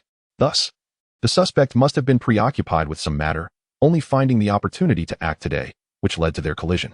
Yes, it must be so. Upon realizing this, Qin Feng felt a surge of excitement. "Captain Yang, I assure you that after testing, you will ascertain that Dr. Xia Lin did not die by accident, and I am not fabricating the details regarding the suspect. The contents of these 2 bags, containing vegetables and soup, can also undergo examination. However, time is of the essence. I hope to promptly resume the investigation, as I already possess leads on the suspect." "Really?" Yang Zhou inquired with a hint of skepticism. "Indeed," Qin Feng affirmed emphatically, nodding with conviction. Chapter 54. Evidence. Commencing the investigation. All right, I will send these for examination. Meanwhile, the 2 of them will accompany you, following your directives to assist with the investigation. Furthermore, I desire to see the leads on the suspect you mentioned as soon as possible. Once you can present them, I will immediately allocate more personnel. The City Bureau of Zhouqing places great importance on communication with the Tianhe City Bureau. However, they will not mobilize police forces solely based on Qi Xingli's words, as it would be a waste of resources to reopen a case that has already been closed. Not only would this lead to a waste of police resources, but it could also potentially offend officials from your province. Therefore, unless there is substantial evidence, they will not hastily resume the investigation. As for the evidence Qin Feng currently provides, it will require time for testing, and thus, the leads on the suspect that Qin Feng claims to possess must be readily available. Captain Yang, rest assured, you shall see it soon. Allow me to make a call. After finishing his words, Qin Feng took out his phone and called Zhang Peng. The phone rang once before it was answered. Brother Feng, we just received the video and are on our way back. Don't rush. You need to make another trip to the Shanhua resort without alarming anyone. I'll give you a number to call directly. It's the number of the resort's general manager, Huang Jin. I need all the surveillance footage from 8:30 to 11:40 this morning. Understood, Brother Feng. We're heading there right away, Zhang Peng replied. Yes. Bring it back as soon as you have it, and also, be cautious. Don't eat anything while you're there. Got it. Although Zhang Peng was puzzled by Qin Feng's warning about food, he said nothing further and hung up. Team Yang, once the team returns, I will be able to find leads on the suspect within 2 hours. Observing that Qin Feng appeared serious, Yang Zhou remained silent for a moment before responding. All right. I will arrange for personnel to be dispatched immediately. Upon hearing this, Qin Feng felt a surge of trust, standing up excitedly to bow in gratitude, saying, Thank you. Team Yang. At 4:09 p.m., Yao Mingyu and Zhang Peng returned. In the same small conference room, Qin Feng received the surveillance videos obtained from the Cave Hotel and Shanhua Resort. He played them on 2 laptops simultaneously. After over an hour, the images of a man in a fisherman's hat and another in a baseball cap were frozen on the screens. Yang, although these 2 individuals are dressed differently, I can assert that they are indeed the same person. How can you be so certain? Yang Shou asked, scrutinizing the computer screen. Neither of the figures displayed their full faces. At most, only half of their profiles were visible, rendering their complete appearances unrecognizable. Moreover, the individual in the second image, captured by the surveillance at the Cave Hotel kitchen entrance, appeared somewhat stooped, suggesting a difference in height. Their attire, including hats and shoes, had been changed as well. Qin Feng smiled, magnifying the 2 images and, after adjusting the view, pointed to the ankles of both individuals on the screen. Yang, do you see this? The suspect has altered his clothing, shoes, and hat, even donning a wig. Yet, he overlooked a crucial detail. He assumed that the socks were concealed by the shoes and pant legs, but during walking, the socks still peeked out slightly. The socks at the left ankles of both individuals displayed a distinct sliding pattern, their positioning identical. The video, although in high definition, showed only a subtle sliding line that was not easily discernible to the naked eye. It was merely a vague impression, yet it undeniably existed. Yang Zhou noticed it, and it was precisely this revelation that left him astounded. The video was now magnified and paused, but previously it had been playing continuously without any enlargement, with the socks exposed for less than half a second with each step. Qin Feng, however, had discerned this detail. Truly remarkable. Yang Zhou felt a surge of admiration. No wonder this young man had garnered the attention of the major crimes unit in Tianhe City. Even Chief Chi was bustling about, responding to a single phone call. With such a prodigious talent under his wing, Yang Zhou cherished and pampered him like a precious gem. Remarkable. All words coalesced into a single gesture. He raised his thumb in genuine respect. So, Xiao Qin, how should we proceed? This inquisitive tone left Qin Feng momentarily taken aback. When he had arrived, team leader Yang had been courteous, yet distinctly businesslike. Now, however, the atmosphere was imbued with profound trust, a stark contrast that deeply moved Qin Feng. After a moment of contemplation, Qin Feng inquired, Team leader Yang, is everyone here? Yes, we've assembled 9 elite members, making a total of 10, including myself, Yang Zhou replied. This should suffice. The provincial office will likely send additional personnel, along with Liu and his team. Qin Feng nodded, his expression turning serious. Next, our foremost priority is to locate the families of Dr. Xia and Nurse Zhou, explain the situation, and encourage them to request a reinvestigation. Only then can we establish a solid foundation for our efforts. Indeed, that makes sense. Yang Zhou quickly grasped the implications. He was aware of Qin Feng's background as a university student. If they were to initiate an investigation under the premise that Qin Feng had uncovered evidence, it would likely proceed without issue. However, this approach might provoke discontent from the provincial authorities. What is the implication here? After our team painstakingly conducts an investigation, a mere student raises suspicions and takes it upon himself to investigate privately? That would be a slap in the face for us. Conversely, if the family of the victim requests a reinvestigation, the situation changes entirely. Even if the provincial authorities are displeased, they cannot express it openly. Moreover, the family must present valid reasons to seek an inquiry, which would compel the provincial authorities to offer alternative explanations in light of these new justifications. Thus, the province maintains its dignity, at least superficially. Meanwhile, the investigation in Chuan province proceeds smoothly. Both parties are appeased, ensuring mutual satisfaction. However, This is merely a matter of procedure and social niceties. There lies a more pressing concern. They cannot afford to wait for the two provinces to coordinate before commencing the investigation. Firstly, there is uncertainty regarding whether the suspect may strike again. Qin Feng and his colleagues are unable to ascertain whether the suspect's target is the obstetrics and gynecology department of the affiliated hospital. If that is indeed the case, with dozens of medical personnel in that department, failing to apprehend the suspect promptly could lead to dire consequences. Just the thought sends shivers down one's spine. Secondly, with leads on the suspect's whereabouts now available, any delay in pursuing these clues may allow the suspect to elude capture. Additionally, there is the task of tracing a silver-gray Volkswagen Bora, which was seen leaving the villa shortly after I departed. The provisional suspect, X, appeared in the parking lot surveillance for less than half a minute before driving away, although it was not spotted at the Cave Hotel. This vehicle aligns perfectly with the criteria for the suspect's mode of transportation. Thus, locating it could potentially lead to the identification of the suspect. All right. We shall undertake this matter. Yang Zhou acted swiftly. Qin Feng, indifferent, acquiesced, saying, very well. Furthermore, the surveillance footage along the route requires your assistance, Captain Yang, as this case falls under the jurisdiction of the GeoCity Bureau. Understood, we will handle it. Once we retrieve the road surveillance, I shall arrange for personnel to trace the vehicle's trajectory. Additionally, I will instruct my team to investigate the villa concurrently.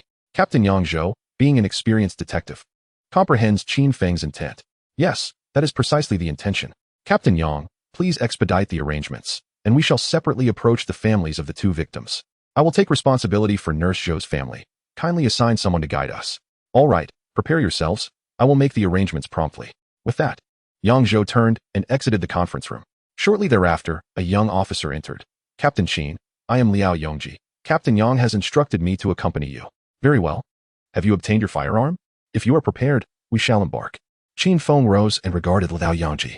Do we need to retrieve firearms? Indeed. The suspect may be formidable, and as a precaution, you must carry a weapon. Additionally, please assist. The three individuals who accompanied us did not bring their firearms. So kindly register to collect a few. Chapter 55. Medical dispute. A silver Volkswagen Bora appeared at the villa and hotel, marking the presence of a man. This represents two crucial leads. If we can clarify these details, we may directly identify the suspect in this case. However, identifying a suspect does not equate to resolving the case. To solve the case, we require substantial evidence, concrete proof that can withstand judicial scrutiny to accuse the suspect. Merely possessing a few surveillance videos along with photographs of the suspect without a clear view will not suffice as irrefutable evidence. In light of Qin Feng's prior discoveries at the villa and the culinary specimens collected from the Cave Hotel, it remains evident that these findings merely substantiate that Xiaolin's demise was not an accident and that someone had indeed poisoned Qin Feng. Following Yang Zhou's approval, Lu Shuangqiuan and the others registered at the Municipal Bureau's Weapons Department, each receiving a Type 92 pistol. Alongside Liao Yongji, Qin Feng's entourage now comprised 4 armed individuals. As for him, it was clear that obtaining a firearm was out of the question. After all, he had yet to commence employment and lacked a gun permit. Once preparations were complete, the group divided into 2 teams. Qin Feng, accompanied by Lu Shuangqiuan and Liao Yongji, drove toward Zhouwan's residence, while Yang Zhou personally undertook the task of contacting Xiaolin's family, accompanied by 2 others. Meanwhile, another team set off for Chishui, armed with documents to retrieve road surveillance footage and to gather more detailed clues regarding the man appearing in the videos. The hotel surveillance indicated that Suspect X had checked into the establishment, specifically on the 4th floor, and his identity should not be difficult to ascertain. However, the veracity of this identity remains uncertain, given the individual's capacity for disguise and ability to evade detection from the cameras. It seems improbable that genuine identity information is at hand. Nevertheless, this represents the most conspicuous lead thus far, and the police would certainly not relinquish it. A Volkswagen Passat and a Mitsubishi Pajero entered the Binjiang Jiayuan community in Jiuqing City, where Zhou Wan, a nurse in the obstetrics and gynecology department, resided in Unit 601 of Building 7. Binjiang Jiayuan is not a high-rise but rather consists of several 6-story apartment buildings, featuring 2 units per floor. The community boasts a pleasant environment, regarded as upscale within Jiuqing. Zhou Wan's family occupies the top floor, complete with a rooftop garden. 2 vehicles came to a halt right by the entrance of the apartment building, from which 5 individuals alighted and proceeded to take the elevator upstairs. Prior to their arrival, Liao Yongji had already been in contact with Zhou Wan's husband and was aware of his presence at home. Ding dong, ding dong, ding dong. The security door swung open, revealing an elderly man with a weary, sorrowful countenance. Qin Feng recognized him from the information he had reviewed. It was Zhou Wan's father. Hello, sir. We are from the criminal investigation team of the Municipal Bureau, Liao Yongji introduced himself, presenting his identification at Qin Feng's prompting. "Oh, I have heard about you from Kong Hao. Please, come in," the elderly man said, stepping aside. Kong Hao was Zhou Wan's husband. "Thank you, sir. We apologize for the intrusion."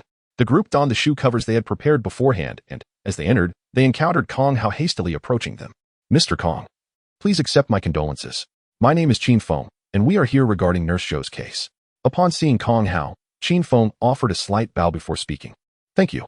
It was evident that Kong Hao appeared haggard and weary. After expressing his gratitude, he invited the group to sit in the living room. As they settled in, Zhou Wan's father promptly brought over a glass of water. After expressing thanks once more, Qin Feng surveyed the room and inquired, "Where are the children?" "I have my parents and my mother-in-law taking them downstairs," Kong Hao replied, lighting a cigarette. The death of his wife had not only dealt a significant blow to Kong Hao, but had also profoundly affected their two young children, who had just begun elementary school. While he was uncertain of the police's purpose for visiting, he understood it was undoubtedly related to his wife's passing. To spare the children from the memories of sorrow and pain, Kong Hao had no choice but to have his parents and mother-in-law take them out. Qin Feng nodded in silence, and after a few seconds, he turned his gaze towards Lu Xuanquan and Liao Yongji. They exchanged glances, and one of them produced a law enforcement recording device, setting up 2 angles for filming. "Mr. Kong, Mr. Zhou, the purpose of our visit today is to request that you submit an objection application regarding the investigation of Nurse Zhou's death, so that we may reopen the inquiry into her demise." "An objection application? A reopening of the investigation? Why?" Both Kong Hao and Zhou's father appeared perplexed. "In this case, we have identified some suspicious elements. However, since the incident occurred in Qishui, the investigation is under the jurisdiction of the local police. If you file an objection with the Jiuqing City Bureau, we will be able to intervene in the investigation." Kong Hao grasped the implications and felt his hand tremble as he held the cigarette. "Officer Qin, are you suggesting that Xiao Wan was murdered?" Zhou's father, still processing the situation, widened his eyes in disbelief. No. Didn't your police previously state that Wan's death was an accidental drowning?" Now, the elderly man struggled to come to terms with this revelation. "Mr. Zhou, Mr. Kong, the evidence we currently possess only indicates that Dr. Xia did not die by accident. However, given the close timing of Nurse Zhou's death and Dr. Xia's, coupled with their status as colleagues, we suspect that both deaths may not have been accidental. It is likely that the perpetrator deliberately disguised these incidents as accidents to eliminate both individuals." "Then, have you identified the culprit?" Kong Hao lifted his head, his emotions running high as he inquired. "Mr. Kong, please remain calm. We indeed have a suspect, but currently lack the evidence to disclose further details. Additionally, my visit today is not solely to request your application, but also to ask a few questions." "Very well, Officer Qin, we shall speak candidly," Kong Hao replied, a newfound vibrancy illuminating his demeanor. "Should I summon my parents and mother-in-law back?" It seemed he had grasped something significant, his earlier despondency dissipating. "If it is convenient, it would be best to have them return." Qin Feng nodded affirmatively. "I will make the call," Zhou's father announced, retrieving his mobile device. "Dad, just have Mom and my mother return. I can watch the children." Observing Zhou's father's actions, Kong Hao quickly interjected, then reconsidered, glancing at Qin Feng. "Officer Qin, my mother has been at home caring for the 2 children, and my father does not live with us. Is that acceptable?" "That is permissible. Children require supervision. Should the need arise, we can later take a statement from Mr. Kong," Qin Feng assured him. "Thank you," Zhou's father stated as he placed the call. Refraining from divulging specifics, merely requesting his wife and mother-in-law to return home, also advising against bringing the children back, allowing the in-laws to supervise them while they played outside. After a little over 10 minutes, Kong's mother and Zhou's mother arrived. Prior to their return, Kong Hao had also signed the dissent application, and Liao Yongji had photographed it to send back to the municipal bureau. The criminal investigation team was in the process of reinstating the investigation procedures.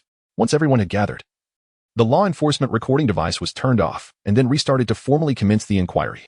"Mr. Kong, may I ask what your relationship is with the deceased, Ms. Zhou Wan?" "Zhou Wan was my wife," he replied. "Before the incident, did Zhou Wan exhibit any unusual behavior?" "Who proposed the trip to the Qishui scenic area?" Kong Hao glanced at his mother and parents-in-law, noting their shaking heads. After pondering for a moment, he replied, "There were no signs of anything amiss. The trip was planned well in advance, over half a month prior, with hotel accommodation secured beforehand. As for the suggestion, it was her curiosity about a cave hotel that sparked the idea. Was anyone else aware of your travel plans, aside from your family?" Officer Qin inquired further. "Well, I haven't disclosed it to anyone outside. As for the hospital, I'm not certain," Kong Hao reflected before answering, with his mother and the others affirming they had kept it private. "Did Nurse Zhou mention any recent conflicts with anyone, in her daily life or at the hospital?" Officer Qin pressed on. In everyday life, there have been no issues. The neighbors in our community are quite amicable. While not particularly close, there have been no significant disputes. Zhou's mother considered before responding. At the hospital, Zhou did mention some matters to me. Officer Qin, you're aware that the doctor-patient relationship is rather strained nowadays. However, these were merely minor incidents. The obstetrics and gynecology department primarily deals with childbirth, which is generally a joyous occasion, and the families are usually cooperative. Zhou temperament is amiable. At most, she would only express annoyance regarding some unreasonable and peculiar relatives, but it never escalated to the point of life-threatening confrontations. Think carefully. Officer Qin urged. Based on my deductions, if the deaths of Dr. Xia and Nurse Zhou are interconnected, it is most likely related to issues at the hospital. Do not focus solely on recent events. Consider matters from the past few years as well. The Kong family pondered for quite some time, ultimately shaking their heads in a gesture of forgetfulness. Qin Feng, contemplating, opted for a different approach. Consider this. Did Nurse Zhou mention any incidents of deceased patients in obstetrics and gynecology, particularly those she and Dr. Xia were involved with? Regardless of whether the family members caused a commotion at the time, please recall. After a lengthy pause, Kong Hao finally responded. Zhou did indeed mention a few cases, but they were all of mothers suffering from other ailments. Naturally, there were instances of families protesting, yet the hospital managed those situations adequately. It should not pose any issues, especially considering it was several years ago. Moreover, those who typically cause disturbances are motivated by financial gain, and such matters are usually resolved promptly. Chapter 56. Obstetrics and Gynecology of the affiliated hospital. Neither Kong Hao nor Zhou family provided any valuable information. Based on their recollections, Zhou had not mentioned any particularly severe incidents of medical disputes in front of her family, nor could they recall any dangerous remarks made by the relatives of deceased patients. Whether prior to their trip or in the recent months, there were no unusual occurrences. Does Nurse Zhou smoke? Qin Feng inquired further, expressing his concern. Yes, Zhou does smoke, but she is not particularly addicted. She had quit during her pregnancy, but after developing postpartum depression, she picked it up again. We refrained from saying much, fearing it might upset her.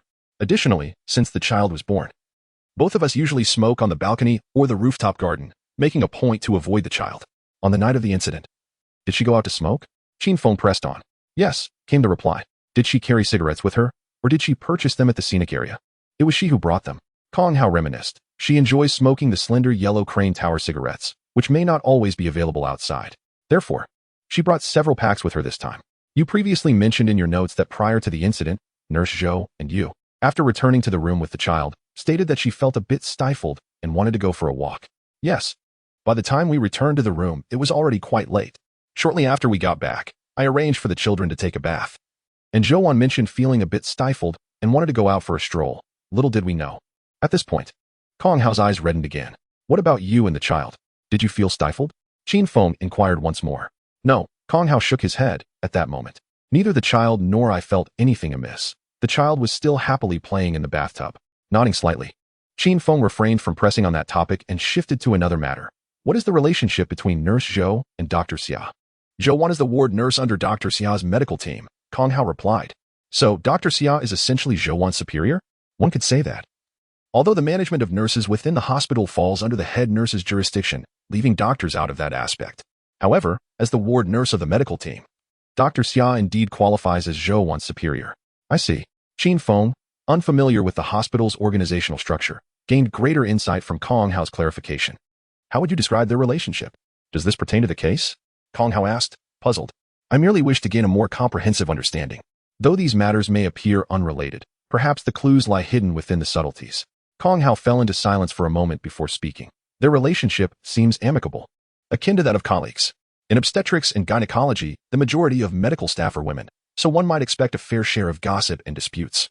Zhou has occasionally voiced her grievances regarding some of Dr. Xia's actions, but these were merely work-related trivialities. Moreover, during Zhou's childbirth, Dr. Xia was quite attentive to her needs. Since then, I have not heard of any discord between the two. However, there is one incident that one may not have mentioned to you. Zhou's mother interjected suddenly. Before one gave birth, there was an issue concerning a promotion. It appears that Dr. Xia, due to a relative of hers, had inadvertently caused a delay in Wan's advancement, making her wait until the following year after giving birth. Is that true? Kong Hao expressed his surprise, admitting he was unaware of this matter. Well, at that time, Wan merely informed me about it. Knowing your temperament, I advised her against discussing it with you, fearing you might confront Dr. Xia and escalate the situation. Furthermore, Dr. Xia later apologized and provided compensation during the performance and salary evaluations, thereby resolving the issue. Qin Feng nodded without further inquiries, asking, aside from these matters, do you have any additional information? Kong Hao, along with his mother and parents-in-law, exchanged glances before shaking their heads to indicate they had nothing more to add. Very well. Let's conclude for today. Mr. Kong, uncle and aunt, please reflect further. Lu Gu, kindly leave your contact information with Mr. Kong Hao, should anything else come to mind. Do not hesitate to reach out to us. Thank you, Officer Qin, came the response. Having received the telephone number proffered by Lu Xuanquan, Kong Hao and his family expressed their gratitude. It is our duty, he replied. Should there be any developments in the case, we shall inform you without delay. Furthermore, ensure the child is well looked after. Yes, Officer Qin, rest assured, we understand. Emerging from Zhou Wan's residence, Qin Feng, accompanied by his team, proceeded to the hospital. The rapport between Xia Lin and Zhou Wan was not as amicable as initially presumed. Given this, what motive could the perpetrator have for eliminating both Xia Lin and Zhou Wan, an attending physician and a bedside nurse from the same medical team? With only a superficial relationship, would likely have limited interaction beyond their professional duties. Thus, the most immediate connection would likely be the patient's. Qin Feng's focus remained on the medical malpractice issue. Such matters could not be fully comprehended solely through Zhou Wan's family. A more thorough investigation at the hospital was imperative to uncover more detailed data. The hospital would undoubtedly maintain records. If one were to seek the most authentic portrayal of human existence, a hospital, particularly the emergency department, would be the most apt locale. Obstetrics and gynecology, however, differ from other departments. Here, new life is welcomed, and joy often eclipses sorrow. Qin Feng, along with Lu Xuanquan and the other three, strode purposefully from the elevator towards the nurse's station. Their brisk pace, with Qin Feng at the vanguard, drew considerable attention from passing medical staff and patients' families. At the nurse's station, Liao Yongji took the initiative. Sister Zhao, is Director Lu in his office? Clearly, Liao Yongji was well acquainted with the setting. The head nurse, nearing 50, was briefing a junior nurse on the condition of a patient. Upon hearing a familiar voice, she looked up and smiled. Ah, it's you, Xiao Liao. Are you here to see Director Lu? Yes, I have a case I wish to discuss with him, Liao Yongji replied succinctly. Director Lu is in. Let us go. I'll lead you there. After exchanging a few more words, Nurse Xiao stepped out of the station, guiding them toward the doctor's office. Walking alongside Qin Feng, Liao Yongji explained to the others, my wife is also a nurse at the hospital, but she works in the thoracic surgery ward. She just gave birth here a few months ago, and she is quite familiar with Nurse Zhao. Wow, Liao, aren't you just 25 or 26? Already married and with a child? Qin Feng teased with a grin. Oh, I'm not that young. I'm already 27. I met my wife in college while she was studying nursing at the medical school. We've known each other for several years, and we got married early last year. So, a shotgun wedding then? Qin Feng and the others laughed. Liao Yongji felt a bit shy but did not refute the implication, clearly acknowledging it. They swiped their cards to enter the doctor's office area.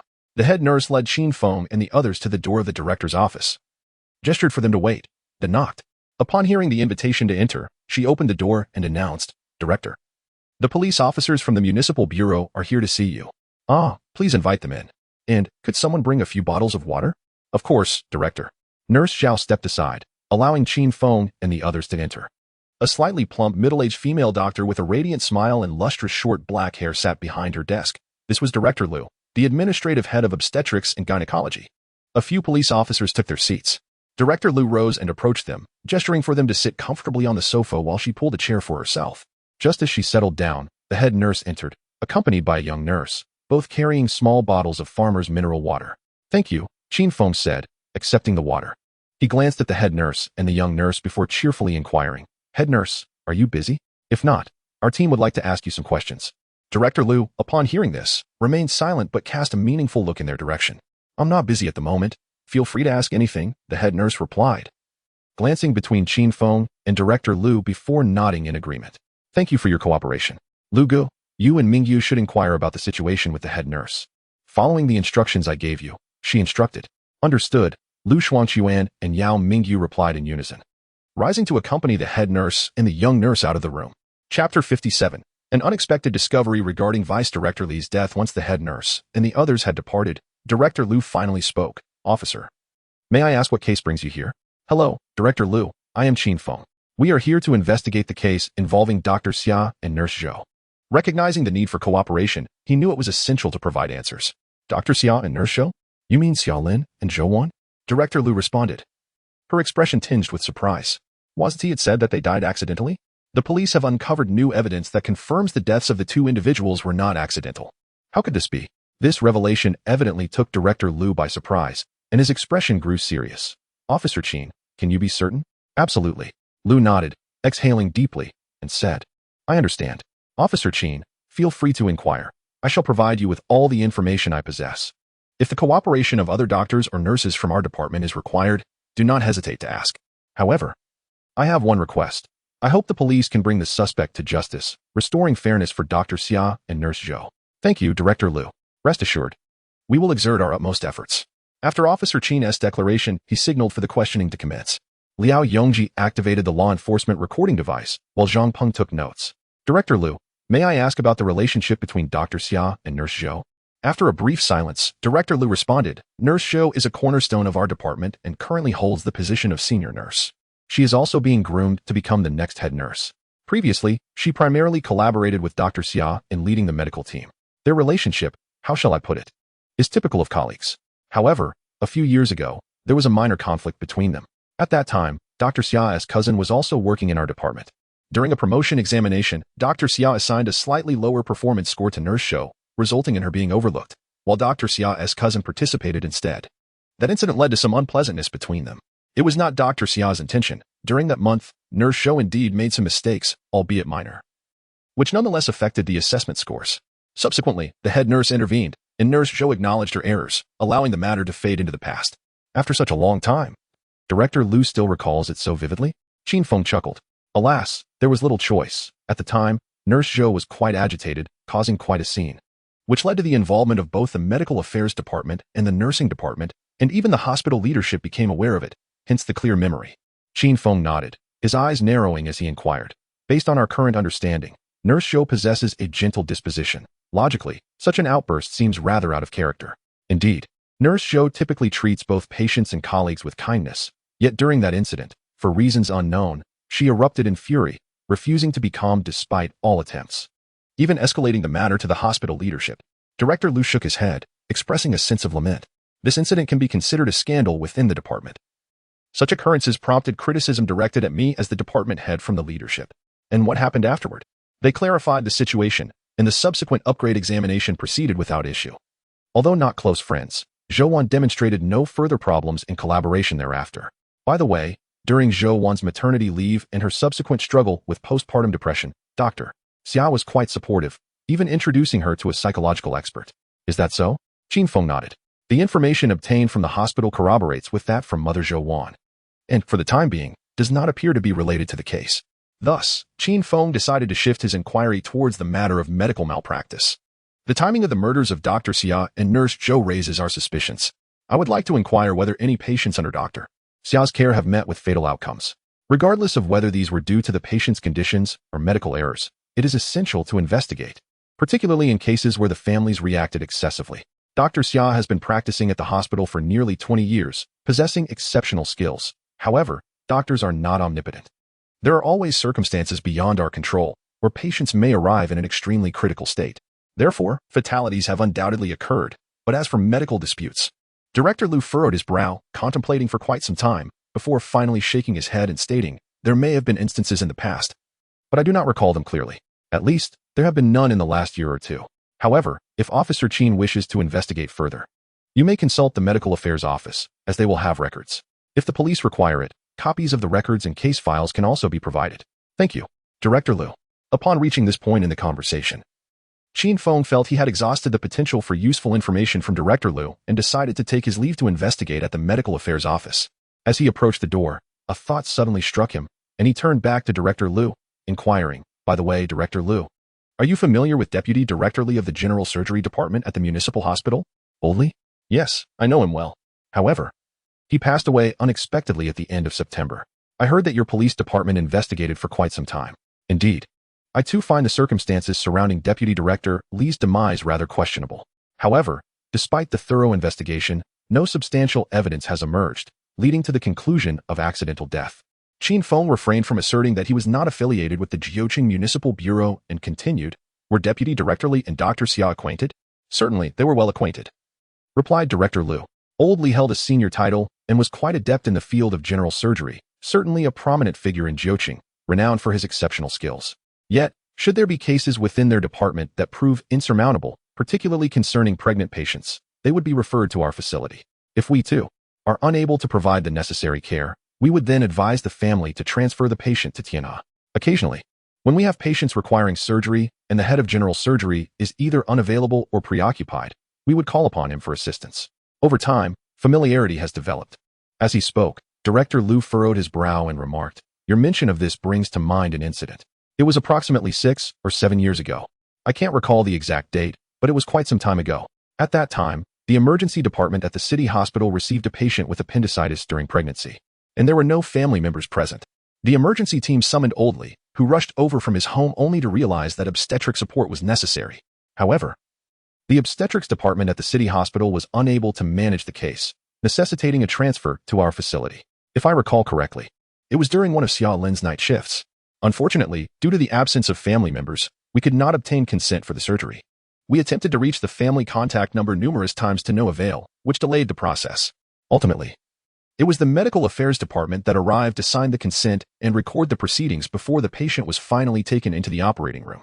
However, due to temporal constraints, the appendiceal perforation resulted in extensive intraoperative infection, leading to the demise of both the expectant mother and the fetus. Several days later, a man hastily arrived at the hospital, only to find that the bodies had been refrigerated for days.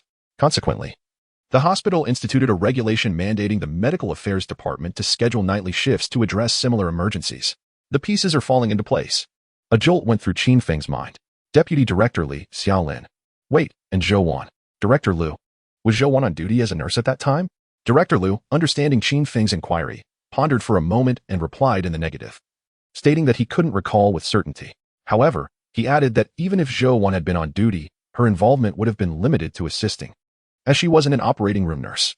If the incident were indeed the cause, she shouldn't have been implicated. Nevertheless, he recalled that the family hadn't caused the disturbance. But he couldn't be certain.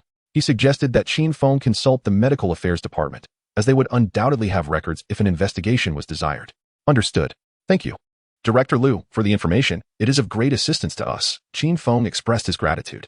You're welcome. It's my duty, he replied. Following their departure from the obstetrics and gynecology department, Qin Feng sent a message to Lu Xuanquan and, accompanied by Liao Yongji and Zhang Peng, proceeded to the medical affairs department. Chapter 58. Case Analysis. Becoming a leader at the medical affairs department. After presenting their police identification and explaining their purpose, the staff retrieved the case file handled by Xiaolin, as well as the case file mentioned by Director Liu, printed them, and compiled them into a bound volume. Having completed the matter at hand, Qin Feng and his associates hastened towards the municipal bureau. This time, it was Lu Xuanquan at the wheel, with Liao Yangji occupying the front passenger seat, while Qin Feng settled into the rear. He retrieved the printed medical records, deftly flipping to the pertinent documentation referenced by Director Liu. The initial consultation took place in the emergency department of the municipal hospital, where the handling of the case was deemed satisfactory, leading to the immediate summons of Deputy Director Li, who had recently been promoted to the position. Upon his arrival, the obstetricians from the municipal hospital were also present. Following a consultation, it was determined that surgery was necessary. However, due to the patient's appendicitis becoming purulent and the fetus being 34 weeks along, none of the available surgeons from the obstetrics department were present. As a precaution, the decision was made to transfer the patient to the affiliated hospital for the operation. The attending physician at the affiliated hospital was Xiaolin, who was already a resident physician on duty, capable of performing a cesarean section. However, the patient was in a state of coma, necessitating family consent for the procedure. The admission time was recorded as 10:36 in the evening, while the operation commenced at 11:29. A glance back at the emergency department reveals that the patient had arrived at 9:33. This indicates that nearly 2 hours elapsed from the time the patient was received in the emergency department to the commencement of surgery. The pregnant woman, who had initially been alert enough to call for an ambulance, gradually lost consciousness and ultimately went into shock before being wheeled into the operating room, resulting in a tragic loss of 2 lives. Were the hospital doctors at fault? By regulations, they were not. After all, surgery inherently carries risks. And with the added complication of a ruptured appendicitis during pregnancy, the stakes were even higher. Without the signatures of family members, no physician would dare assume liability. Were the family members at fault? According to the medical records, the deceased hailed from a single-parent household and had been living separately from her husband after marriage. His father lived in a rural area, devoid of both telephone and mobile phone. By the time the deceased father received the news and hurried to the hospital, it was already the following afternoon. As for the deceased's husband, his parents had already passed away, and at that time, he was working in the bustling metropolis. Currently on an overseas business trip. By the time he returned, for days had elapsed. The hospital had made dozens of calls to contact the family, each instance meticulously recorded, along with subsequent records retrieved from the telecommunications company, all included within the medical documentation. From this information, it can be inferred that the deceased's husband and family likely harbored doubts regarding the circumstances of her death. However, in light of these evidences, it seems there was no uproar. Wang Hejuan. This is the name of the deceased's husband. Observing the signature on the body release certificate and the details on the photocopied identification, Qin Feng extracted the document and handed it to Liao Yongji, stating, "Please have the bureau look into this individual." Certainly. Accepting the documents, Liao Yongji retrieved his phone to call the bureau, reporting the identification number to obtain personal information, and subsequently called Yang Zhou. 2 vehicles entered the city bureau, and Qin Feng, bearing the documents, escorted the individuals into a small conference room. Yang Zhou had already returned. The team dispatched to Qishui had yet to report back. Let us discuss the findings of the investigation. In the small conference room, Yang Zhou, seated at the head, began. I visited Xiaolin's family. From them, I gathered that on the night of the incident, they were all in her parents' room engaged in conversation. Noticing the late hour, Xiaolin excused herself to return to her room for a shower. When Xiaolin's husband returned to the room, there was no response to the knocking, and calls went unanswered. He sought assistance from the hotel staff to open the door. Upon entering, they discovered that Xiaolin had already ceased to breathe. The interval between her departure from her parents' room and the moment her husband and the hotel staff managed to unlock the door exceeded an hour. We meticulously inquired about Xiaolin's circumstances on that day and prior, and her family reported no abnormalities. During their conversation in her parents' room, there were moments of laughter. When she left to take a shower, she even urged her daughter, who lived separately, to wash up and tidy herself. Furthermore, Xiaolin's family did not encounter any suspicious individuals or unusual occurrences, nor did they receive any threats or warnings. After speaking, Yang Zhou turned to Qin Feng. The findings from our investigation at Zhou Wan's residence were quite similar. No irregularities were noted. Zhou Wan smoked, but the cigarettes were brought from home, and all the water in the room had been consumed.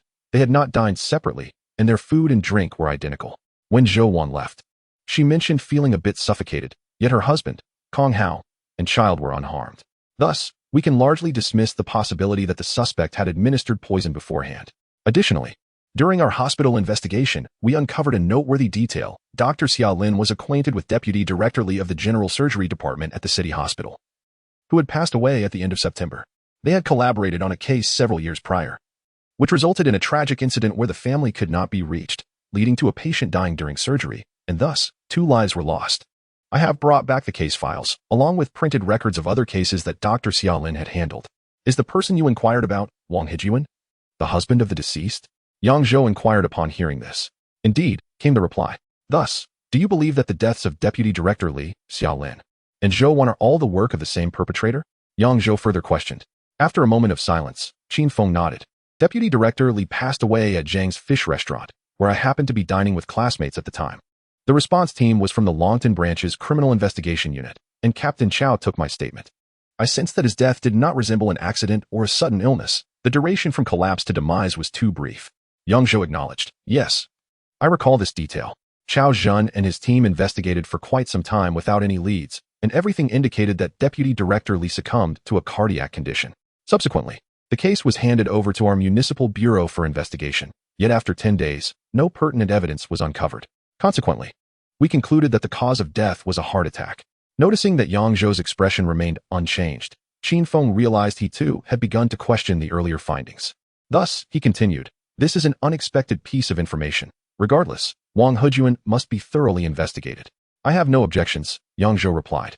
Although Qin Feng seemed intent on challenging the municipal bureau's conclusions, the case of Xiaolin had led Yang Zhou to doubt the previous resolution. Simultaneously, he held a newfound respect for Qin Feng's capabilities. Should Deputy Director Li's death indeed not have been an accident, a timely reinvestigation to rectify the matter was warranted. Therefore, he expressed his stance directly. Yang Zhou's support brought great joy to Qin Feng, though he did not display it on his face and instead continued to elaborate on the situation. Furthermore, based on our visits to the hospital and the corroborating information obtained from Zhou Wan's family, it appears that the relationship between Xiaolin and Zhou Wan was rather strained, even fraught with some conflicts. Additionally, from the medical records and insights gathered from Director Liu of the Obstetrics and Gynecology Department and the head nurse, There seems to be no connection between Zhou Wan and the death of Wang Hejuan's wife. Yet, she is deceased.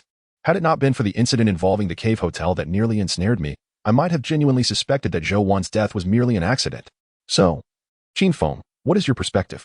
Yang Zhou nodded in agreement, then raised his head to inquire. My suggestion is to first investigate Wang Hejuan, as well as the resort and the cave hotel. Ideally, we could deploy another group of personnel to establish a base there. Furthermore, we should investigate the families of patients whose cases were handled by Xiaolan, paying particular attention to Wang Hejuan and the relevant medical staff. And it would be prudent to provide them with surveillance protection. This is no trivial matter and will require a significant police presence. After listening to Qin Feng's words, Yang Zhou furrowed his brow and, after a moment of contemplation, remarked, I have just reviewed the medical records.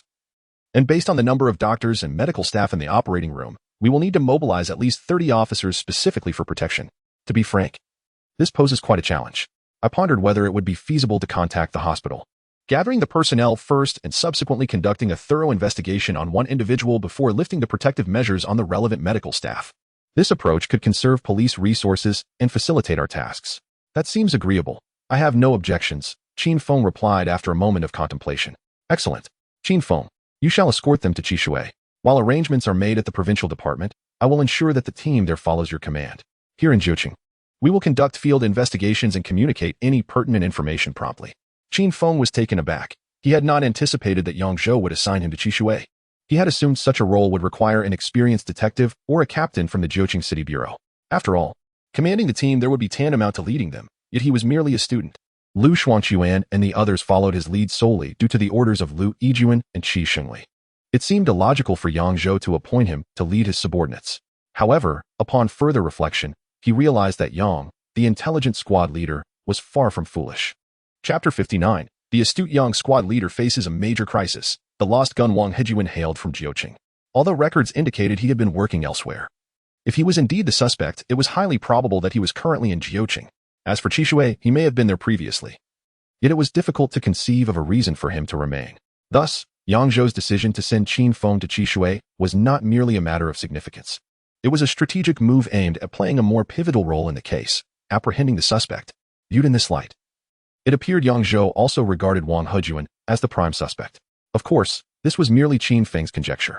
It is indeed possible to underestimate the noble intentions of others. Yet Qin Feng's intuition strongly suggests that Deputy Team Leader Yang's thoughts align closely with his own suspicions. The expressions of Lu Xuanquan and his companions also reflect their unease, as it is evident they share Qin Feng's concerns.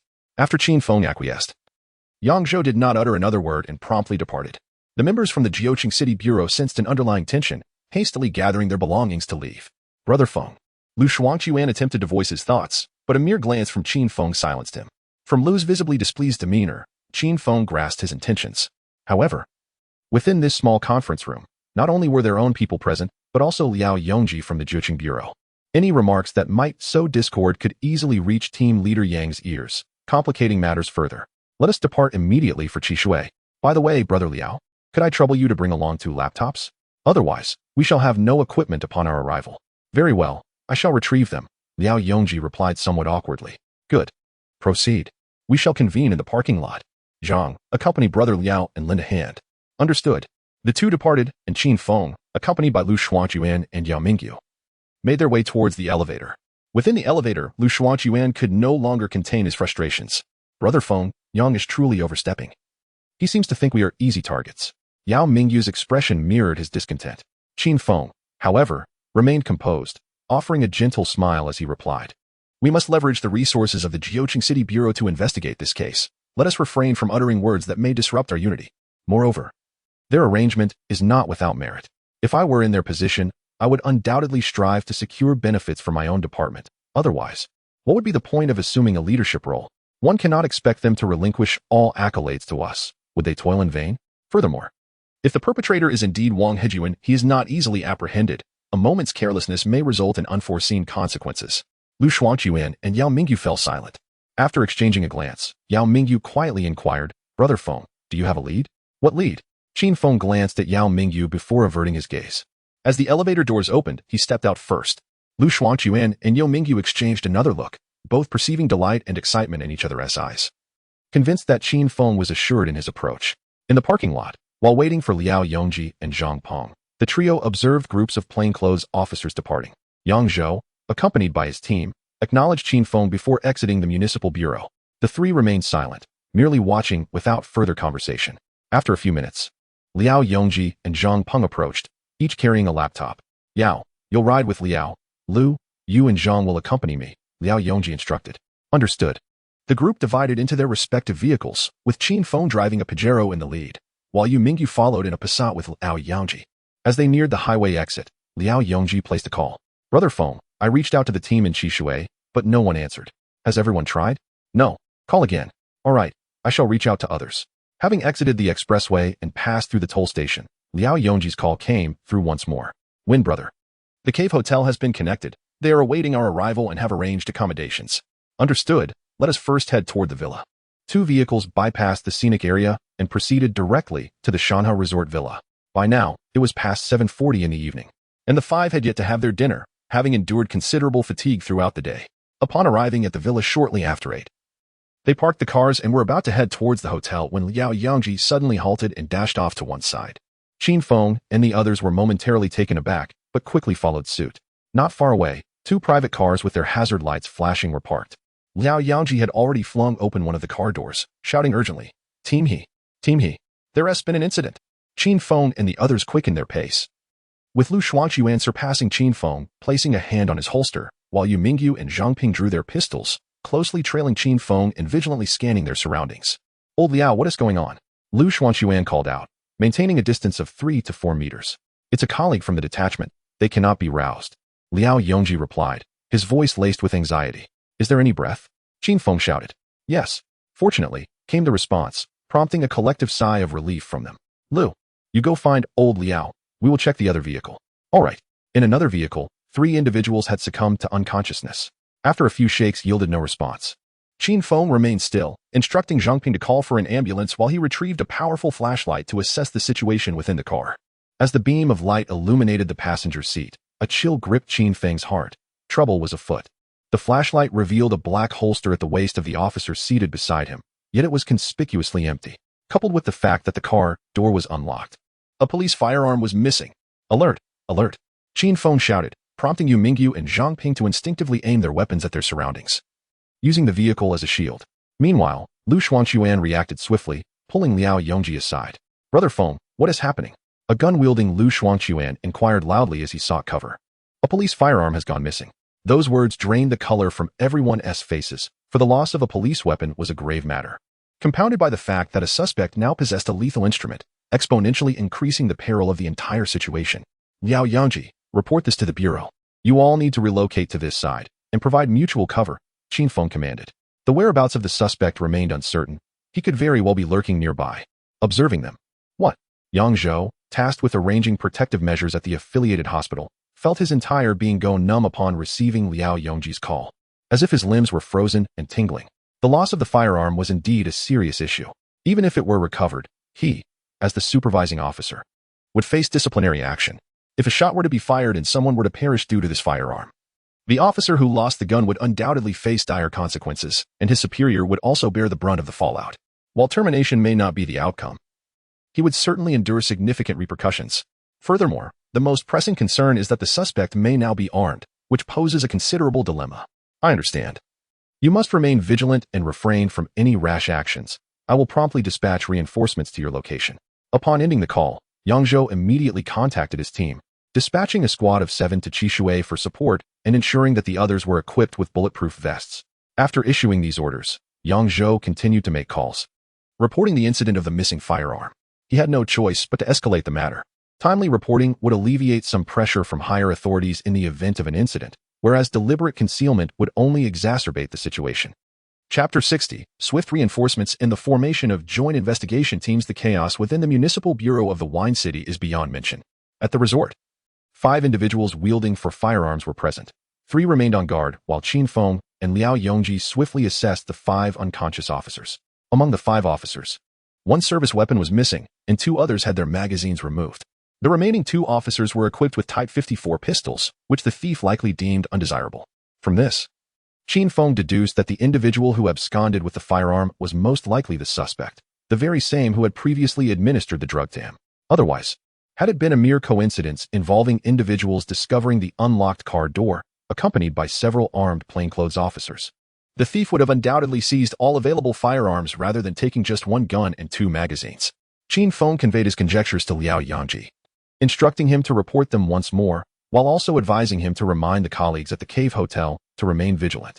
The keys to 2 vehicles were left inserted in the ignition, and the engines were running. No apparatus for releasing the narcotic was discernible. Either the suspect had employed alternative means to administer the drug, or had absconded with the device. During the inspection, Qin Feng noted remnants of vegetable leaves in the mouth of one of the officers. He speculated that the suspect might have introduced the drug into the meal. After waiting for over 20 minutes in the stillness of the surroundings, Qin Feng, assured that there was no imminent danger, placed a call to Huang Jin, the manager of the resort, requesting that the parking lot and surrounding streetlights be illuminated. Once the lights were activated, the area was bathed in bright light, akin to daylight. Leaving Liao Yongji and Zhang Peng to guard the vehicles, Qin Feng, armed with a Type 54 pistol, accompanied by Lu Shuangquan and Yao Mingyu, proceeded to inspect the nearby rubbish bins. During his conversation with Huang Jin, Qin Feng had inquired whether he DUI and others had dined at the resort, to which the response was negative. Upon examining the nearest rubbish bin, Qin Feng indeed discovered several McDonald's bags. Extracting the bags for further inspection, he confirmed that they contained meals sufficient for 5 individuals. Notably, the vegetable remnants in the officer's mouth were also lettuce, mirroring the salad ingredients found within the hamburgers. He collected the food bags along with their contents, and together with 5 Coca-Cola cups discovered in another bin, placed them into evidence bags before returning with Lu Shuangquan.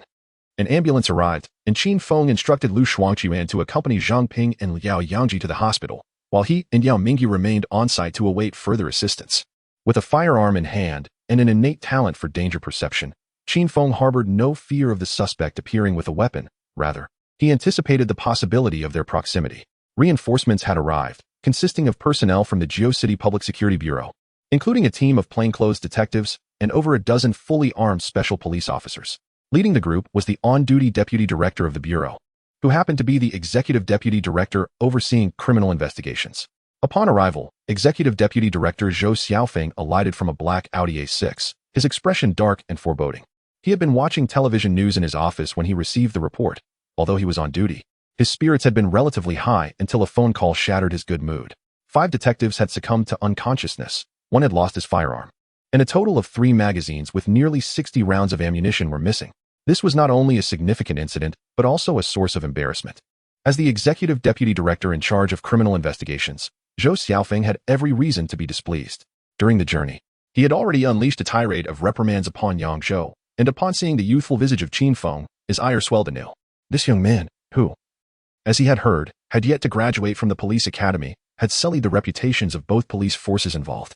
Nevertheless, as Qin Feng was an officer from the Tianhe City Bureau and had, in fact, aided them in rectifying a wrongful case, Zhou Xiaofeng, despite his frustration, restrained himself from expressing it overtly.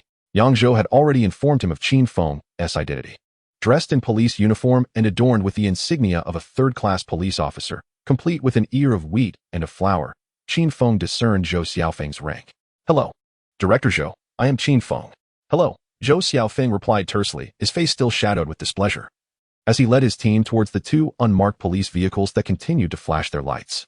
"Let me elaborate on the situation. The technical investigation team that accompanied us has already commenced their work." Zhou Xiaofeng refrained from interrupting, standing aside to observe. This remark was naturally directed towards Qin Feng. Prior to our arrival, Officer Liao Yangji had contacted colleagues in this area. Aside from a team stationed at the Cave Hotel, the other 2 teams could not be reached. Concerned that something might have gone awry, we decided to directly inspect the villa. Upon our recent arrival, Officer Liao Yangji immediately noticed 2 unmarked police vehicles with their hazard lights flashing. After providing a brief overview of the circumstances, Qin Feng pointed to the food packaging collected from a nearby trash bin, stating, "We discovered these food wrappers in a garbage receptacle, precisely enough for 5 individuals. My hypothesis is that the suspect must have laced the food with a sedative, incapacitating he and the others. It was only after confirming their condition that the perpetrator returned to seize the weapons and ammunition." Zhou Xiaofeng inquired further, "How did he manage that?" After a moment of contemplation, Qin Feng responded, "I surmise that the suspect somehow intercepted the delivery at the entrance, posing as the delivery person.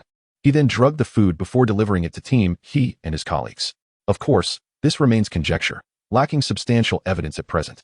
Observing the several evidence bags on the ground, Zhou Xiaofeng pressed on, What is your analysis regarding the suspect's motive for stealing the firearms? To commit murder or to resist apprehension by the police, Qin Feng replied. I lean towards the latter. However, should the suspect's previous methods of killing prove ineffective, he might indeed take the risk of resorting to gunfire.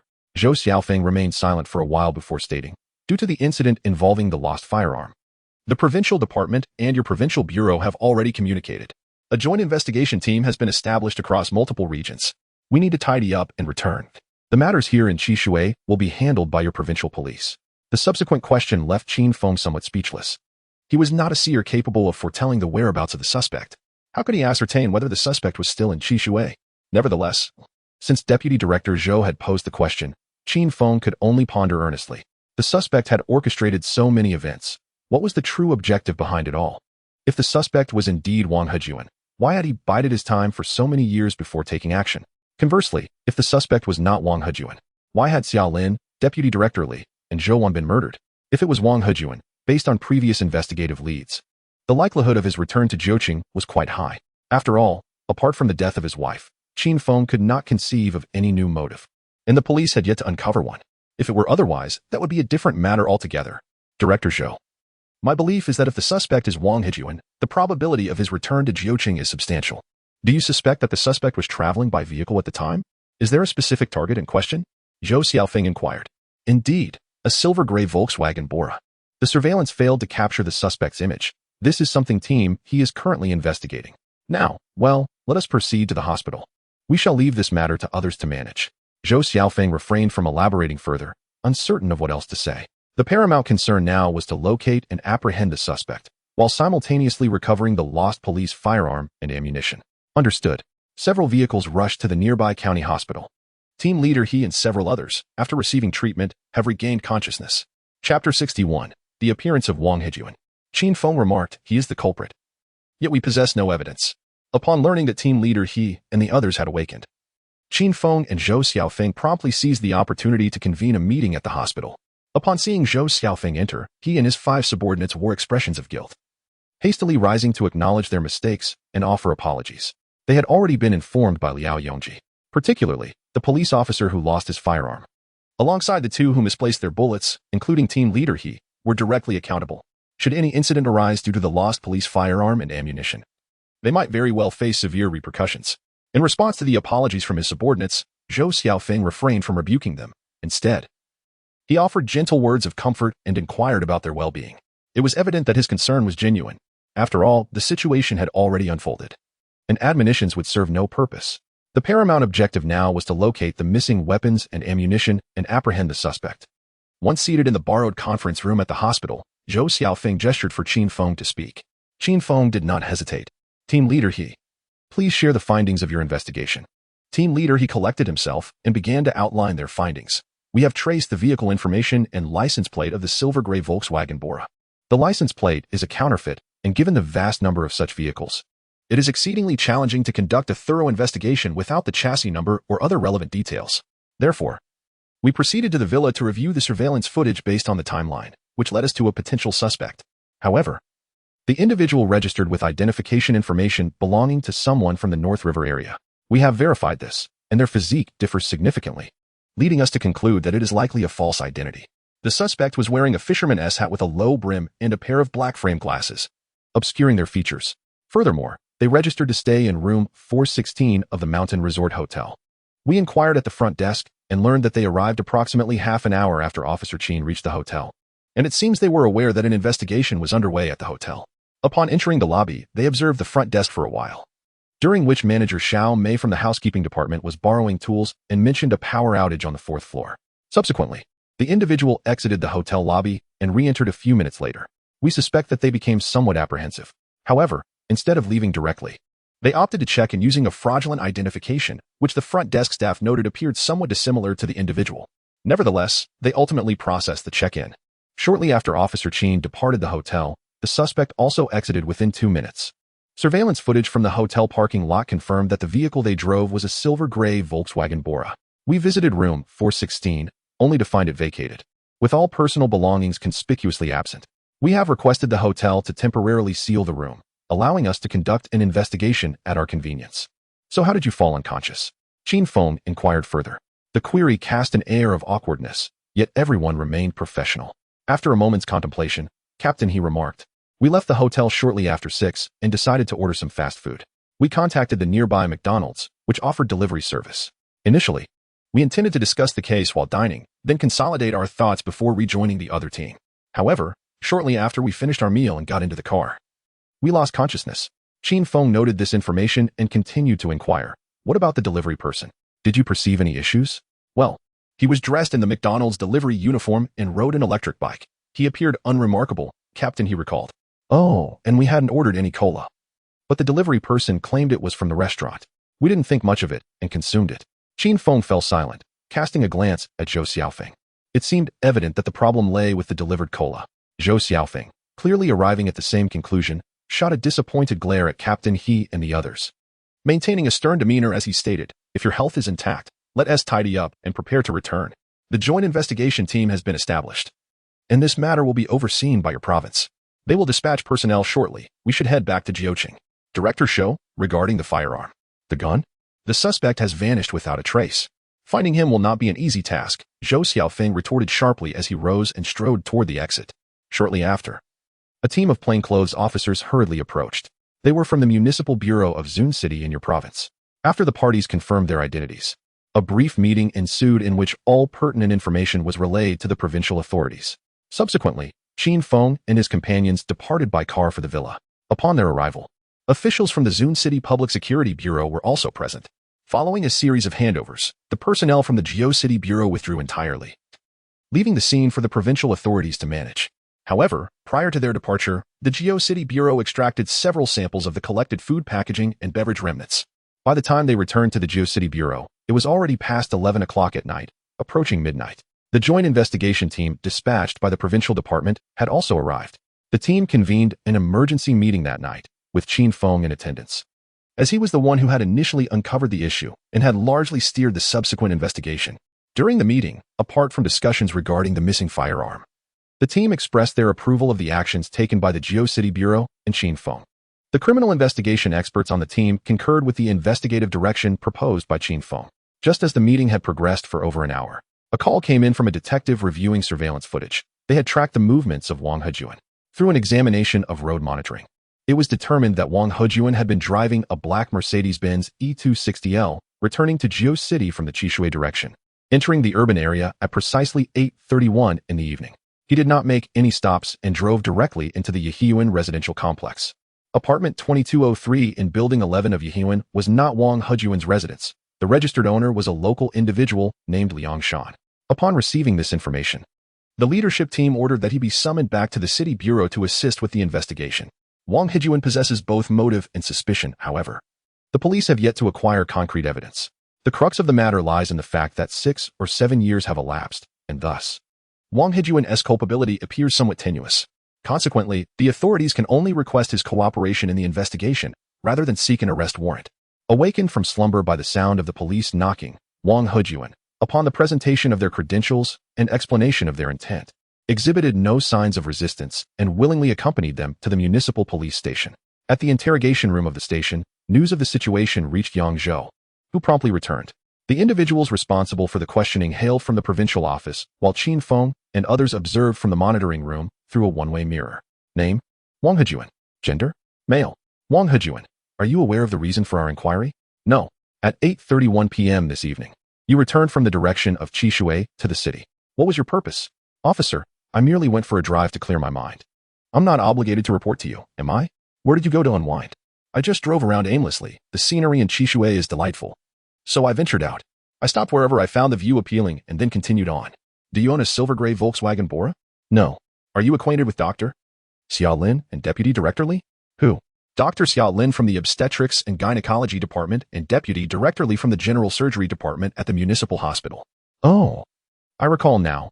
I wouldn't say I know them, but my wife and child met with a tragic fate, which is connected to them. However, the incident occurred so long ago that I nearly forgot, had you not mentioned it. Why do you have a home yet choose to reside in a rented apartment at Yuhua Garden? My wife and child have passed away. A few years ago, I resigned and went abroad for work, leaving the house vacant. Upon returning for a vacation, I found myself unwilling to go back. Entering that space only brings forth memories of my deceased wife and son. By the way, officer, what has happened to Dr. Xia and Dr. Li? Are they in trouble? They are dead. Dead? How could that be? Although these two may have lacked the moral courage to save lives in times of need, I had heard that their medical skills were competent. How could they have died? As he spoke, Wang Hejuan wore a sardonic expression, his words laced with contempt. However, the police lacked evidence. Even if he were to confess to being the murderer, without additional proof, he could easily recant his statement. Moreover, relying solely on a confession without tangible evidence would render the case ineffective in court. A judge cannot simply declare a suspect guilty without substantial proof. Wang Hejuan was indeed the culprit, yet he remained unperturbed, confident that we possessed no evidence. Observing the interrogation, Qin Feng shook his head and spoke. Chapter 62. Not a single surveillance camera captured a clear image. With an intermediate understanding of psychology, Qin Feng could discern that from the moment Wang Hejuan entered the municipal police station, he had already prepared himself for the interrogation. His audacious demeanor clearly indicated that he was intentionally revealing his whereabouts for the police to discover. This individual is not to be underestimated. It is quite possible that during his years of absence, he had been meticulously planning for murder. The purpose of this sudden appearance remains unclear. Yet Qin Feng is convinced that the other party surely has a plan. Mr. Wu, I propose a thorough investigation into Wang Hejuan's activities over the past few years to uncover any clues. Additionally, we should assign personnel to closely monitor him. Regardless of whether he becomes aware of it, several teams should follow him discreetly. Mr. Wu, as the leader of this provincial task force and the deputy chief of the criminal investigation team, understands the implications of Qin's suggestion. Is it a matter of exchanging space for time? Mr. Wu, being an experienced investigator, comprehends the strategy immediately. Indeed, by keeping a close watch on him, we can constrict his operational space while simultaneously affording our investigation more time. In the absence of concrete evidence, even if we harbor suspicions, we cannot restrict his freedom of movement. Thus, we must resort to this audacious method. Moreover, this approach will alleviate the pressure of safeguarding other medical personnel who might become potential targets. However, it is crucial to note that Wang Hejuan likely possesses a firearm, so those assigned to surveil him must exercise utmost caution. Mr. Wu exchanged glances with Zhou Xiaofeng and after a moment inquired, "Can you ascertain that he is indeed the suspect in this case?" "Yes, I have reviewed the surveillance footage of the suspect. Although there has been some disguise, his physique and posture remain unchanged, particularly his manner of walking. A person's habitual gait is not easily altered over the years. While the overlaps are minimal and cannot serve as definitive evidence, in conjunction with his activity patterns, I am confident that Wang Hejuan is the perpetrator. Furthermore, he possesses ample motive. Even though the reasons behind his vengeance after so many years remain unclear, it does not sway my judgment." Mr. Wu remained silent, seemingly weighing his options until he finally reached a decision several minutes later. "I have heard of your exceptional talent in trace identification, coupled with your keen eyesight.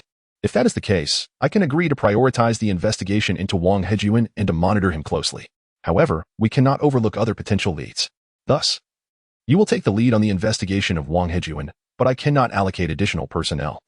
It will just be you and the few members of your major crimes unit. Is that acceptable?" "No problem, Mr. Wu." Qin Feng responded confidently. "All right. Detain him for a full 24 hours before releasing him. As for the personnel for monitoring, Zhou Bureau, I must ask for your assistance in this matter." "Rest assured, Mr. Wu, I will make the arrangements immediately," Zhou Xiaofeng replied. "Well then, let us proceed, as our time is limited." "Yes." Upon leaving the interrogation room, Qin Feng, along with Lu Xuanquan and the others, entered a prepared small conference room with the surveillance footage obtained from the villa and the hotel, along with road monitoring data and various informational materials. This room would serve as their temporary workspace. Equipped with a whiteboard and 4 laptops, they began their tasks. "Lu, you and Zhangping form a team. You two can take a break for now. Yao, please assist me in gathering all available information on Wang Hejuan, especially his recent movements over the past few years, as well as his account details and anything else that can be uncovered. If you encounter any limitations, consult Mr. Wu for further access. Next, our break time is limited, and everyone divided into 2 groups to work." The 3 had no objections to Qin Feng's arrangement.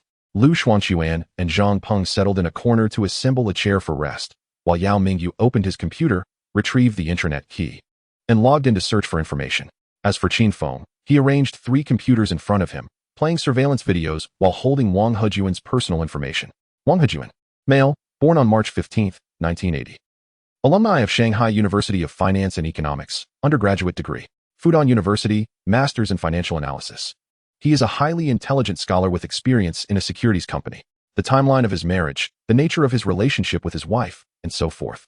After thoroughly reviewing this information and ensuring he was well informed, Qin Feng finally opened the surveillance videos, those from the villa, the hotel, and the road. These were the only 3 he examined. Knock, knock, knock. A knock sounded, and Liao Yongji entered. Officer Qin, here is the surveillance footage of Wang Heyuan's driving route in his Mercedes, as requested by Manager Wu. Thank you, Qin Feng replied.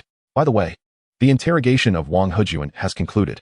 The interrogation expert from the provincial department suspects that he is lying, but this individual has a robust psychological defense, making it difficult to break through in a short time. Understood. If there's nothing else, I shall take my leave. Thank you, Brother Liao. After Liao Yangji departed, Qin Feng set aside the newly delivered USB drive, choosing not to view it for the moment. Having concluded the review of the surveillance footage from the villa and the cave hotel, Qin Feng found nothing particularly noteworthy. The individual had skillfully disguised himself, donning a fisherman's hat at the villa and a baseball cap at the cave hotel, coupled with varied attire that kept his head bowed, rendering his face invisible to the cameras. Qin Feng then turned his attention to the road surveillance. The footage revealed a silver-gray Volkswagen car departing from the hotel, yet it still failed to capture any facial details. Shortly thereafter, his own Mitsubishi Pajero passed a camera, followed closely by the fleeting appearance of the silver-gray Volkswagen Bora. It was tailing him. Qin Feng widened his eyes, repeatedly scrutinizing the footage, tracking the whereabouts of the silver-gray Volkswagen, alongside the trajectory of the Mercedes. Ultimately, he pinpointed the location where the Volkswagen vanished. By this time, over 2 hours had elapsed. After the suspect departed from the cave hotel, he headed straight back to the hotel, not leaving the villa until 3 minutes past 5 in the afternoon. Merely half an hour after his departure from the villa, Captain He and his team arrived. Subsequently, the Volkswagen Bora traveled towards Zun City, opting for the national road rather than the highway. Shortly after disappearing from the last camera, the Mercedes reappeared in the footage. Just as Qin Feng reached for his phone to inform General Wu of his findings, it rang. General Wu was calling. Xiao Qin, the Volkswagen Bora has been located in your province. It has careened off the embankment. The authorities there are currently examining the vehicle. Understood, General Wu. Indeed, General Wu. I have observed that Wang Heyuan's Mercedes appeared shortly after vanishing from the last surveillance camera of the Volkswagen. We noted this as well. However, it cannot be considered evidence, as he possesses countless justifications to deflect any accusations. Understood, General Wu. After ending the call, Qin Feng felt no sense of defeat. Based on Wang Heyuan's profile and his demeanor during previous inquiries, it is evident that he is emotionally stable, possesses a certain counter-interrogation skill, and demonstrates high intelligence, executing tasks with meticulous care. Thus far, no errors have been uncovered. Even if there are loopholes or coincidences, they can all be accounted for. Therefore, to secure a conviction, it would require some discovery within that Bora vehicle or... Suddenly, a spark illuminated Qin Feng's mind. Indeed, in the surveillance footage, whether on the road, at the villa, or within the cave hotel, the suspect never revealed his face. How did he manage that? It feels all too familiar. To achieve such familiarity, Wang Heyuan must have conducted an on-site inspection. Prior to this, he likely would not have registered for accommodation under a false identity. With this thought, Qin Feng hastily rummaged through the guest records he had previously obtained from the villa and the cave hotel. Chapter 63, A True Master. At the Tianhe Resort, a single gentleman checked in the day before Shailin's arrival, but it was not Wang Heyuan. Reviewing the surveillance footage, Qin Feng's brow furrowed. This Wang Heyuan is exceedingly cautious. Contrary to his assumptions, he still used a false identity and went to great lengths to conceal himself. Although Qin Feng recognized the man disguised under a false identity as Wang Heyuan by certain habits in his physique and gait, this knowledge alone could not serve as evidence to accuse him. With merely a little over 10 hours remaining before Wang Heyuan was to be released, the plan to track and monitor him was fraught with uncertainty. It appeared that uncovering evidence through his movements would prove challenging, necessitating a shift in the investigative direction. Gathering all the textual materials, Qin Feng commenced his in-depth examination, particularly focusing on Wang Heyuan's dossier. He scrutinized it repeatedly in hopes of uncovering any subtle clues. From the analysis of the subject's modus operandi, Wang Heyuan did not seem to be a novice. However, he was not a habitual offender either, having not even received a single traffic citation prior. Concerning his experiences abroad, there was a conspicuous absence of domestic records. Could it be that something significant transpired overseas, prompting a transformation in him? Acquiring information from abroad proved to be a formidable task, one that could not be accomplished in a short span of time. Setting aside Wang Heyuan's dossier, Qin Feng delved into the files of Xia Lin, Zhou Wan, and Deputy Director Li, along with previous investigative documents. As the night wore on, the whiteboard in the conference room became densely inscribed with notes and adorned with several photographs, intertwined with intricate lines that made one's head spin. This was the culmination of Qin Feng's 6 hours of diligent effort, complemented by the contributions of Yao Mingyu. He had tirelessly gathered a wealth of useful information through various channels, nearly exhausting his phone in the process. Fortunately, Yao Mingyu possessed the acumen to persuade officials from the Provincial Immigration Administration to rise early and work overtime, facilitating a swifter accumulation of data. Lu Xuanquan stretched his limbs languidly, savoring the comfort of a restful night's sleep. After completing his stretch, he glanced around the room, noting that Yao Mingyu and Zhang Peng were still in slumber. At the front of the whiteboard, a solitary figure leaned against the desk, gazing intently at the board. Oh, it was Brother Feng. Recognizing Qin Feng by his silhouette, Lu Xuanquan presumed it was still early and took a moment to check his phone. To his astonishment, the display revealed that it was nearly 6 in the morning. With a startled exclamation, he inadvertently roused Zhang Peng and Yao Mingyu from their sleep. What's wrong? The two, newly awakened, turned their gaze toward him. Qin Feng slowly pivoted to face Lu Xuanquan, his eyes conveying a sense of inquiry. Brother Feng, did you not sleep at all last night? Lu Xuanquan disregarded Yao Mingyu and Zhang Peng, directing his question at Qin Feng. Since we are awake, we should prepare to depart, Qin Feng replied. Now, aren't you going to rest for a bit?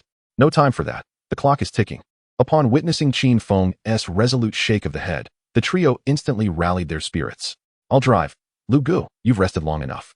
So it's your turn behind the wheel. Very well. Following Qin Feng, the three hastily exited the small conference room.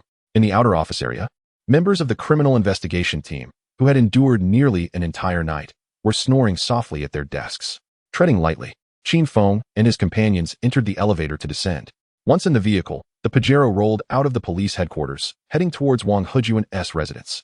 Upon arriving outside the community, Qin Feng did not rush inside, but instead led Lu Xuanquan and the others to a nearby breakfast spot, where they enjoyed a morning meal. This residential complex, built in the year 2000, featured elevators, yet parking was rather limited, resulting in numerous private vehicles lining the roadside outside the community. In this scenario, several individuals refrained from driving into the complex. Upon arriving at the entrance of the building, Lu Xuanquan suddenly recalled that they had not applied for a search warrant. Brother Feng, we lack a search warrant. A search warrant? What do we need that for? Qin Feng replied calmly as he entered the building's door. The three behind him exchanged glances, and Lu Xuanquan hastily approached Qin Feng, whispering, Brother Feng, what excuse do you intend to use to enter? Suspecting a break-in? Or investigating missing persons? Or, what are you talking about? I never said I wanted to enter Wang Hejuan's home. Huh, not going in. The three expressed their confusion. Pressing the elevator button and noticing it stopped at the 13th floor, Qin Feng stood before the elevator doors and remarked, I've observed that this Wang Hejuan is exceedingly cautious, with an almost meticulous attention to detail. Would such a person leave evidence in plain sight within his home? The three exchanged glances again, acknowledging the validity of his point. Yet, then, Brother Feng, what are we here for? Of course, we are here to find evidence. Qin Feng replied, casting a look at Lu Xuanquan as if he were a fool. Lu Xuanquan remained utterly perplexed, not even minding Qin Feng's gaze, while inwardly feeling as if he were being tormented by a cat. But, didn't you just say? Let me ask you. Qin Feng interrupted Lu Xuanquan. If you were Wang Hejuan and needed to conceal something in a secret place known only to you, yet still somewhat connected to yourself, where would you hide it? Only one knows, yet it cannot be entirely disconnected from oneself. The three individuals bowed their heads in contemplation. Ding! The elevator had arrived. As they entered, their thoughts lingered, and Qin Feng glanced at the surveillance camera before diverting his gaze. Brother Feng, do you mean to suggest that Wang Hejuan may have concealed the items he couldn't destroy within the community? Finally, Yao Mingyu was the first to respond. Yes, that's precisely what I think, Qin Feng affirmed, continuing. However, we cannot dismiss the possibility that he might have discarded the items casually on his way back. Once again, silence enveloped the trio. They pondered for a considerable time, only for Qin Feng to negate the very issue they had just unraveled. If the police weapon and the evidence of Wang Hejuan's crimes were indeed carelessly disposed of, locating them would be akin to searching for a needle in a haystack. Qin Feng could sense some of the thoughts swirling in Yao Mingyu's mind. This individual is far from ordinary. He has spent several years abroad, and during this period, we have been unable to trace any information. Now, upon his return, he resorts to murder. I believe he has likely been preparing for this act during his time overseas. Thus, we can only rely on extensive investigations to uncover the evidence that will conclusively implicate him, and we must act swiftly.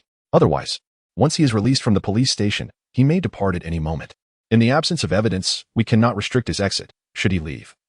Even if we later find proof, apprehending him would prove exceedingly difficult. Did we not discuss deploying someone to shadow him? Surveillance is merely a method that lacks efficacy. I wager that his targets, aside from Xia Lin and Deputy Director Li, include other medical personnel involved in the operation. However, this is merely a gamble. A wager on his psyche. Every gamble carries considerable risk. What if he perceives the situation as untenable and decides to flee the scene? Lu Xuanquan and the other two fell silent. The elevator arrived.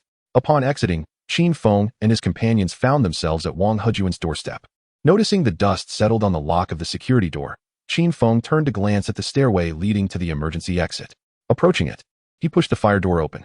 Casting one last look at the security door, he stepped into the emergency passage and ascended the stairs. Chapter 64. Personnel adjustment and thorough search. Wang Hejuan's residence lay on the top floor. It took just 2 flights of stairs to reach the rooftop terrace. The door leading to the terrace was unlocked. On the rooftop, Qin Feng's gaze traversed the ventilation shafts of the elevator, the smoke vent, and the exhaust vents. Before he climbed to inspect the top of the stairway exit, Wang Hejuan had not placed anything in these locations. Let us consult the property management.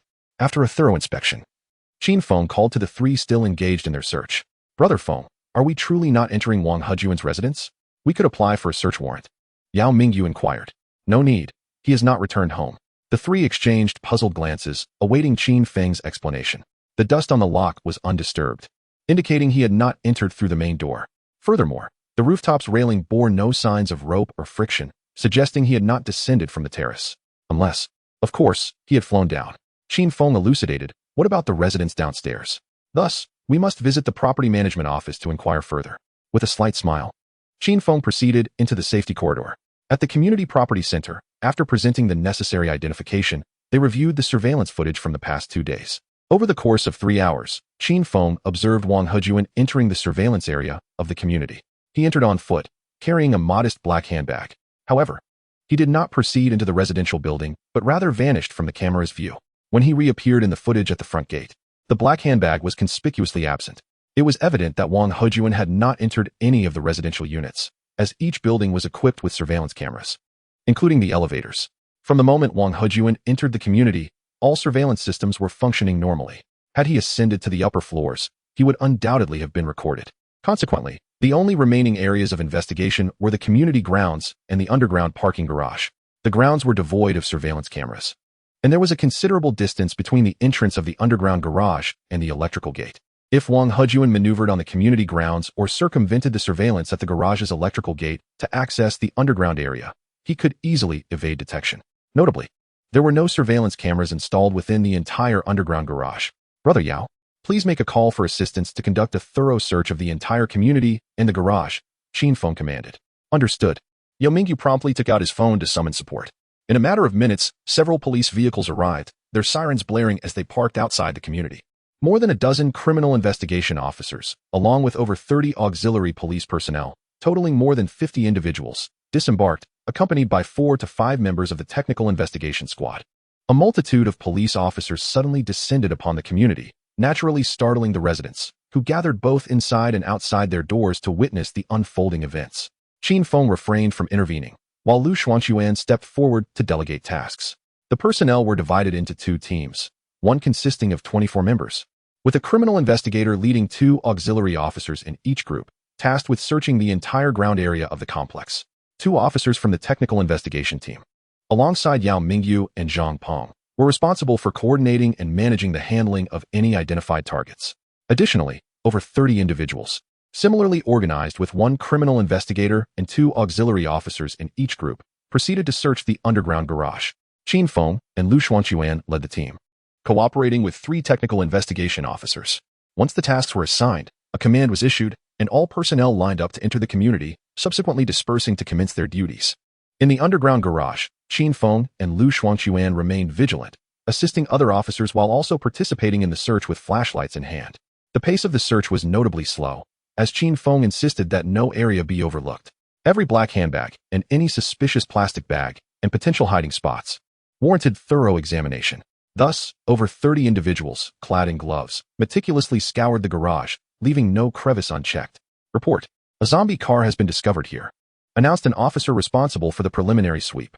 The property management personnel approached to inspect and verify the owner's information, stating, "We need to initiate a search." Understood, officer. 2 property staff members who were called over immediately rushed to check the license plate and parking space, looking up the owner's information in the system. If found, they would contact the owner. If not, the technical investigation team would intervene, unlocking and searching under the witness of property staff and the surveillance camera. After more than 3 hours, the ground search personnel had completed their task without any discoveries. These individuals were then reassigned to continue their search in the underground parking garage. During a brief intermission, Qin Feng and Lu Shuangquan shared some bread and water. Another 3 hours elapsed, and the entire underground garage had been thoroughly examined.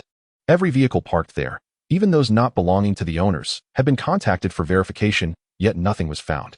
The black handbag brought in by Wang Heyuan seemed to have vanished into thin air. Over an hour ago, General Wu and Yang Zhou had also arrived with their team.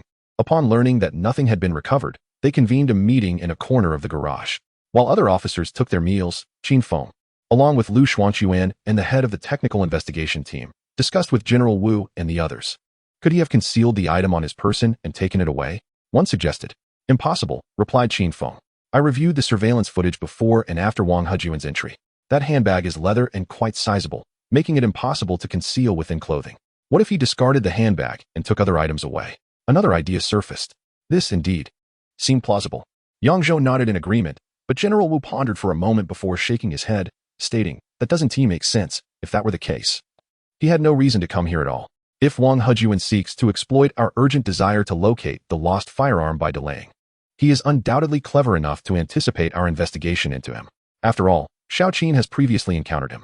In such a scenario, he might surmise that we would summon him, yet without substantial evidence, he could feign a visit, deliberately exposing the black handbag to surveillance, thereby causing us to squander time in our search. I, too, find this possibility plausible, especially since there are less than 2 hours remaining until his release. The failure to locate the target has instigated skepticism among the officers involved in this search, and their suspicions are not unfounded. However, Qin Feng holds a differing perspective. The handbag may have been a ruse, yet it does not negate the possibility that Wang Heyuan's bag contains something of significance. As for the notion of him concealing a weapon or other items on his person, Qin Feng is adamant that he observed clearly. The man was merely clad in a coat, with his shirt tucked in. If he were carrying anything, it would not have escaped his notice. Moreover, this individual is astute. The black handbag could serve to obfuscate the police's line of sight, as well as provide cover for whatever he wishes to conceal. Thus, he is convinced that the handbag certainly holds something, and that it is somewhere within the community, just temporarily unlocated. He must have overlooked something. Just as Qin Feng furrowed his brow in contemplation, pausing mid-bite, General Wu turned to him and inquired, Xiaoqin, what are your thoughts? The handbag may indeed be a distraction, yet considering the behavior of Wang Heyuan and analyzing it through a psychological lens, it is highly probable that it conceals something, perhaps hidden within this very community. He is quite familiar with the surroundings. It appears we have temporarily overlooked something that has prevented us from uncovering it. Overlooked. The crowd furrowed their brows, pondering which detail had escaped their attention. Chapter 65. Locating the lost gun. Formal arrest. Wang Heyuan takes hostages. The elevator. How could we have neglected it? After a long pause, Zhang Peng suddenly brightened, his excitement palpable. The elevator? Indeed. I have seen some crime dramas where items are concealed atop the elevator. A collective realization dawned upon them. They had indeed overlooked this possibility. Impossible. Qin Feng countered, his eyes narrowing as the others turned their gaze toward him. He elucidated, I have examined the elevator's structure. The maintenance access is sealed, and each elevator is equipped with surveillance cameras. Moreover, I have scrutinized the footage from every elevator's monitoring system. Since Wang Heyuan entered the community, all the surveillance cameras have functioned normally, capturing no trace of him. Therefore, it is improbable that anything could be hidden atop the elevator. However, as Qin Feng continued, a thought crossed his mind. But what? Wu Zong, realizing that Qin Feng had stumbled upon a revelation, quickly inquired. The top of the elevator may be implausible, yet Zhang Peng has reminded me that the underside could indeed be a possibility, and it would go unnoticed by the cameras. The underside of the elevator? Indeed, due to the unevenness of the elevator shaft's floor, there is inevitably a certain gap at the bottom to conceal an object beneath. One merely needs to pry open the elevator doors from the underground garage and casually toss it inside. There is no need for anyone to enter, ensuring both speed and safety. When retrieval is necessary, one can simply pause the elevator, pry open the doors, descend to the second basement level, and return, all within the span of a minute. In fact, success can be achieved without even halting the elevator. As Mr. Wu and Yang Zhou listened, they found the reasoning increasingly compelling. Mr. Wu promptly instructed his subordinates, go and inquire with the property management about the condition of the elevator's base. Yes. Upon issuing his orders, Mr. Wu waved his hand decisively. Let us proceed to the second basement level. Understood. The group, a formidable assembly, made their way to the second basement. Shortly thereafter, they received confirmation that indeed, a gap of 20 centimeters had been left at the bottom of the elevator. Have the property management halt all elevators. Everyone else, position yourselves at each elevator entrance and await further instructions to open the doors for a search. Yes. Following Mr. Wu's command, the officers swiftly dispersed, ensuring that all 16 elevator units were manned by police personnel. The property management then proceeded to halt the elevators, positioning them at the 10th floor. Subsequently, maintenance staff arrived, utilizing a triangular key to unlock the elevator doors, conducting searches one by one. Finally, a significant discovery was made.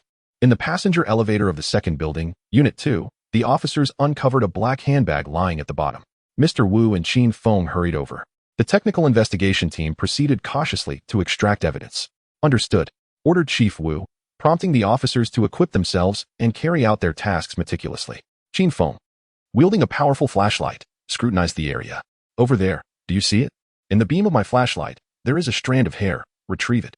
Yes, precisely, there's skin flakes. Did you not see? That grayish-white speck, approximately 1 millimeter in size. Yes, indeed, that one. Extract it. Qin Feng, who remained above, exhibited an acute gaze as he illuminated the ground with his flashlight. Apart from a clearly defined footprint, he discerned a total of 5 strands of hair and 3 pieces of skin flakes amidst the dust-laden floor. Observing from the sidelines, Chief Wu, Yang Zhou, and the others were taken aback by Qin Feng's commanding presence as he directed the technical team. Their eyes reflected astonishment and a profound sense of admiration. This young man truly possessed remarkable skills. From such a distance, he discerned details with clarity that surpassed even trained professionals. It was no wonder he had garnered the attention of the Tianhe Municipal Bureau. Although the two leaders concealed their thoughts, a shared glance revealed their mutual intent to recruit talent. However, Chief Wu from the provincial department had a greater chance, while Yang Zhou from Jiu City faced considerable challenges. The disparity between Jiu City and Tianhe, both provincial capitals, was substantial, making his aspirations of recruitment exceedingly difficult. Nevertheless, Yang Zhou pondered various strategies, aware that such thoughts must remain unspoken for the time being, for as a deputy team leader, he lacked the authority to make decisive moves. At last, at 11:23 in the evening, with mere minutes remaining before Wang Hejuan's imminent release, the on-site evidence collection was completed, and the fingerprints from the black handbag were successfully retrieved. Upon opening the handbag, a loaded Type 92 pistol and 2 spare magazines came into view. Immediately, a call was made to detain Wang Hejuan, prohibiting his release. Upon seeing the contents of the black handbag, General Wu promptly issued a loud command. The police now possessed sufficient evidence to detain Wang Hejuan. Yes, his subordinate responded and stepped aside to make the call. Meanwhile, Wang Hejuan was preparing to leave the police station. With a click, the door to the interrogation room swung open, and Director Zhou Xiaofeng personally entered with his team. Director Zhou, are you here to release me? Just complete the paperwork. I can hardly bear the honor of your presence, Wang Hejuan remarked, a smug grin on his face. Zhou Xiaofeng, coldly smiling at Wang Hejuan's petty triumph, then adopted a serious demeanor and said in a deep voice, Wang Hejuan, the police suspect your involvement in the murder case of Dr. Xiaolin from the medical college-affiliated hospital. You cannot leave, as the evidence proving the homicides of Zhou Wan and Deputy Director Li had yet to be uncovered. The authorities could only proceed with the arrest based on the murder of Xiaolin. You are framing me. What evidence do you have? Upon hearing Zhou Xiaofeng's words, the smile on Wang Hejuan's face gradually faded. After a brief silence, he suddenly raised his head and exclaimed with agitation, Huh? Framing? Zhou Xiaofeng observed the emotionally unhinged Wang Hejuan and let out a derisive laugh. We discovered a black leather bag you brought into your residence's elevator, which contained firearms lost by the police along with spare magazines. We have collected fingerprints, skin flakes, and hair from the scene. Thus, Wang Hejuan, do not harbor any illusions of resistance. Rest assured, with this evidence, we will be able to trace further leads and uncover more incriminating evidence.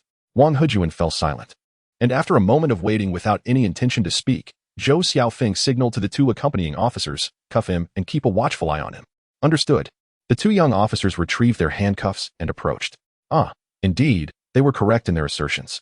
What did you say? Zhou Xiaofeng inquired, having not clearly heard Wang Hejuan's mumblings as he lowered his head, his brow furrowing in curiosity. The 2 officers, poised to secure Wang Hejuan with handcuffs, halted their movements and turned to Zhou Xiaofeng. At that moment, Wang Hejuan, seated in the chair, suddenly sprang into action. He seized the uniform of the officer on his left, while simultaneously launching a kick towards the officer on his right. With a thud, the right officer was struck in the abdomen, his face paling as he staggered backward, ultimately collapsing onto the ground. Seizing the momentum from his kick, Wang Hejuan's upper body propelled forward like a cannonball, crashing into the waist of the officer whose uniform he had gripped, causing the officer to lose his balance and topple to the floor. In the blink of an eye, both officers were on the ground, and Wang Hejuan followed suit. Yet, just before hitting the floor, he managed to brace himself with one hand, retracting his lower body, and astonishingly, he crouched down, having just steadied himself. He propelled forward with a burst of leg strength, lunging at Zhou Xiaofeng, who was reaching for his sidearm. The impact slammed Zhou Xiaofeng against the wall with a resounding thud. A wave of agony washed over Zhou Xiaofeng, his chest ablaze with pain. He surmised that the collision had fractured at least a couple of ribs.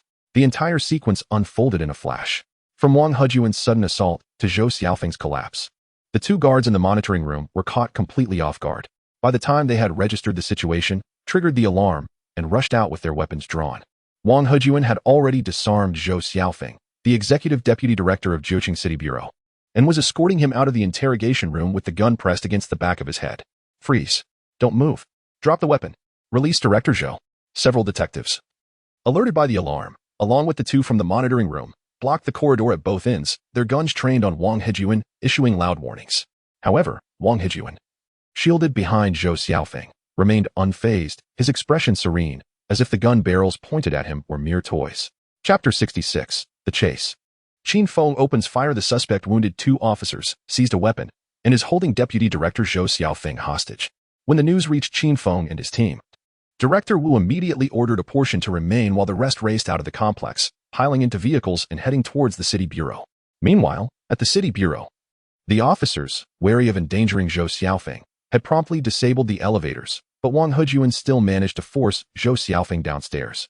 Having arrived at the parking area, Wang Hejuan halted before an unlocked police vehicle used for standby duty. He reached out, opened the car door, and, using Zhou Xiaofeng as a shield, retreated behind it. Abruptly, Wang Hejuan thrust his firearm forward and discharged it at the approaching officers. The echoes of gunfire reverberated through the air as two officers collapsed, struck by bullets. The remaining officers, hesitant to return fire, sought cover. Capitalizing on this opportunity, Wang Hejuan struck Zhou Xiaofeng on the head with the butt of his gun, then unceremoniously shoved him into the passenger seat. With a swift maneuver, he vaulted into the driver's side, pulled the door shut, and ignited the engine. The sound of the car's ignition prompted a detective concealed behind cover to peer out, intent on firing. However, upon spotting the gun barrel within the vehicle, he swiftly withdrew. With a roar, the police car, a modified Passat, surged forward, propelled by Wang Hejuan's single-handed driving and sporadic gunfire. It careened toward the main gate. Pursue. Get in the cars and give chase. Attention all units. Director Zhou is in the vehicle. Refrain from shooting at the car. Target the tires instead. Contact the SWAT team for reinforcement. Dispatch patrol cars to establish roadblocks. The Passat police car breached the city bureau's perimeter. Before the guards could react, a procession of police cars, sirens blaring, streamed out in pursuit, accompanied by unmarked vehicles and private cars commandeered by officers. Qin Feng, piloting a Mitsubishi Pajero, was en route to the city bureau. Attention all units. Suspect Wang Hejuan is piloting a Passat police car with license plate XXXXX, fleeing along Jiuqing Avenue toward Binjiang Road. The suspect is armed and has taken a hostage. As various units coordinated to encircle and intercept, the sound of announcements crackled through the intercom. Qin Feng furrowed his brow, while Lu Xuanquan and the others swiftly drew their firearms, the metallic click echoing as they chambered bullets. The roar of the 3.6L naturally aspirated engine surged to life as Qin Feng pressed the accelerator, darting past the police car ahead and accelerating toward Binjiang Road. Behind him, a fleet of police vehicles blared their sirens, hastening to pursue. Attention, the suspect has entered Binjiang Road, heading west in flight. The suspect has turned onto Wangfu Road, with civilians injured, vehicles behind, slowed down, and leave space for medical assistance. The suspect is on the bridge. Tuasan Bridge, over. Just as the police car driven by Wang Hejuan ascended Tuasan Bridge, Qin Feng caught up. At that moment, he maneuvered his SUV, a Pajero, with the thrill of a racing experience. Approaching the dawn hours, the sparse traffic allowed for an exhilarating speed, and by overtaking the pursuing police vehicles, he would finally confront Wang Hejuan. With another firm press of the accelerator, bolstered by his near-professional driving skills, Qin Feng pushed the speed to its limits, his hands deftly guiding the steering wheel as he smoothly changed lanes to overtake. Although Lu Xuanquan and the others in the vehicle felt the tension, they surprisingly experienced minimal turbulence. At last, Qin Feng positioned himself at the forefront, now less than 20 meters from the fleeing Passat police car. Gun, he shouted with a serious expression as he rolled down the window. Huh. The co-driver, Lu Xuanquan, was momentarily taken aback. "Hand me the gun." Oh. After Qin Feng's repetition, Lu Xuanquan, realizing the situation, handed over the Type 92 pistol he held. With his right hand gripping the steering wheel and his left hand wielding the firearm, Qin Feng extended his arm out of the window. However, he refrained from firing immediately, waiting for the Passat police car to traverse the bridge. Ahead lay a long incline, flanked by guardrails, with landscaped isolation strips adorned with roadside trees. Firing on the bridge posed a grave danger. Should a vehicle overturn or plunge off, the fall from dozens of meters would be catastrophic, with destruction and loss of life being highly probable, if not inevitable.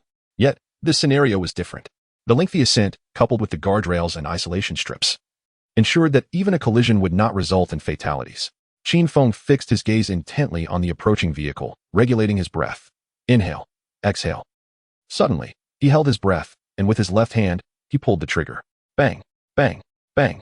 3 shots rang out, the bullets piercing through the rear window and striking the back of the driver's seat. In response to the gunfire, the Passat police car abruptly swerved, twisting before colliding diagonally with the guardrail, then careening into the isolation strip on the opposite side of the road. Thud. The front of the police car crashed violently against the isolation strip, becoming lodged in the landscaped barrier. Screeching, returning the pistol T upon a single command. Lu Xuanquan, Yao Mingyu, and Zhang Ping advanced with firearms in a tactical formation. 2 approached the driver's side, while 1 secured the rear, vigilantly observing the vehicle's interior from the passenger's side.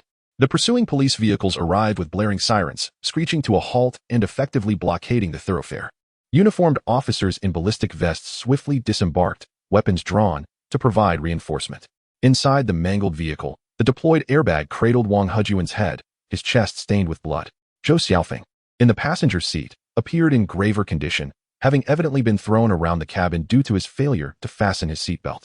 He lay unconscious, slumped in his seat. Following a series of hand signals, several officers cautiously approached, extracting the unconscious Wang Hejuan from the driver's seat and subduing him on the ground. Zhou Xiaofeng was carefully extricated from the passenger side and swiftly transported to a hospital in a police vehicle. "What's the situation?" Qin Feng inquired. His voice amplified as he stepped forward once the scene was secured. 3 gunshot wounds to the shoulder and facial lacerations. But he's alive, still breathing.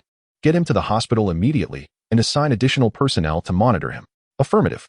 The chase, reminiscent of a scene from a crime thriller, culminated after a brief but intense pursuit when Qin Feng's decisive gunfire precisely struck the suspect, Wang Hejuan, causing the vehicle to collide with the median. Although the chase had concluded, a steady stream of police vehicles continued to arrive. Shortly thereafter, Director Wu and Yang Shou arrived, followed by the city's bureau chief and, subsequently, 3 dignitaries from the Jiuquan Municipal Committee, the mayor, the executive vice mayor, and the secretary of the Political and Legal Affairs Commission. Evidently, the recent incident involving a suspect who seized a firearm, took the deputy director hostage, and then sped away in a vehicle has captured the attention of the municipal leaders of the wine city. Several officials convened to receive a briefing. Following their expressions of concern and commendation for Qin Feng and his colleagues, they hurriedly departed to the hospital to inquire about Zhou Xiaofeng's condition. With the director gone, General Wu accompanied him as well. The scene was left under the command of the team leader, while Qin Feng, along with Lu Xuanquan and another colleague, returned to the city police headquarters. Chapter 67. In the Company of Demons, the murder of Zhou Wan and the motive for silencing the following morning. News from the hospital reported that Zhou Xiaofeng had suffered 4 broken ribs and exhibited minor internal bleeding, yet his life was not in jeopardy. The suspect, Wang Hejuan, had been shot 3 times and had sustained a blow to the head from the airbag, but he too was out of immediate danger, as the shots had all avoided the vital areas of his torso. Wang Hejuan would undoubtedly face legal repercussions. The charges of firearm theft, hostage-taking of the municipal deputy director, and the serious wounding of 2 criminal investigators were sufficient to ensure he would spend several decades behind bars. However, this was not the primary objective of the Special Investigation Team. They sought to uncover evidence linking these various medications, with the exception of mandrake. Do not classify as poisons. However, when amalgamated, they can elicit reactions that would not be recognized as toxins upon examination. Yet, in conjunction with prior toxicology reports, it is evident that Deputy Director Li's body harbors several chemical constituents of these drugs. Nevertheless, the investigation into Zhou Wan's demise has yielded no clues, nor have any corresponding drug components been found in her system. Could it be that her death was indeed an accident? During the case analysis meeting of the Joint Investigation Team, presided over by Chief Wu, officials from the local police departments of Zun City and Zhu City were in attendance, including Qin Feng. The focal point of the analysis was the death of Nurse Zhou Wan. Chief Wu and the esteemed leaders pondered the possibility that Zhou Wan was not initially the target of Wang Hejun, but rather, there existed an imperative reason for him to eliminate her. In response to this hypothesis proposed by Qin Feng, Chief Wu and the others engaged in contemplation for a couple of hours. After a while, Chief Wu inquired, "Qin, please elaborate on your thoughts." "Certainly," Qin Feng replied, sitting up straight, his gaze sweeping over the assembled officers as he began to articulate. Zhou Wan succumbed to drowning. Investigations involving her family and colleagues revealed no irregular behaviors. The only notable incident was that, half an hour prior to her passing, she mentioned to her husband feeling a bit suffocated and expressed a desire to take a walk. At that moment, her husband, Kong Hao, assumed she merely wished to step outside for a smoke and, understanding her need, did not intervene, opting instead to remain in the room to care for their child. Initially, we harbored suspicions that Wang Hejun might have administered drugs to Zhou Wan. However, throughout the duration of her meals and hydration, Zhou Wan never acted in solitude. Even her cigarettes were brought along prior to departure. This prompted me to ponder whether Zhou Wan's exit from the room was not merely as Kong Hao described, or as we presumed, simply to indulge in smoking. Could it be that she sought an encounter with someone or made contact with an individual, perhaps Wang Hejun? Nevertheless, upon meticulous scrutiny of the surveillance footage, no suspicious persons emerged during the time frame from Zhou Wan's check-in to the incident. The captain of the criminal police team in Zun City spoke up. In response to his remarks, Qin Feng merely nodded, refraining from further comment, and continued. "I have been contemplating how Wang Hejun accurately tracked Xia Lin's movements and had the foresight to tamper with the hotel room in advance. It is evident that someone possesses an intimate understanding of Xia Lin's affairs and habits, even to the extent of knowing her travel plans and intended destinations." At this juncture, a piece of hearsay came to mind. Gossip is an innate human inclination, and women, in particular, tend to indulge in it more fervently. In an environment predominantly occupied by females, gossip flourishes unabated. In the obstetrics and gynecology department, Xia Lin serves as the attending physician, and it is not unusual for her to have a few close acquaintances. Additionally, the hospital operates on a rotating schedule, necessitating that doctors and nurses arrange for their time off. Thus, the knowledge of Xia Lin's travel plans would be difficult to conceal. She might even face inquiries regarding her intended destination. Given such circumstances, it is improbable that an unsuspecting Xia Lin would manage to keep such information hidden. Once one individual becomes privy to the details, a curious soul could easily uncover the truth with a mere inquiry. Thus, I surmise that Wang Hejun may have an insider within the obstetrics and gynecology department, who could potentially be Zhou Wan. Are you suggesting that after Wang Hejun eliminated Xia Lin, he sought to silence Zhou Wan? Yang Zhou's expression reflected a sudden realization. Indeed, this is the essence of my hypothesis, which also elucidates why Zhou Wan encountered difficulties the day following Xia Lin's demise. At that juncture, Zhou Wan likely remained oblivious to Xia Lin's peril. Had she been aware, her demeanor would have undoubtedly been far from composed. To prevent Zhou Wan from exhibiting any signs of suspicion that could lead back to him, Wang Hejun's most prudent course of action would be to orchestrate her silencing. Qin Feng's explanation persuaded the officers present. Mr. Wu regarded Qin Feng with a look of admiration, then retracted his smile and stated with gravity, "Little Qin has offered a new investigative direction. We shall proceed accordingly. The focus will be on interviewing hospital personnel, while meticulously examining Zhou Wan's communication records and social media interactions." With a renewed investigative approach, the police initiated their operations with great urgency. With oversight from the provincial department and an ample number of personnel, after 2 days of inquiry, they finally uncovered a clue. Among Zhou Wan's QQ contacts was an individual by the name of Wang Weijun. Analyzing their dialogue revealed that Zhou Wan had disclosed considerable information regarding various hospital departments to Wang Weijun. Simultaneously, Wang Weijun's words suggested an eagerness to inquire further. Moreover, through their exchanges, the police discerned that Zhou Wan and this Wang Weijun shared a relationship that hinted at potential romantic involvement. Upon further investigation of communication logs, the authorities procured substantiating evidence of their rendezvous in a hotel. Surveillance footage corroborated that the individual using the alias Wang Weijun was indeed Wang Hejun, who had registered at the hotel under the fictitious identity of Wang Weijun. His undisguised appearance at the time facilitated unequivocal identification. With the presentation of this evidence during the meeting with Wang Hejun in the detention ward of the Correctional Facilities Hospital, he unequivocally confessed to his relationship with Zhou Wan, as well as his motives for her murder. The case was thus concluded. Xia Lin, Deputy Director Li, and Zhou Wan all met their demise at the hands of Wang Hejun. The initial impetus for these homicides stemmed from the death of his wife. However, he was not one to act rashly. Instead, he engaged in extensive preparation and education over several years, which he undertook abroad. There, Wang Hejun assimilated a comprehensive repertoire of skills in homicide, counter-investigation, and counter-interrogation techniques. He even perpetrated several crimes overseas as a means of testing his preparedness, before returning to his homeland to execute his scheme of retribution. From the outset, his targets were exclusively Deputy Director Li and Xiaolin. Zhou Wan, a nurse who was deceived and embroiled in an extramarital affair, was merely a pawn in his machinations. After exploiting her, he facilely lured her away under the guise of seeking thrills, deceiving her into entering the water, where he then forcibly submerged her by holding her head underwater until she drowned. Consequently, no traces of chemical substances were found in Zhou Wan's system, and the act of pulling her hair and applying pressure left no discernible external trauma, eluding the forensic pathologist. This was a meticulously orchestrated scheme of homicide. Had it not been for Qin Feng's keen perception, his ambition for a flawless crime, his return to the Villa Hotel to tie up loose ends, and his desire to eliminate any suspicion after noticing Qin Feng's doubts, he might have escaped unscathed. Had he left immediately after killing Zhou Wan, it is conceivable that his culpability would remain untraceable. Even if he had been identified, if he had destroyed all evidence, he could not have been convicted nor apprehended. His relentless pursuit of perfection and his overly cautious demeanor ultimately left him vulnerable, revealing his whereabouts. As for his intent to procure firearms after incapacitating He Dui and the others at the villa, Wang Hejuan was straightforward. He wished to eliminate Qin Feng. The moment he saw Qin Feng, he recognized the looming threat, and reality proved his instincts correct, although he still underestimated Qin Feng's capabilities. Chapter 68, Harvest.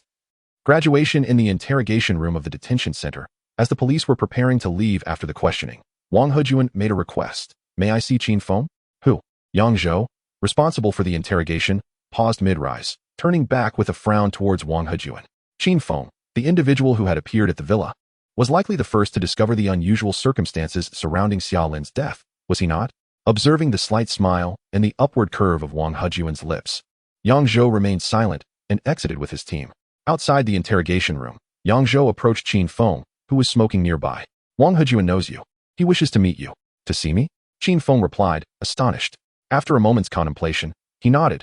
As long as it does not breach any regulations, I am willing to meet him. Subsequently, Yang Zhou escorted Qin Feng back into the interrogation room. Observing the youthful and handsome Qin Feng, Wang Hejuan's face broke into a smile. How did you discern the anomaly? After a moment of contemplation, Qin Feng approached and took a seat across from him, stating, your technique is quite remarkable, nearly flawless. As for my realization, I simply found the deaths of Xiaolin and Zhou Wan to be too coincidental. I am rather skeptical of the existence of such coincidences. While coincidence is indeed the starting point of suspicion, what truly solidified my conviction were the prompts from the system's sign-in. However, this is something I shall not disclose to anyone. Is that all? Wang Hejuan expressed disbelief. Qin Feng shrugged and replied, whether you believe it or not, the fact remains that I uncovered discrepancies at the hotel in the villa. Naturally, this also involves my keen insight and the inexorable nature of justice. Once a crime is committed, regardless of how meticulously it is concealed, traces will invariably be left behind. Wherever there are footsteps, there are signs, and this is precisely why I am drawn to criminal investigation, a belief I hold steadfastly. Haha, intriguing, Qin Feng. You are quite fascinating. Should the opportunity arise, I would relish the chance to spar with you. You shall have no such opportunity. Casting a roll of his eyes at Wang Hejuan, Qin Feng stood and made his way towards the exit. This individual had taken 3 lives and was apprehended, yet still harbored hopes of freedom? What a preposterous notion. The case of the accidental deaths has been resolved, and the host has been rewarded with innate skill, photographic memory, skill, basic logical reasoning, evasion card, passive, X1, upgrade card X2, clue card X1, and cash amounting to 290,000. On the afternoon of the 3rd day after the interrogation of Wang Hejuan, when Qin Feng, Su Zhuwei, Chen Lei, and others returned to their dormitory, the system rewarded them. Stepping onto the balcony with a cigarette in hand, he set aside the game, reveling in the joy of his prize. The talent and skills were of no concern. He could utilize them directly. The evasion card was a remarkable asset, akin to gaining an extra life. Passive use required no attention from Qin Feng. He decided to temporarily set the clue cards aside for future use. The most crucial item was the upgrade card. At present, apart from psychology and trace identification, all his other skills were at a rudimentary level. Now, with 2 upgrade cards in his possession, he contemplated whether to elevate these 2 intermediate skills to advanced or to enhance the basic skills instead. After a moment of contemplation, Qin Feng reached a resolution. The other skills were sufficient for the time being, and there was no pressing need for upgrades. Logic reasoning and psychology could both be advanced by 1 level. Intermediate logic reasoning would enable his thoughts to flow more swiftly and flexibly, while advanced psychology would elevate him to the status of a premier psychological expert. After making his decision, Qin Feng promptly chose to upgrade. Host, Qin Feng, codename 9527, Identity, Police Academy Student 4-Dimensional Evaluation, 1, 3, a robust adult, skills, advanced psychology. Intermediate logic reasoning, basic electrical engineering, basic pharmacology, basic driving, intermediate trace identification, basic Bajiquan, basic pistol shooting talents, photographic memory, keen sense of smell, danger perception, olfactory switch. Sharp insight items, clue cards X2, tracking card X1, evasion card X1. Gazing at his latest personal panel, he felt a surge of satisfaction. Boasting 5 talent skills, 1 advanced and 2 intermediate. Extinguishing his cigarette, Qin Feng turned and returned to the dormitory. My sons, let your father lead you in a glorious battle of 300 rounds, he exclaimed as he powered on his computer, eagerly awaiting the conclusion of a game. In a blink, the first semester of his junior year was drawing to a close. For the past month, Qin Feng had been busier than his dormitory mates, as he was on the brink of graduating early. Indeed, if he could complete his thesis before the semester's end, the university would grant him the privilege of early graduation. Thus, he had spent countless hours in the library, poring over research materials and conversing with his thesis advisor. The paper had undergone 3 revisions. As the final examinations approached, he finally completed his thesis. However, even after the exams, he could not leave. He still had to defend his thesis. On the very night the final exams concluded, Qin Feng and his 5 dormitory companions ventured to a hot pot restaurant outside the campus. Traditionally, they would celebrate the end of each semester with a farewell meal. Yet this time, for Qin Feng, it marked a true farewell. He would be departing from the university early, reporting to the Tianhe District Bureau after the new year. This news was, of course, cause for celebration. The brothers raised their glasses in joy for him, and Qin Feng, overwhelmed with happiness, indulged in a few extra drinks. The intoxicating essence of the liquor rendered them all inebriated. After several glasses of the exquisite Lao Jiao 1573, they reminisced about their 2.5 years together, their eyes glistening with emotion. In truth, they were truly intoxicated this time. After the meal, the 6 companions, arms slung around each other's shoulders, returned to the dormitory. Qin Feng collapsed onto his bed, draping his police uniform coat over the covers and drifting into a deep slumber. The next morning, as the others began to pack their belongings, Qin Feng simply observed. As the preparations neared completion, he assisted in carrying items downstairs and placing them in the trunk of the Pajero. With no pressing engagements today, he had the leisure to transport his companions to the station. Lei departed without delay. After driving the remaining 4 to the station, Qin Feng embraced them in farewell and turned to leave. Upon returning to the university, he had matters to attend to. Esteemed faculty, I am Qin Feng, a student of the class of 10, majoring in law. The subject of my thesis is. In the academic presentation hall, the deputy director Wu, who had led during the grand competition, and Qi Xingli, the director of the Tianhe Municipal Bureau, sat in the audience, while Qin Feng positioned himself before several professors and associate professors to commence his thesis defense. The process unfolded smoothly, with his responses reflecting innovative logical reasoning, prompting nods of approval from the professors and associate professors alike. Ultimately, there was no doubt that Qin Feng had successfully defended his thesis. At 3:20 p.m., Qin Feng received his graduation and degree certificates from the dean. From this moment onward, he was officially a graduate with a bachelor's degree in law. The graduation ceremony was attended not only by leaders from the provincial department and Tianhe Municipal Bureau, but also by Zhou Xiaofeng, the deputy director of the GeoCity Bureau, as well as the captain and vice captain of the criminal investigation team, Yang Shou, among others. This graduation ceremony was simple yet dignified. Chapter 69, New Year, New Home. New beginnings. With the arrival of the new year came fresh beginnings. The new house in his hometown had been completed and adorned. On New Year's Eve, Qin Feng, alongside his father, was engaged in the festive tradition of affixing couplets and pasting the character for blessing to their new home's walls. In Qin Feng's hometown, the midday meal on New Year's Eve is the most sumptuous, replete with an abundance of fish and meat, and it is customary to first pay respects to their ancestors. His uncle's family had also returned for the festivities. Upon learning of Qin Feng's early graduation and his forthcoming employment at the Tianhe Municipal Bureau, both his uncle and aunt expressed immense joy. This elation stemmed from their familial bond, a shared bloodline, and the collective advancement of their clan, signifying the family's growth and prosperity. Consequently, this year's New Year celebrations were particularly grand, with firecrackers for ancestral worship echoing a resounding 30,000 cracks, heralding the progress of descendants and invoking the protection of ancestral spirits. After enjoying a sumptuous lunch, neighbors began to arrive in considerable numbers that afternoon. In the rural landscape of 2012 and 2013, especially within the impoverished regions of Qinbei City. A household possessing 2 small cars was undoubtedly regarded as prosperous. Furthermore, the Qin family had a remarkable figure in Qin Feng. Esteemed elders, even those of a generation or 2 above his grandfather, graced their gathering, necessitating Qin Feng to ascend a figurative ladder to address them appropriately. He engaged in conversation with the elders, primarily listening as they shared their tales. In the Qin family, respect for one's elders was paramount. Qin Feng never dared to address anyone without due regard for their seniority.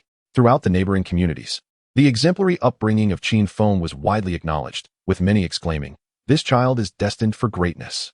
With Qin Feng's early graduation and his special appointment to the provincial city bureau, envy from peers was palpable. He had indeed become the envy of many families.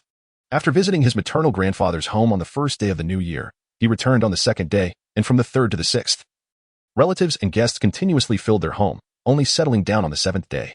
As the 8th day approached, marking the return to work, Qin Feng's uncle's family prepared to depart for Tianhe early on the 7th.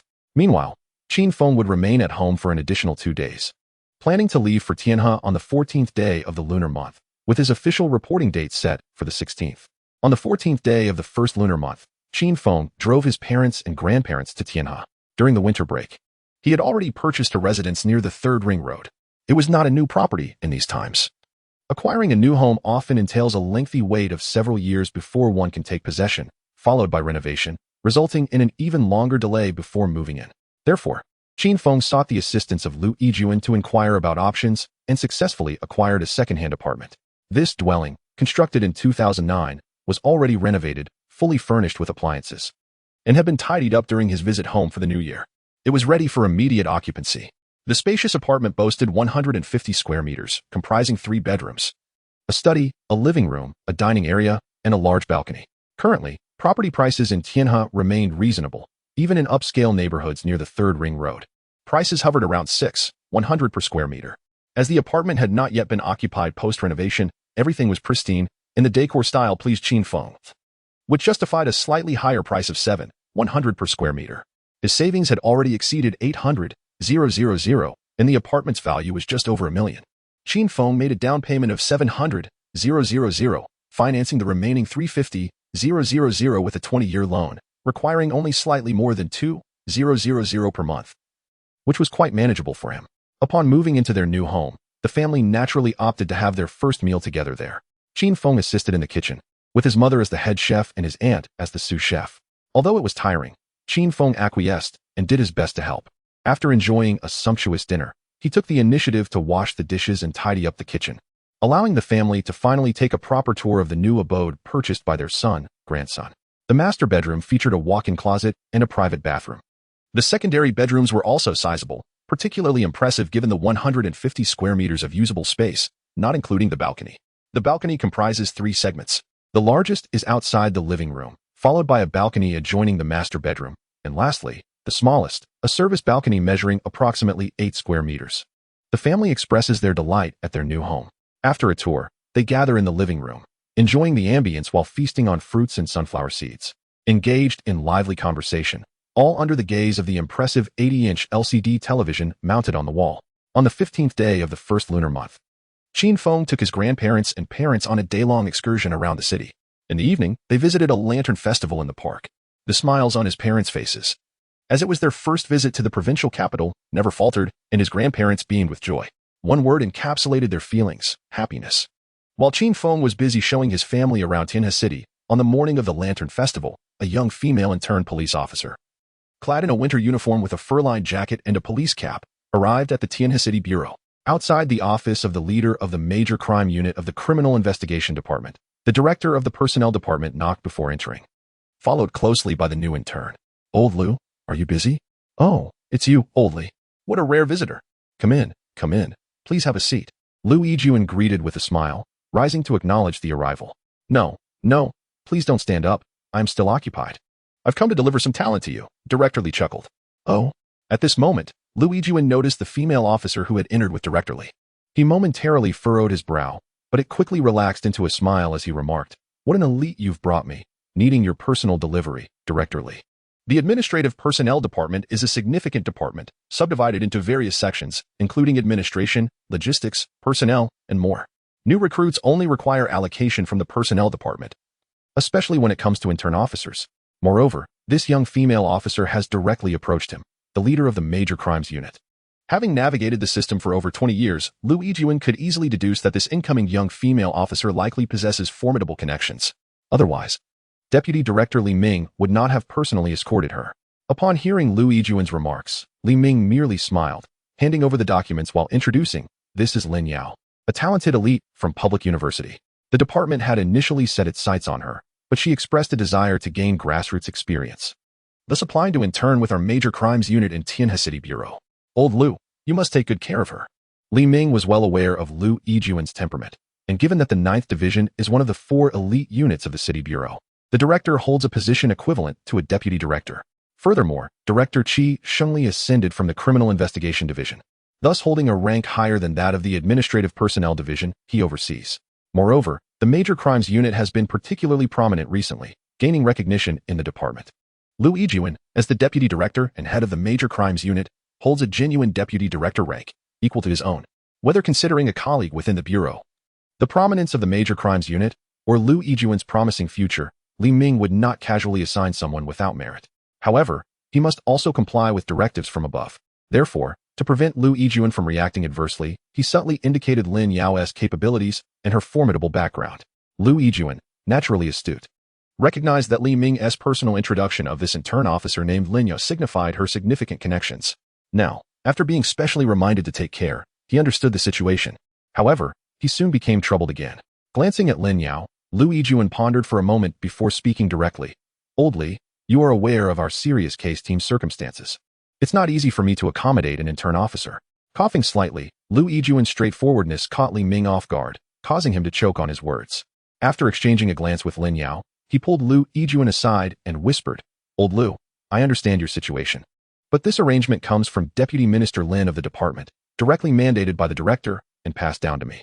I have no choice in the matter. Please empathize with my predicament and allow this arrangement to proceed, all right?" The light in Lu Yijuan's eyes flickered, and he was greatly astonished. With Deputy Minister Lin and the female officer bearing the surname Lin, Lu Yijuan comprehended the implications. He fell silent and opened the file. After reading it, his headache intensified. Yet, he realized that discussing it with Li Ming was futile. It wouldn't change anything. Thus, he closed the file and said, "All right, you can head back. I will handle the arrangements." "All right then, thank you, old Lu. I'll treat you to a meal another day." With Lu Yijuan's agreement, Li Ming let out a sigh of relief. "When shall we do that?" "Tonight. How about hot pot?" "Let us skip the hot pot. It's too heating. How about Chinese cuisine instead?" "Fine. I'll send you the address shortly." Chapter 70. The notable newcomer. As Li Ming was about to leave, Lu Yijuan suddenly recalled an important matter and hurriedly called him back.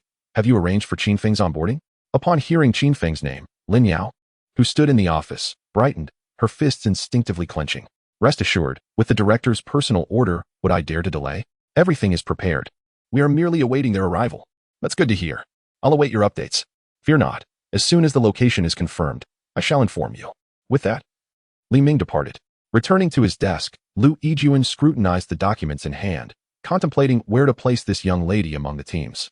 The major case unit comprises 3 divisions, each with available positions, yet none seemed fitting for her.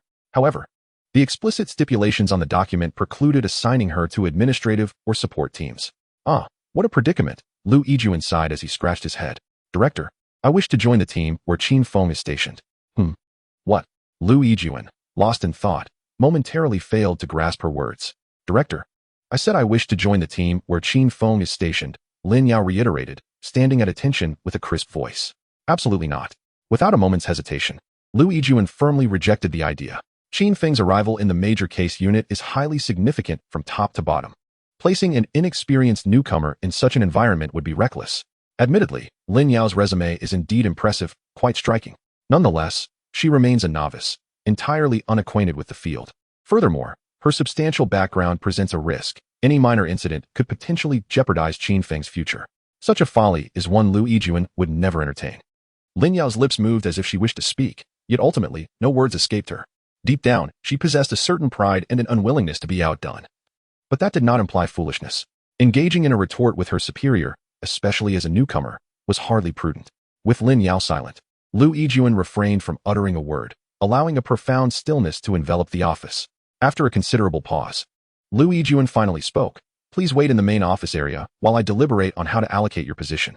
Director, I am confident in my abilities and hope you will grant me an opportunity to demonstrate my talents. Lin Yao replied, standing at attention and saluting before exiting. As the door closed behind her, Liu Yijuan remained silent for an extended period, contemplating Lin Yao's words and the arrangements he should make for her. Suddenly, a question sparked in his mind. Wait, how does she know about Xiao Feng? Lost in thought, Liu Yijuan grabbed his documents and hurriedly left the office. He needed to discuss this matter thoroughly with the director. Having such an individual in his team left him feeling quite unsettled.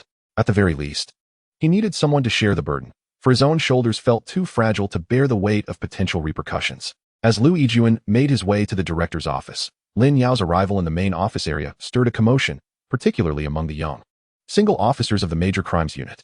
They gazed at Lin Yao, standing tall and composed, with a frequency of every 5 seconds.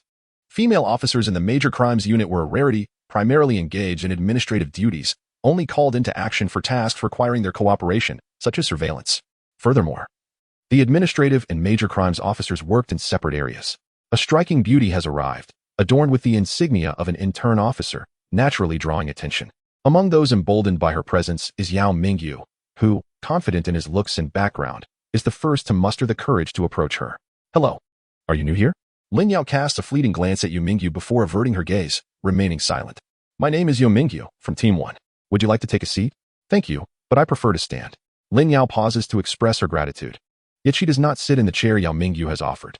Observing that the beauty, after their initial encounter, has not deigned to look at him again, Yu Mingyu realizes his attempt at conversation has faltered. Disheartened, he returns to his seat while Lu Shuangquan and others regard him with amused expressions. Go on, go on. Yao Mingyu mutters, feeling somewhat embarrassed. Suddenly, Lin Yao, who had been standing, strides toward the office area and approaches Yao Mingyu directly. The officers in the office are taken aback, their attention piqued. As for Yao Mingyu, he suppresses his excitement. Indeed, I must possess some allure. The beauty has come to me. It seems that this enchanting woman is quite proactive. While Yao Mingyu revels in his thrill, Lu Shuangquan and others observe with keen interest. They do not believe the beauty harbors any genuine interest in Yao Mingyu, especially since he had just attempted to engage her and received no response. He is merely lost in the moment, blinded by her charm. Excuse me, senior, do you know Qin Feng? Yu Mingyu's eyes widened in astonishment. Clearly, he had not anticipated that this stunning beauty was acquainted with Qin Feng. Lu Shuangquan and the others, as well as the members of the second team nearby, were equally astonished. Was this beautiful woman here for Feng? Do you know Feng? Lu Shuangquan's curiosity was piqued, and his gossiping spirit ignited fervently. Yes, it is precisely because of him that I took the initiative to apply to Tianhe. Ah, indeed. Wow, truly exceptional individuals excel in every aspect. The crowd was filled with excitement and exhilaration, though a hint of envy lingered in the air. I have lost to him once. I admire him. However, I shall not remain defeated forever. In the future, I will surpass him. Therefore, I wish to inquire which team he belongs to, as I hope to join forces with him. In a state of bewilderment, one might think there was a romantic entanglement between the two. Yet it turned out to be a relationship between challenger and challenged.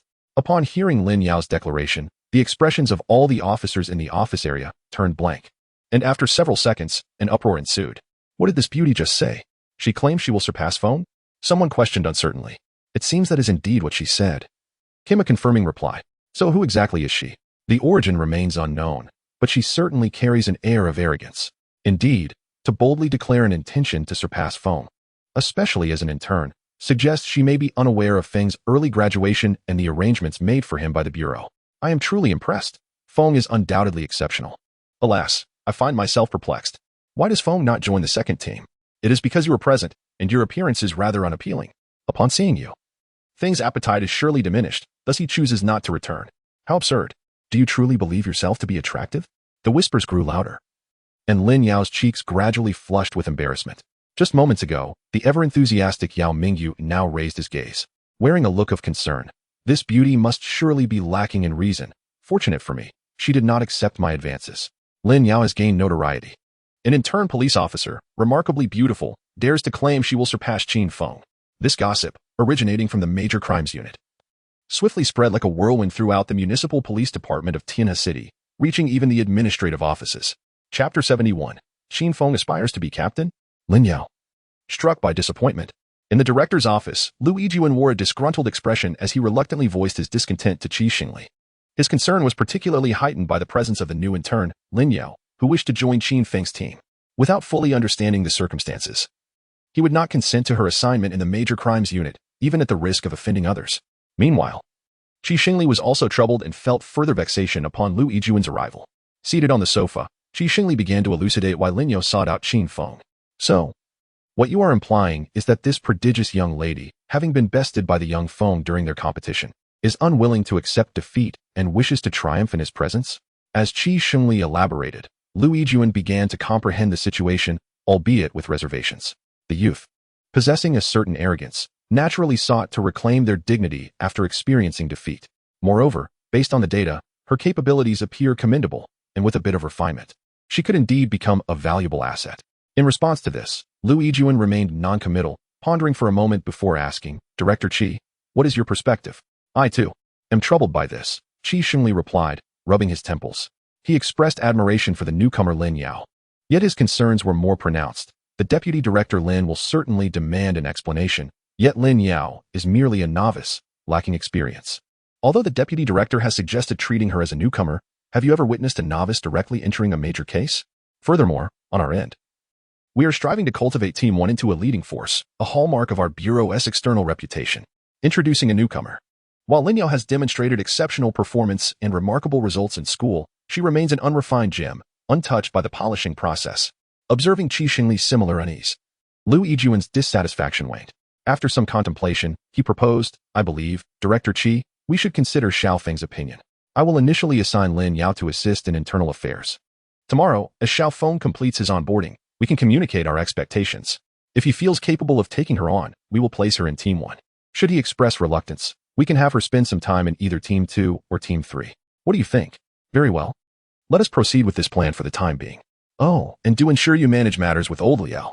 The location has been decided, Jin Tang. At the County Police Department's Criminal Investigation Team, under the leadership of the team captain. I previously discussed this matter with Lao Liao, and he expressed no objections. Lu Yijuan reported. Regardless, Lao Liao is a veteran comrade. We must not only focus on the newcomers while neglecting the old. Qi Xingli remarked with a hint of caution. Qi Chief, are you not aware of my character? Rest assured, I shall manage it well. Very well, then. You may proceed with your duties. Yes. At the Criminal Investigation Department, Lu Yijuan returned to find Lin Yao standing upright. He shook his head and approached her, saying, Lin Yao, please assist with the internal affairs for now. We need to make adjustments in the major case team, and I will arrange your specific tasks tomorrow. Understood, team leader. Lin Yu replied promptly, saying nothing further. Lao Liao, please help her over there. Certainly, Chief. Liao Jun stood up in acknowledgement and proceeded directly towards the internal affairs office, with Lin Yao following closely behind. Shaolin, do not underestimate the internal affairs simply because it is a civilian role. I assure you, our internal team for major cases consists of elite personnel, and when required, they must also cooperate with the field operations. Upon hearing Liao Jun's gentle explanation, Lin Yao felt a stir within and quickened her pace, asking, Liao team, has Qin Feng not reported in yet? Liao Jun halted his steps, glanced back at Lin Yao, then resumed walking forward, saying, Xiao Qin will only arrive tomorrow. However never mind. Liao team, please do speak. I am not one to harbor grudges. Noticing Liao Jun's hesitation, Lin Yao quickly expressed her willingness to listen. Liao Jun paused again, turning back to her. Shaolin, your background must be quite formidable. Am I correct? Lin Yao remained silent. She disliked it when others referenced their backgrounds. Her accomplishments were the result of her own diligence. Admittedly, she had acted a bit capriciously this time, yet given her capabilities, it was fair to regard her as an elite, albeit an elite graduate.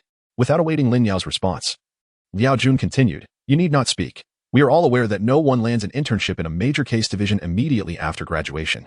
Furthermore, it puts our superior in a difficult position by not arranging your work directly. However, your ambition to surpass Xiao Qin is commendable, and you may certainly strive for it. Yet, as a senior, I feel compelled to offer a word of caution. You may consider Xiao Qin as a benchmark for your efforts. But if you allow a spoiled demeanor to surface, you will find it challenging to navigate this division. Although the individuals here may be wary of your background, if you defy orders and misuse your status, they will not indulge you. At the very least, they will ignore you. Moreover, do not assume that your connections will intimidate others. Those who have made it into this division are not deterred by such things. Our superior and Chief Qi will not tolerate incompetence. Those who possess skill will advance, while those who do not will fall behind, even if your connections are formidable. Unless you can oust both Chief Qi and our superior, you should simply focus on your internship. Listening to Liao Jun's admonitory words, Lin Yao fell into silence. Clearly, she had not anticipated that on her first day, the entire major case division would seem less than welcoming. Upon reflection, it was evident that her presence might indeed be irksome. Had she known, she would have refrained from coming directly. Such thoughts flickered momentarily in her mind before being swiftly dispelled. She was a strong-willed individual, yet not one to act recklessly due to her connections. Rest assured, Captain Liao, I will not behave irresponsibly. I will diligently learn from my esteemed seniors and follow orders to fulfill my duties, she assured him. One hopes so, Liao Jun replied. Observing Lin Yao's agreeable demeanor, she did not seem to be the frivolous daughter of privilege she could have been, at least. That was the impression she conveyed at the moment. Liao Jun nodded, choosing not to elaborate further. He had expressed all that needed to be said, perhaps even a bit too sternly. He had done enough. Any additional words would serve no purpose. Though his remarks had been harsh, they were made with Lin Yao's best interests at heart. He escorted her to the administrative office, handing her over to an experienced colleague who had also graduated from the same university. Upon their introduction, they discovered a mentor-mentee relationship, which facilitated a pleasant rapport. However, the senior was somewhat inquisitive. Little Lin, I heard you just came from the major crimes unit, claiming you would surpass Captain Qin? Captain Qin? Who is that? Lin Yao replied, recalling that she had never made such a statement, especially since she did not know Captain Qin at all. Yet, a jolt of realization struck her. She had merely expressed her ambition to catch up with Qin Feng. Qin Feng? Could it be? Of course, it's Qin Feng. You don't know him? That is surprising. He was specially recruited by our bureau, even registered with the provincial department. He graduated early and came in as the deputy team leader for the major crimes division. Lin Yao found herself at a loss for words. Here she was, a distinguished graduate from a prestigious university, adorned with various honors and with an uncle in the deputy ministry.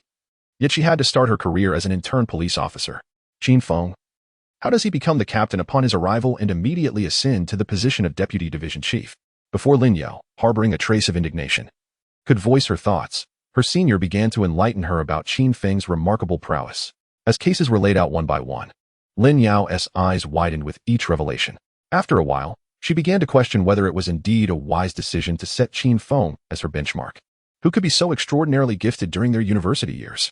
Particularly with the recent case, where he discerned something amiss from a mere news article, subsequently uncovering evidence and ultimately apprehending a suspect responsible for 3 murders. Was he not operating on a different level? If Qin Feng were privy to her thoughts, he would undoubtedly declare, I am indeed extraordinary, but I shall remain silent about it. Somewhat disheartened, Lin Yao dutifully followed her senior, assisting with various tasks throughout the day without causing any disturbances. At noon, she even treated nearly 10 officers in the administrative office to a sumptuous takeaway meal, using her own money. As they witnessed Lin Yao's lack of the typical spoiled demeanor, finding her quite amiable and diligent in her work, they welcomed the new intern officer with open arms. On the morning of the 16th day of the first lunar month, after enjoying a breakfast prepared by his mother, Qin Feng returned to his bedroom to don a mid-length, plaid woolen coat. He then switched into a pair of brown low-top Cat Martin boots at the door, admiring the harmonious combination of dark denim jeans and boots in the mirror. Mom, Dad, Grandma, Grandpa, I'm off to work, he called out, grabbing his car keys. If you're planning to have dinner together tonight, just let me know in advance. On his first day at work, Qin Feng was uncertain whether he would return home for dinner that evening. He responded, understood, I shall take my leave now. Exiting the building and descending the stairs, he noticed that his residence included a parking space conveniently located just outside the elevator. This space had been generously bestowed upon him by the previous owner without any additional charge. Once inside his black Pajero, he started the engine and merged into the flow of traffic as he drove towards the municipal bureau. At 8:32 a.m., he arrived at the bureau's entrance, where the license plate was recognized and the barrier lifted automatically. Lowering his window, he exchanged pleasantries with the security guard. Upon parking and disembarking, Qin Feng furrowed his brow as he spotted a familiar figure from behind, though he could not quite place it. Shaking his head, he dismissed the thought and proceeded toward the main building of the bureau, where he was to officially report for duty. Liu Yijuan had informed him prior to the new year that he was a special recruit, exempt from the probationary period, and would directly assume the role of a formal detective. He was certain he would be assigned to the major crimes unit, although further details were not disclosed. In the director's office, he was summoned to report. Pushing open the door, Qin Feng immediately noticed Qi Shengli seated in a large chair, with Liu Yijuan positioned across from him. The two were engaged in an early morning smoke. Good morning, Qin Feng greeted with a smile. Ah, Xiao Feng has arrived. Come, take a seat. Qi Shengli beckoned with a grin, while Liu Yijuan turned to acknowledge him, his pleasure evident on his face. Taking a seat beside Liu Yijuan, he was asked, have you had breakfast, Xiao Feng? I have. My mother and the others came over, Qin Feng replied. Oh, that's splendid, Lu Yijuan nodded, then turned his attention back to Qi Xingli. Little Wind, we have specially recruited you, but it comes with added responsibilities, so be prepared. Qi Xingli's words stirred something within Qin Feng, who smiled and replied, Director, you may assign me as you wish. I am obedient to orders and assure the completion of the tasks. Very well, Qi Xingli responded with a smile, continuing, you have successfully cracked several major cases. And with the recent one in the Wine City, the Criminal Investigation Department's Chief Wu and the others wish to transfer you to the Provincial Department. However, I have intercepted that request, so you cannot blame me. For an ordinary person, the choice between the Provincial Department and the City Bureau would be obvious, as the former is the superior authority. Yet, Qin Feng held a different view, stating, Director Qi, you jest. I am already quite pleased to be part of the Tianhe City Bureau. I prefer being on the front lines. The Provincial Department feels too distant for me. Haha, I knew I was right about you, Qi Xingli laughed. Although this sentiment may not have been entirely sincere, it was nonetheless uplifting to hear. After the laughter subsided, Qi Xingli continued, you have made significant contributions in the recent cases, but due to certain regulations, we cannot directly include you in the commendation list. However, rest assured, we have not forgotten your merits. Therefore, the City Bureau will apply to the Provincial Department under the Special Talent Regulations to grant you the rank of second-class police officer, along with deputy section-level administrative benefits, and simultaneously appoint you as the captain of the Major Crimes Unit. Second-class police officer, deputy section chief, captain of the unit? To be honest, Qin Feng was taken aback. He understood that he would not have to undergo a probationary period, but he had anticipated only achieving the rank of third-class police officer, at most, a clerical position. He was aware that the City Bureau valued him, but to become a captain was something he had expected to be at least a year or two away. To his astonishment, the department had bestowed upon him such a remarkable surprise. The rank of a second-level police officer, not to mention the deputy section chief status, is a position that many aspire to achieve after years, even decades, of diligent service. In county towns, individuals often toil their entire careers, only to attain the deputy section chief title just before retirement. Yet, for him, this was merely the starting point, while it represented the culmination of others' efforts. Moreover, he had been appointed as the captain of the Major Crimes Unit, signifying that his deputy section chief role was not merely a title, but a genuine leadership position, complete with administrative authority. Possessing an administrative rank and holding a leadership role are entirely distinct matters. For instance, within the Major Crimes Unit, even a basic detective typically holds the rank equivalent to a deputy section chief. Yet this merely denotes rank without conferring actual authority. Even Lu Xuanquan and others, despite having attained the rank of section chief, remained ordinary detectives. In contrast, although he was merely a deputy section chief, as the captain, Lu Xuanquan and even Liao Jun would be obliged to follow his directives. Thus, within the system, rank and position are separate entities. The latter is of far greater significance, as it embodies power. Once the initial shock and delight subsided, Qin Feng regained his composure and turned to Lu Yijuan, then addressed Qi Xingli, saying, Director, is this arrangement truly appropriate? The captain of the first unit has traditionally been filled by the group leader. Furthermore, even if the group leader steps down, isn't there still Captain Liao? For a newcomer like me to ascend to the captaincy. Observing that Qin Feng was not swayed by the allure of these advantages and was still contemplating Liao Jun's perspective, Qi Xingli felt even more pleased. He smiled and explained, Rest assured, we have certainly taken your considerations into account. As for your group leader, he will continue to oversee the Major Crimes Unit. As for Liao Jun, we also have arrangements in place. He will remain in the first team until March, and in mid-March, he will assume the position of captain of the Criminal Investigation Team at Jintang County Bureau, holding a formal official position.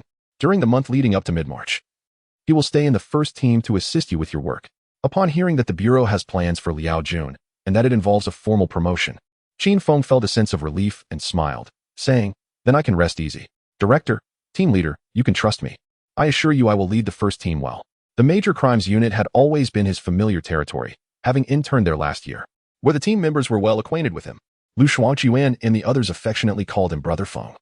And he believed that his transition to captain would pose no significant challenges. His only concern was Liao Jun, the deputy team leader. With Liao Jun now having a promising future, he naturally felt confident in leading the team. In major crimes, the most crucial aspect is solving cases. Successfully cracking a case not only earns accolades but also brings financial rewards, and Qin Feng excelled in this domain. Indeed, we share your confidence. Both Qi Xingli and Lu Yijuan expressed, demonstrating their trust. Subsequently, Lu Yijuan caught Qi Xingli's glance, and after a moment's contemplation, stated, There is still one matter to address. Please go ahead, Team leader, Qin Feng adjusted his demeanor. It concerns the arrangement of an intern police officer in major crimes, indicating a preference for frontline duties. The director and I are somewhat uncertain about how to proceed, so we would like to hear your thoughts. Qin Feng glanced at Qi Xingli and then turned to Lu Yijuan, saying, as for this matter, director, team leader, you can decide. If it means placing him in the first team, I have no objections.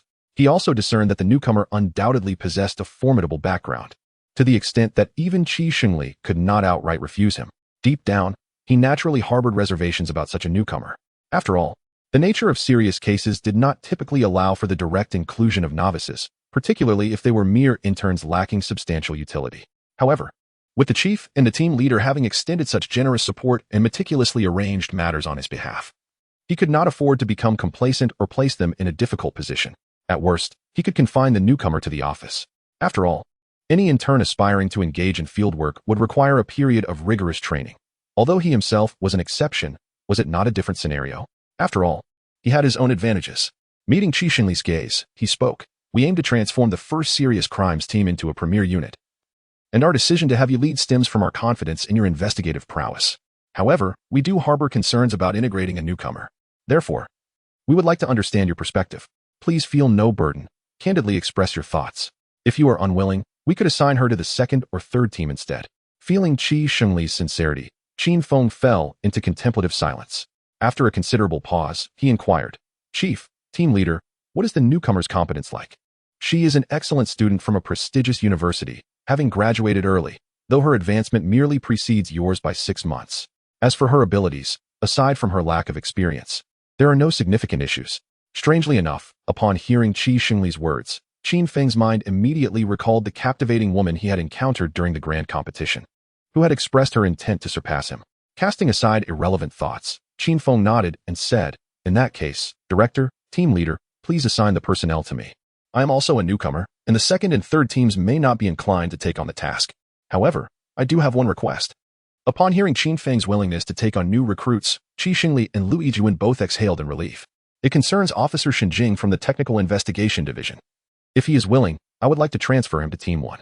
Shen Jing? Yes, Officer Shen Jing, the Deputy Director of the Electronic Information Technology Department in the Technical Investigation Division. He has expressed a desire to join the Major Crimes Unit. I believe having a computer expert on my team would facilitate our investigations. At this point, Qi Xingli found himself in a predicament. It was indeed known that Shen Jing wished to join Major Crimes, but as the director, he understood that Shen Jing was primarily a technical talent. If he were to join Team 1, taking on the role of deputy leader would not be suitable. He would merely serve as an ordinary detective. Currently, Shen Jing held the position of deputy director, and transferring him to Team 1 would effectively be a demotion. After a moment of contemplation, Qi Xingli refrained from giving a direct answer and instead said, how about this? You proceed with the onboarding process, obtain your equipment, and once you start work, I will personally discuss the matter with Shen Jing. Thank you, director. I will take my leave now. Very well, go ahead. Old Lu, please accompany Xiao Feng to complete the formalities. Chapter 73, Taking Office and Reuniting with Lin Yao in the Administrative Personnel Division. Qin Feng followed Lu Yijuan to complete his onboarding procedures, where he received his police officer identification, new salary card, meal card, and subsequently, his firearm license. Upon receiving the equipment from the armory, I acquired a set of police weaponry, a tactical belt, a 9mm Type 92 pistol, a spare magazine, and a bulletproof vest. Finally, I collected my police insignia and uniform. The uniforms alone amounted to 2 large bags, totaling over 20 sets across the 4 seasons. For the time being, I would not require the uniforms, as the Major Crimes Unit typically does not don their official attire. I placed the 2 large bags of clothing into the trunk of the vehicle, donned my tactical gear, secured the pistol in the holster on my right hip, stored the spare magazine on my left, and tucked the handcuffs at the back of my waist. Once prepared, I put on my outer coat, feeling the weight at my waist and ensuring it would not hinder my movements. Only then did I hang my officer's badge around my neck and follow Lu Yijuan to the 9th Division. Upon our arrival at the 2nd floor of the small building, which housed the office of the Major Crimes Unit, a spontaneous round of applause erupted as I entered alongside Lu Yijuan.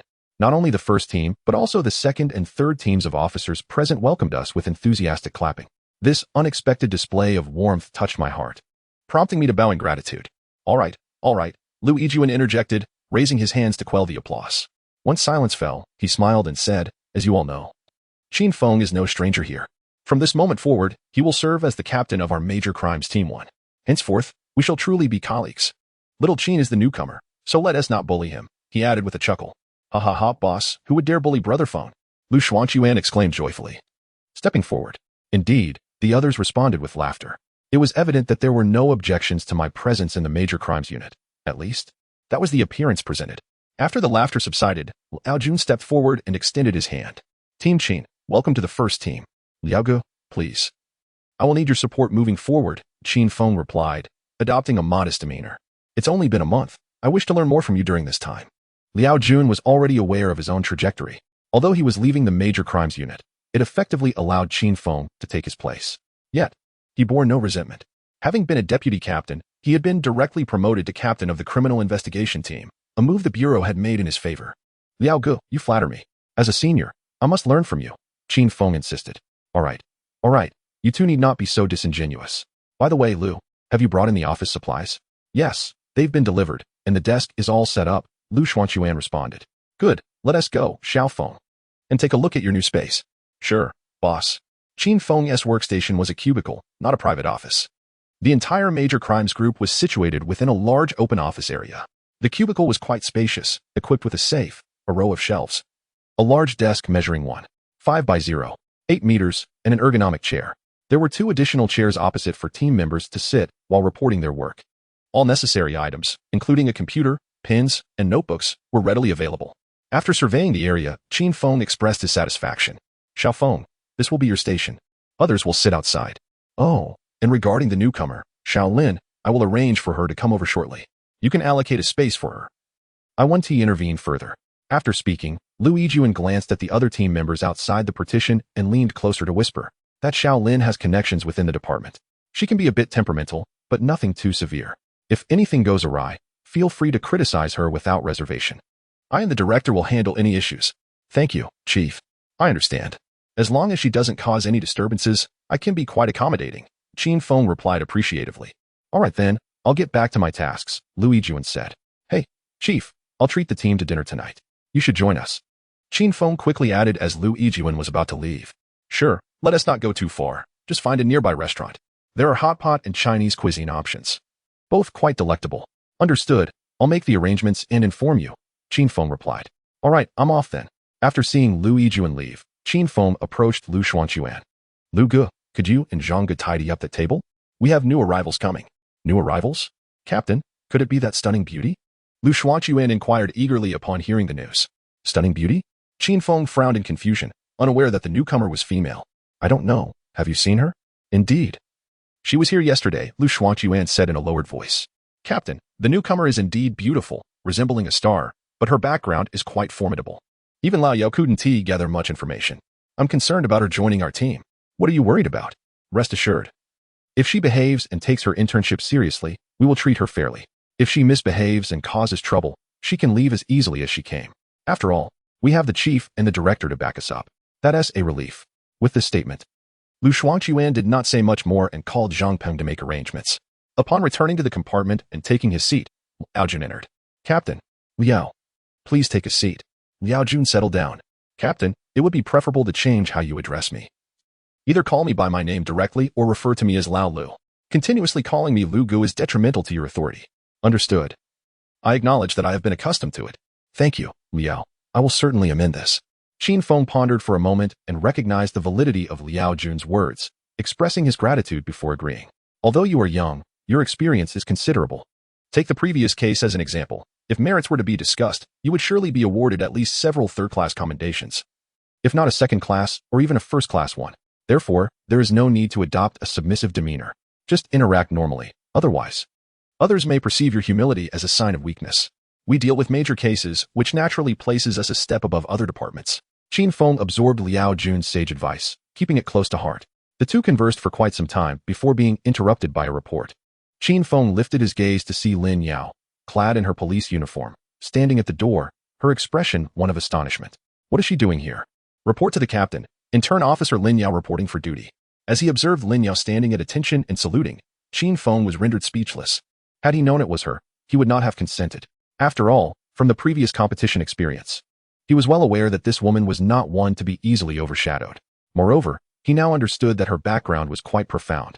It is not that Qin Feng fears the influential figures behind women, but rather he is concerned about Lin Yao's management and her potential insubordination. However, having already made a commitment and welcomed her, he finds it inappropriate to send her away. As for Lin Yao, she had learned yesterday that the captain was Qin Feng and was aware of his illustrious accomplishments. While she outwardly displayed no sign of discontent internally, she was brimming with determination. She would not allow anyone to underestimate her. In the spacious office area, Lu Xuanquan and others, including the more senior Yao Junwu and Liang Fengchao, were eagerly observing, waiting to see how Qin Feng would handle this young lady. Steadying himself, Qin Feng contemplated briefly before addressing Lin Yao. Lin Yao, so it is you. It seems we have met under rather unique circumstances. I am well aware of your capabilities, and I am pleased to have you in Team 1. However, since you are here for an internship, you must embody the demeanor of an intern. Can you manage that? Yes. I will strive diligently to prove myself and aim for a permanent position, she replied. Qin Feng was momentarily speechless, but he dismissed it as inconsequential. All right. You may take your place. By the way, Lu Xuanquan, come in for a moment. Captain, Lu Xuanquan hurriedly approached. Old Lu, please arrange a position for Lin Yao. Also, if there are any materials she needs to collect, accompany her. Understood. Lin Yao did not create any disturbances and obediently followed Lu Xuanquan. Upon finding her designated spot, she courteously expressed her gratitude to Lu Xuanquan, then declined further assistance, opting instead to retrieve her belongings from the Internal Affairs Office. However, it was not long before Lin Yao returned seeking Qin Feng again. As Qin Feng perused the profiles of the team members, he glanced up, furrowing his brow, and inquired, "Is there something you need?" "Captain, I wish to obtain a firearm," came the response. At these words, Qin Feng felt a throbbing at his temples, and his expression darkened. What business does an intern have with a firearm? Leave at once. But I possess a firearm license. Lin Yao shifted slightly, but remained in place. Having a license is not sufficient. He began, then paused. How is it that you possess a firearm license? I ranked second in pistol shooting at the grand competition. Upon graduation, I received my firearm license. Qin Feng, upon hearing Lin Yao's assertion, refrained from expressing his opinion. Yet, he recalled the connections that Lu Yijuan had mentioned within the department, rendering her situation somewhat comprehensible. With a second-place achievement in such a prestigious competition and her background, it indeed seemed permissible for her to have received a firearm license upon graduation. However, Qin Feng was reluctant to breach protocol and did not wish for Lin Yao to become overly complacent, which would complicate future management. After a moment of contemplation, he stated, "You are new here and still an intern. Even with a license, you cannot be armed." Observing Lin Yao's intent to respond, Qin Feng raised a hand to interrupt. "Let us arrange it this way. I will grant you a month for evaluation. If you can adapt to the work and meet expectations, I shall support your application for permanent status and the right to carry a firearm. Is that your final word?" she queried. "Indeed. Is there any issue with that? I trust you will uphold your word." "No further questions, Captain." With that, Lin Yao saluted and prepared to depart. "Oh, one more thing. Our serious crimes unit typically does not wear uniforms. Starting tomorrow, you will report in plain clothes. Do not engage in any peculiarities. I trust you understand?" "Understood, rest assured." Chapter 74, Response regarding female roles. The prodigy is in position, and the team is assembled. Lin Yao glanced at Lin Yao's silhouette, and Qin Feng shook his head. As long as Lin Yao could perform adequately, not exceptionally, but at least decently, he would be willing to welcome her aboard. After all, her capabilities were undeniable. Considering her impressive achievement of securing second place in the marksmanship competition, Qin Feng would not dismiss such talent. Indeed, Lin Yao was a remarkable individual. With her shooting prowess, she ranked just below Qin Feng in Team 1.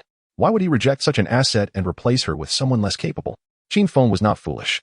The only stipulation was that Lin Yao must be willing to follow orders and refrain from misusing her connections. Upon returning to her position, Lin Yao approached Lu Xuanquan, seeking to borrow his internal network key. As an intern officer, she lacked a secure USB key. Lu Xuanquan obliged without hesitation. Once she secured the key, Lin Yao returned to her seat, powered on her computer, and accessed the internal network. Following the information she had gathered the previous day, she began reviewing the case files of several investigations that Qin Feng had previously resolved. Throughout the course of the day, even with her keen intellect, she recognized the gap between herself and Qin Feng, a substantial one at that. Ambitious as she was, with many labeling her as proud, she was not the type to be oblivious to her own limitations or to possess blind arrogance. Currently, she had no desire to surpass Qin Feng. Rather than merely speaking of her intentions, she preferred to take action. Consequently, she set Qin Feng as her academic benchmark, first to catch up, then to narrow the gap, and ultimately, through relentless effort, to achieve a breakthrough. This was Lin Yao's strategy. The smoking area on the second-floor balcony of the 9th Division. Lu Xuanquan. along with 2 or 3 young detectives from the second team, were smoking here. Hey, Lao Lu, Du Qin and the newly arrived beauty, Lin, know each other? The members of the second team gossiped. Although Lu Xuanquan was reluctant to comment, he could not ignore the eager expressions on Yao Mingyu and the others' faces. After gathering his thoughts, he replied, they should be acquainted, but it is certainly not the kind of relationship you are imagining. What kind of relationship? They would never confess what they were truly thinking. Lu Xuanquan rolled his eyes and chose to remain silent. I have reviewed the files on the captain and Lin Yao. They both participated in last year's National Police System competition, excelling in the handgun shooting event, with the captain securing first place and Lin Yao coming in second. Yao Mingyu interjected. That impressive. The members of the second team expressed their envy. You guys in the first team are truly fortunate. Not to mention Qin, who is nationally recognized for his shooting skills, but he's also remarkable at solving cases. Now there's Lin Yao, who is not only beautiful but also ranks just after Qin. With such achievements, which criminal investigation department wouldn't be eager to recruit her? Your first team has certainly struck gold. This was indeed the truth. Lin Yao's recognition by the department was not solely due to her connection with a deputy minister uncle. Her own capabilities were formidable. The provincial department's decision to assign her to the major crimes unit was a testament to her strength. After all, they wouldn't bring in someone inept. The leaders at the provincial office were not fools. In the face of the second team's envy, Lu Xuanquan and his colleagues remained silent. It seemed evident that they had indeed benefited. Yet in major crimes, proficiency with a firearm was not the sole criterion. The ability to solve cases was paramount. Throughout the year, instances requiring the use of firearms were scarce.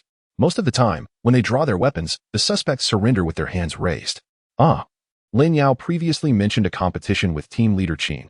However, when she reported for duty afterward, she didn't seem to challenge him at all. Remarked a member of the second team. Challenging?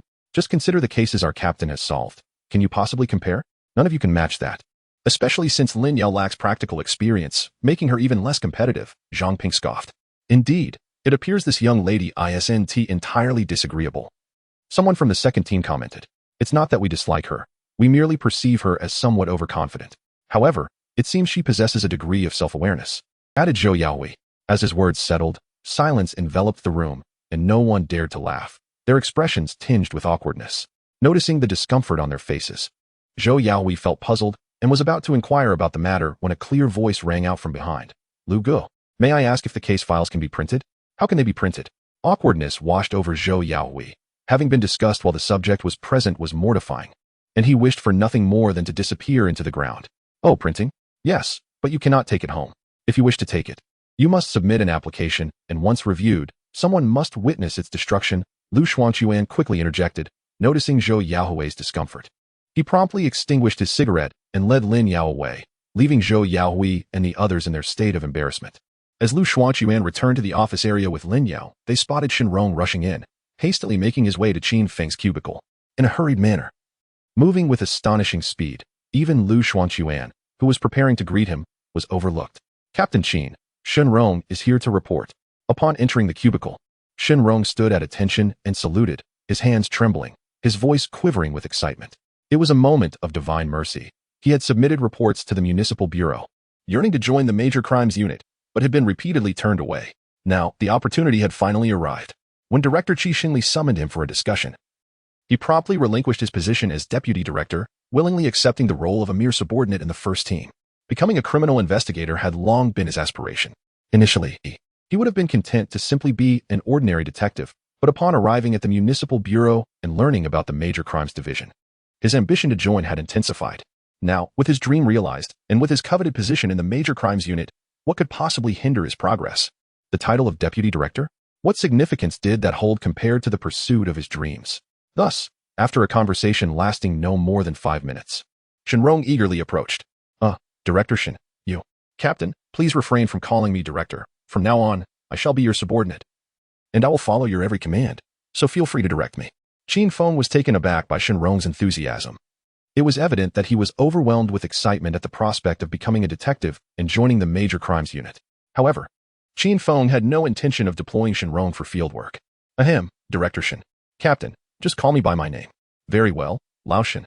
I wonder if the director has made it clear to you that my invitation for you to join the first team is based on your remarkable skills. I am aware, Captain, that Shenchong is well aware of his strengths and weaknesses.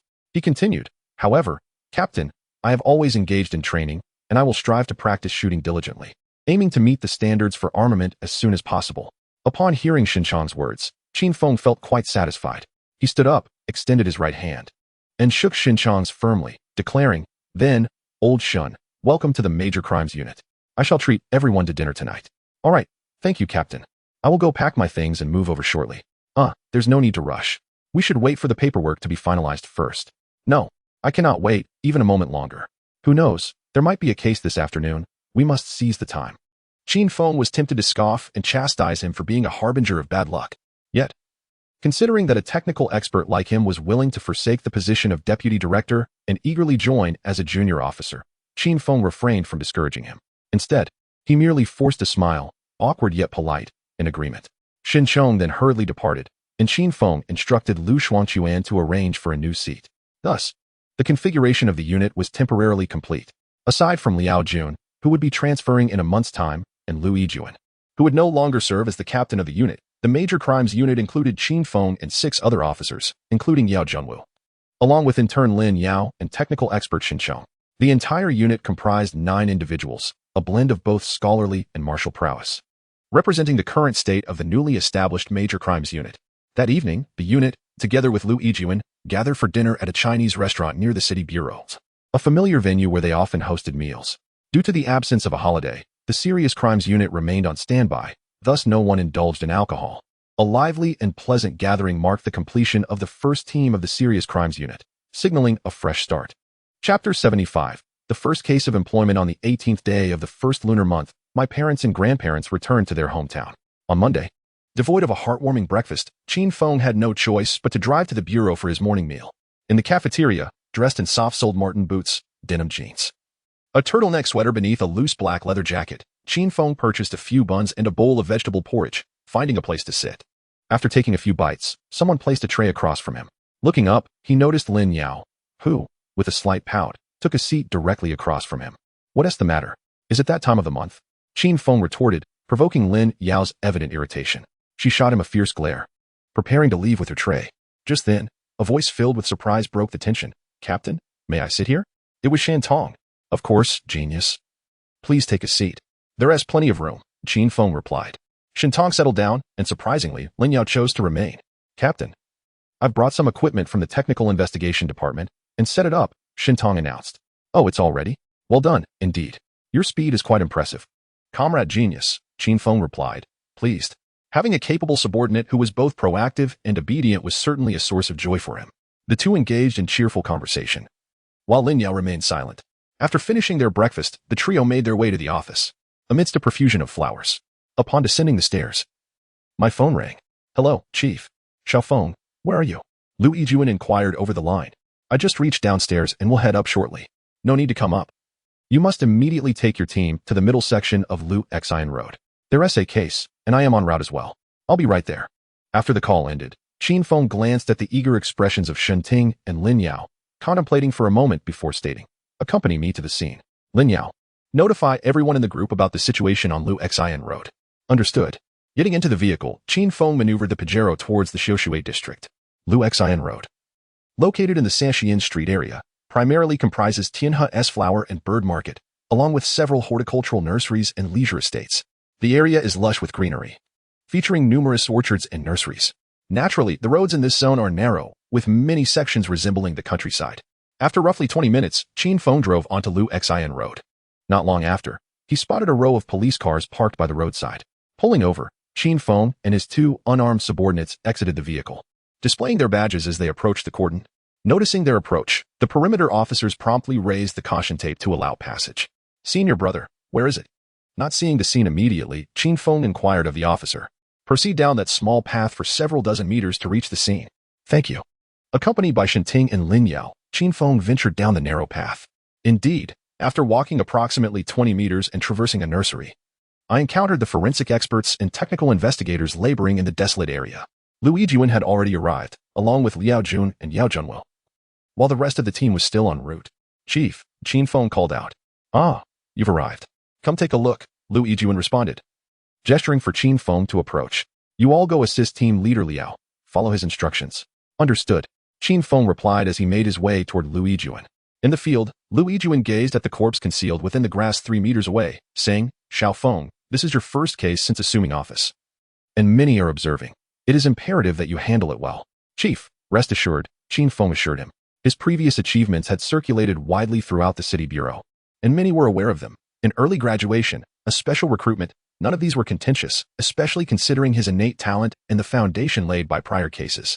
However, now with Lu Yijun and Qi Xingli's application approved by the provincial department, his appointment as a deputy division chief was distinctly different. Those involved in major cases were privy to the actual circumstances, but personnel from other departments were not as informed. Even within the 9th Division, whispers circulated regarding Qin Feng's connections, suggesting that both Lu Yijun and Director Qi had to accommodate him.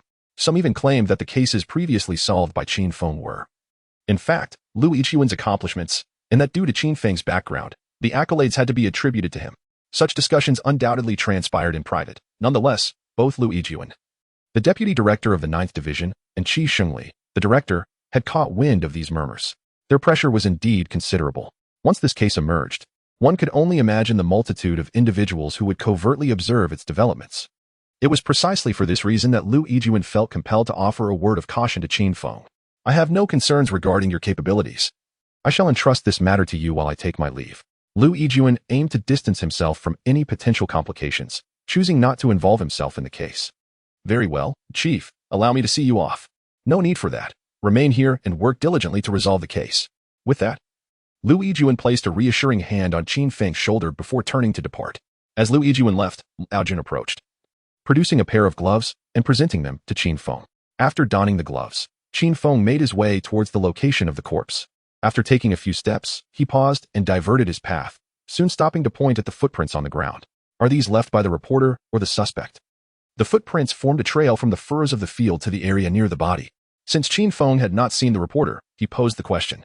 The forensic colleagues had also noted the footprints. The reporter was situated over there, having entered from the direction of Liuxin Road. Upon spotting the body from a distance, he reported it without entering the desolate area.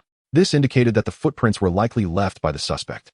Qin Feng knelt down, and as he meticulously observed with his eyes, a series of data began to materialize in his mind. The footprints belonged to a single individual, male, standing at 174 centimeters tall, weighing 145 kilograms, possessing a robust physique, without any disabilities, and favoring the right foot. 145 kilograms? Qin Feng paused momentarily, then recalled the body not far away. The footprints were likely left by the suspect who had carried the corpse into the wilderness to dispose of it, meaning the weight data should include the deceased body weight as well. Old Liao, make a note of that. The footprints belong to the same individual, a male, standing at 174 centimeters. The data reported, while Liao Jun noted it down in a palm-sized notebook. Qin Feng continued, upon returning, "Please instruct the forensic expert to swiftly measure the weight of the deceased. By subtracting that, we can ascertain the approximate weight of the suspect." "Understood, Captain. I will inform Old Song shortly." Qin Feng nodded in acknowledgement and proceeded towards the body, approaching the corpse from a distance of over a meter. He refrained from disturbing the work of forensic expert Song. After a careful observation, Qin Feng remarked, "The body is wrapped in thick plastic, the seams sealed with tape. There are bloodstains within the plastic, and given their degree of desiccation, they appear to be over 5 hours old. The surrounding ground bears no traces of blood, and the footprints previously noted do not show any dripping blood. Only a pair of prints is located about a meter away from the body. This is not the primary crime scene. Once forensic expert Song's autopsy results are available, we shall dispatch personnel to retrieve surveillance footage from the nearby intersections, scrutinizing vehicles that entered or exited Liuxin Road during this time frame. The suspect undoubtedly possessed a means of transportation for conveying the body. Aside from the clues and evidence discovered at the scene, which indicate that this is not the crime scene, the system did not register a check-in here, serving as further compelling proof. However, it remains uncertain whether the check-in will be triggered upon locating the actual crime scene. Although this is regrettable, it is not the primary focus of Qin Feng at this moment. "Very well, Captain," Liao Jun responded, swiftly jotting down the key points. The chief forensic pathologist of the Municipal Bureau, Song Zhanhua, raised his gaze and met Qin Feng's eyes, nodding in acknowledgement before returning to his work.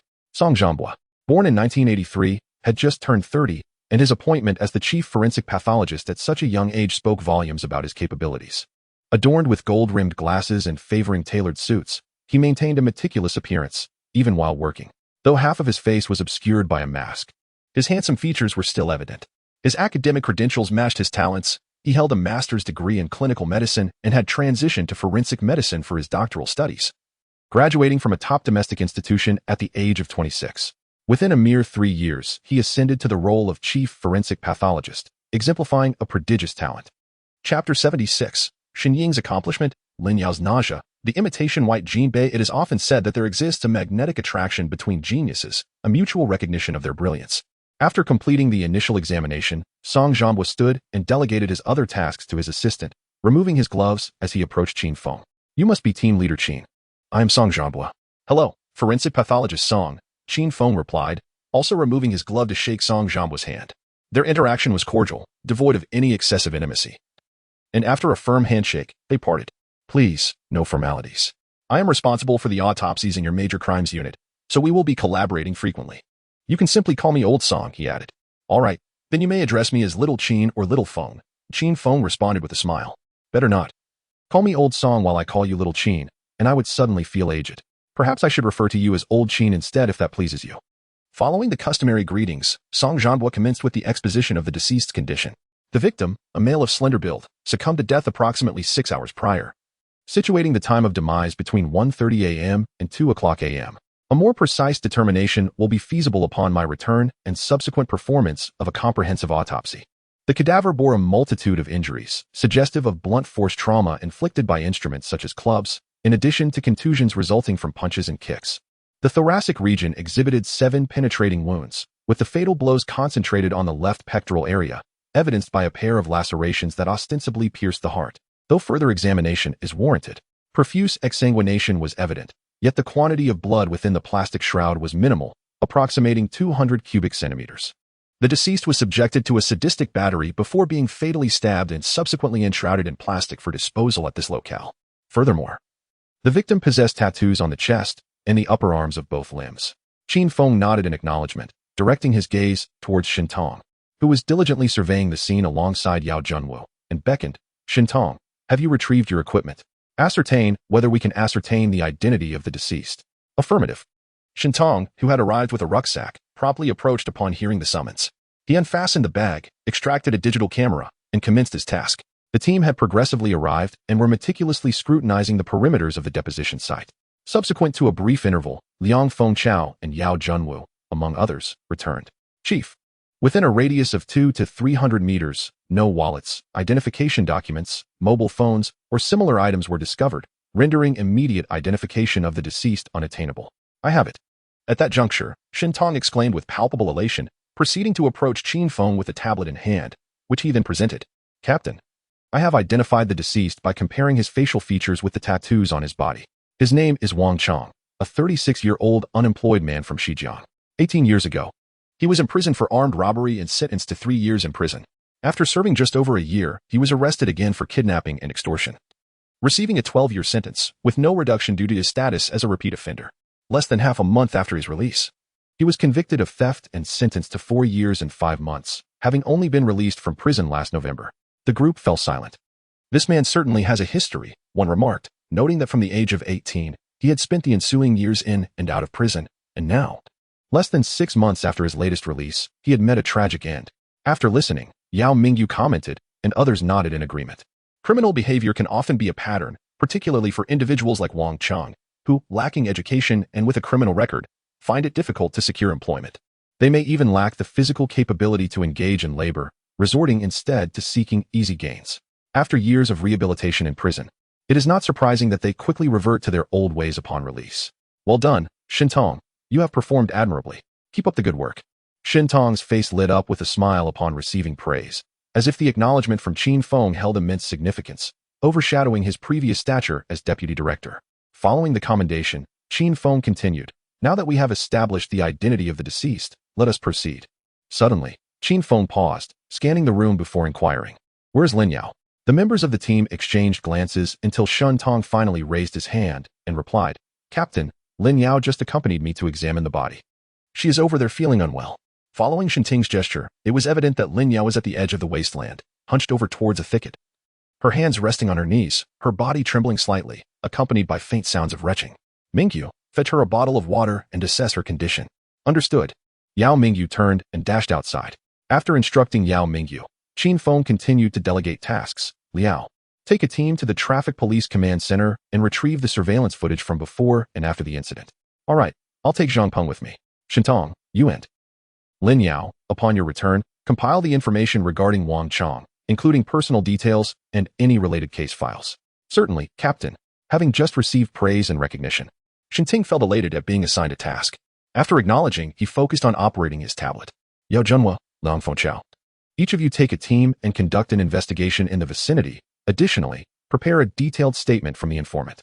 Keep in mind, the suspect likely had a means of transportation to dispose of the body here, and this act probably occurred in the early hours when traffic is sparse. Prioritize inquiries in this regard. Understood, Captain. X2, Zhou Quan. Assist Shintong and Lin Yao. Very well, Captain. All right, let us proceed with this arrangement. Everyone, get to work. We will reconvene for a meeting at the station shortly. Yes. As the team dispersed to carry out their tasks, Qin Feng remained at the scene, overseeing technical investigations and evidence collection, departing only after more than half an hour had elapsed.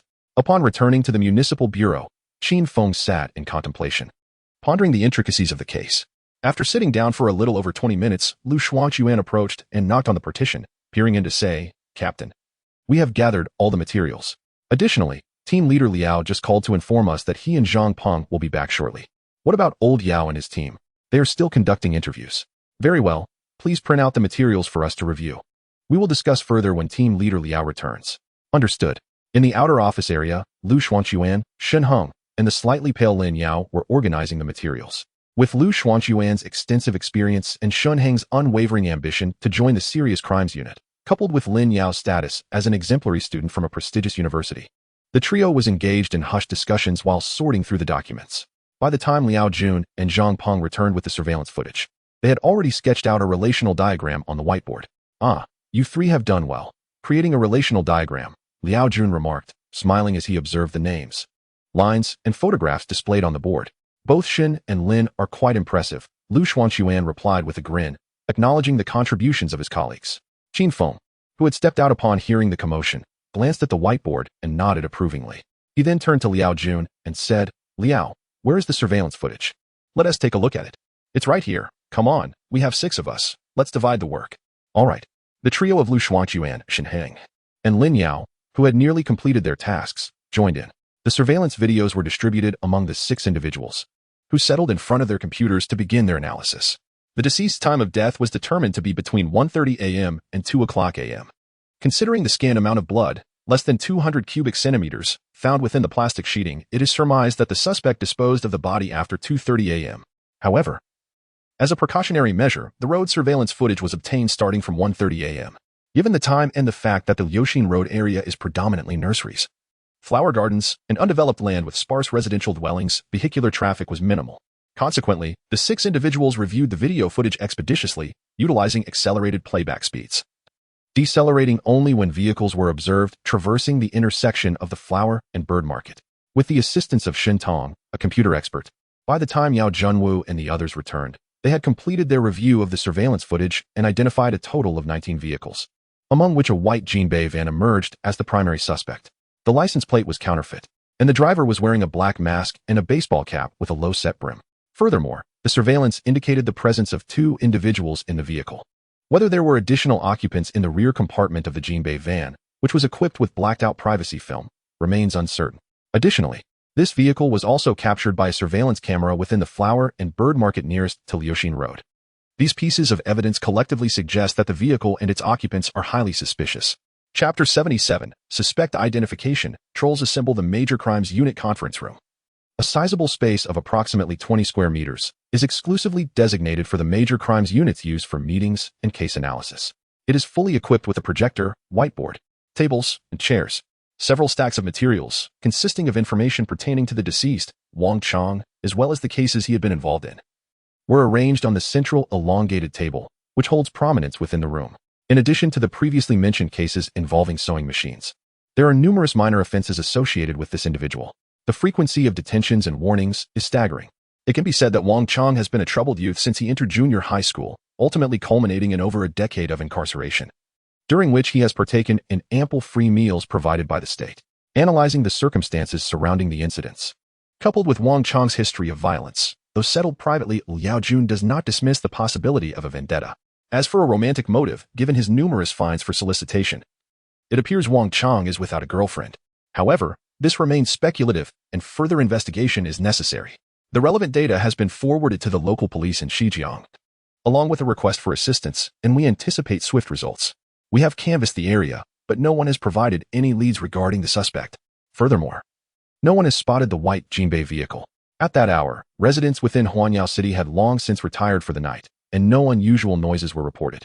Thus, we shall initially pursue the theory of a vendetta. Qin Feng decisively stated, and continued, our next focus will be twofold. 1. Tracking the movements of the white Jinbei vehicle. And 2. Gathering information on the individual who disposed of the body, a male, approximately 174 centimeters tall, with a robust case analysis meeting concluded expeditiously. And the officers of the squad returned to their respective duties. As Qin Feng settled back into his cubicle, his phone chimed. Hello, old song. Old Qin. I've weighed the body, and, considering the blood loss, I estimate the deceased's weight to be between 63 and 67 kilograms. Understood. Thank you, old song. No need for thanks. I'll tidy up and commence the autopsy. I'll notify you promptly if anything arises. Thank you. Once this case is resolved, I'll treat you to a meal. Haha, very well. I'll be looking forward to it. Certainly. Upon terminating the call, Qin Feng emerged from his cubicle and clapped his hands.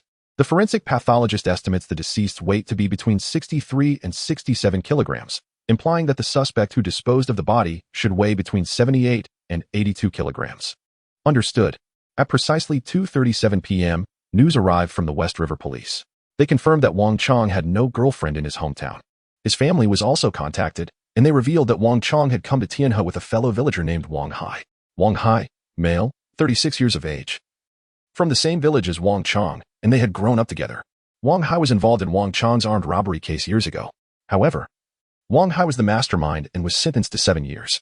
Wang Hai is 174 centimeters tall with a burly physique. Here's his photograph. With the target identified. Shintong swiftly retrieved Wang Hai's information with remarkable speed. Qin Feng accepted a recent photograph of Wang Hai, scrutinized it, and then affixed it to the office wall. Tapping the photograph, he declared, locate this Wang Hai. Shinsong's fingers danced swiftly across the keyboard of his laptop. After a little over a minute, he reported, Captain, I found it. Wang Hai has rented an apartment in the C district of the Lianri community in Longtiu, using his own identification card. Longtiu? It's not too far from Sanqian Street. After Liao Jun finished speaking, he turned to Qin Feng. Prepare yourself, Liao Ge. Take Shinsong and Lin Yao to investigate the whereabouts of the Jinbei vehicle, as well as the results from various police stations. I will head to the Lianri community with the others. I wish to accompany you. Liao Jun expressed his eagerness to follow. Liao Ge, trust me.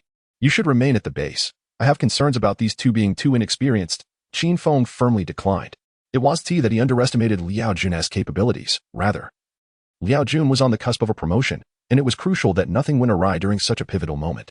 Given the severity of the wounds on the deceased Wang Chang, the perpetrator had exhibited an exceedingly brutal method, likely employing a weapon.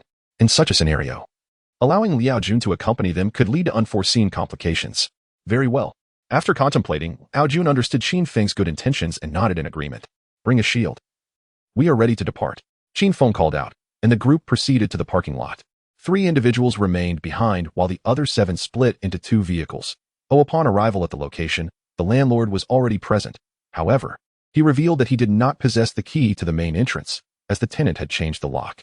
It appeared there was no choice but to resort to lockpicking. Fortunately, the members of the Serious Crimes Unit possessed certain specialized skills, and Liang Fengchao was particularly adept at lockpicking, capable of manipulating such a security door within mere seconds.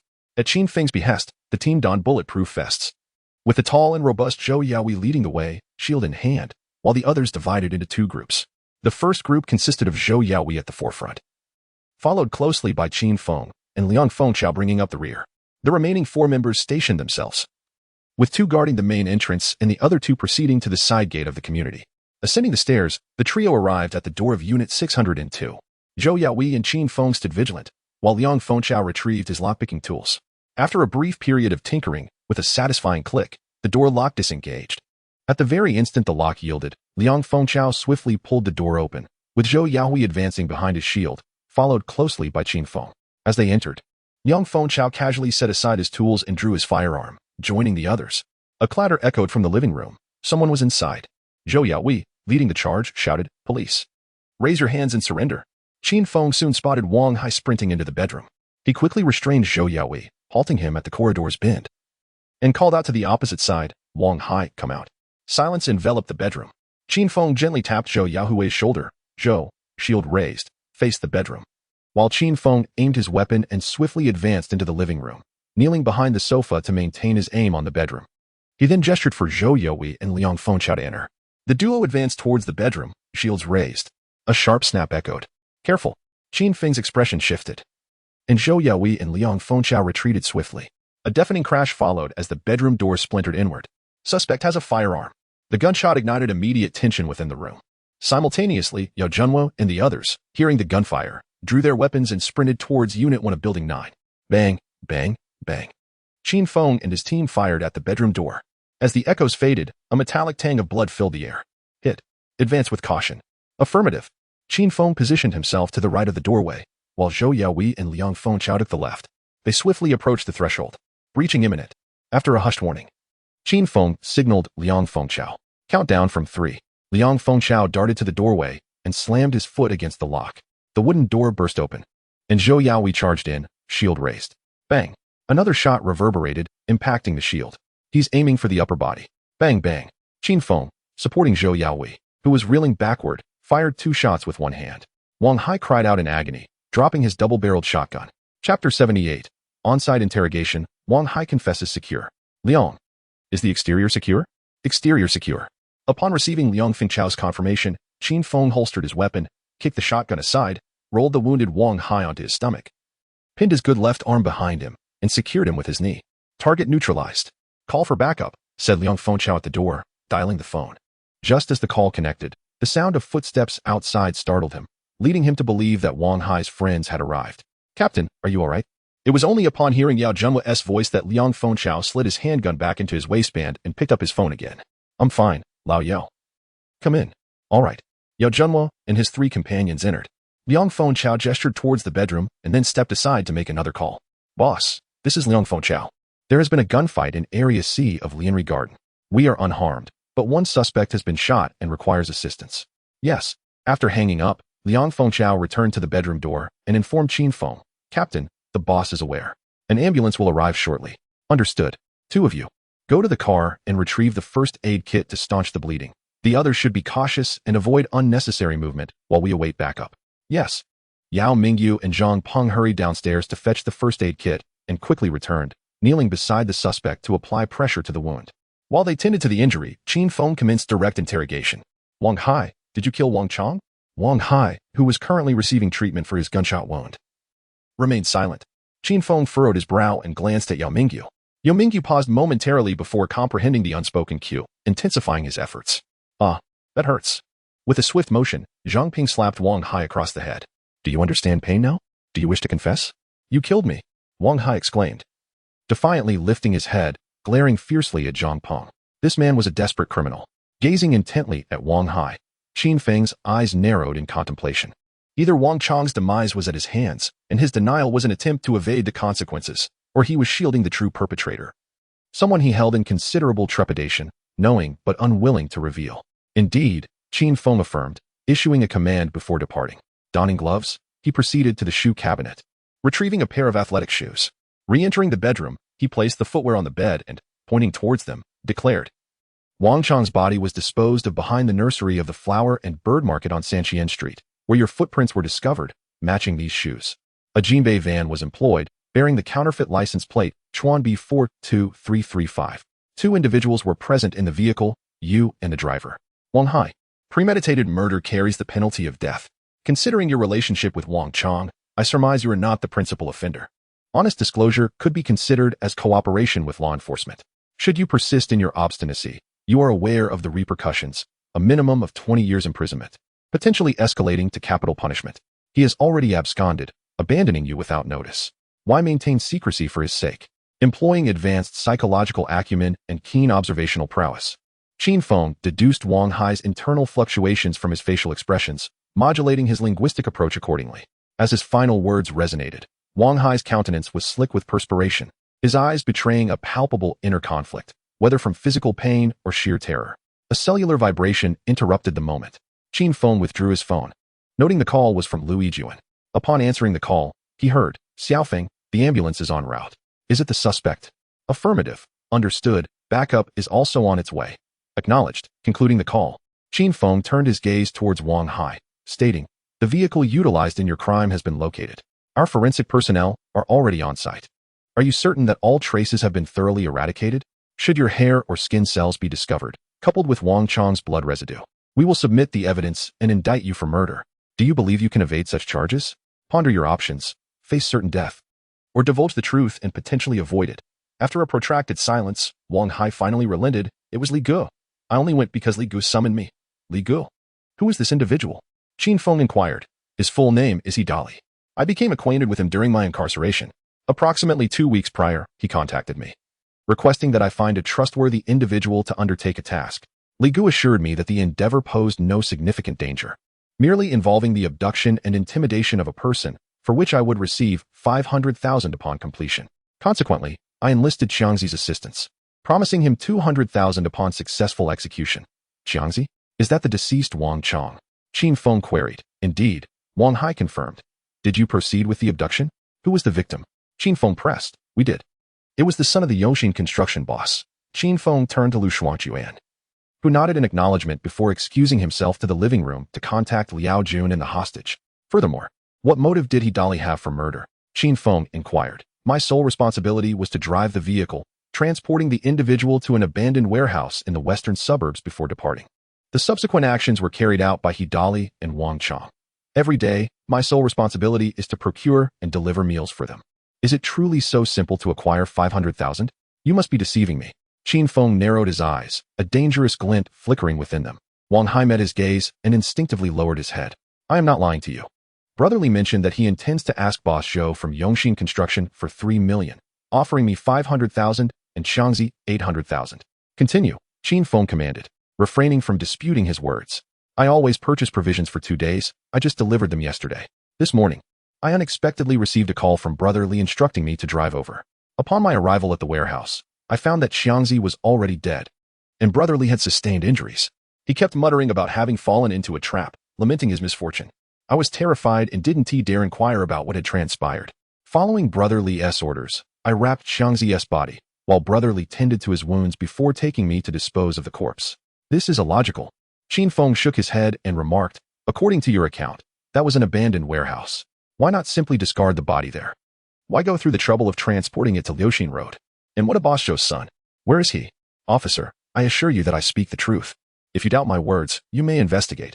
I always purchase provisions from the S. Furthermore, you witnessed us directly entering the premises, retrieving firearms, and discharging them.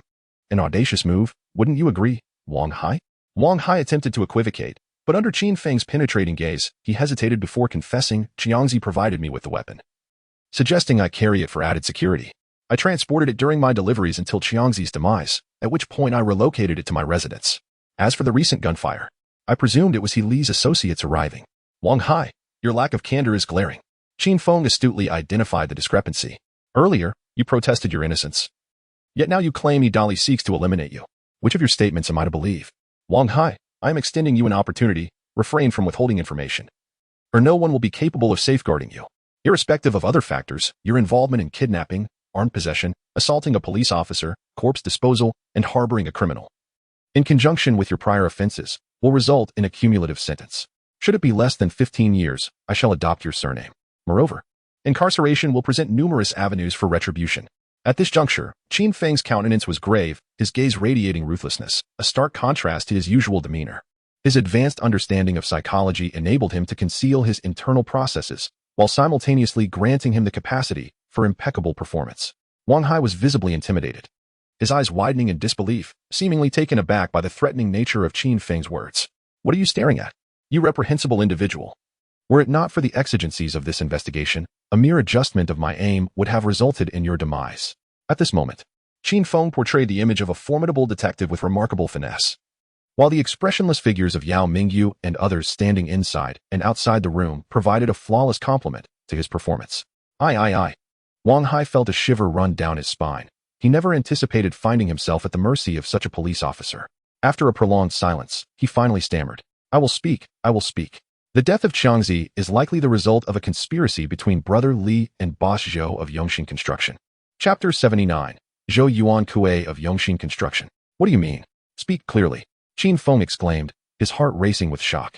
4 days prior, while delivering food, Qiangzi had pulled me aside, revealing his suspicion that Dali and the hostage were in cahoots.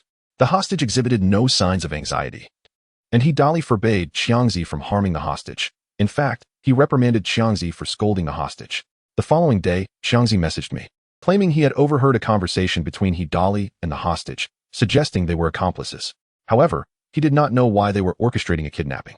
Qiangzi expressed concern that they might not obtain any money and that we could not approach the individuals involved, so he intended to investigate further and act accordingly.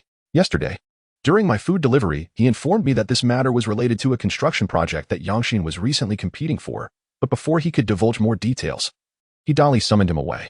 Then, in the early hours, Qiangzi met his demise. Hence, I fear that Dali may discover that Qiangzi confided in me. Which is why Yongxin Construction? Qin Feng remained silent, having never heard of this company, yet possessing a semblance of knowledge about it. Captain, I am familiar with Yongxin Construction, said Yao Junwu as he stood at the entrance. Casting a glance back, Qin Feng rose and stepped outside. Do elaborate. On the balcony, Qin Feng offered Yao Junwu a cigarette. The proprietor of Yongxin Construction, Zhou Yuan Kue, had established his fortune over a decade ago through aggressive demolitions. When such methods faced scrutiny, he pivoted to engineering contracting, harboring a dubious background. He maintained a cadre of individuals who employed unscrupulous tactics to secure contracts, with brawls being a commonplace occurrence, and at times inciting labor disputes among his workers. However, the individuals executing his orders were merely his subordinates, even when apprehended. The police would only detain them temporarily before releasing them, resulting in little more than a monetary loss for Zhou Yuan Kue. After listening to Yao Junwu, Qin Feng nodded, inhaling from his cigarette in contemplation. After a pause, he remarked, Old Yao, your approach. With his instructions imparted to Yao Junwu, Qin Feng turned and returned to the living room. A few minutes later, reinforcements finally arrived. The suspect was transported to the hospital, with Yao Junwu accompanying the vehicle. At the scene, a double-barreled shotgun was confiscated, along with 10 unused bullets discovered in the nightstand. The disarray of the bullets indicated that Wang Hai had been quite flustered during the act of loading and firing. With the scene turned over to technical investigation, Qin Feng departed alongside Liang Fengchao, Zhou Yaohui, and Zhang Peng.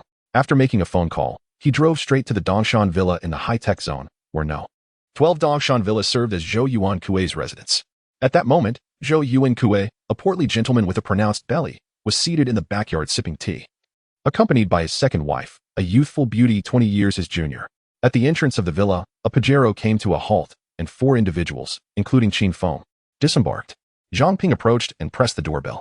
Ding dong. The doorbell chimed, and a voice resonated from the visual intercom. Hello, this is the Zhou residence. May I inquire about your business? The tone suggested it was a servant of the Zhou household. We are police officers here to see Mr. Zhou. Understood, please hold on. The call abruptly ended, leaving Qin Feng and his companions in a state of dismay. Captain, it seems Zhou Yuan Kue has quite the air about him, Zhang Ping remarked. Dissatisfaction evident among those who were seldom turned away. It's typical for affluent individuals to exhibit such demeanor, Qin Feng replied with a smile, unfazed by the situation. In the backyard, the servant entered and informed Zhou Yuan Kue, Sir, there are police officers outside who wish to see you. Zhou Yuan Kue's expression shifted slightly as he glanced at his wife and said, Please invite the officers in for tea. I shall await them in the tea room. Certainly, sir. At last, the door opened. Qin Feng courteously expressed his gratitude to the middle-aged servant before donning shoe covers as the group entered the tea room. Located on the ground floor and measuring approximately 17 or 18 square meters, the tea room was quite spacious. It featured a substantial solid wood table facing an armchair made of the same material, with several solid wood chairs positioned on either side. Given the weighty wooden surfaces, they appeared to be of considerable value, for in this era, any item labeled as solid wood, be it pine or cypress, commanded a significant price. Moreover, this set does not appear to be made of ordinary wood. It is likely worth tens or even hundreds of thousands. Observing the few individuals entering, the leader is a young man, probably just a year or two older than my son. Zhou Yuan Kue paused for a moment, then stood up with a broad smile to greet them. Greetings, officers. On this chilly day, please, take a seat and enjoy some warm tea. Qin Feng was not one to stand on ceremony. He walked over and directly seated himself in a round chair opposite Zhou Yuan Kue. Upon sitting down, he realized that this round chair was, in fact, slightly lower than the official hat chair of the main seat. Ah, this individual is intriguing. Casually glancing at the small teacup Zhou Yuankui had offered, Qin Feng refrained from drinking, merely inhaling its fragrance to discern it was fine tea. Mr. Zhou, allow me to introduce myself. I am Qin Feng, the captain of the first team of the Municipal Bureau's Major Crimes Unit. Oh, so you are Captain Qin. I have heard that a remarkably capable captain has recently joined the Major Crimes Unit, and it must be you, Zhou Yuankui exclaimed, his expression one of surprise. His tone tinged with a hint of exaggeration. His words carried dual meanings. One, a compliment to Qin Feng's prowess. The other, a subtle indication of his connections within the Municipal Bureau. With a noncommittal smile, Qin Feng continued. We have come today because we recently apprehended a suspect involved in an armed assault on police officers, and according to his confession, someone has kidnapped the young master. Hence our inquiry. Oh, is that so? Zhou Yuankui lifted his teacup for a sip, and as he lowered it, a glint of excitement sparkled in his eyes. This fleeting glimmer was subtle, well concealed by the cup in his hand, yet Qin Feng discerned it nonetheless. Setting down his teacup, Zhou Yuankui smiled and remarked, Thank you, Captain Qin, for your concern amidst your busy schedule. However, my son is at home, quite well, and has not encountered any abduction. Lu Jie, please call for Xiao Han to come to the tea room. Certainly, sir, replied the servant outside the tea room. Upon hearing the servant's response, Zhou Yuankui turned to Captain Qin and inquired, Captain Qin, who possesses such audacity to dare assault an officer, and with a firearm no less? It is utterly lawless. A suspect in a murder and dismemberment case, likely attempted to resist upon noticing our presence, Qin Feng replied coolly. Murder? And dismemberment? Zhou Yuankui's eyes widened in astonishment. These individuals are truly reckless, desperate criminals indeed. He then shifted the topic, adding, Fortunately, with diligent officers like you, Captain Qin, our safety is assured. Please, have some tea. Thank you, but I am not thirsty at the moment. Qin Feng replied with a gentle smile, leaving his cup untouched. Footsteps approached, and the sliding door of the tea room opened, revealing a young man with a pallid complexion tinged with an unusual yellow hue, yawning as he entered. Dad, did you call me? Qin Feng glanced back at the young man, who was also clad in a down jacket, his gaze lingering momentarily on the lad's wrist before retracting it. Zhou Yuankui's expression darkened as he reprimanded. What is this appearance?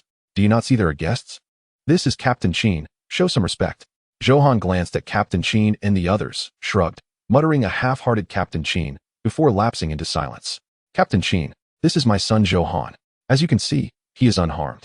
Well, if all is well, then I shall take my leave. Oh, there is no rush. I have arranged for dinner. Captain Qin, it would be best if you and the officers dined before departing. Upon seeing Qin Feng rise, Zhou Yuankui also stood up, warmly inviting them to stay. No, we have work to attend to. The suspect has been taken to the hospital, and I must check on him. I see. In that case, I will not keep you, Captain Qin. Here is my business card. Once you have concluded your duties, I would be honored to treat the officers from the Major Crimes Unit to a meal. There is no need for that. Certainly. You have made a special trip concerning my son, and I must express my gratitude. Let us discuss it later. As Zhou Yuankui expressed his thanks, he escorted Qin Feng and the others out of the villa, watching as the Pajero drove away before turning back inside. In the tea room, Zhou Han sat in an official's chair, sipping tea, not even lifting his head when his father entered. Get up. Witnessing his son's demeanor ignited Zhou Yuankui's frustration. He approached, scolding him, and forcefully pulled him up to take his seat. Zhou Han remained unfazed, merely finding another chair to sit down. Father, why stoop so low for a mere captain? Huh, a mere captain? Zhou Yuankui scoffed, a palpable fury simmering in his gaze, for someone who merely loafs about. Your pronouncements are remarkably grandiose. The individual in question was armed, and furthermore, it pertains to a major felony. Do you even comprehend the gravity of a major felony? That is the domain of the Municipal Bureau's elite, backed by the Tianhe Municipal Bureau itself, and overseen by Director Qi Shengli. Zhou Han remained silent this time, though his dismissive sneer betrayed his disregard for these pronouncements. Begone, Zhou Yuankui commanded. For the next month, you will remain confined to this house. You are forbidden from venturing anywhere, lest you continue to court disaster. If not for... Father, Zhou Han interjected vehemently. Zhou Yuankui ceased his tirade, issuing a stern warning. Dare to defy me, and I shall disown you, as if you were never my son. Observing the perilous glint in Zhou Yuankui's eyes, Zhou Han swallowed the vitriol that threatened to escape his lips. He knew his father's threats were far from idle. While he might not face actual demise, disobedience would undoubtedly result in a severe thrashing. Recalling the excruciating pain, Zhou Han involuntarily shuddered, his tone softening as he conceded, I understand, father. I shall retire to my chambers. Leave. As Zhou Han's figure receded, Zhou Yuankui, his countenance clouded with vexation, retrieved a gold-plated Nokia slider phone and dialed a number. Hello, cousin. I heard that the Municipal Bureau apprehended a suspect today for assaulting the police with gunfire. No, it has nothing to do with me. I was merely curious. I see. How is the individual faring? Very well, I understand. Upon terminating the call, Zhou Yuankue initiated another, requesting information regarding a gunshot wound patient admitted to a city hospital, stipulating that only the result be conveyed. After disconnecting, Zhou Yuankue seated himself to partake in tea, projecting an air of composure. However, his occasional glances towards the adjacent mobile phone betrayed an underlying disquiet. Within the confines of the Pajero, Qin Feng silently steered away from the Dongshan villa. Seated in the passenger seat, Liang Fengchao inquired whether any discoveries had been made. Qin Feng, after a brief glance at Liang Fengchao, affirmed the presence of contusions on Johan's wrists, indicative of prolonged restraint by ropes. Liang Fengchao mused whether this corroborated Wang Hai's account. Given the veracity of Johan's kidnapping, coupled with the father and son's evasiveness, and the unharmed return of Johan, Liang Fengchao posited that Zhou Yuankue was the likely perpetrator in Wang Chang's demise. Zhou Yaohui and Zhang Peng, from the rear seats, echoed Liang Fengchao's sentiments. The unusual circumstances surrounding the kidnapping, the safe return of the hostage, and the subsequent obfuscation in the presence of law enforcement suggested foul play. However, Qin Feng cautioned that convictions necessitate evidence, not mere conjecture or suspicion. Lying about or concealing the kidnapping of his son is not a crime. Qin Feng's remarks silenced the trio. After a pause, Zhang Ping inquired about their destination, to which Qin Feng replied, back to the bureau, adorned with blossoms. En route, Qin Feng's mobile device chimed. Greetings, Captain, this is Prodigy. The white Jinbei, utilizing counterfeit plates, has been located in the derelict vehicle depot, situated in the western sector of the city. Understood. Dispatch the technical investigators to the location forthwith. I shall be arriving presently. Affirmative. Upon terminating the call, Qin Feng executed a U-turn at the intersection and elucidated to Liang Fengchao and the others, no need to return. The white Jinbei has been discovered in the derelict vehicle depot in the western part of the city. Discovered? Excellent. This undoubtedly constituted favorable tidings.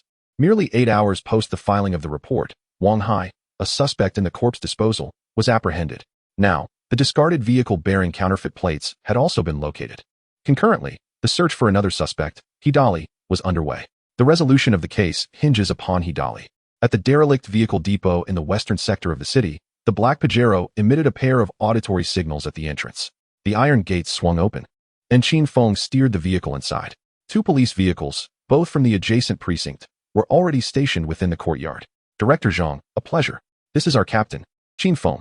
Liang Fengchao was the first to greet the level 3 police supervisor awaiting them in the courtyard, subsequently introducing Qin Feng. A pleasure, Captain Qin. Director Zhang. We appreciate your assistance. It is no trouble at all, Captain Qin. Shall we proceed to the vehicle? It is located in the rear. We have already conferred with the proprietor, who stated that it was acquired around 0500 hours for a sum of 5,000 yuan. While providing context, Director Zhang escorted Qin Feng and his retinue past the 2-story structure serving as the office, advancing towards the rear.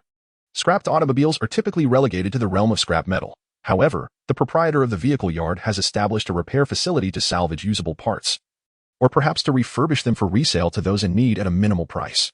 Engaging in such business naturally draws the scrutiny of law enforcement.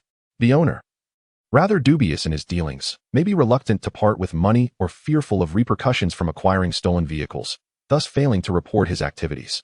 It was only during an inquiry initiated at the police station, prompted by the last known location of a vehicle provided by Shin Tang, that he confessed to his transgressions. Fortunately, our prompt response allowed us to investigate before the vehicle could be dismantled. Approaching the severely damaged Jinbei van, which bore the scars of a violent impact, Qin Feng cast a discerning glance at the owner and several workers, who were apprehended and shackled by the police, remaining silent as he donned gloves to meticulously examine the vehicle. After a thorough inspection, Qin Feng shook his head. This is not the one. Not possible. Zhang, taken aback, rushed to the front of the vehicle to scrutinize the license plate. It can't be. The plates are identical. How can this not be the vehicle in question? That requires an inquiry with the owner, Qin Feng replied, stepping forward to address the middle-aged man in a suit, who squatted before him. Sir, that vehicle is linked to a homicide. Given that it has been located here, you must provide us with some clarity. However, upon further examination, it became evident that this vehicle did not match the one captured on surveillance footage. The suspect vehicle featured a distinctive chip in the left front headlight, whereas this one was intact. Speak up, and at most, you will face detention. However, should you choose to withhold the truth, I will uncover the criminal activities associated with you as an accomplice in your car dealership, thereby severing your escape routes. You have 5 minutes to contemplate your predicament. Upon hearing the threat to expose his secrets, the proprietor trembled and quickly rose, exclaiming, no need, officer. There's no need for 5 minutes. The vehicle is inside. I will escort you there. Oh, Qin Feng replied with a cold smirk. It would be prudent not to engage in any tricks. I wouldn't dare. The proprietor, visibly anxious, led Qin Feng and his team deeper into the premises, where they soon discovered a white Mercedes-Benz van concealed beneath a tarp in a corner. The license plate had been removed, presumably taken off deliberately. After inspecting the vehicle, Qin Feng nodded. This is the one. Has it been cleaned inside? No, officer. I assure you it was in this condition when I acquired it. Observing the proprietor's palpable anxiety, Qin Feng narrowed his eyes and suddenly inquired, do you know the person who delivered the car? This question, posed with an air of certainty, caused the scrappy car dealer to flinch, his hands instinctively gesturing in denial. Do not rush to refute. If you answer truthfully, there will be no repercussions. However, should we discover otherwise? A cold snort escaped Qin Feng's lips, making the proprietor tremble with fear. After a moment of hesitation, the man stammered, I know him. The one who delivered the car is Wang Xiaosan. He resides in the resettlement community on Qingfeng Road. Wang Xiaosan. What is his real name? Qin Feng pressed on. His real name is Wang Yu in his 20s. He used to work at my dealership. And indeed, this car was purchased from me. Officer, I assure you that I am speaking nothing but the truth. Very well, I believe you. Qin Feng nodded, feeling assured. He then turned to Zhang and said, Zhang, please keep an eye on this area while we await support from the municipal bureau. I will take my team to the resettlement community. Understood. Leave this to me. You can rest easy. Chapter 81. Checking the water meter, with a gun to the head, the terrified Wang Xiaosan at the resettlement community on Qingfeng Road. Qin Feng parked the vehicle by the roadside, his tablet displaying Wang Yu's personal information. Initially, he presumed that Wang Yu, along with Wang Chong and Wang Hai, hailed from the same village, or at the very least, the same county. However, he was surprised to discover that Wang Yu was a bona fide resident of Tianhe. The residence in the resettlement community was not rented, but rather obtained through demolition compensation. Under Wang Yu's name, there were a total of 3 properties. One was the resettlement unit, while the other 2 were commercial apartments located outside the 3rd Ring Road, one a 2-bedroom and the other a 1-bedroom. Logically, Wang Yu should not be financially strained and had no prior criminal record. Reflecting on the information, Qin Feng decided to exercise caution, stating, put on your bulletproof vests, Yao Wei. Make sure to carry the shield as well. Everyone, stay alert. Yes, the 4 donned their bulletproof vests, while Zhou Yaoi retrieved the bulletproof shield from the trunk. After ensuring their weapons were in order, they opened the car doors and exited. Let us go. The quartet entered the community and approached the property management office. Liang Fengchao changed into a maintenance worker's outfit, concealing the bulletproof vest beneath his clothing, and carried a tool bag as he made his way to Wang Yu's residence. Meanwhile, Qin Feng, Zhou Yaoi, and Zhang Peng trailed closely behind. At the door, Liang Fengchao knocked. Bang. Bang, bang, bang, bang. Who is it? Upon the second knock, a response emanated from within the door. The property management informed me that a complaint had been lodged about the scent of gas wafting from downstairs. Hence my visit. Gas? Nonsense. We haven't been cooking at all. Please open the door so I can conduct a thorough inspection for peace of mind. Very well. Please hold on a moment. As the words faded, footsteps approached, and soon after, the peephole dimmed as someone inside scrutinized the situation. After a brief pause of 2 or 3 seconds, a click resonated and the door creaked open. Just as the door swung open a third of the way, Liang Fengchao forcefully pushed it wide, while the prepared Zhou Yaoi charged in with his shield, colliding with Wang Yu, who had been standing at the threshold, sending him sprawling to the ground. Police, don't move. Faced with Zhou Yaohui's firearm, Wang Yu, visibly anxious, raised his hands high, his gaze fixated on the gun's muzzle. His pupils dilating in fear, frozen in place. Behind him, Qin Feng and Zhang Peng entered the room to commence their search, while Liang Fengchao discarded his toolkit and drew his pistol, directing it towards the elevator. Clear. Confirming that only Wang Yu occupied the room. Qin Feng holstered his weapon and approached the door. Is it just you in here? Yes it is. Where is he, Dolly? He went out. Left about half an hour ago. Alone? Yes. Observing Wang Yu's stammering demeanor, Qin Feng gestured for Zhou Yaoi to lower his weapon, then proceeded to place handcuffs on him, escorting him to sit on the sofa in the living room. Does he, Dolly, reside with you? Yes, officer. Wang Yu swallowed nervously before responding, and then, in a flurry of anxious explanations, he exclaimed, Officer, I truly do not know what crime he has committed. I only met him while working outside. Just an acquaintance? And yet you harbor him and assist in dealing with a vehicle with a forged license plate? Wang Yu found himself at a loss for words. Be honest. It was evident that Wang Yu was not a habitual offender. His flustered reaction to the abrupt intrusion of the police betrayed his nerves. Qin Feng's sharp reprimand startled him, prompting a hurried confession. Officer, once I was bullied by a group of people, and Li Gu came to my aid, and then, so I wanted to repay his kindness. Is that so? You didn't accept any payment? I did, 1,000. Wang Yu dared not lie. Where has he dolly gone? Did he mention when he would return? Qin Feng inquired further, cautioning him. I advise you not to fabricate any stories. If you do not cooperate sincerely, the matter concerning the payment for handling the vehicle, as well as harboring Hidali, could land you in prison for several years. I will cooperate, Wang Yu replied earnestly. Li Gu did not specify when he would return. He simply told me not to wait for him for dinner or to call him. He would come back once he finished his business. How did he leave? He took my car, Wang Yu murmured, his voice barely above a whisper. The license plate number and vehicle model? Chuan A35W22, a silver Ford Mondeo. Qin Feng pulled out his phone and dialed Liao Jun. Once connected, he reported, Liao Gu, we have a silver Ford Mondeo, license plate Chuan A35W22. The other suspect, Hidali, should be in the vehicle. Received. Following the termination of the call, Qin Feng resumed the interrogation, inquiring, at what juncture did Hidali arrive at your abode? And what discourse transpired between you? He appeared at my residence shortly after 8 o'clock this morning, cognizant of my address. He merely conveyed that he had offended certain individuals and sought temporary refuge for a couple of days, further instructing me to dispose of the vehicle in question. You prevaricate. Qin Feng interjected abruptly, having discerned a fleeting shiftiness in Wang Yu's gaze when alluding to the vehicle's disposal, a telltale sign of mendacity. Compressing his lips, Wang Yu maintained silence. Qin Feng fixed his gaze upon him for a protracted duration, exceeding 10 seconds, before uttering, Are you cognizant of the means by which we located this place? The proprietor? Wang Yu pondered for a moment before seemingly recalling something. Given your awareness, you should comprehend that a mere phone call suffices for him to divulge everything in the interest of his enterprise. I shall speak. Ultimately, Wang Yu succumbed to the pressure.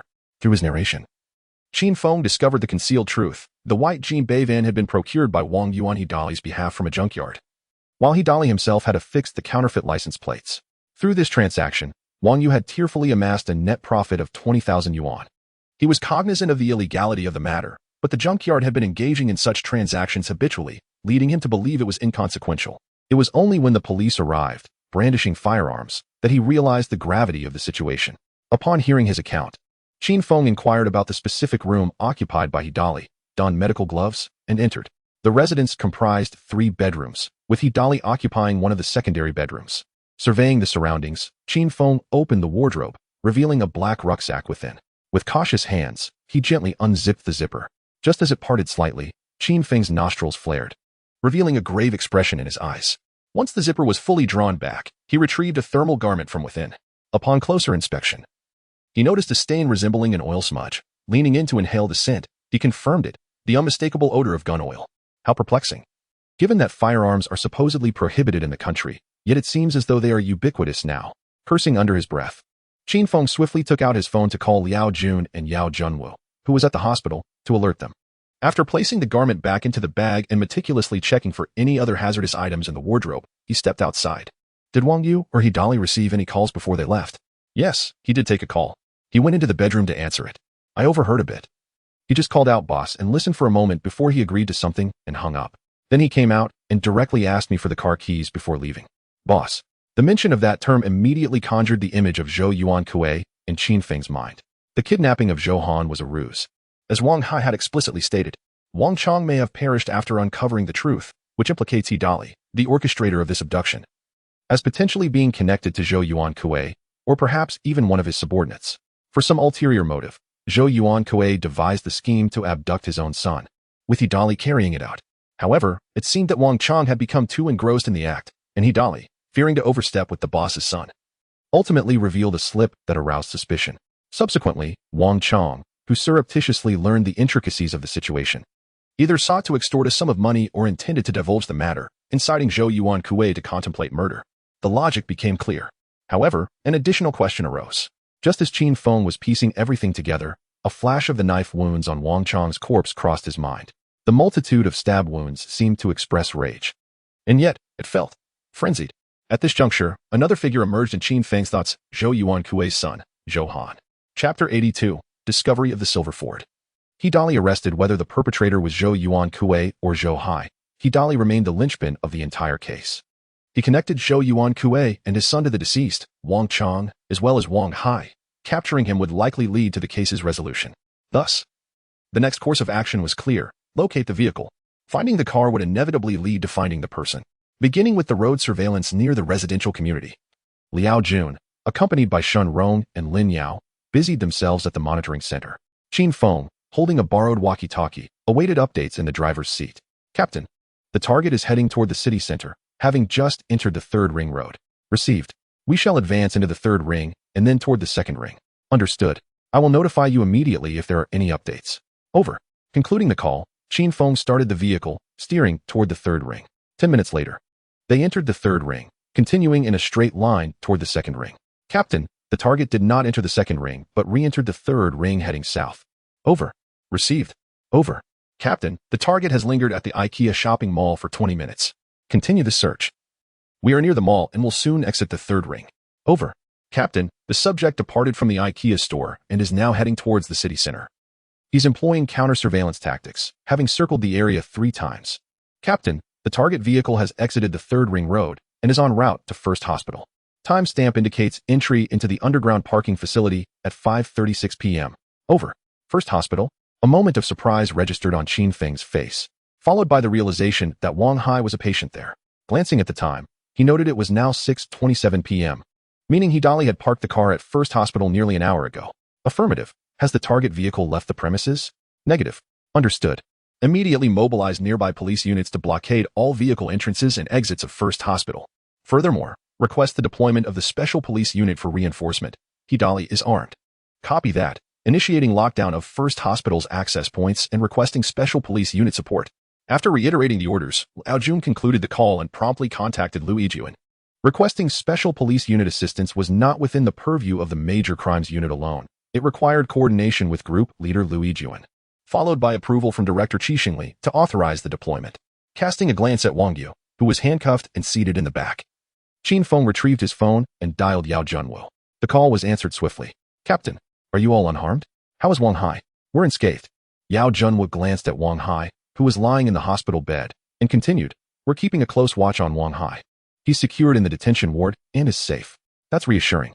Please be advised that we have tracked Hidali to the hospital, where he possesses a firearm, the model of which remains unclear. His entrance into the hospital at this juncture suggests a potential intent to eliminate witnesses. Inside the ward, Yao Junwu was momentarily taken aback, and his heart tightened as he replied, yes, Captain, rest assured I will ensure that Shuangchuan and Mingyu are accounted for. Be cautious. We are on our way and will arrive shortly. Regardless of what transpires, the 3 of you must remain motionless and keep a close watch on Wang Hai. Understood. Qin Feng accelerated the vehicle. Despite the congestion typical of this time, through his adept maneuvering, the Pajero glided smoothly to the left, managing to save what would normally require at least 40 to 50 minutes.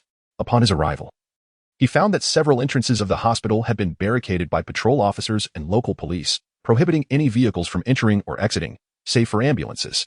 Every pedestrian was subject to verification. With a screech, he parked the vehicle at the roadside, leaving Liang Fengchao and Zhang Ping to guard Wang Yu while Qin Feng and Zhou Yaoi sprinted towards the hospital. It was not that he wished to abandon the car, but rather that the blockade had rendered the entrance impassable.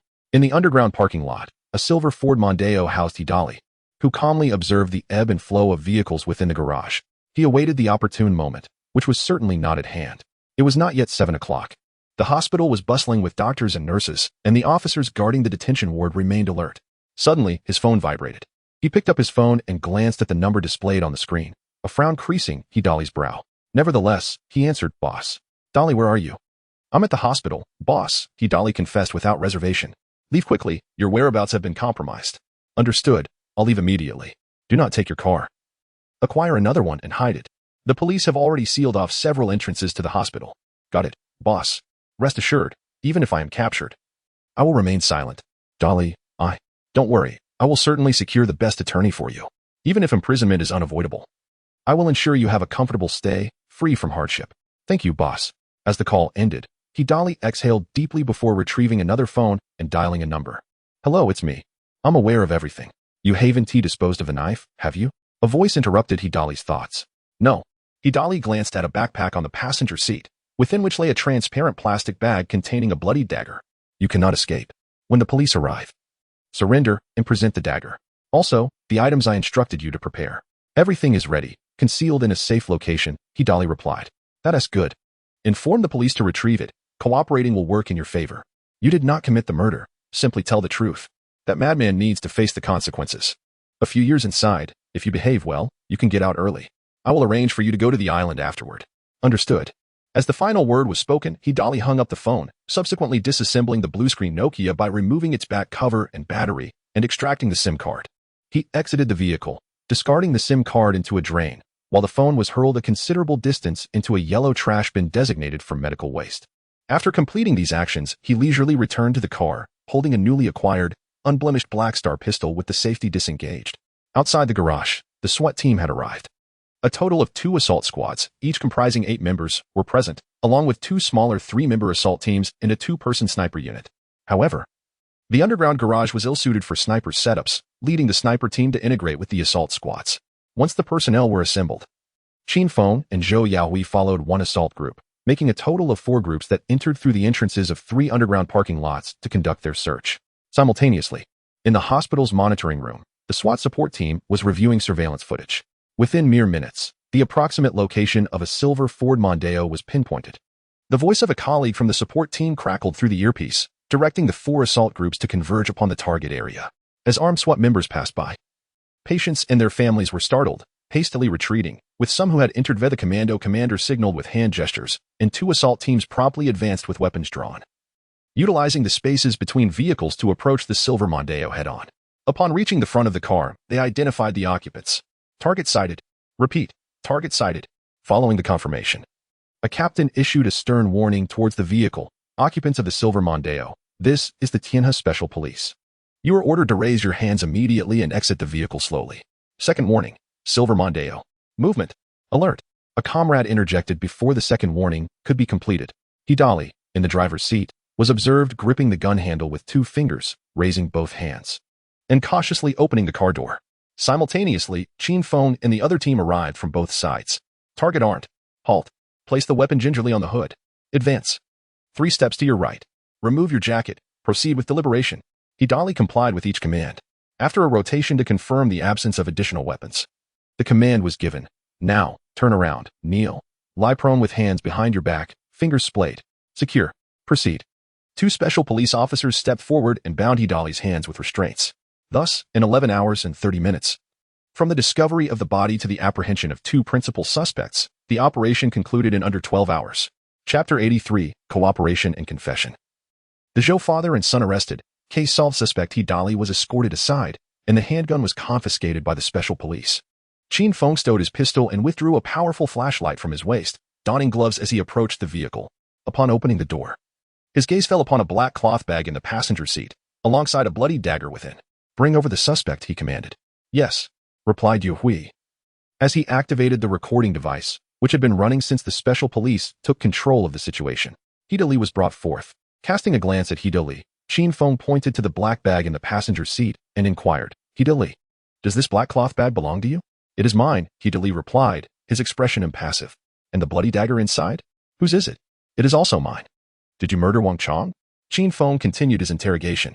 The dagger is mine, and it was indeed the weapon that killed Wang Chong, but I am not the perpetrator. Qin Feng furrowed his brow. Then who is? Officer, can we discuss this here? There are too many ears present. Oh, are you instructing me on how to conduct my duties?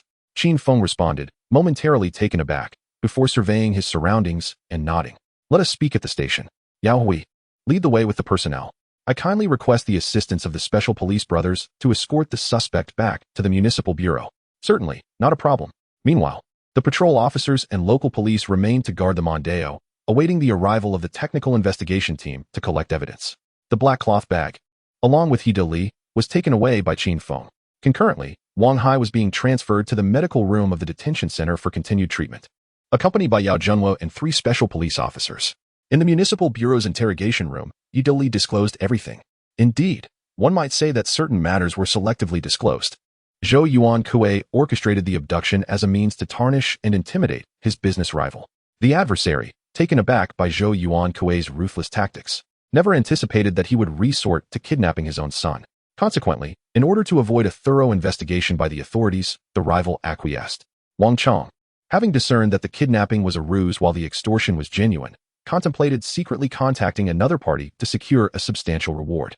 Unfortunately, his plans were poorly concealed, and his anxiety led to a slip that resulted in his timely intervention and apprehension by He Dali. It was certain that Wang Chong would meet his demise, however. The notion of Zhou Han committing murder was an unexpected turn for He Dali. He speculated that perhaps Wang Chong had previously assaulted Zhou Han, sowing seeds of resentment that culminated in Zhou Han's inability to restrain himself, leading to the fatal stabbing. In the monitoring room, Liu Yijun and Qi Shengli were present. After hearing the interrogation of He Dali, Qi Shengli's expression grew grave. Old Liu, dispatch personnel to the location mentioned by He Dali to retrieve the evidence immediately. Furthermore, deploy a support team to apprehend Zhou Yuankue and Zhou Han. Understood. Liu Yijun proceeded to assign tasks, while Qi Shengli took out his phone to contact the political commissar and the inspectorate office. Meanwhile, Qin Feng continued the interrogation of He Dali. At Dongshan Villa, Building 12, upon receiving the phone call, Zhou Yuankue realized his predicament. He felt an urge to punish his troublesome son, but after a moment's reflection, chose to close his eyes instead. He refrained from informing Zhou Han that the police had not only captured He Dali but also obtained evidence of his murderous actions. Indeed, he had resolved to abandon his own flesh and blood. The support team has arrived. Zhou Yuankue descended the stairs and opened the door, where the commanding officer, clad in a police uniform, solemnly presented the arrest warrant, stating, Zhou Yuankue, I am from the 9th Division of the Municipal Bureau. Your son, Zhou Han, is officially arrested on suspicion of intentional homicide. Furthermore, you are also formally arrested for multiple offenses including bribery, assault, and intentional homicide. Zhou Yuankue was taken aback, never expecting that the police would have traced his actions. Then he thought of He Dali, and a bitter smile crept across his face. After a moment of contemplation, he obediently extended his hands to allow the officers to place the silver handcuffs upon him. Meanwhile, in the upstairs bedroom, Zhou Han was engrossed in a video game when the police burst through the door, swiftly tackling him to the ground. Who are you? He exclaimed. I'm Zhou Han. You dare to touch me, and I'll make you regret it. Ouch, be gentle. Zhou Han was subdued, as he was pulled upright from the floor and realized the individuals before him were police officers. His face drained of color, his earlier bravado evaporating as he became limp and feeble. Zhou Han, you are suspected of intentionally murdering Wang Chong, and you are now under formal arrest. You have the right to remain silent, but anything you say may be recorded and used as evidence against you. Take him away. Upon concluding, the commanding officer gestured, and the detectives promptly began to escort Zhou Han out, simultaneously as the support team apprehended the Zhou father and son. The inspector's office at the Municipal Bureau received directives from the director and political commissar. 2 deputy-level officials from the bureau and 3 leaders from branch offices were summoned for a meeting at the inspector's office for a discussion. Meanwhile, on another front, those dispatched to gather evidence, following He Dali's indications, unearthed a mobile hard drive. This hard drive remained untouched and was promptly returned to the Municipal Bureau. In the conference room of the bureau, officials from the provincial and municipal disciplinary committees, along with leaders such as Qi Shengli, convened to examine the contents of the hard drive. It contained evidence related to multiple bribery and corruption incidents, primarily involving personnel from state-owned enterprises. Additionally, several murder and assault cases were linked to the mastermind Zhou Yuankue. These cases necessitated action from the Municipal Bureau. The death of a man named Wang Chang unveiled a construction company with ties to a nefarious criminal organization, simultaneously exposing a cadre of corrupt officials. The comrades from the provincial and municipal disciplinary committees expressed their satisfaction, smiling warmly at Qi Shengli and the opposing Qin Feng. After all, these were accomplishments worthy of recognition. For those responsible for delivering such accolades, even the so-called stern-faced disciplinary officers and leaders could not afford to be unsmiling. Ding! The murder and dismemberment case has been solved. Rewards: unlocking skill, 0, 5 attribute points, upgrade card X1, and a cash reward of 2 million. Yet another upgrade card had arrived.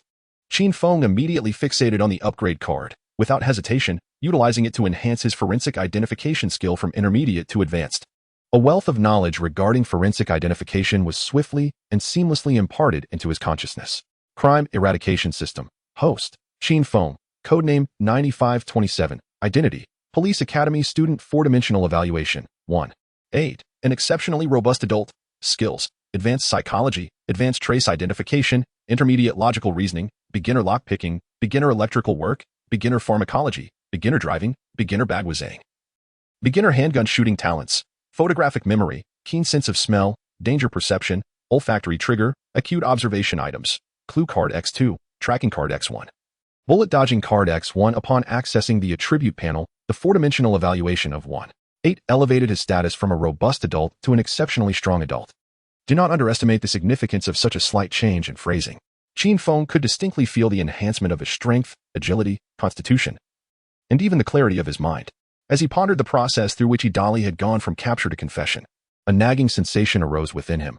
Hidali was concealing something. This instinct was accompanied by an oddity regarding Hidali's overly cooperative demeanor. It felt as if Hidali had been gathering evidence against Zhou Yuankui from the very beginning. But was Hidali one of Zhou Yuankui's subordinates? In the solitary confinement of the detention center, Zhou Yuankui, receiving special treatment, gazed at Hidali across the room, his eyes shimmering with hatred and bitterness. After a prolonged silence, he inquired, "Whose man are you?" Zhou Yuankui remained seated in a meditative posture, refusing to respond. "Even if you don't speak, I know who you are, Zhou. Now that you are here, you surely do not wish to meet your demise so easily, do you?" Zhou Yuankui was momentarily taken aback before he chuckled. "You can't possibly believe I still have a chance at life, can you? At the very least, your other son shall not perish, nor will your wife. What do you think?" Zhou Yuankui fell silent. Ultimately, with great reluctance, he remarked, "You are not in a much better position yourself. Serving others like a dog only leads to being discarded when no longer useful." This time, it was Hidali's turn to refrain from speaking.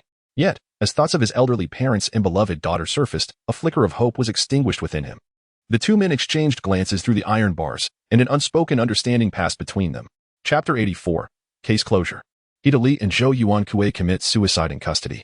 The discovery of their bodies led to the resolution of the case and the apprehension of suspects, unveiling even more extensive criminal activities. The Major Crimes Unit accomplished this remarkable feat in merely 12 hours, earning their reputation as the elite team in the field. Concurrently, those who had previously held reservations about Qin Feng retracted their criticisms, now marveling at the genius capable of garnering exceptions from provincial and bureau leaders. Among them, Lin Yao felt the most profound impact. In her earlier days of naivety, Qin Feng had already begun to meticulously unravel the case, capturing suspects one by one, ultimately uncovering additional revelations. Such efficiency was truly astonishing. While others remained unaware, she found herself increasingly in awe. Her gaze towards Qin Feng inadvertently infused with a hint of admiration. After several days of interrogation, only the final identification at the scene remained. Initially, Zhou Han demurred. But under Qin Feng's relentless interrogation, and after being confronted with photographic evidence of the dagger and Hidali's confession, he finally admitted his guilt. A convoy of 5 or 6 vehicles, carrying the Major Crime Unit 1, along with forensic technicians and medical examiners, arrived at the abandoned warehouse. Parking in the open space outside, Zhou Han and Hidali, clad in prison garb and restrained with handcuffs and shackles, were escorted from the vehicles by 4 prison guards. Upon entering the warehouse, the two began to identify key locations. Qin Feng, who observed the entire process, furrowed his brow. From the moment he entered the warehouse, he had been anticipating the system's sign and prompt, but despite the passage of time, and even after the forensic technicians had collected blood samples and footprints, he had yet to receive it. It seemed that failing to locate the scene immediately, or arriving at the primary crime scene before solving the case, negated the opportunity for his sign and reward. Qin Feng, now with this conjecture, felt a sense of regret. The absence of the sign and reward was indeed a pity. With the final piece of the puzzle in place, 2 days later, the medical examiner and forensic technicians simultaneously released their reports, completing the evidentiary chain. Just as Qin Feng was finalizing the report, submitting it for review by the legal department, and awaiting the director's signature before forwarding it to the procuratorate for prosecution, an event unfolded within the detention center. At precisely 2:30 a.m., Zhou Yuankui, having been moved from solitary confinement, reached under his pillow with trembling hands and retrieved a sharpened wooden splinter. It was a piece broken off from the end of a mop, which he had secretly concealed and brought back with him. Today, he had learned that the case was entering the stage of preparing for prosecution, signaling the imminent end of his life. He had no choice but to die, to preserve a glimmer of hope for the Zhou family lineage. He had to take his own life. Aside from the cases investigated by the police, he disclosed nothing, trusting that those individuals would not resort to complete extermination.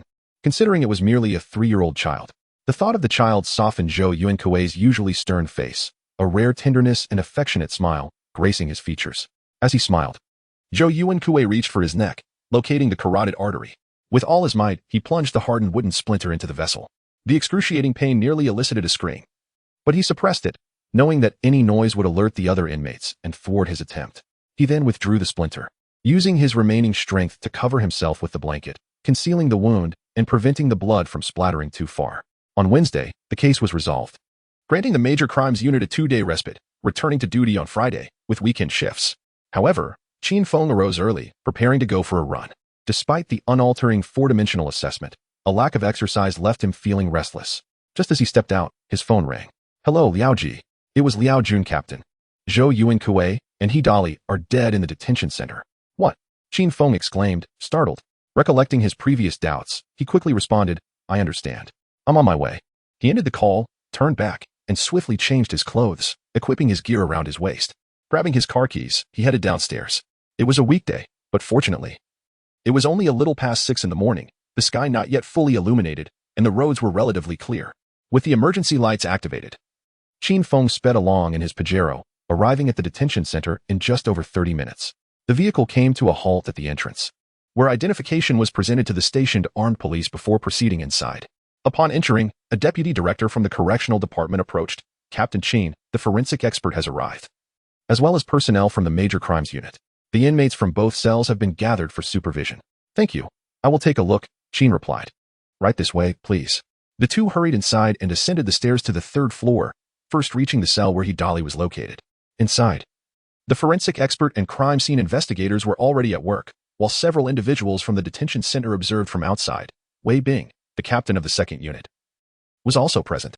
"Captain Qin." "Captain Wei." The two exchanged greetings, and Wei Bing handed Qin Feng a pair of gloves and shoe covers. Without hesitation, Qin donned them and entered the cell. He Dali's fatal injury was located on the neck, with the carotid artery severed. The weapon was a shard of sharp porcelain, clearly originating from a white tile. Upon closer inspection, the deceased, He Dali, appeared tranquil, even smiling. Through previously taken photographs and the introduction from the correctional staff, Qin Feng swiftly concluded, "Suicide. Let us check on Zhou Yuan Kuei." "Certainly." This time, Wei Bing led the way. The two arrived at Zhou Yuan Kuei's cell, where crime scene investigators were also. Upon examining the concealed location of the carotid wound, it appears to be a case of suicide. After absorbing this revelation, Qin Feng stepped out of the cell and stood silently in the corridor, deep in contemplation. Given the multitude of offenses committed by Zhou Yuan Kuei, it is inevitable that he faces the death penalty, thus, his suicide is comprehensible. However, what of He Dali? In his circumstances, the death penalty seems improbable, and even a life sentence is excessive. A cumulative sentence of around 20 years is feasible, but considering potential reductions for good behavior, he could serve a minimum of 11 or 12 years, and at most, 15 or 16 before his release. By that time, he would be no more than 50 years old, with several decades still ahead of him. Even the lowliest of creatures cling to life. Qin Feng could not fathom a reason for He Dali to take such a drastic step. He sought out the prison officer to obtain visitation records and the surveillance footage from the detention center. It was revealed that neither He Dali nor Zhou Yuan Kuei had any visitation records. This indicated that, apart from the detectives from the Serious Crimes Unit, no one else had visited them, not even a lawyer. Further inquiries regarding any communication between the two yielded the information that since their admission to the detention center, they had spent a few days in solitary confinement before being formally processed and then placed in regular custody. Throughout their time there, both had exhibited full cooperation, making no unreasonable demands, and even declined the opportunity to make phone calls when offered by the prison staff. In light of this, it became evident that during this period, they had no contact with the outside world, nor any opportunities for external threats. Thus, Qin Feng's suspicions began to shift towards the prison staff. Yet, he quickly dismissed this notion. The detention center was equipped with extensive surveillance, and neither He Dali nor Zhou Yuan Kuei had ever had individual interactions with any specific guard. Their meals were taken in the common dining area. The footage showed no unusual behavior from the guards. At a little past 5 in the afternoon, Qin Feng, along with Liao Jun and Wei Bing, emerged from the detention center. Gazing at the azure sky, Qin Feng found himself in deep contemplation. "Shintong, upon our return, please investigate He Dali and Zhou Yuan Kuei's social connections and family circumstances to ascertain if any details have been overlooked." "Understood, Captain." After issuing his instructions to Shintong, Qin Feng departed in his vehicle. Chapter 85, Questions and the request for a thorough investigation. On Thursday afternoon, Qin Feng received a call from Shintong. "Captain, I have examined the social connections and bank records of both individuals. There are no anomalies concerning He Dali. His parents are alive, and he has a daughter residing in his hometown. However, I did uncover something regarding Zhou Yuan Kuei. He has a mistress with whom he has a 3-year-old son. Excellent work, Shintong. I appreciate your diligence. Please add this information to the file on their suicides. I am grateful for your efforts, especially during the holiday season. It's nothing, Captain. I find joy in my work. Feel free to reach out with any tasks, even during the new year. Shintong exhibited unwavering enthusiasm for the case, harboring no grievances. A commendable comrade indeed, Qin Feng thought, sharing a few more words before ending the call. Friday arrived, signaling the return to work.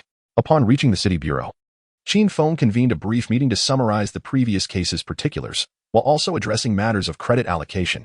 It was imperative that recognition of contributions was conducted with utmost integrity, as it directly influenced assessments and bonuses. Qin Feng refrained from mentioning his own contributions, confident in the knowledge that he had played the most significant role. Furthermore, Shin Yong, Ao Jun, and Lin Yao diligently reviewed the surveillance footage for tracking purposes. Although the primary reliance was on Shin Yong's capabilities, the contributions of the other two were not to be overlooked. Next, there were Liang Fengchao, Zhou Yaohui, and Zhang Peng, who participated in the operation. Finally, there were Yao Junhua, Lu Shuangjuan, and Yao Mingyu. This allocation met with no dissent within the team. Qin Feng also broached the subject of rewards that Lu Yijiwen had previously discussed with him. According to the Bureau's reward measures, the swift resolution of this case would yield a cash bonus of 50,000 yuan for the major crime unit, ensuring a full assessment. Of the 50,000 yuan, Qin Feng, like Shin Yong and the others, would receive 5,000. The remaining 30,000 would be distributed, with Liang Fengchao's group receiving a larger portion, while Yao Junhua's group would take a smaller share. Even so, just from this case, the average salary for the month would increase by over 3,000 yuan. In total, Lin Yao would receive at least 6,000, with others nearing 10,000. Moreover, with this case as a foundation, the year-end bonuses might also be more substantial. Concluding the brief meeting on a cheerful note, Qin Feng announced an invitation for dinner at a hot pot restaurant that evening. Amidst the jubilant cheers, he departed the office area to seek out Lu Yijuan. At the office door, he found it ajar. After knocking gently, Lu Yijuan looked up and, upon recognizing him, smiled and said, "Xiao Feng, come in and have a seat.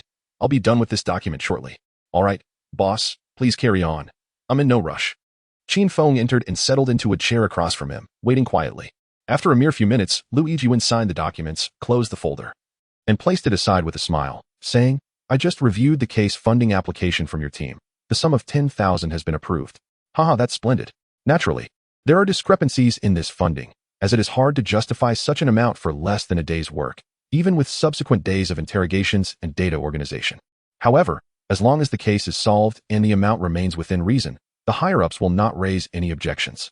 The surplus can be kept in the team's petty cash fund, which can conveniently cover expenses such as team dinners and minor purchases without the need for separate reports. Thus far, the petty cash fund of the major crimes unit still holds several tens of thousands. Of course, this money must be used judiciously. Misuse could lead to serious repercussions, and at least Qin Feng would not be tempted by such trivial gains. "By the way, did you come to see me for a specific reason?" Lu Yijuan inquired, looking at Qin Feng. "Indeed, there are two matters to discuss." "Oh, two matters?" Lu Yijuan responded with a smile. "Do tell." "The first issue pertains to the vehicle allocated to me by the Bureau." "The vehicle? What seems to be the problem? Is it malfunctioning, or is there some other concern?" Lu Yijuan asked with genuine concern, then continued, "The car is indeed somewhat aged. How about this? You return the vehicle, and I shall allocate a new Passat for you." Lu Yijuan clearly misunderstood the situation. No, Chief, the car is functioning quite well, and there are no issues. It is, after all, a vehicle allocated by the Bureau. Previously, its use posed no issues. However, now that I hold a leadership position, I must consider whether I am entitled to such a privilege. Consequently, it feels inappropriate to use it during my personal time. I intend to return the vehicle to the Bureau and procure one for my own use. This dilemma has long been contemplated by Qin Feng. Although the misuse of official vehicles is prohibited, the serious cases rarely attract scrutiny, and unmarked police cars within the team are often rotated among members for convenience when responding to emergency calls. However, these vehicles may only be used during work hours and on duty. The Mitsubishi Pajero, specifically allocated to him by Director Qi Xingli, adheres to procedural norms. Yet, as Qin Feng pointed out, he too occupies a leadership role, making it prudent to avoid exceptions. For instance, Lu Yijuan drives his own car to and from work, a practice common among other leaders as well. After purchasing a home, he found himself with limited funds and initially planned to acquire a modest vehicle for transportation. However, with the involvement of the influential Zhou Yuankui in this case, the system rewarded them with over 1 million. With newfound means, purchasing a car became a straightforward endeavor. Seizing the opportunity, Qin Feng proposed this idea. "Do you have sufficient funds?" Lu Yijuan inquired after a moment's reflection, neither dismissing nor dissuading him. I have enough. I dabble in stocks and futures trading, which yields a respectable income, and I have saved some money, Qin Feng replied, withholding the exact amount. Very well. Proceed with the purchase, and once you acquire your vehicle, return the bureau's car. Lu Yijuan ultimately consented. Understood, Chief, Qin Feng affirmed, pleased with the resolution. Now, let us discuss the second matter, Qin Feng stated, sitting upright, a serious expression gracing his face. This second matter is related to the case. The case? The current case? Indeed. After a nod, Qin Feng articulated his suspicions. The suicides of Zhou Yuankui and He Dali raised significant concerns.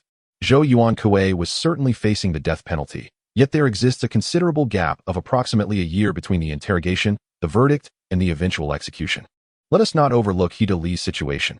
A sentence of just over 20 years seemed quite plausible for him, given his relatively young age and the possibility of eventual release. However, both individuals took their lives immediately after our investigation concluded, and their case was handed over for prosecution. Even the frailest creatures cling to life. Why would these two choose to end theirs? Throughout the process, both He Dali and Zhou Yuankui exhibited cooperation, showing no signs of distress or irregularity. Additionally, I instructed Shenqing to re-examine their social connections and discovered that Zhou Yuankui had a mistress and a 3-year-old son outside. Listening intently to Qin Feng's words, Lu Yijuan pondered deeply and responded, You suspect that they were privy to information we have yet to uncover and, in a bid to protect their families, chose to take their own lives? Yes, that is my hypothesis, Qin Feng replied. You make a compelling point, Lu Yijuan acknowledged. The instinct of an experienced detective can be profoundly unsettling, and after Qin Feng's revelations, Lu Yijuan too sensed a troubling issue at hand. Indeed, a grave matter, for it would not have driven both men to suicide otherwise. Suicide demands immense courage. Typically, when an individual places a blade against their wrist, they find themselves unable to proceed. He had witnessed photographs of 2 suicide scenes. One had severed their carotid artery, while the other had ruthlessly plunged a wooden stake into the same artery before withdrawing it. In both cases, they had covered the gushing wounds with blankets, indicating a resolute intent to relinquish life, leaving no sliver of opportunity for survival. Moreover, considering He Dali's family, consisting of parents and a daughter, alongside Zhou Yuankui, who also has a son, the situation becomes more complex. However, we lack tangible evidence. Understanding the reality is one matter. Pursuing further investigation necessitates substantiation. After all, from every perspective, both individuals appear to have committed suicide, and indeed, the evidence is absent. Qin Feng comprehended this. After a brief silence, he shook his head and said, Boss, grant me half a month. I shall attempt to probe further. If nothing materializes, we shall set it aside for now. After some reflection, Lu Yijuan acquiesced. It was not in his nature to overlook apparent discrepancies, as it contradicted his principles. Chapter 86. The trail went cold, purchasing a vehicle and bidding farewell to Daojun. With He Dali and Zhou Yuankui deceased, only Zhou Han remains, along with Zhou Yuankui's wife, who might possess some insights. As for He Dali's family in his hometown, Qin Feng instructed Yao Junwu to personally visit with Zhang Peng and Zhou Yaoi in the interrogation room of the detention center. When Zhou Han learned of his father's suicide, his expression remained devoid of sorrow or joy, only a mask of indifference. This was a chilling apathy, suggesting that the death of his biological father stirred not a flicker of emotion within him. As for other matters, there was a veil of ignorance. After entangling for over an hour, Qin Feng concluded that Zhou Han was oblivious to any further details regarding Zhou Yuankui, and he instructed the prison guard to escort him away. Exiting the detention center with Lu Xuanquan, the two proceeded to the residence of Zhou Yuankui's mistress, located in the Harmony community. Upon arriving, when Qin Feng delivered the news of Zhou Yuankui's demise, his mistress, a young beauty named Yang Mei who had only recently graduated from university, broke into tears. However, from Yang Mei, no valuable information could be gleaned. She merely knew that Zhou Yuankui was a wealthy businessman who had taken her under his wing, purchasing for her this apartment and a car, along with a monthly stipend of 100,000 yuan. Yang Mei hailed from a rural background, living in poverty. It was only after becoming involved with Zhou Yuankui that her life began to improve, subsequently uplifting the living conditions of her family as well. In her sentiments towards Zhou Yuankui, she felt a sense of gratitude. As for affection, it existed, albeit in scant measure. What she truly sought was an alteration in her family's living circumstances. The extent of her sorrow, tinged with the loss of a stable, high income, remained uncertain. However, when Qin Feng prepared to depart, Yang Mei inquired about the possibility of retrieving Zhou Yuankui's ashes. After leaving the Harmony community, Qin Feng and Lu Xuanquan entered their vehicle. Just as they were about to start the engine, the phone rang. Hello, Prodigy, what have you found out? Captain, I have investigated. Zhou Yuankui's current wife, Li Xiaohan, left the country 3 days ago, heading directly to Hong Kong Island. Subsequently, she purchased a ticket to the United States, and that flight took off yesterday. By now, she should have arrived in the United States. So, this was the day after we lifted her travel restrictions? Qin Feng inquired. Indeed. Understood, we'll be back shortly, came the reply before the call ended. Qin Feng started the car and remarked to Lu Xuanjuan, Li Xiaoan left the country 3 days ago, after arriving at the island. She flew to the United States yesterday. Doesn't that mean all leads have vanished? Lu Xuanjuan responded with reluctance. There was little we could do. We were a step behind. And we never anticipated that they would resort to suicide, Qin Feng said, shaking his head as he drove. He possesses a golden touch, yet he is not omniscient. Such occurrences are beyond prediction, and indeed, they concealed certain matters quite effectively, to the extent that I failed to notice. At the Municipal Bureau, the day was drawing to a close.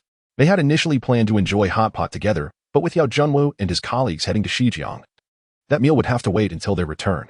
Consequently, after convening a briefing, Qin Feng felt little inclination to return home to prepare a meal, opting instead to dine in the cafeteria with Lu Xuanjuan and the others. The following day, Saturday, around 4 in the afternoon, Yao Junwu and his team returned.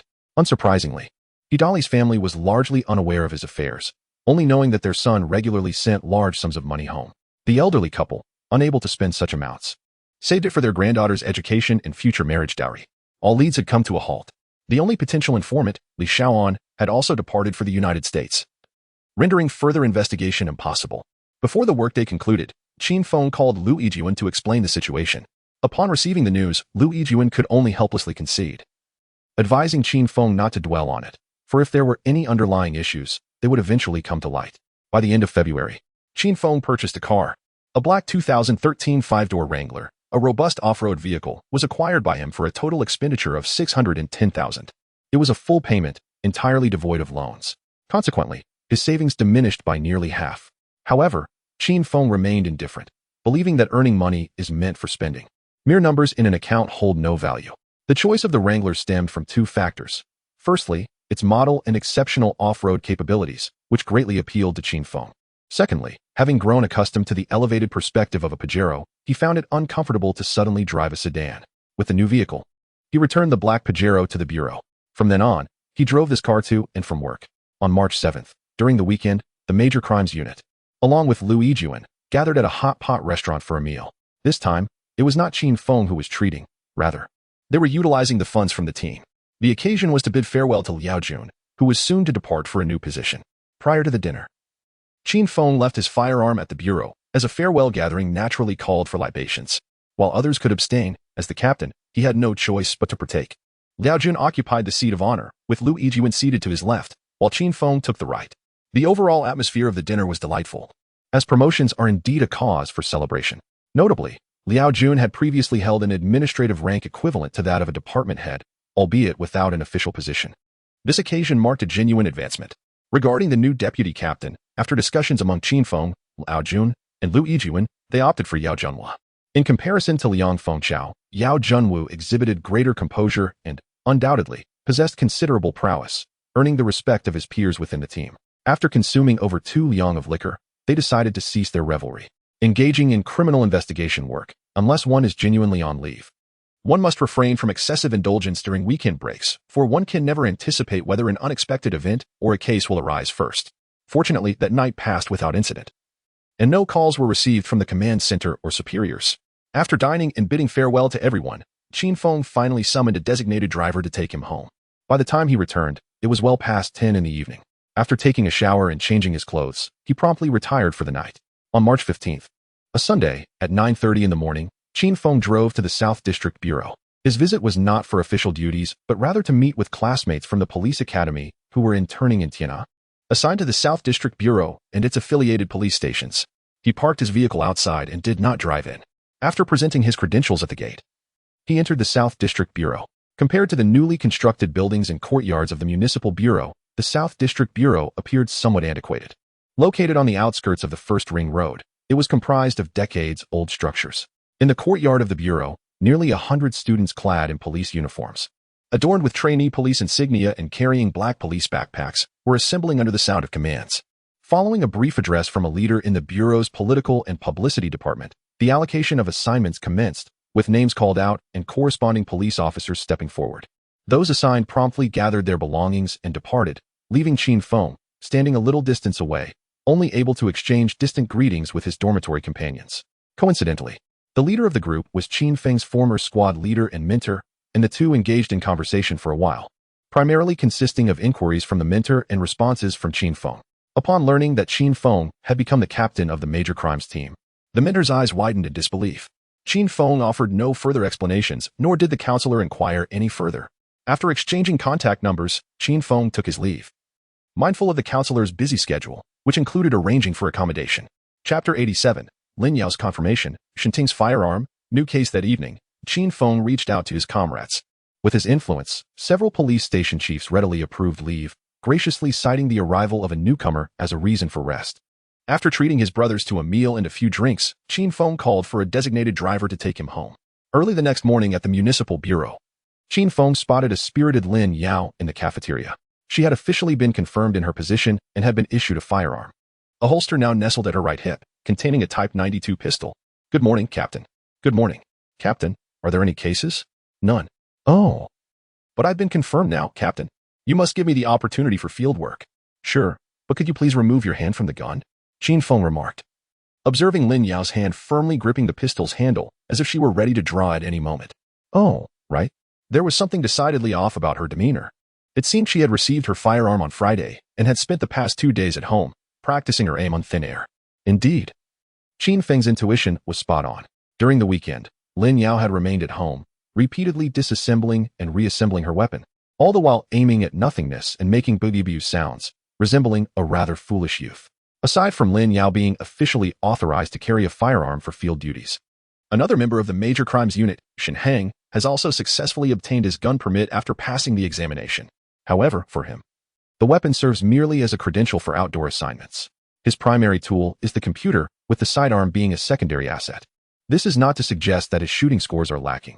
In fact, he achieved an impressive 45 rings from 5 shots, a commendable performance. It is difficult to fathom how Shen Hong, bespectacled and already myopic, could attain such results. This score surpasses the average within the Major Crimes Unit. Good morning, Captain. As they gathered for breakfast, Shen Hong arrived, carrying a tray and taking a seat beside Qin Feng. Good morning. Morning, Lin Yao. Good morning.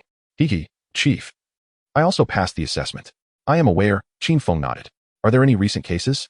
Glancing at Shen Hong and then at Lin Yao, Qin Feng lowered his head to continue his meal, stating, for us, the absence of cases simply implies that no one has perished and no tragedies have occurred. Therefore, rather than wishing for cases to arise daily, isn't peace in the world preferable? Lin Yao and Shen Hong fell silent, turning their attention to their meals as well. At the graduate school of a polytechnic university, the janitorial staff began their diligent work early in the morning, striving to create a clean and comfortable campus environment for the students. A university campus is quite expansive, necessitating not just a handful but dozens of cleaners. They comprised both men and women, all aged 40 and above. Additionally, in response to the call for inclusivity, a few individuals with mild disabilities have also been hired. For instance, there is an elderly man named Lee, who operates a tricycle cleaning vehicle. His foot is deformed, and he has lost 3 fingers on his left hand. The sanitation workers engage in casual conversation as they labor nearby, while early rising university students either jog on the playground or immerse themselves in their studies within the campus park. Naturally, one cannot overlook the students who, stifling yawns, make their way to the cafeteria for breakfast. Having just emerged from the weekend, some students, seemingly unrefreshed, betray signs of a sleepless night. In the direction of the cafeteria, a slender young man, clad in a clean yet unremarkable jacket and trousers, wearing a pair of freshly laundered white canvas shoes, hurriedly approaches the laboratory building, breakfast in hand. His gaze swiftly falls upon a middle-aged woman collaborating with Lee and another individual to clear the trash bins. Mom, he calls out. Upon hearing his voice, both Lee and the other man look up, their faces breaking into smiles. The middle-aged woman quickly turns her head, greets Lee and the others, and strides over with an expression of warmth mixed with reproach. Son, why are you here again? Didn't I tell you not to come? Your classmates will laugh at you.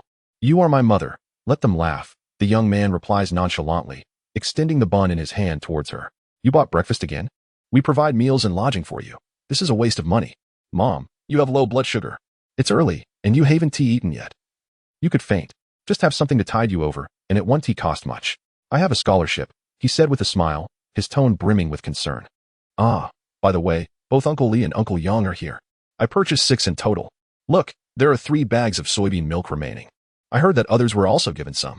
The middle-aged woman, feeling somewhat reserved, smiled and turned to return, distributing the buns and soybean milk among the other two members of their small group. The three of them formed a team. Gui Feng, your son truly is thoughtful. You will be blessed in the future, remarked Old Yang, as he graciously accepted a bun and expressed his gratitude with a thumbs up. As for Old Li, after receiving the bun and soybean milk, he also thanked her with a cheerful nod, though he was rather taciturn. Upon hearing her colleagues praise her son, a broad smile spread across Gui Feng's wrinkled face. She then turned to her son and said, "All right, we shall eat now. You should head back." Observing his mother already savoring her breakfast, the young man nodded in agreement and turned to leave. The three of them quickly consumed their breakfast to satiate their hunger before resuming their tasks. Old Yang dragged a trash bin filled with waste next to the tricycle, preparing to lift the plastic bags from it and toss them into the vehicle. Gui Feng intended to step forward but was halted by Old Yang. "Gui Feng, please fetch the other trash bin. This task is one that Old Li and I can handle." "Yes, Gui Feng, go ahead and retrieve the trash bin." The trash bin was equipped with 2 wheels, making it a simple task to pull, yet lifting the refuse into the vehicle required some effort. It was evident that they were being considerate towards their team member, Gui Feng.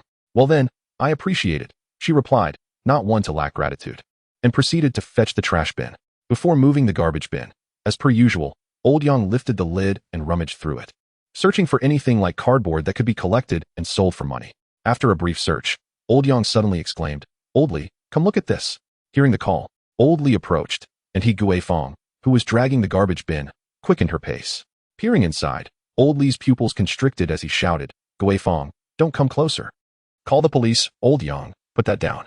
Meanwhile, in the major crimes unit of the municipal police department, Lu Yijuan strode in and called out, "Xiao Feng, prepare yourselves. Dismembered body parts have been discovered near the Polytechnic University. Head over there to investigate." Song Zhambua had already received the notification. "Understood, Chief." Qin Feng emerged from an adjoining room, acknowledged, and then shouted, "Get ready to depart, quickly." "Yes." A group of 9 swiftly descended the stairs, and 3 unmarked police vehicles were set in motion. Lin Yao drove one, with Qin Feng in the passenger seat and Xin Cheng in the back. Yao Junwa's vehicle contained Lu Shuangquan and Yao Mingyu, while Liang Fengchao's car had Zhou Yaohui and Zhang Peng. The 3 unmarked police cars activated their suction-style sirens atop the roofs, and the concealed lights in the air intakes began to flash, with the sound of sirens blaring. The police cars set off one after another, exiting through the open gate. Merely a few hundred meters down the road, they encountered police vehicles for technical investigation and forensic examination. At Qin Feng's signal, Lin Yao honked the horn several times, and soon 6 vehicles converged, sirens wailing as they sped toward Polytechnic University. Chapter 88. The body parts in the garbage bin. Lin Yao's suspicion. Polytechnic University Laboratory Building. At this moment, the police station has cordoned off the area, and the Deputy Director of Criminal Investigations is questioning the complainant, Gui Feng, with her son Lin Weijun standing nearby. Meanwhile, Lao Li and Lao Yang are being interrogated separately. The garbage bin remains undisturbed, while a tricycle is parked beside it. The sound of police sirens approaches, growing louder, then fades away, followed by the honking of a car horn that prompts the surrounding teachers, students, and staff to disperse, clearing a path for the Municipal Bureau's Major Crimes Unit. The station chief steps forward and greets Qin Feng as he exits the vehicle. "Captain Qin," he acknowledges. Though merely a month has passed, Qin Feng's reputation has spread throughout the entire Tianhe public security system. Those with keen interest recall his likeness. The station chief is evidently one of them. "What is the situation here?" Qin Feng inquires, not immediately approaching the garbage bin. "This morning, the school janitor emptied the trash and discovered dismembered body parts inside the bin, prompting a call to the police. We waited to proceed until your arrival," the chief explains. Upon the discovery of the body parts, the district command center promptly reported to the municipal bureau and notified the police station. The chief understands that such cases are beyond their purview. Upon arriving at the scene, they refrained from tampering with evidence, focusing only on preserving subsequently. Qin Feng signaled for Song Zhambua and others to enter, and then called over Yao Junwu. "Old Yao, please coordinate with the colleagues at the police station regarding the status of the records and address any necessary omissions." "Understood." Yao Junwu began to organize personnel, while Qin Feng proceeded directly towards the trash bin. With the assistance of his aide, Song Zhambua, wearing gloves, a wig, and protective eyewear, cautiously peeled back the garbage bag. Inside, he discovered a black plastic bag, slightly ajar. It revealed only a glimpse of flesh and blood, yet to assert it as human remains would be a stretch. Of course, that was the perspective of an ordinary person. Professionals, such as Song Zhambua and Qin Feng, could immediately discern that it was indeed a portion of a lower limb, specifically the thigh. Lin Yao, who had followed closely behind, also caught sight of it. Initially unfazed, her expression changed dramatically when Song Zhanbo unfurled the black plastic bag. Her eyes widened in shock, and she let out a gasp. Upon noticing her reaction, Qin Feng glanced over, prompting Lin Yao to instinctively regain her composure, swallowing back the breakfast that had surged to her throat. "Get away," she exclaimed. Oh, she muttered, feeling disheartened as she was ushered aside. During her recent time in the forensic dissection room, she had encountered numerous corpses. Yet the sight of severed limbs still elicited a visceral response, primarily due to her uncontrollable imagination. Another embarrassment. With a sigh, a bottle of water suddenly appeared before her. Looking up, she saw Shenheng. "What are you doing?" Lin Yao inquired. Shenheng replied, "I brought you water. Aren't you going to drink it?" The astute Shinting was acutely aware of his circumstances and refrained from joining the fray indiscriminately. Upon observing Lin Yao approach, he contemplated the possibility and retrieved a bottle of water from the car, which indeed proved to be fortuitous. As she sipped the water, Lin Yao's gaze shifted to Lao Li.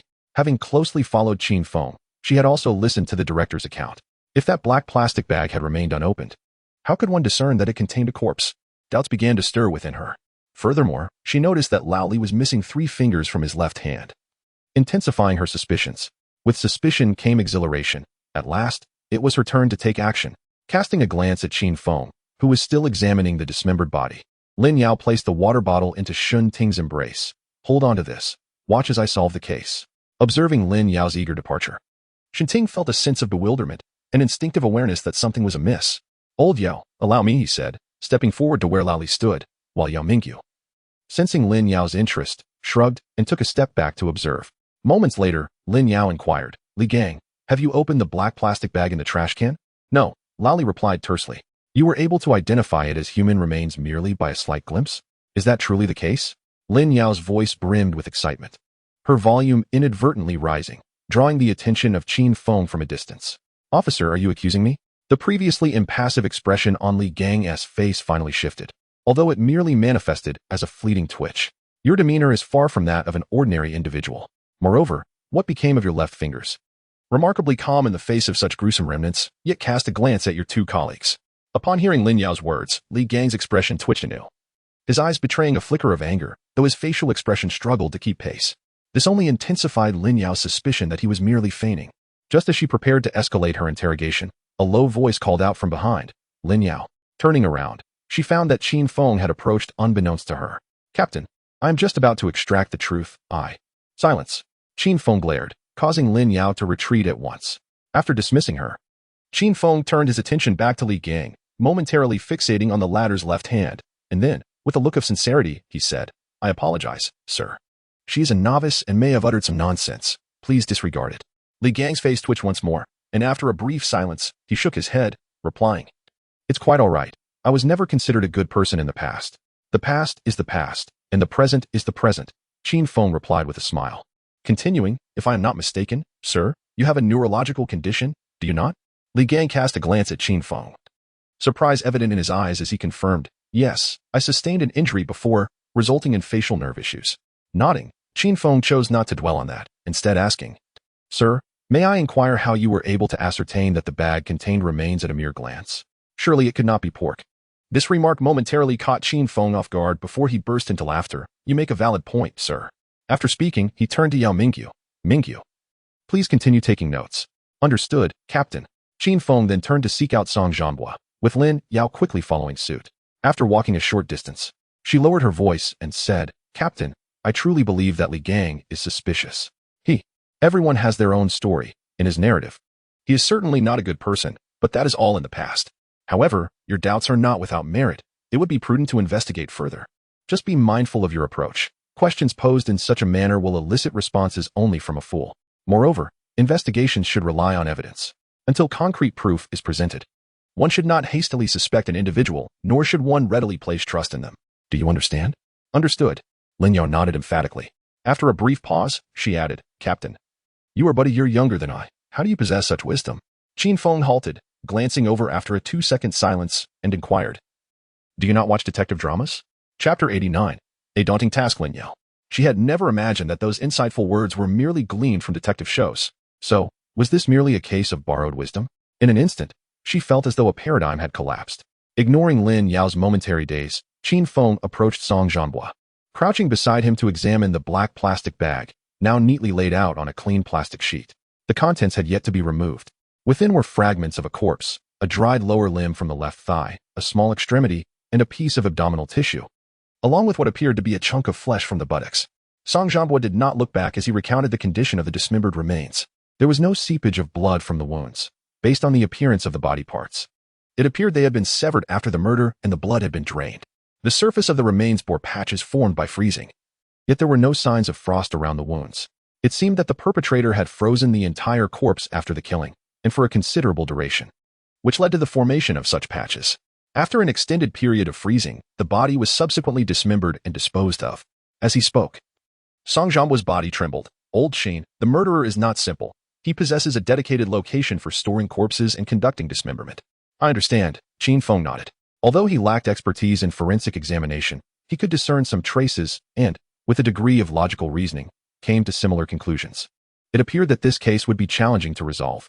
Old Song, how shall we handle the remains? Qin Feng inquired, patting Song Zhanhua on the shoulder. We need to take them back for a detailed examination, as well as the trash bin and its contents. Everything must be retrieved, Song Zhanhua replied with a serious expression. Very well, you take care of the remains, the rest of the investigative team, and I will manage the other aspects. Understood, I will first escort my team back. Indeed. Song Zhanhua signaled for his assistants to help and then departed in their vehicle. Qin Feng, after reviewing the statements of He Guifeng and Li Gang, gathered his subordinates and the forensic team. According to what Li Gang and the others had stated, the school's trash bins were emptied every morning, indicating that the suspect could only have disposed of the remains between yesterday morning and the time of the cleaning today. Shening, please escort Lin Yao to the school's surveillance center and procure the footage from around the experimental building and the main entrance. Certainly. Old Yao, we shall collaborate with the technical investigation team to search through the other refuse bins on campus to ascertain if there are any additional remains. Moreover, we must inspect some of the secluded corners of the campus. I request the school's cooperation in organizing security to conduct a thorough search. Understood. Chief, I kindly ask you to secure this area for the time being. We shall only withdraw once our technical investigation colleagues have cataloged and removed the necessary evidence. No problem. The chief agreed and added, it would suffice to leave 2 or 3 individuals here to monitor the site. The others may assist in the search. That would be most advantageous. With the assistance of the police station, Qin Feng felt a surge of satisfaction. He then began to allocate tasks. And a leader from the school also expressed willingness to cooperate, informing Qin Feng that the institution had contacted the counselors of each class to verify if any students were missing.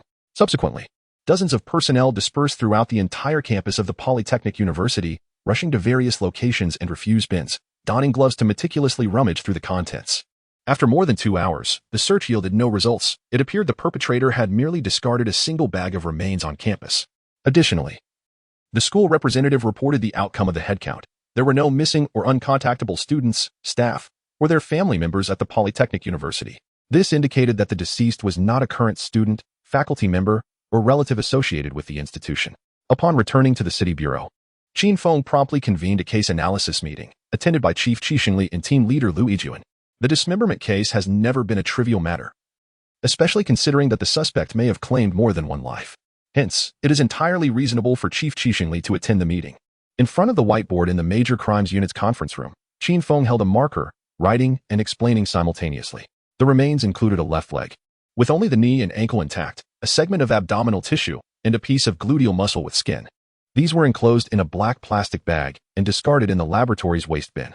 Witnesses at the scene, along with the school's security and night patrol personnel, reported no suspicious individuals. On the forensic side, medical examiner Song was extracting DNA from the remains for comparison, while the technical team was analyzing environmental evidence. Though both processes would require time. However, we cannot afford to wait. Our first priority is the surveillance footage from around the school and the experiment building. Anyone who appeared in the vicinity of the experiment building after dark, particularly those who approached the building itself, cannot be dismissed as potential suspects, including possible insiders from the school.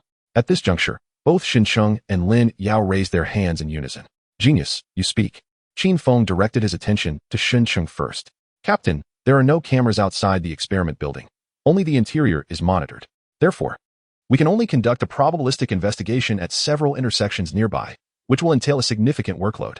Casting a glance at Qixingli and Lu Yijuan and noting their silence, Qin Feng continued, I understand the workload is substantial, but this case is unlike any we have encountered before. At this point, we have yet to ascertain the identity of the deceased. Thus, the forthcoming tasks will undoubtedly be arduous and exhausting. This serves as a test for us. However, we cannot wait for everything to be laid bare before us to commence our investigation. The preliminary checks must be conducted first. Indeed, Shinting nodded. Lin Yao's hand remained unyielding. You speak. Qin Feng paused, still urging Lin Yao to voice her thoughts. Captain, I believe we should also investigate the school janitor, Li Gang. I still feel there is something amiss with him. Very well, Qin Feng conceded. His behavior is indeed peculiar, and your suggestion to investigate him is commendable. He did not dismiss her proposal but chose to endorse it. Currently, the inquiry resembles a needle in a haystack. Every suspicious individual must be scrutinized unless new and more definitive leads arise. Besides examining those captured on surveillance, we must also consider the missing persons. The gender characteristics of the dismembered remains are not distinctly discernible, yet I have a strong inclination that the deceased is likely male. Thus, we shall concentrate on compiling a list of male missing individuals. The physical distinctions between males and females, aside from the obvious features such as the head, chest, and reproductive organs, generally exist. However, these distinctions may not always be reliable. Of course, the presence of abundant leg hair could serve as an indicator of masculinity. But not all men exhibit such traits, as there are those with notably fair skin. Nevertheless, Qin Feng possesses a discerning eye. His innate ability to perceive subtle details, coupled with advanced forensic analysis, has enabled him to identify certain discrepancies, which are sufficient for him to ascertain the gender of the leg's owner. Yet, the two fragments of flesh remain utterly beyond his reach. In conclusion, the task at hand involves locating the dismembered remains. The suspect has commenced the disposal of the body, notably not in desolate, remote areas, but rather in the refuse receptacles of a university. It is reasonable to infer that the remaining fragments, or at least a portion thereof, have not been randomly discarded. Contact should be established with the sanitation departments of all districts within the municipality, instructing them to maintain vigilance. Furthermore, a bulletin for collaborative investigation should be disseminated to all local police stations, including those in suburban and exurban regions. Understood, Director Qi, Division Chief Liu. I have completed my report. With these words, Qin Feng turned his gaze toward the two superiors. Chapter 90. The 3:30 Task Force. A deadline for resolution indeed. Xiaqin's analysis is astute. The current situation is as such, but we cannot afford to remain idle. Qi Shengli straightened his posture, surveying all those present, and stated deliberately, I have already issued orders to the support brigade. They will fully cooperate with the Major Crimes Unit 1 in their investigation, effective immediately. The 330 Dismemberment Case Task Force is officially established. I will serve as the leader of the task force, responsible for the coordination and assurance of all departments. Lu Yijuan will serve as the deputy leader, assisting in my duties. Qin Feng will also serve as deputy leader, responsible for directing the specific investigative work. Comrades, the perpetrator of the 330 case is exceedingly ruthless, not only committing murder but also dismembering the body. Moreover, the possibility of additional victims cannot be ruled out. The selection of the University of Science and Technology as the site for body disposal further exacerbates the egregious nature of this crime. Colleagues, we must surmount all obstacles and promptly solve this case, ensuring justice for the victim and preventing further victimization. Affirmative. Having concluded his business, Qi Shengli prepared to depart. Lao Lu, you shall personally oversee the special task force. Should any insurmountable issues arise, do not hesitate to contact me. My phone is available around the clock. Understood. Chief Qi, he replied. With that, Qi Shengli rose and exited, needing to report to the municipal government where the leaders awaited his briefing. Moreover, his presence was essential to secure additional time for the task force. Once Qi Shengli had left, Lu Yijuan, Qin Feng, and the others resumed their seats. Xiaoqin, please arrange the specific divisions of labor. The support team has already issued orders, and personnel are on the upper floor. You handle the arrangements while I convey the orders. Boss, should we invite Captain Wu and his team to join us for a meeting? Direct orders may not be the best approach, Lu Yijuan suggested. While he and the others were indifferent, Qin Feng, being merely a deputy section chief, felt the weight of the situation, especially given that the support team leader held a higher rank. After all, they were colleagues, and it was important to maintain camaraderie. Very well, I will summon them. He agreed. This is indeed the best course of action. I shall also take this opportunity to consider our work arrangements. Shortly thereafter, Captain Wu descended with a contingent of over 10 personnel, effectively mobilizing 2 squads and reallocating 2/3 of the support team's strength. With the arrival of these officers, the meeting room of the Major Crimes Unit quickly filled to capacity. All right, everyone is present. Wu Bin, your team shall join the special task force, and Qin Feng will oversee the investigative work. Do you understand? Lu Yijuan preemptively addressed the group. Director Liu, we comprehend fully. We are all seasoned professionals and understand the necessity of following orders. Wu Bin, though not yet old, nearing the age of 40, occupies the position of captain in the support team with a sense of discontent, yearning for ascension. In this moment, he perceives Qin Feng, the prominent figure of the homicide unit, as the ally he desperately needs to cling to, an ally of substantial significance. This opportunity to join the special investigation team, rather than merely performing support duties, ignites within him a fervent desire to excel.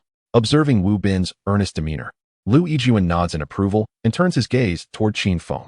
Qin Feng looks at Wu Bin, whose square face is tanned, and smiles, saying, "Then, Captain Wu, let us collaborate sincerely." Wu Bin responds, "Captain Qin, please do not hesitate to assign us any tasks. I am eager to engage personally to seize opportunities for advancement and to learn from you. Desiring improvement? That is commendable," Qin Feng replies, relieved to hear Wu Bin's words. In the realm of criminal investigation, it is not ambition that raises concern, but rather the choice to remain complacent. The support team, being marginal, often engages in various tasks, be it capturing suspects, anti-pickpocket operations, patrols, or even setting up checkpoints, when the homicide unit does not require assistance. In essence, it is a myriad of miscellaneous duties. Achieving notable results in such a department is no small feat, with Wu Bin expressing a desire for progress. He is bound to apply himself diligently, demonstrating seriousness and commitment, and following orders. This naturally brings Qin Feng joy. Very well, let us proceed. He opens his notebook to delegate specific responsibilities. In the conference room, everyone, including Wu Bin, attentively notes their assigned tasks. When Qin Feng declares the meeting adjourned, they all rise in unison, exclaiming loudly, "Yes." Their voices resonate in perfect harmony, exuding a robust spirit. The office area on the third floor has now been requisitioned by the Special Task Force, necessitating that everyone relocate here for temporary work. Wu Bin, along with the 2 squads of criminal police he brought, is also stationed in this location. The 4th floor houses the equipment room and warehouse of the support team, as well as the most crucial unit, the 3rd Squad.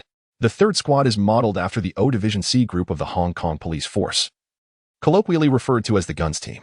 Comprising a total of 12 members, they are divided into 2 teams and equipped with special police gear, including the Type 05 submachine gun, the Type 92 pistol, and non-lethal grenades, such as stun grenades.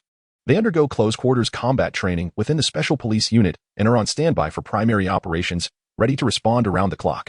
From the captain to the team members, none exceed the age of 30. Their primary responsibility is to provide support to the major crime unit during apprehension missions.